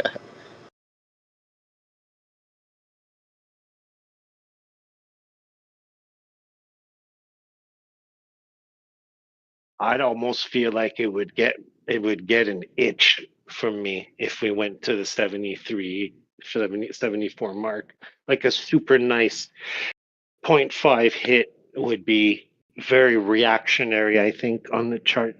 You'd see more of a I mean, we've been seeing these V bottoms, but I don't know. Chart looks good though. Having a hard time at the moment thinking we're going to 73 with the way we're forming this, but I'll go for it, you know? I went out on a limb 0.5. 2 weeks ago and said that we hit bottom already. It's gonna be Yes, close. Our higher low is gonna be close. It's gonna be scary close. But I think we bottomed already. Yeah, because the 76 mark up to now, we've done full, how can I say, I'll call them oscillations, okay? Full waves on the 15-minute. And we've bottomed out on the 0.5 on the first one and set our range, right? So that was the 80,000. And then we slightly broke above our resistance at 85.4 and came to retest it. Fine, we didn't get it a higher local high, but we did drop back to the local 0.5 of that range, which is 81,835. And now we're in that same move up again. That breaks the range. I think the future fib on that is kind of easy, but I don't want to believe it, you know? Yeah. It's pretty simple at this moment. You could probably have this run that Dbloc's talking about. I'd say at least to 88. Galactic, that's the plan, bro. I mean, you know the time. If we get up there, you already know where we're at on the time frame. But 90K is where that daily 50 RSI is going to be. I mean, the 50 EMA on a daily is going to be sitting at around 90. So that's really just mean reversion, right? A little bit of relief rally up to the mean reversion, come back down. Nothing too serious, but we'll see. I hope I catch a nice short on that move back down. I'll tell you what, because I get a little too bullish when we get to these types of areas, and yeah. But I think Galactic, I think it can come back down to 80 after that, is what I'm saying. Oh, I'm sorry. I thought you were. I'm sorry. Oh no, I was talking to him, but we were talking about the same thing. Okay. He was commenting on what we were talking about. Sounds good. Yeah, someone in the YouTube chat. It seems crazy now. I know, that. y'all. I know it seems crazy now. I know. Just stick with me here. We've seen crazy happen before. Yeah. I know Strings has seen me be crazy on this exact pattern. and and we come out of it topside, and I'm like, and it's like, you see? Don't worry about it. Let the market do what it needs to do. But never in these areas high leverage. Oh my God. Yeah, it's a dangerous time for that. Especially with whales being hunted, man. Yeah, and I promise you guys, I'll say it again. If we do go to 90 and we take that trip to 80, it's going to be levels of FUD that, you know, the whale guy, you know, he changed the name of his wallet to Tether FUD. Oh man. Just to like, even that's Tether FUD is like, for crypto guys, Tether FUD's an inside joke for the highest level of FUD, right? When all else fails, when nothing else is working and you're trying to really crush the market, it's the Tether FUD that comes in. And that's usually what you get on your last move down, right? Either depegging, you gotta sell all your Bitcoin and put it in, put it in your bank account. Do you picture these guys in a comical way though sometimes? Like on a phone call, he's like, "Yo, I'm trying to dump it, man. I'm trying to dump it. It's not, yo, dump your shit." And then it's like, I don't know. The whales, I imagine them like us in a Discord, Yes. The macro whales, no. So the macro whales are running on patterns that they don't have to communicate about anymore. But the market makers, I imagine, in an office in like a boiler room sort of scenario, like the movies and shit, right? Papers flying everywhere. You know, everybody's vying for that corner office. You know, oh, I closed that $50 million vector. It only cost me $5 million. Oh, I closed it for free. Retail paid for the whole thing, sucker. Yeah, man. Mahogany furniture, leather couches, and cigars. Yeah, yeah.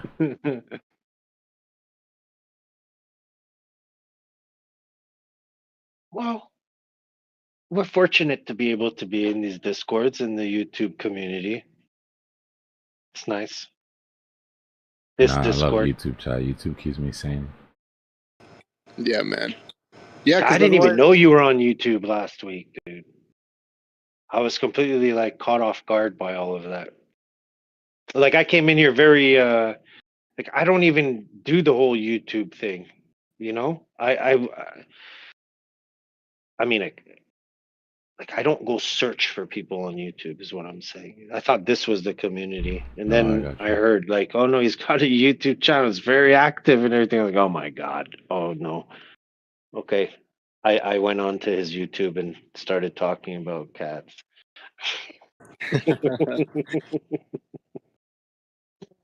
Anyways, but it's nice. Yeah, man. Yeah, because trading as a retail trader, like we all are, without a community, it can be a bit of a lonely game. But to have a community of people that you can at least just witness all of this stuff with and talk about it, and everyone has similar interests in that way, it makes it more fun, more entertaining. Yeah, and YouTube for me adds a different aspect of it. Like, it's like the family that we have in Discord, we've been together for forever, and building the family and making it bigger is great. But I'll be honest with you, like, as much as I love you guys that have been here for a while, being able to talk to somebody that's new that hasn't picked up any bad habits yet, and being able to really like put them on game to what's important to sort of pay attention to, and know that you're probably fast forwarding them, a couple years in their trading journey, like that feels good. Yeah. Okay. I agree. And you're giving much more, like, let's say I was a newbie and I came into your Discord, and it's which I have, let's say more frequently in the past month. I'd say that I would learn as a newbie much more valuable things than I did when I was in our friends' Discord, back in the day. Yeah, I think it's the mix, right? Being able to slow it down and talk to somebody that's new, but then being able to have them sit and listen to more high level sort of discussions, and being able to sort of be a fly on the wall when things start to move, to see how people deal with the pressure and the anxiety and what we say amongst each other. Because when shit hits the fan, we're just trading. It's like we're in a trading room. I'm not really reading the chat to see what's going on, but they're sitting there listening to how, like an apprenticeship almost, right? It's different than just learning when you're sitting over somebody's shoulder and watching in real time. Sure. Yeah, when the fire alarm goes, we're on duty. We gotta trade. And apart from that, yeah, you don't stop learning. And you do give. It's just there's too much out there. It's nice to be able to sit in one community and grow with it, because you're growing at a state of learning that is like it's steady in a way. When somebody like you, for example, I'm not sucking up to you, by the way. Nah, never. No, I'm not sucking up to you at all. I know it sounds like it, but because there's a lot of value in it. I know, like, now that I know you're on YouTube, like, there's a lot of value to it. It might sound like fun and games, but you end up fast forwarding 2-3 years later, and you realize you're not so much a newbie anymore. 5 years, and you're like, wow, maybe I'm going to be teaching somebody something, right? But a lot of Discord owners, they don't take the time to do that. They sit back and they just, it kind of like morphs into whatever it gets to. And yeah, no, it's really important for me that this stays. structure. Yeah, it's important to me that this stays the way it is. I want everybody to have a voice. I want everybody to talk about their trading style. I want everybody.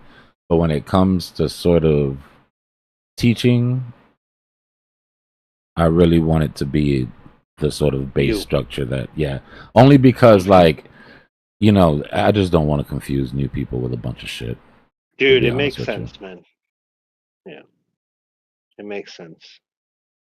Good for you. But one of the biggest complaints that I get is the confusion of just a lot of noise, right? People don't know who to listen to. And I mean, eventually everybody finds their favorites, right? Somebody that trades the same similar style as you. Maybe the way that they explain TA speaks to you more than somebody else, you know, whatever. That's all that's important, as long as it's profitable. Yeah, we're in a Discord, Senior. Give me a second. Unless one of my mods has an invite ready.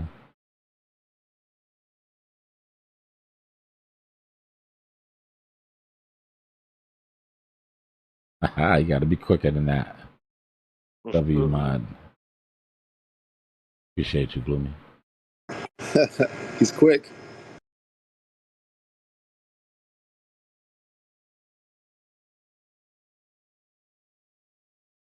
I appreciate that, Senior.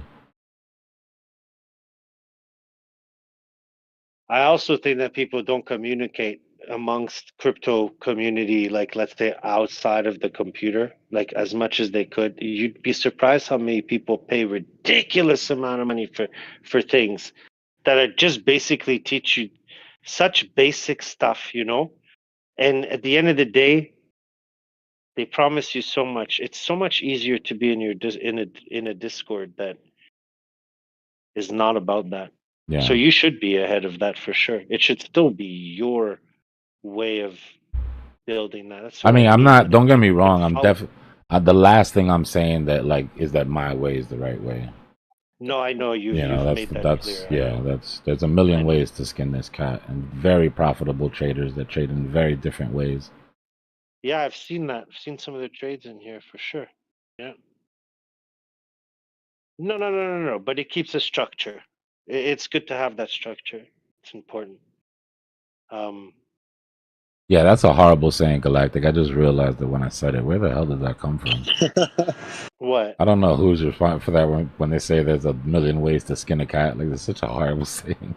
Oh my Why God! are we Leave my thinking of cats ways to skin alone. a cat? Stop it! I'm feeling very direct. Like you know, it's. I feel like. Nah, I love cats, God. man. I'm a No, cat I'm guy. kidding.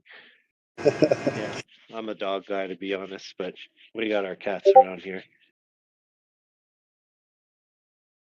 We got Tico across the street. He hunts every single thing that moves. It's very sad, but he's like one of those spotted cats there. Those expensive cats. What do you call them? Looks like a cheetah. Oh, like a Bengal. A Bengal. Yeah, I've never seen a cat run that fast. This thing launches from the ground to the roof of a car onto the roof of the house. It's insane. They're cool, I guess. Yeah, I got a dog and a cat. I got love for both.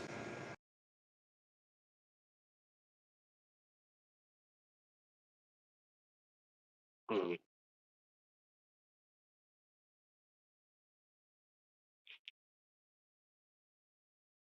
Scary, yeah, when you get into those CME gaps like that, regardless if there's a gap or not. Like you get to this little area here.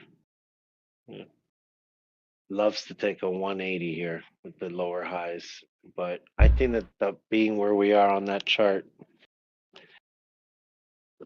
I think we're going to hold the 0.5 if we start retracing again from where your hand is there to the CME gap. Yeah, I mean, we're in our psychological ranges now. So even if there wasn't a CME gap there, price would have mean reverted to the psychological high and low. So it's a bit of a Right. double sort of whammy. But once we get above that 800 EMA on the 15, we'll have all our EMAs underneath us and starting to point up. And the directionality of it sort of calls for a continued move. Such a perfect trap, guys. Another weekend, another perfect weekend trap.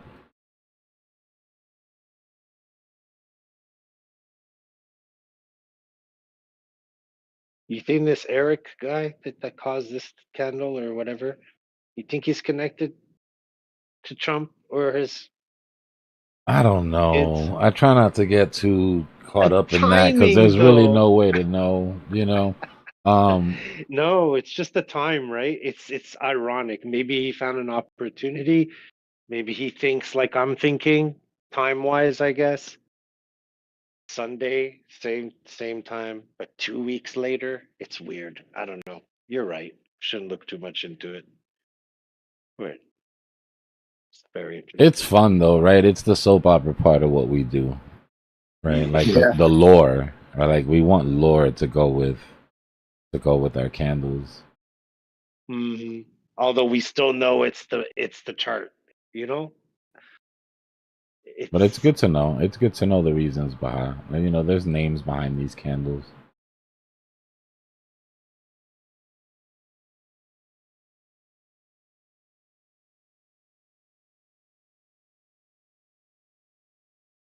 You know what, Dbloc? Ever since I seen what you were talking about the other day, which I did see on my own, which was the different cycles and the way we bounced, you had your boxes made, I think, for like the Q1. tree. Yes. Yeah, yeah. Yes. Yes. That. Ever since I kind of spotted that, not in the way you did, of You're course, talking again, we about get this to chart here. hmm I stopped worrying, if that makes sense. Yeah. Yeah, because it's like you've seen it before. And not only that, but you probably remember feeling exactly the same way when we broke that 40 and started going down into the 30s, that pit in your stomach. Hmm. And look at the run we got after that.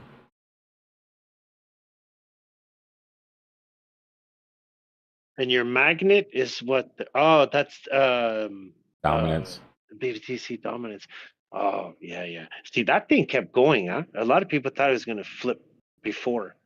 Well, the And problem is QT. So as long as we're in QT,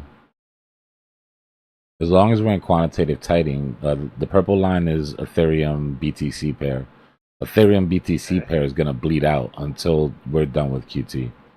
And the problem with that is Ethereum being one of the highest market caps. As long as Ethereum BTC is bleeding out, Bitcoin dominance, which is the green line, pumps. So as we go into the end of QT and Ethereum Bitcoin bottoms out, then we'll see the top. I mean, literally, like on the it's like same opposite. weekly candle, you'll see it. So this is where we're at now, right? Still in QT, waiting for Powell to announce. Ethereum BTC is just falling off of an edge, and dominance is just doing craziness because of it, right? There's no way that dominance can't pump if ETH BTC is falling off a cliff like this. So Powell needs to come in and save the day so that ETH BTC can bottom, so that dominance can top out. And again, not to freak out ETH holders, but in the past, ETH BTC bottoms out, Bitcoin dominance tops, and ETH USD continues to bleed. So Look at that. everybody that is kind of hoping that we're already at our lows, this sort of lends to the theory that we go to 16, 15 on ETH, but we'll see. It doesn't have to play out the same. Remember, this is COVID. So this is sort of, I was just gonna say that. Right. yeah, it's that anomaly. You Yeah, can't really Mhm. expect that same reaction to happen again. But for the most part, what I want to point out is just because ETH BTC bottoms doesn't mean that you find the bottom immediately on ETH USD pair. So anybody waiting to put their last sort of bit of money into ETH, what I'm doing personally is until they signal that QT is over, I'm not putting my last bit of money into ETH. I need to see my ETH BTC bottom out at the very least, and then I can start a responsible DCA for whatever sort of drop we get after that. And then Moon, baby. What I do to ETH is not going to be responsible, Dbloc. You gonna just hide Fine. degen leverage as soon as that shit bottoms out. I might just do spot. I bought ETH at 29.89. I wrote it up to almost 4K, and people were constantly telling me just hold it on spot, hold it on spot. And I'm like, I can't handle this spot stuff. It's too boring. You know, I feel like my money is locked up. It could be being used for for better things, I guess, more directly in like a more direct market. Anyways, long story short, I didn't sell it, and it came all the way back down to my 29.89. Yeah, I man, round sold it. tripping. Sold it at no profit, paid a fee, and here we are. I will not touch it until One of my I don't good know. DJ friends, he got a couple hundred of them, mined them for nothing, man. He's still got them. He'll never touch them. He's got a few Dallas, you hundred of took them. profit on the move. Nice, good job, bro. Yeah, you don't have to take the whole CME gap, bro. Take profit into the impulse up. We're not worried about catching the very tops here. You played this move up, that's great. You got to feed the ducks while they're quacking. Yeah. You got a bunch of bread you're trying to get rid of. You got to feed the ducks while they're quacking. If you wait till you get to the very top and everybody else fed the ducks and they're not hungry anymore, you're going to be stuck with a rotten bag of bread. And I am a duck is not going to eat that shit. He's going to look at you like, get out of here. Get out of here with that moldy bread, sir. Dbloc, my MC friend, just locked in the room. He's moving in. Yes. Oh, nice. Roommate. Let's go. Yeah, and that's one step. I got one more thing to tick before I fly out of here. So, quack. Quack, quack. Yeah, he's keen to start firing things up again, so look out. As far as the move up to grab this whale and to grab our top CME gap, I'm looking to put in a higher low here. So if we can take the SR flip and hold that, we can take that SR flip there and hold that. Then we can put in what should be a decent base to make the rest of this move, like I was saying earlier.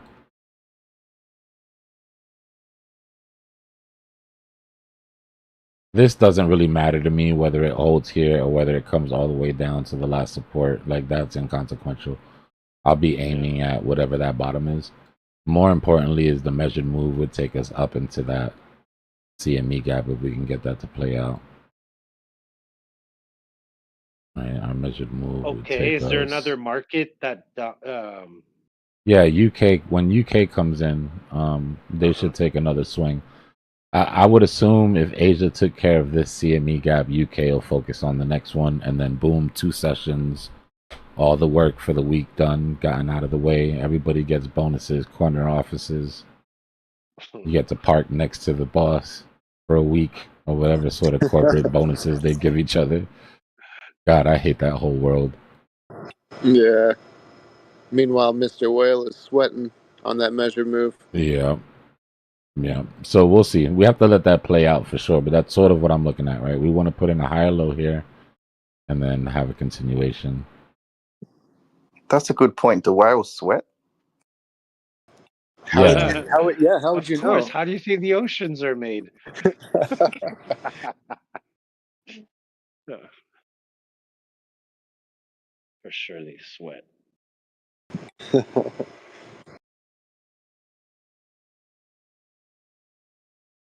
They eat plankton, bro. Mm-hmm.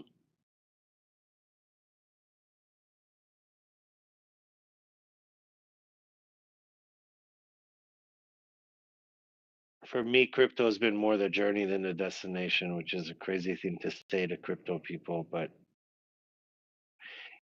you know, it's opened my eyes to a lot of things in the world, to see such repetitiveness on a chart and be able to apply it to the stock market and other things in life. I mean, the price of things, the cycles, the just what a rude awakening, man, it's been for the past You know, M- almost ma- 6 years. Maybe I'm wrong, but for chart people, crypto's the best because it's purely speculative. The market's subject to people's decisions. Like this is for charting people. Crypto, charts actually matter. I love it. I absolutely love it. Yeah, definitely. I think I eat, the sleep crypto. I absolutely. I am such a chart guy. Time frames are a thing of the past. Like I could live on a 15-second, like I can live on a 4 hour. Like forget the weekly and the monthly. We don't have enough data for that. But you know, it's fun, man. It could be great, especially with all this adoption and what's going on. I mean, are they finally, you know, it's like, are we going to be promised what we all waiting for? Who knows? Why wait? You have all these little cycles that can do the same thing in between, you know. Like I'm sure what Dbloc shows on the high time frame here, he's seen hundreds of times on the smaller time frames happen over and over. And exciting, man. We're gonna go places with this stuff. I reckon the meme's more important than the code. Anything in here, the meme, because without the meme, the You don't coin get doesn't the mean anything. Yeah, Everything has a meme. Even coins that aren't memes have memes. Bitcoin's a meme. Everything needs an economy, a meme, and a religion. Like Apple. Yeah, you can. So, you know, the religion are, you know, that army of people that aren't going to sell no matter what. XRP army, Doge army, whatever. The meme is what separates your project from other projects. Doge, it's the first meme. Aside from it being an actual meme, Doge's meme is that it's the first meme, right? Where like, you know, Hyperliquid's meme, it's that it's the most advanced DEX closest to a sex UI that we have at this point. That's its meme. The religion is how many people buy into the meme and won't sell. And then the economy is the tokenomics. If it doesn't have good tokenomics, you're screwed. If it doesn't have good religion, you're screwed. If it doesn't have good meme, you're screwed. You need 2 out of 3 at least. Bitcoin's the first meme. Like Satoshi Nakamoto is a meme. Yeah, the meme Doge of is the first Bitcoin. meme. Yeah, the meme's Bitcoin is that it's Bitcoin. You know, that's Bitcoin's meme. Meme is, like I said, what makes it stand out from everything else. If it doesn't, if you're just another payment platform, if you're just another, you know, video game, or if you're just another AI agent, like, what's your meme? What do you do? What do you focus on? Oh, you know, Dora, it's an AI agent that makes all of your travel plans. Okay, that's its meme, right? That's what makes it stand out from everything else. The reason that memes are successful is because they have good economy. It's a fair launch, right? There's no bullshit with, you know, coins coming out for devs, or, you know, at least there shouldn't be if you're in the right ones. They automatically have built-in meme. And the fact that you get in down at the lows and are able to make money from the bottoms was good for building religion, right? It was good for people saying, I'm holding my breath until the wheels fall off. The problem is that they cut the cycle on these people more and more and more and more as the weeks went on. When memes started, you can get in that meme and you could ride it for 2 months. And then the next wave came and you could only ride it for a month. And then 2 weeks, and then a week. And then now, you better get out within the day, within the first 4 hours, or it's all going to shit, you know? So it completely destroyed the religion of it. Like, nobody is in love with these memes anymore, where they're just like, ride or die, I'm gonna hold this no matter what.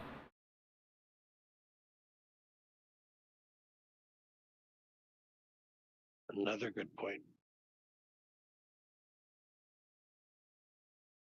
It's almost like they're now here for you to make a quick buck on the I guess the news of it, and then they're left to die, but people transfer it into like a better project or something like Bitcoin or It's extractionary. It's meant to bring, it's meant to just take degen funds and move into something else. I mean, if you want to see, just look at where the money goes. Like, look at where all that money went for the Trump coin. Like they didn't use all the profits and buy more Trump or buy memes. They bought Bitcoin and they bought Ethereum and they locked them away and they forgot about them.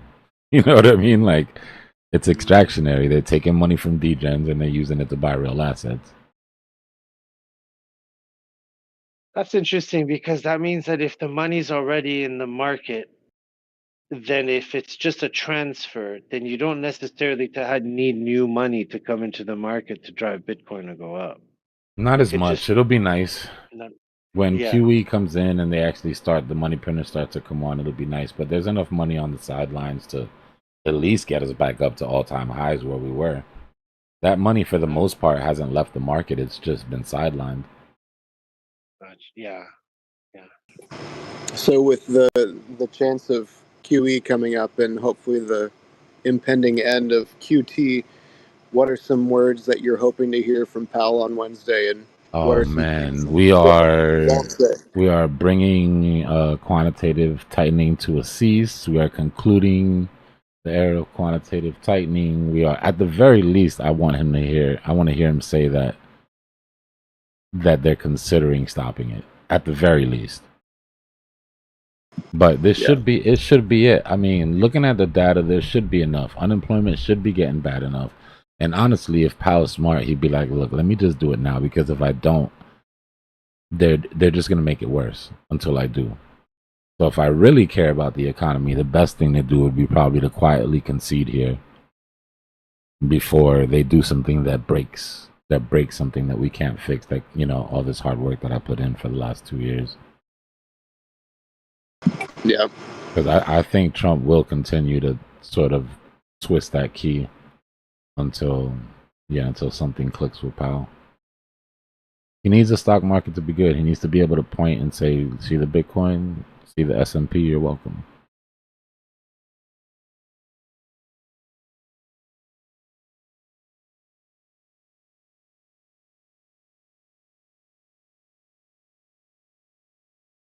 Oh, damn, I missed 12 o'clock news time. Anybody else that does a lot of research on Twitter notice that the news cycle shifts after midnight? It's the most annoying thing ever. You can still find the stuff, but it gets buried. It's almost like a purposeful burying of the last day's news underneath just fresh bullshit. I'm pretty sure it has a lot to do with people having automatic posts for the new day. Like some people's posts are just run on algos, but I always try to do my research between 11:30 and 12:30 every night. Yeah, I got to go do some research now, but I'm looking at the time and I'm like, damn, now I'm gonna have to dig through a bunch of bullshit.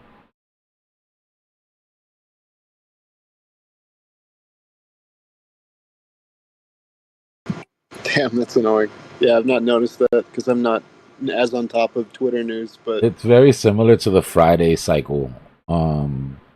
Like in the news cycle, they know that if you release something on Friday afternoon, you're burying it.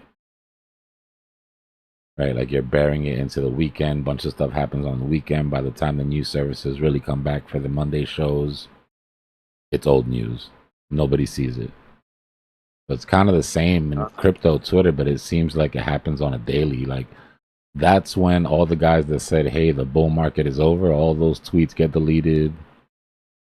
They clean up all the bullshit that they said during the last day that didn't end up playing out or whatever, you know? that's annoying. Yeah.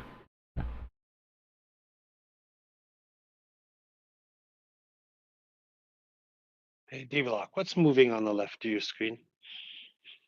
The green and red. Oh, on that's the left? tape. Oh.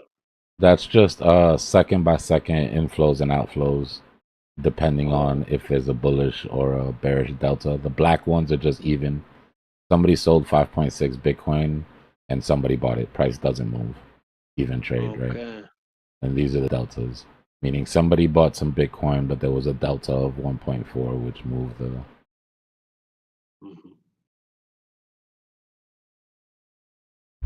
It's just old school ticker tape like you would see on stock market, right?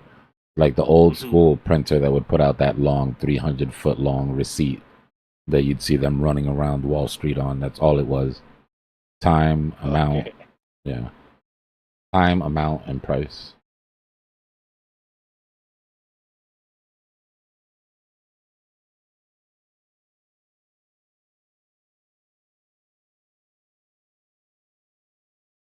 Yeah, I can't see anything number wise. Sorry, I don't feel I can't. I don't want to go upstairs to get my glasses. That's why I could see the green and the red, No, and I you're got a good. little bit thrown off with the black, and there was little.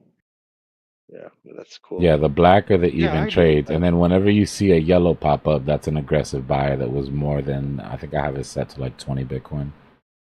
So somebody buys 20 Bitcoin right now, it'll come out big and yellow. And then when we have the big moves, we call it the Christmas tree lighting up. This thing just goes green and lights up, yellow all the way down. Oh, so it's just like the aggregator in a way. Hmm. Spot. That's for spot buys.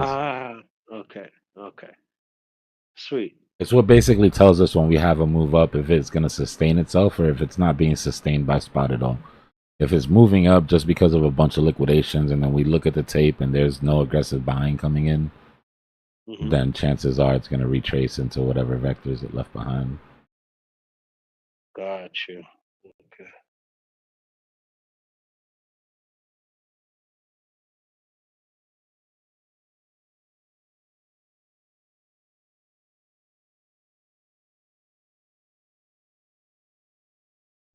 What do you mean, Irvin? Yeah, so like if you see 12.9, that means somebody bought 12.9 or sold 12.9 Bitcoin, but they had to go on the book for it. So it pushed price, right? There's a bearish delta there.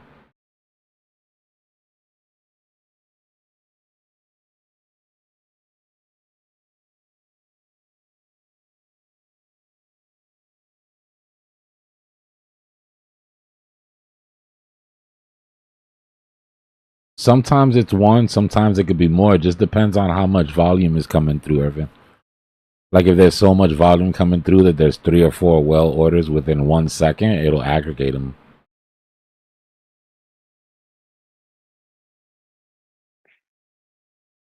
But you see how it gets on the weekend where it's literally all zeros and like fraction of a Bitcoin.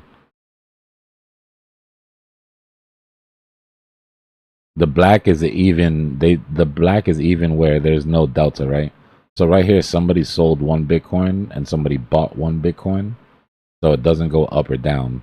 Chart stays exactly the way it is. The chart only moves when somebody has to. If I want to buy 1 Bitcoin and you can only sell me half a Bitcoin, right? And Irving's got the other half of Bitcoin, but he's not going to sell it to me for the same price. He wants a little bit more. When I buy his Bitcoin, the price of Bitcoin moves up. Just to sort of simplify it. But if I buy my Bitcoin from you at the price that you wanted, at the price that Bitcoin's currently at, it doesn't move the candle.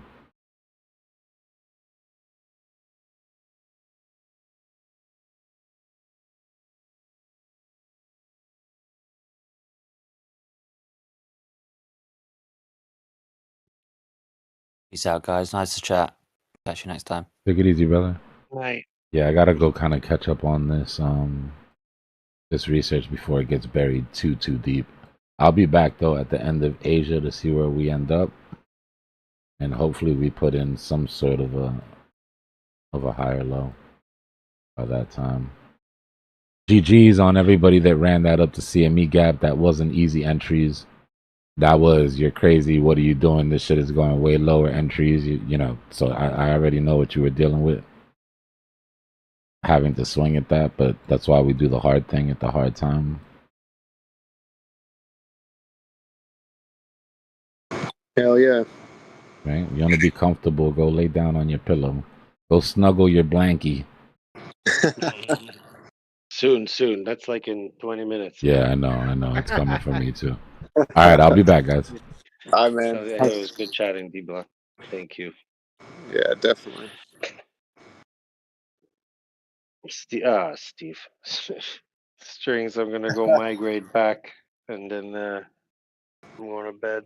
Sounds good. I'll join you for a little bit. Sounds good, buddy. Good night, guys.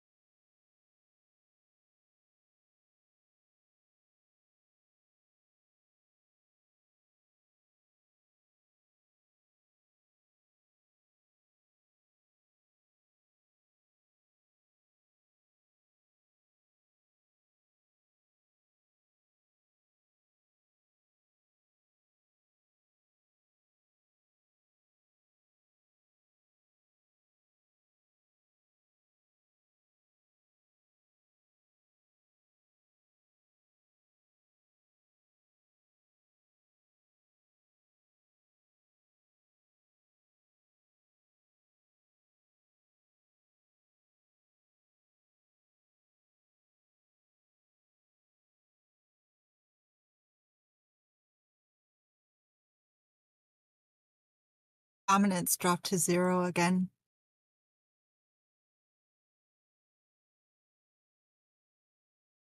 What's up with that? That hammer did his job that time. He really whacked it. Your brain. I mean, you might as well. Look, I'm ultra pumping.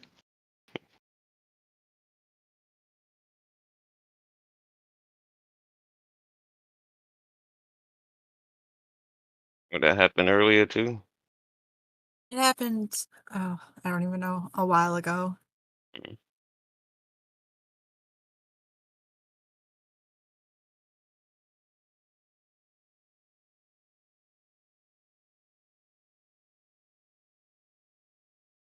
The hammer killed it.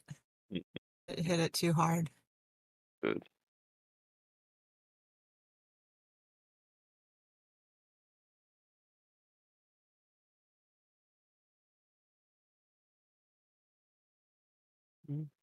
Mm-hmm.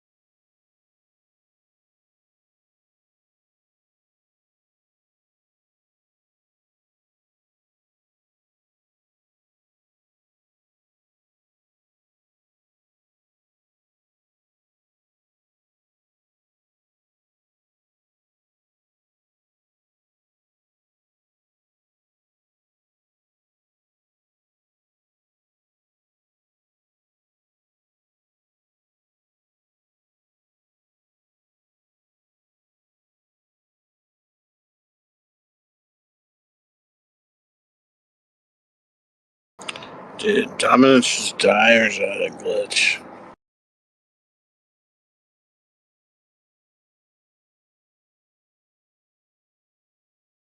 It's a glitch.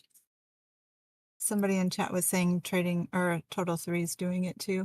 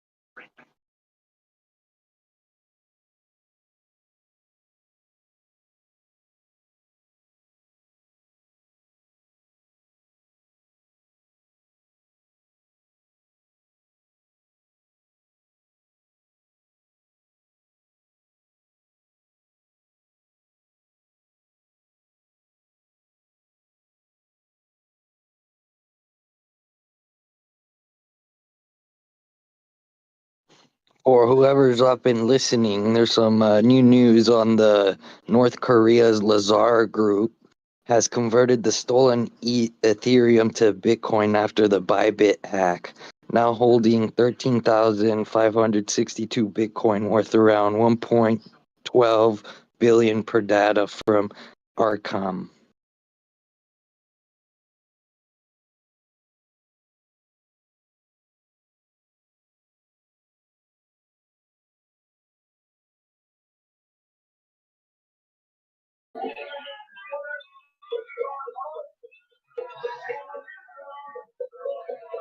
Wonderful.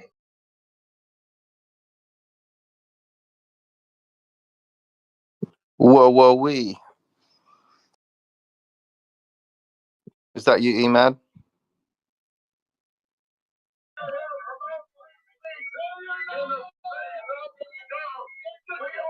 What was that? Yeah, I'm getting ready to go to. I'm getting ready to go to bed though. Yeah, I'm just compiling. Oh man, open mic. Someone has got. Whoa, open mic. Yeah, that's who is that? I don't think it was Emad. Emad, I'm just compiling you some instructions, man. I'm putting together what I can for you while I've got some time. Instructions. It's a secret. Sorry, Winnie, it's not very secret when I tell it on YouTube, but he knows what I'm talking about. I missed the secret. It's more interesting if it's a secret. If I tell you, it's not that interesting. What's going on? Are you trading?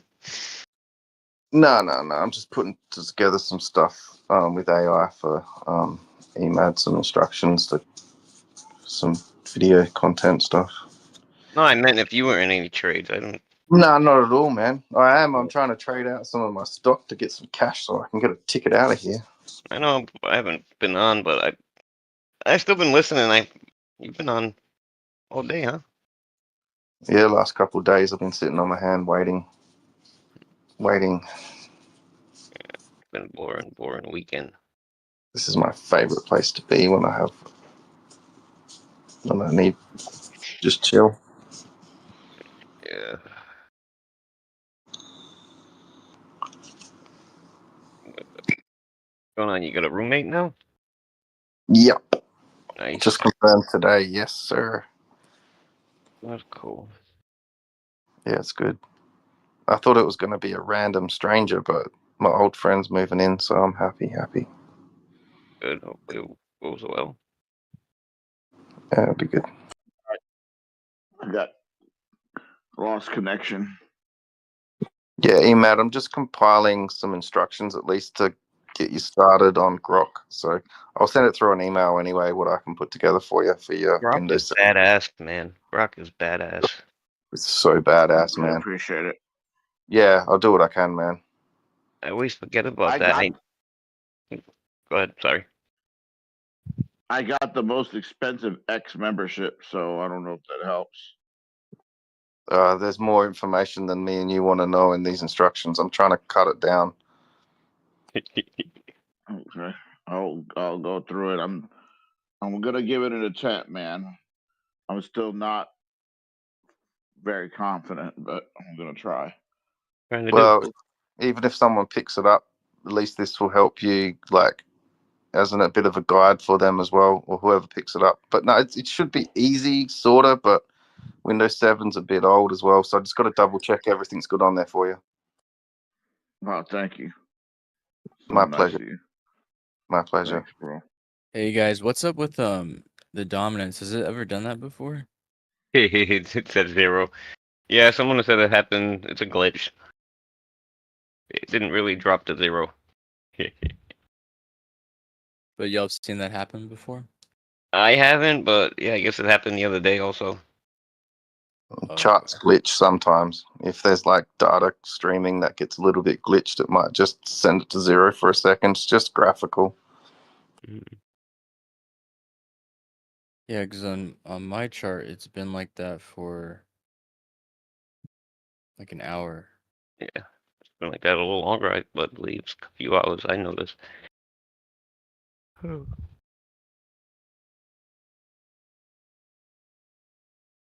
Something divided by infinity. Oh wow, and why when I mentioned that it goes back up? That's funny. There you go. Look at that big green candle right back up. I heard you. That was a good. Someone picked up the report. Quick, smart. Should have just left it alone. It's your fault now. It's back up. 3 o'clock in the morning. What did you drink? Too much coffee? No, my schedule's all screwed up, man. I'll probably be up for the rest of the day. Hey, the ticker for dominance is BTC.D. If you ever see that and you get worried, man.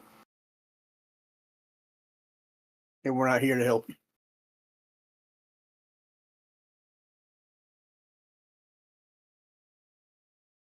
I just actually heated up my cup of coffee from earlier.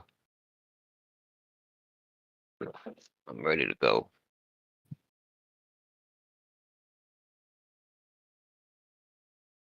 I contacted my lawyer today, man. I don't know what's going on with that. It's nice to get some money. It's been over a year, man. It's been a year and 4 months. Jesus, time flies. What's been a year and 4 months, Winnie? Oh, when I was in that car accident, my lawyer keeps trying to get more money. I'm like, Oh, have they given you money yet? no, I haven't seen nothing. Oh, they're lawyers. Every time I talked to him, he said, "Oh, they offered this, and I want this, or whatever." He probably got the money and spent it already. That's what I'm thinking, man. I'm like, what? I never hear anything from him. You've received 20,000. Your bill's 21,000. I'll be happy with 10.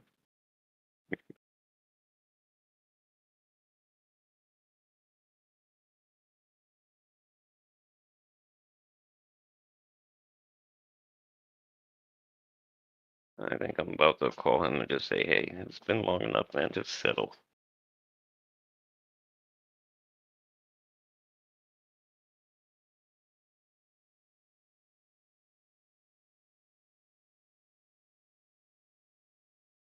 Sick of dealing with all this shit. Social Security, this, that, man. Always one thing after another.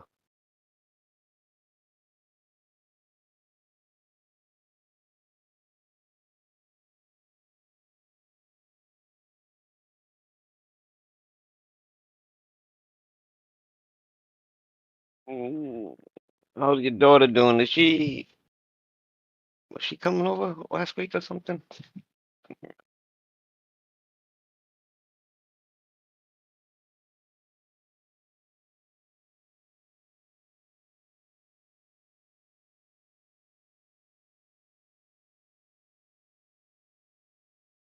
Do do do do do do do.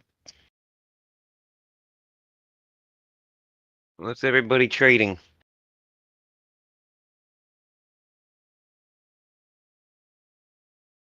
Hard to find something. You guys see what was that? Jelly yesterday, man? Thing shot up 170%. Still holding up too. Jelly. I know they got an Apple app.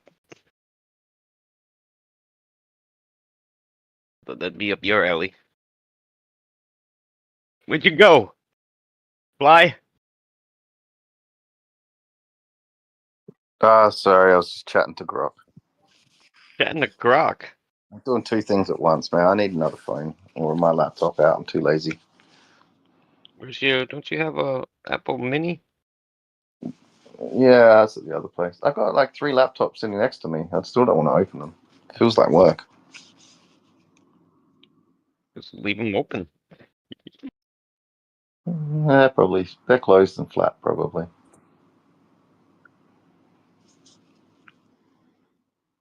I figure by the time I do anything, AI would have done it already. So just go talk to AI about it.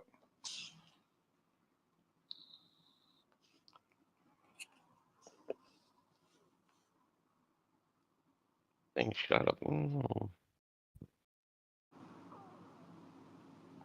170%.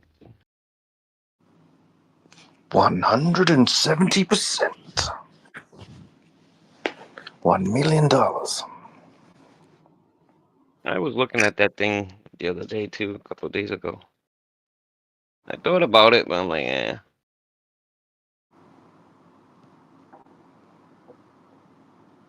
Should've, could've, would've. You probably looked at all the coins the other day, Weenie, knowing you. No, that's one I look at that one a lot. It's on my list. Which coin are we talking about? Jelly. Jelly? Jelly. Never heard of Jelly? There's an app But for it on your Apple phone. You're an Apple user, so you should have heard of it. Jelly what is my it? jelly. Jelly my jelly. It's like a hold on. What do I do with it? That short for jealous? No, it's hold on, I'm opening it up. Jelly belly? The fastest way to post clips from a video chat. Want to make jellies? They call them jellies. They got an app for Apple. I get the guy who's behind this. Oh.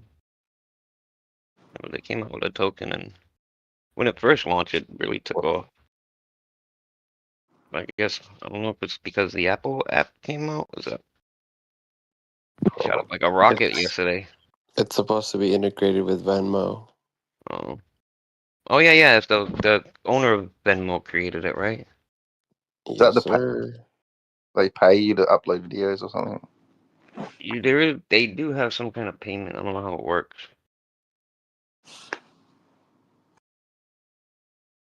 I wish I would have done more research on it because it seems like it's pretty good, man. Just the name of it though, like who wants to? Jelly, my jelly. Sounds sus. I guess is it for Instagram? Well, I know when you try to click on it and everything, it always opens up Instagram.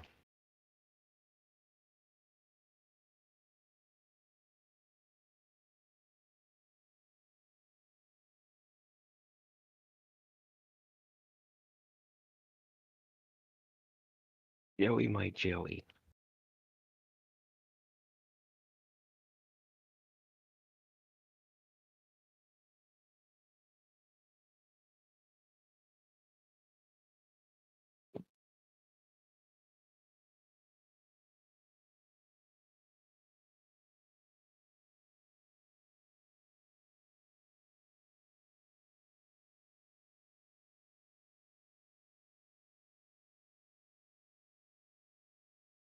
This guy, Nuciel Yasin.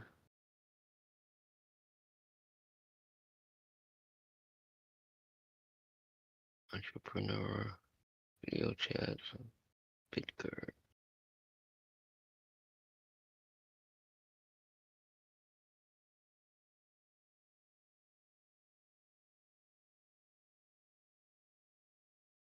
So it's like FaceTime? Or you send video clips? I guess I have no clue. I never used FaceTime. Like WhatsApp video? Facebook video? They don't have it up for Android, only on Apple. It's only available for Apple. What's an Android? Huh? What's The that? app. What? Android. What's Apple, man? Oh, that's one of those phones you get at the service station. You talking a fruit? $29 for a phone. 2 apples in a string? That was apple in the past?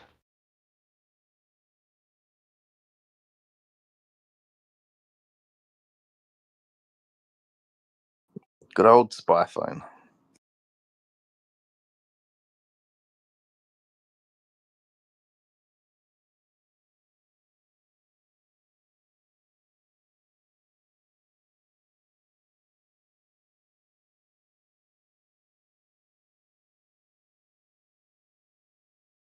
Jelly AI. AI powered research memory driven insights. I found it.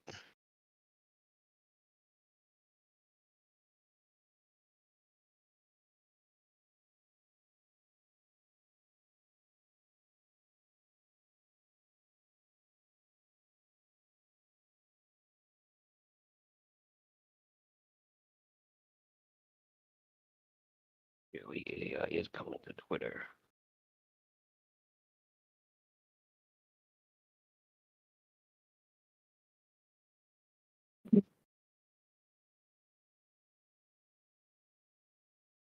At Jelly video chats, there we go.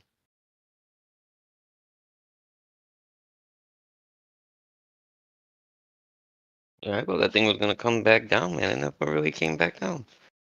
It popped up like that and it's been holding up there.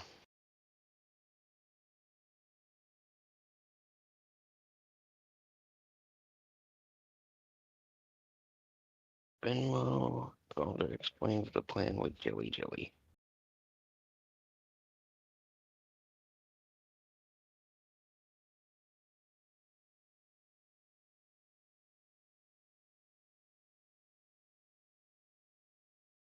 The market cap is still pretty low too. When it first came out, it shot up to what, $250 million market cap. We got 41 minutes till London opens. Y'all think we're gonna keep going up, or are they gonna drop us down? They have that gap up to 84 even. Let's see. London.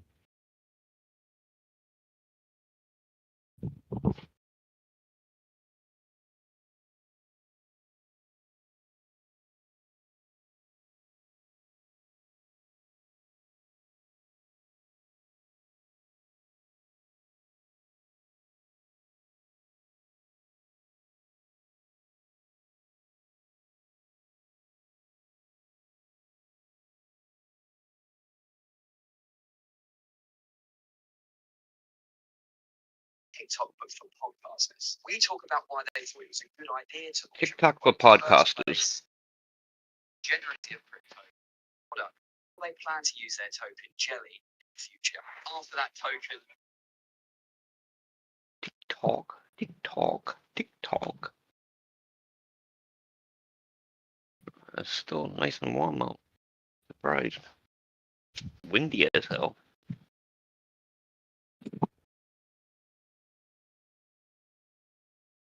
Yeah, I used Grok earlier to write a letter, man, and I was impressed.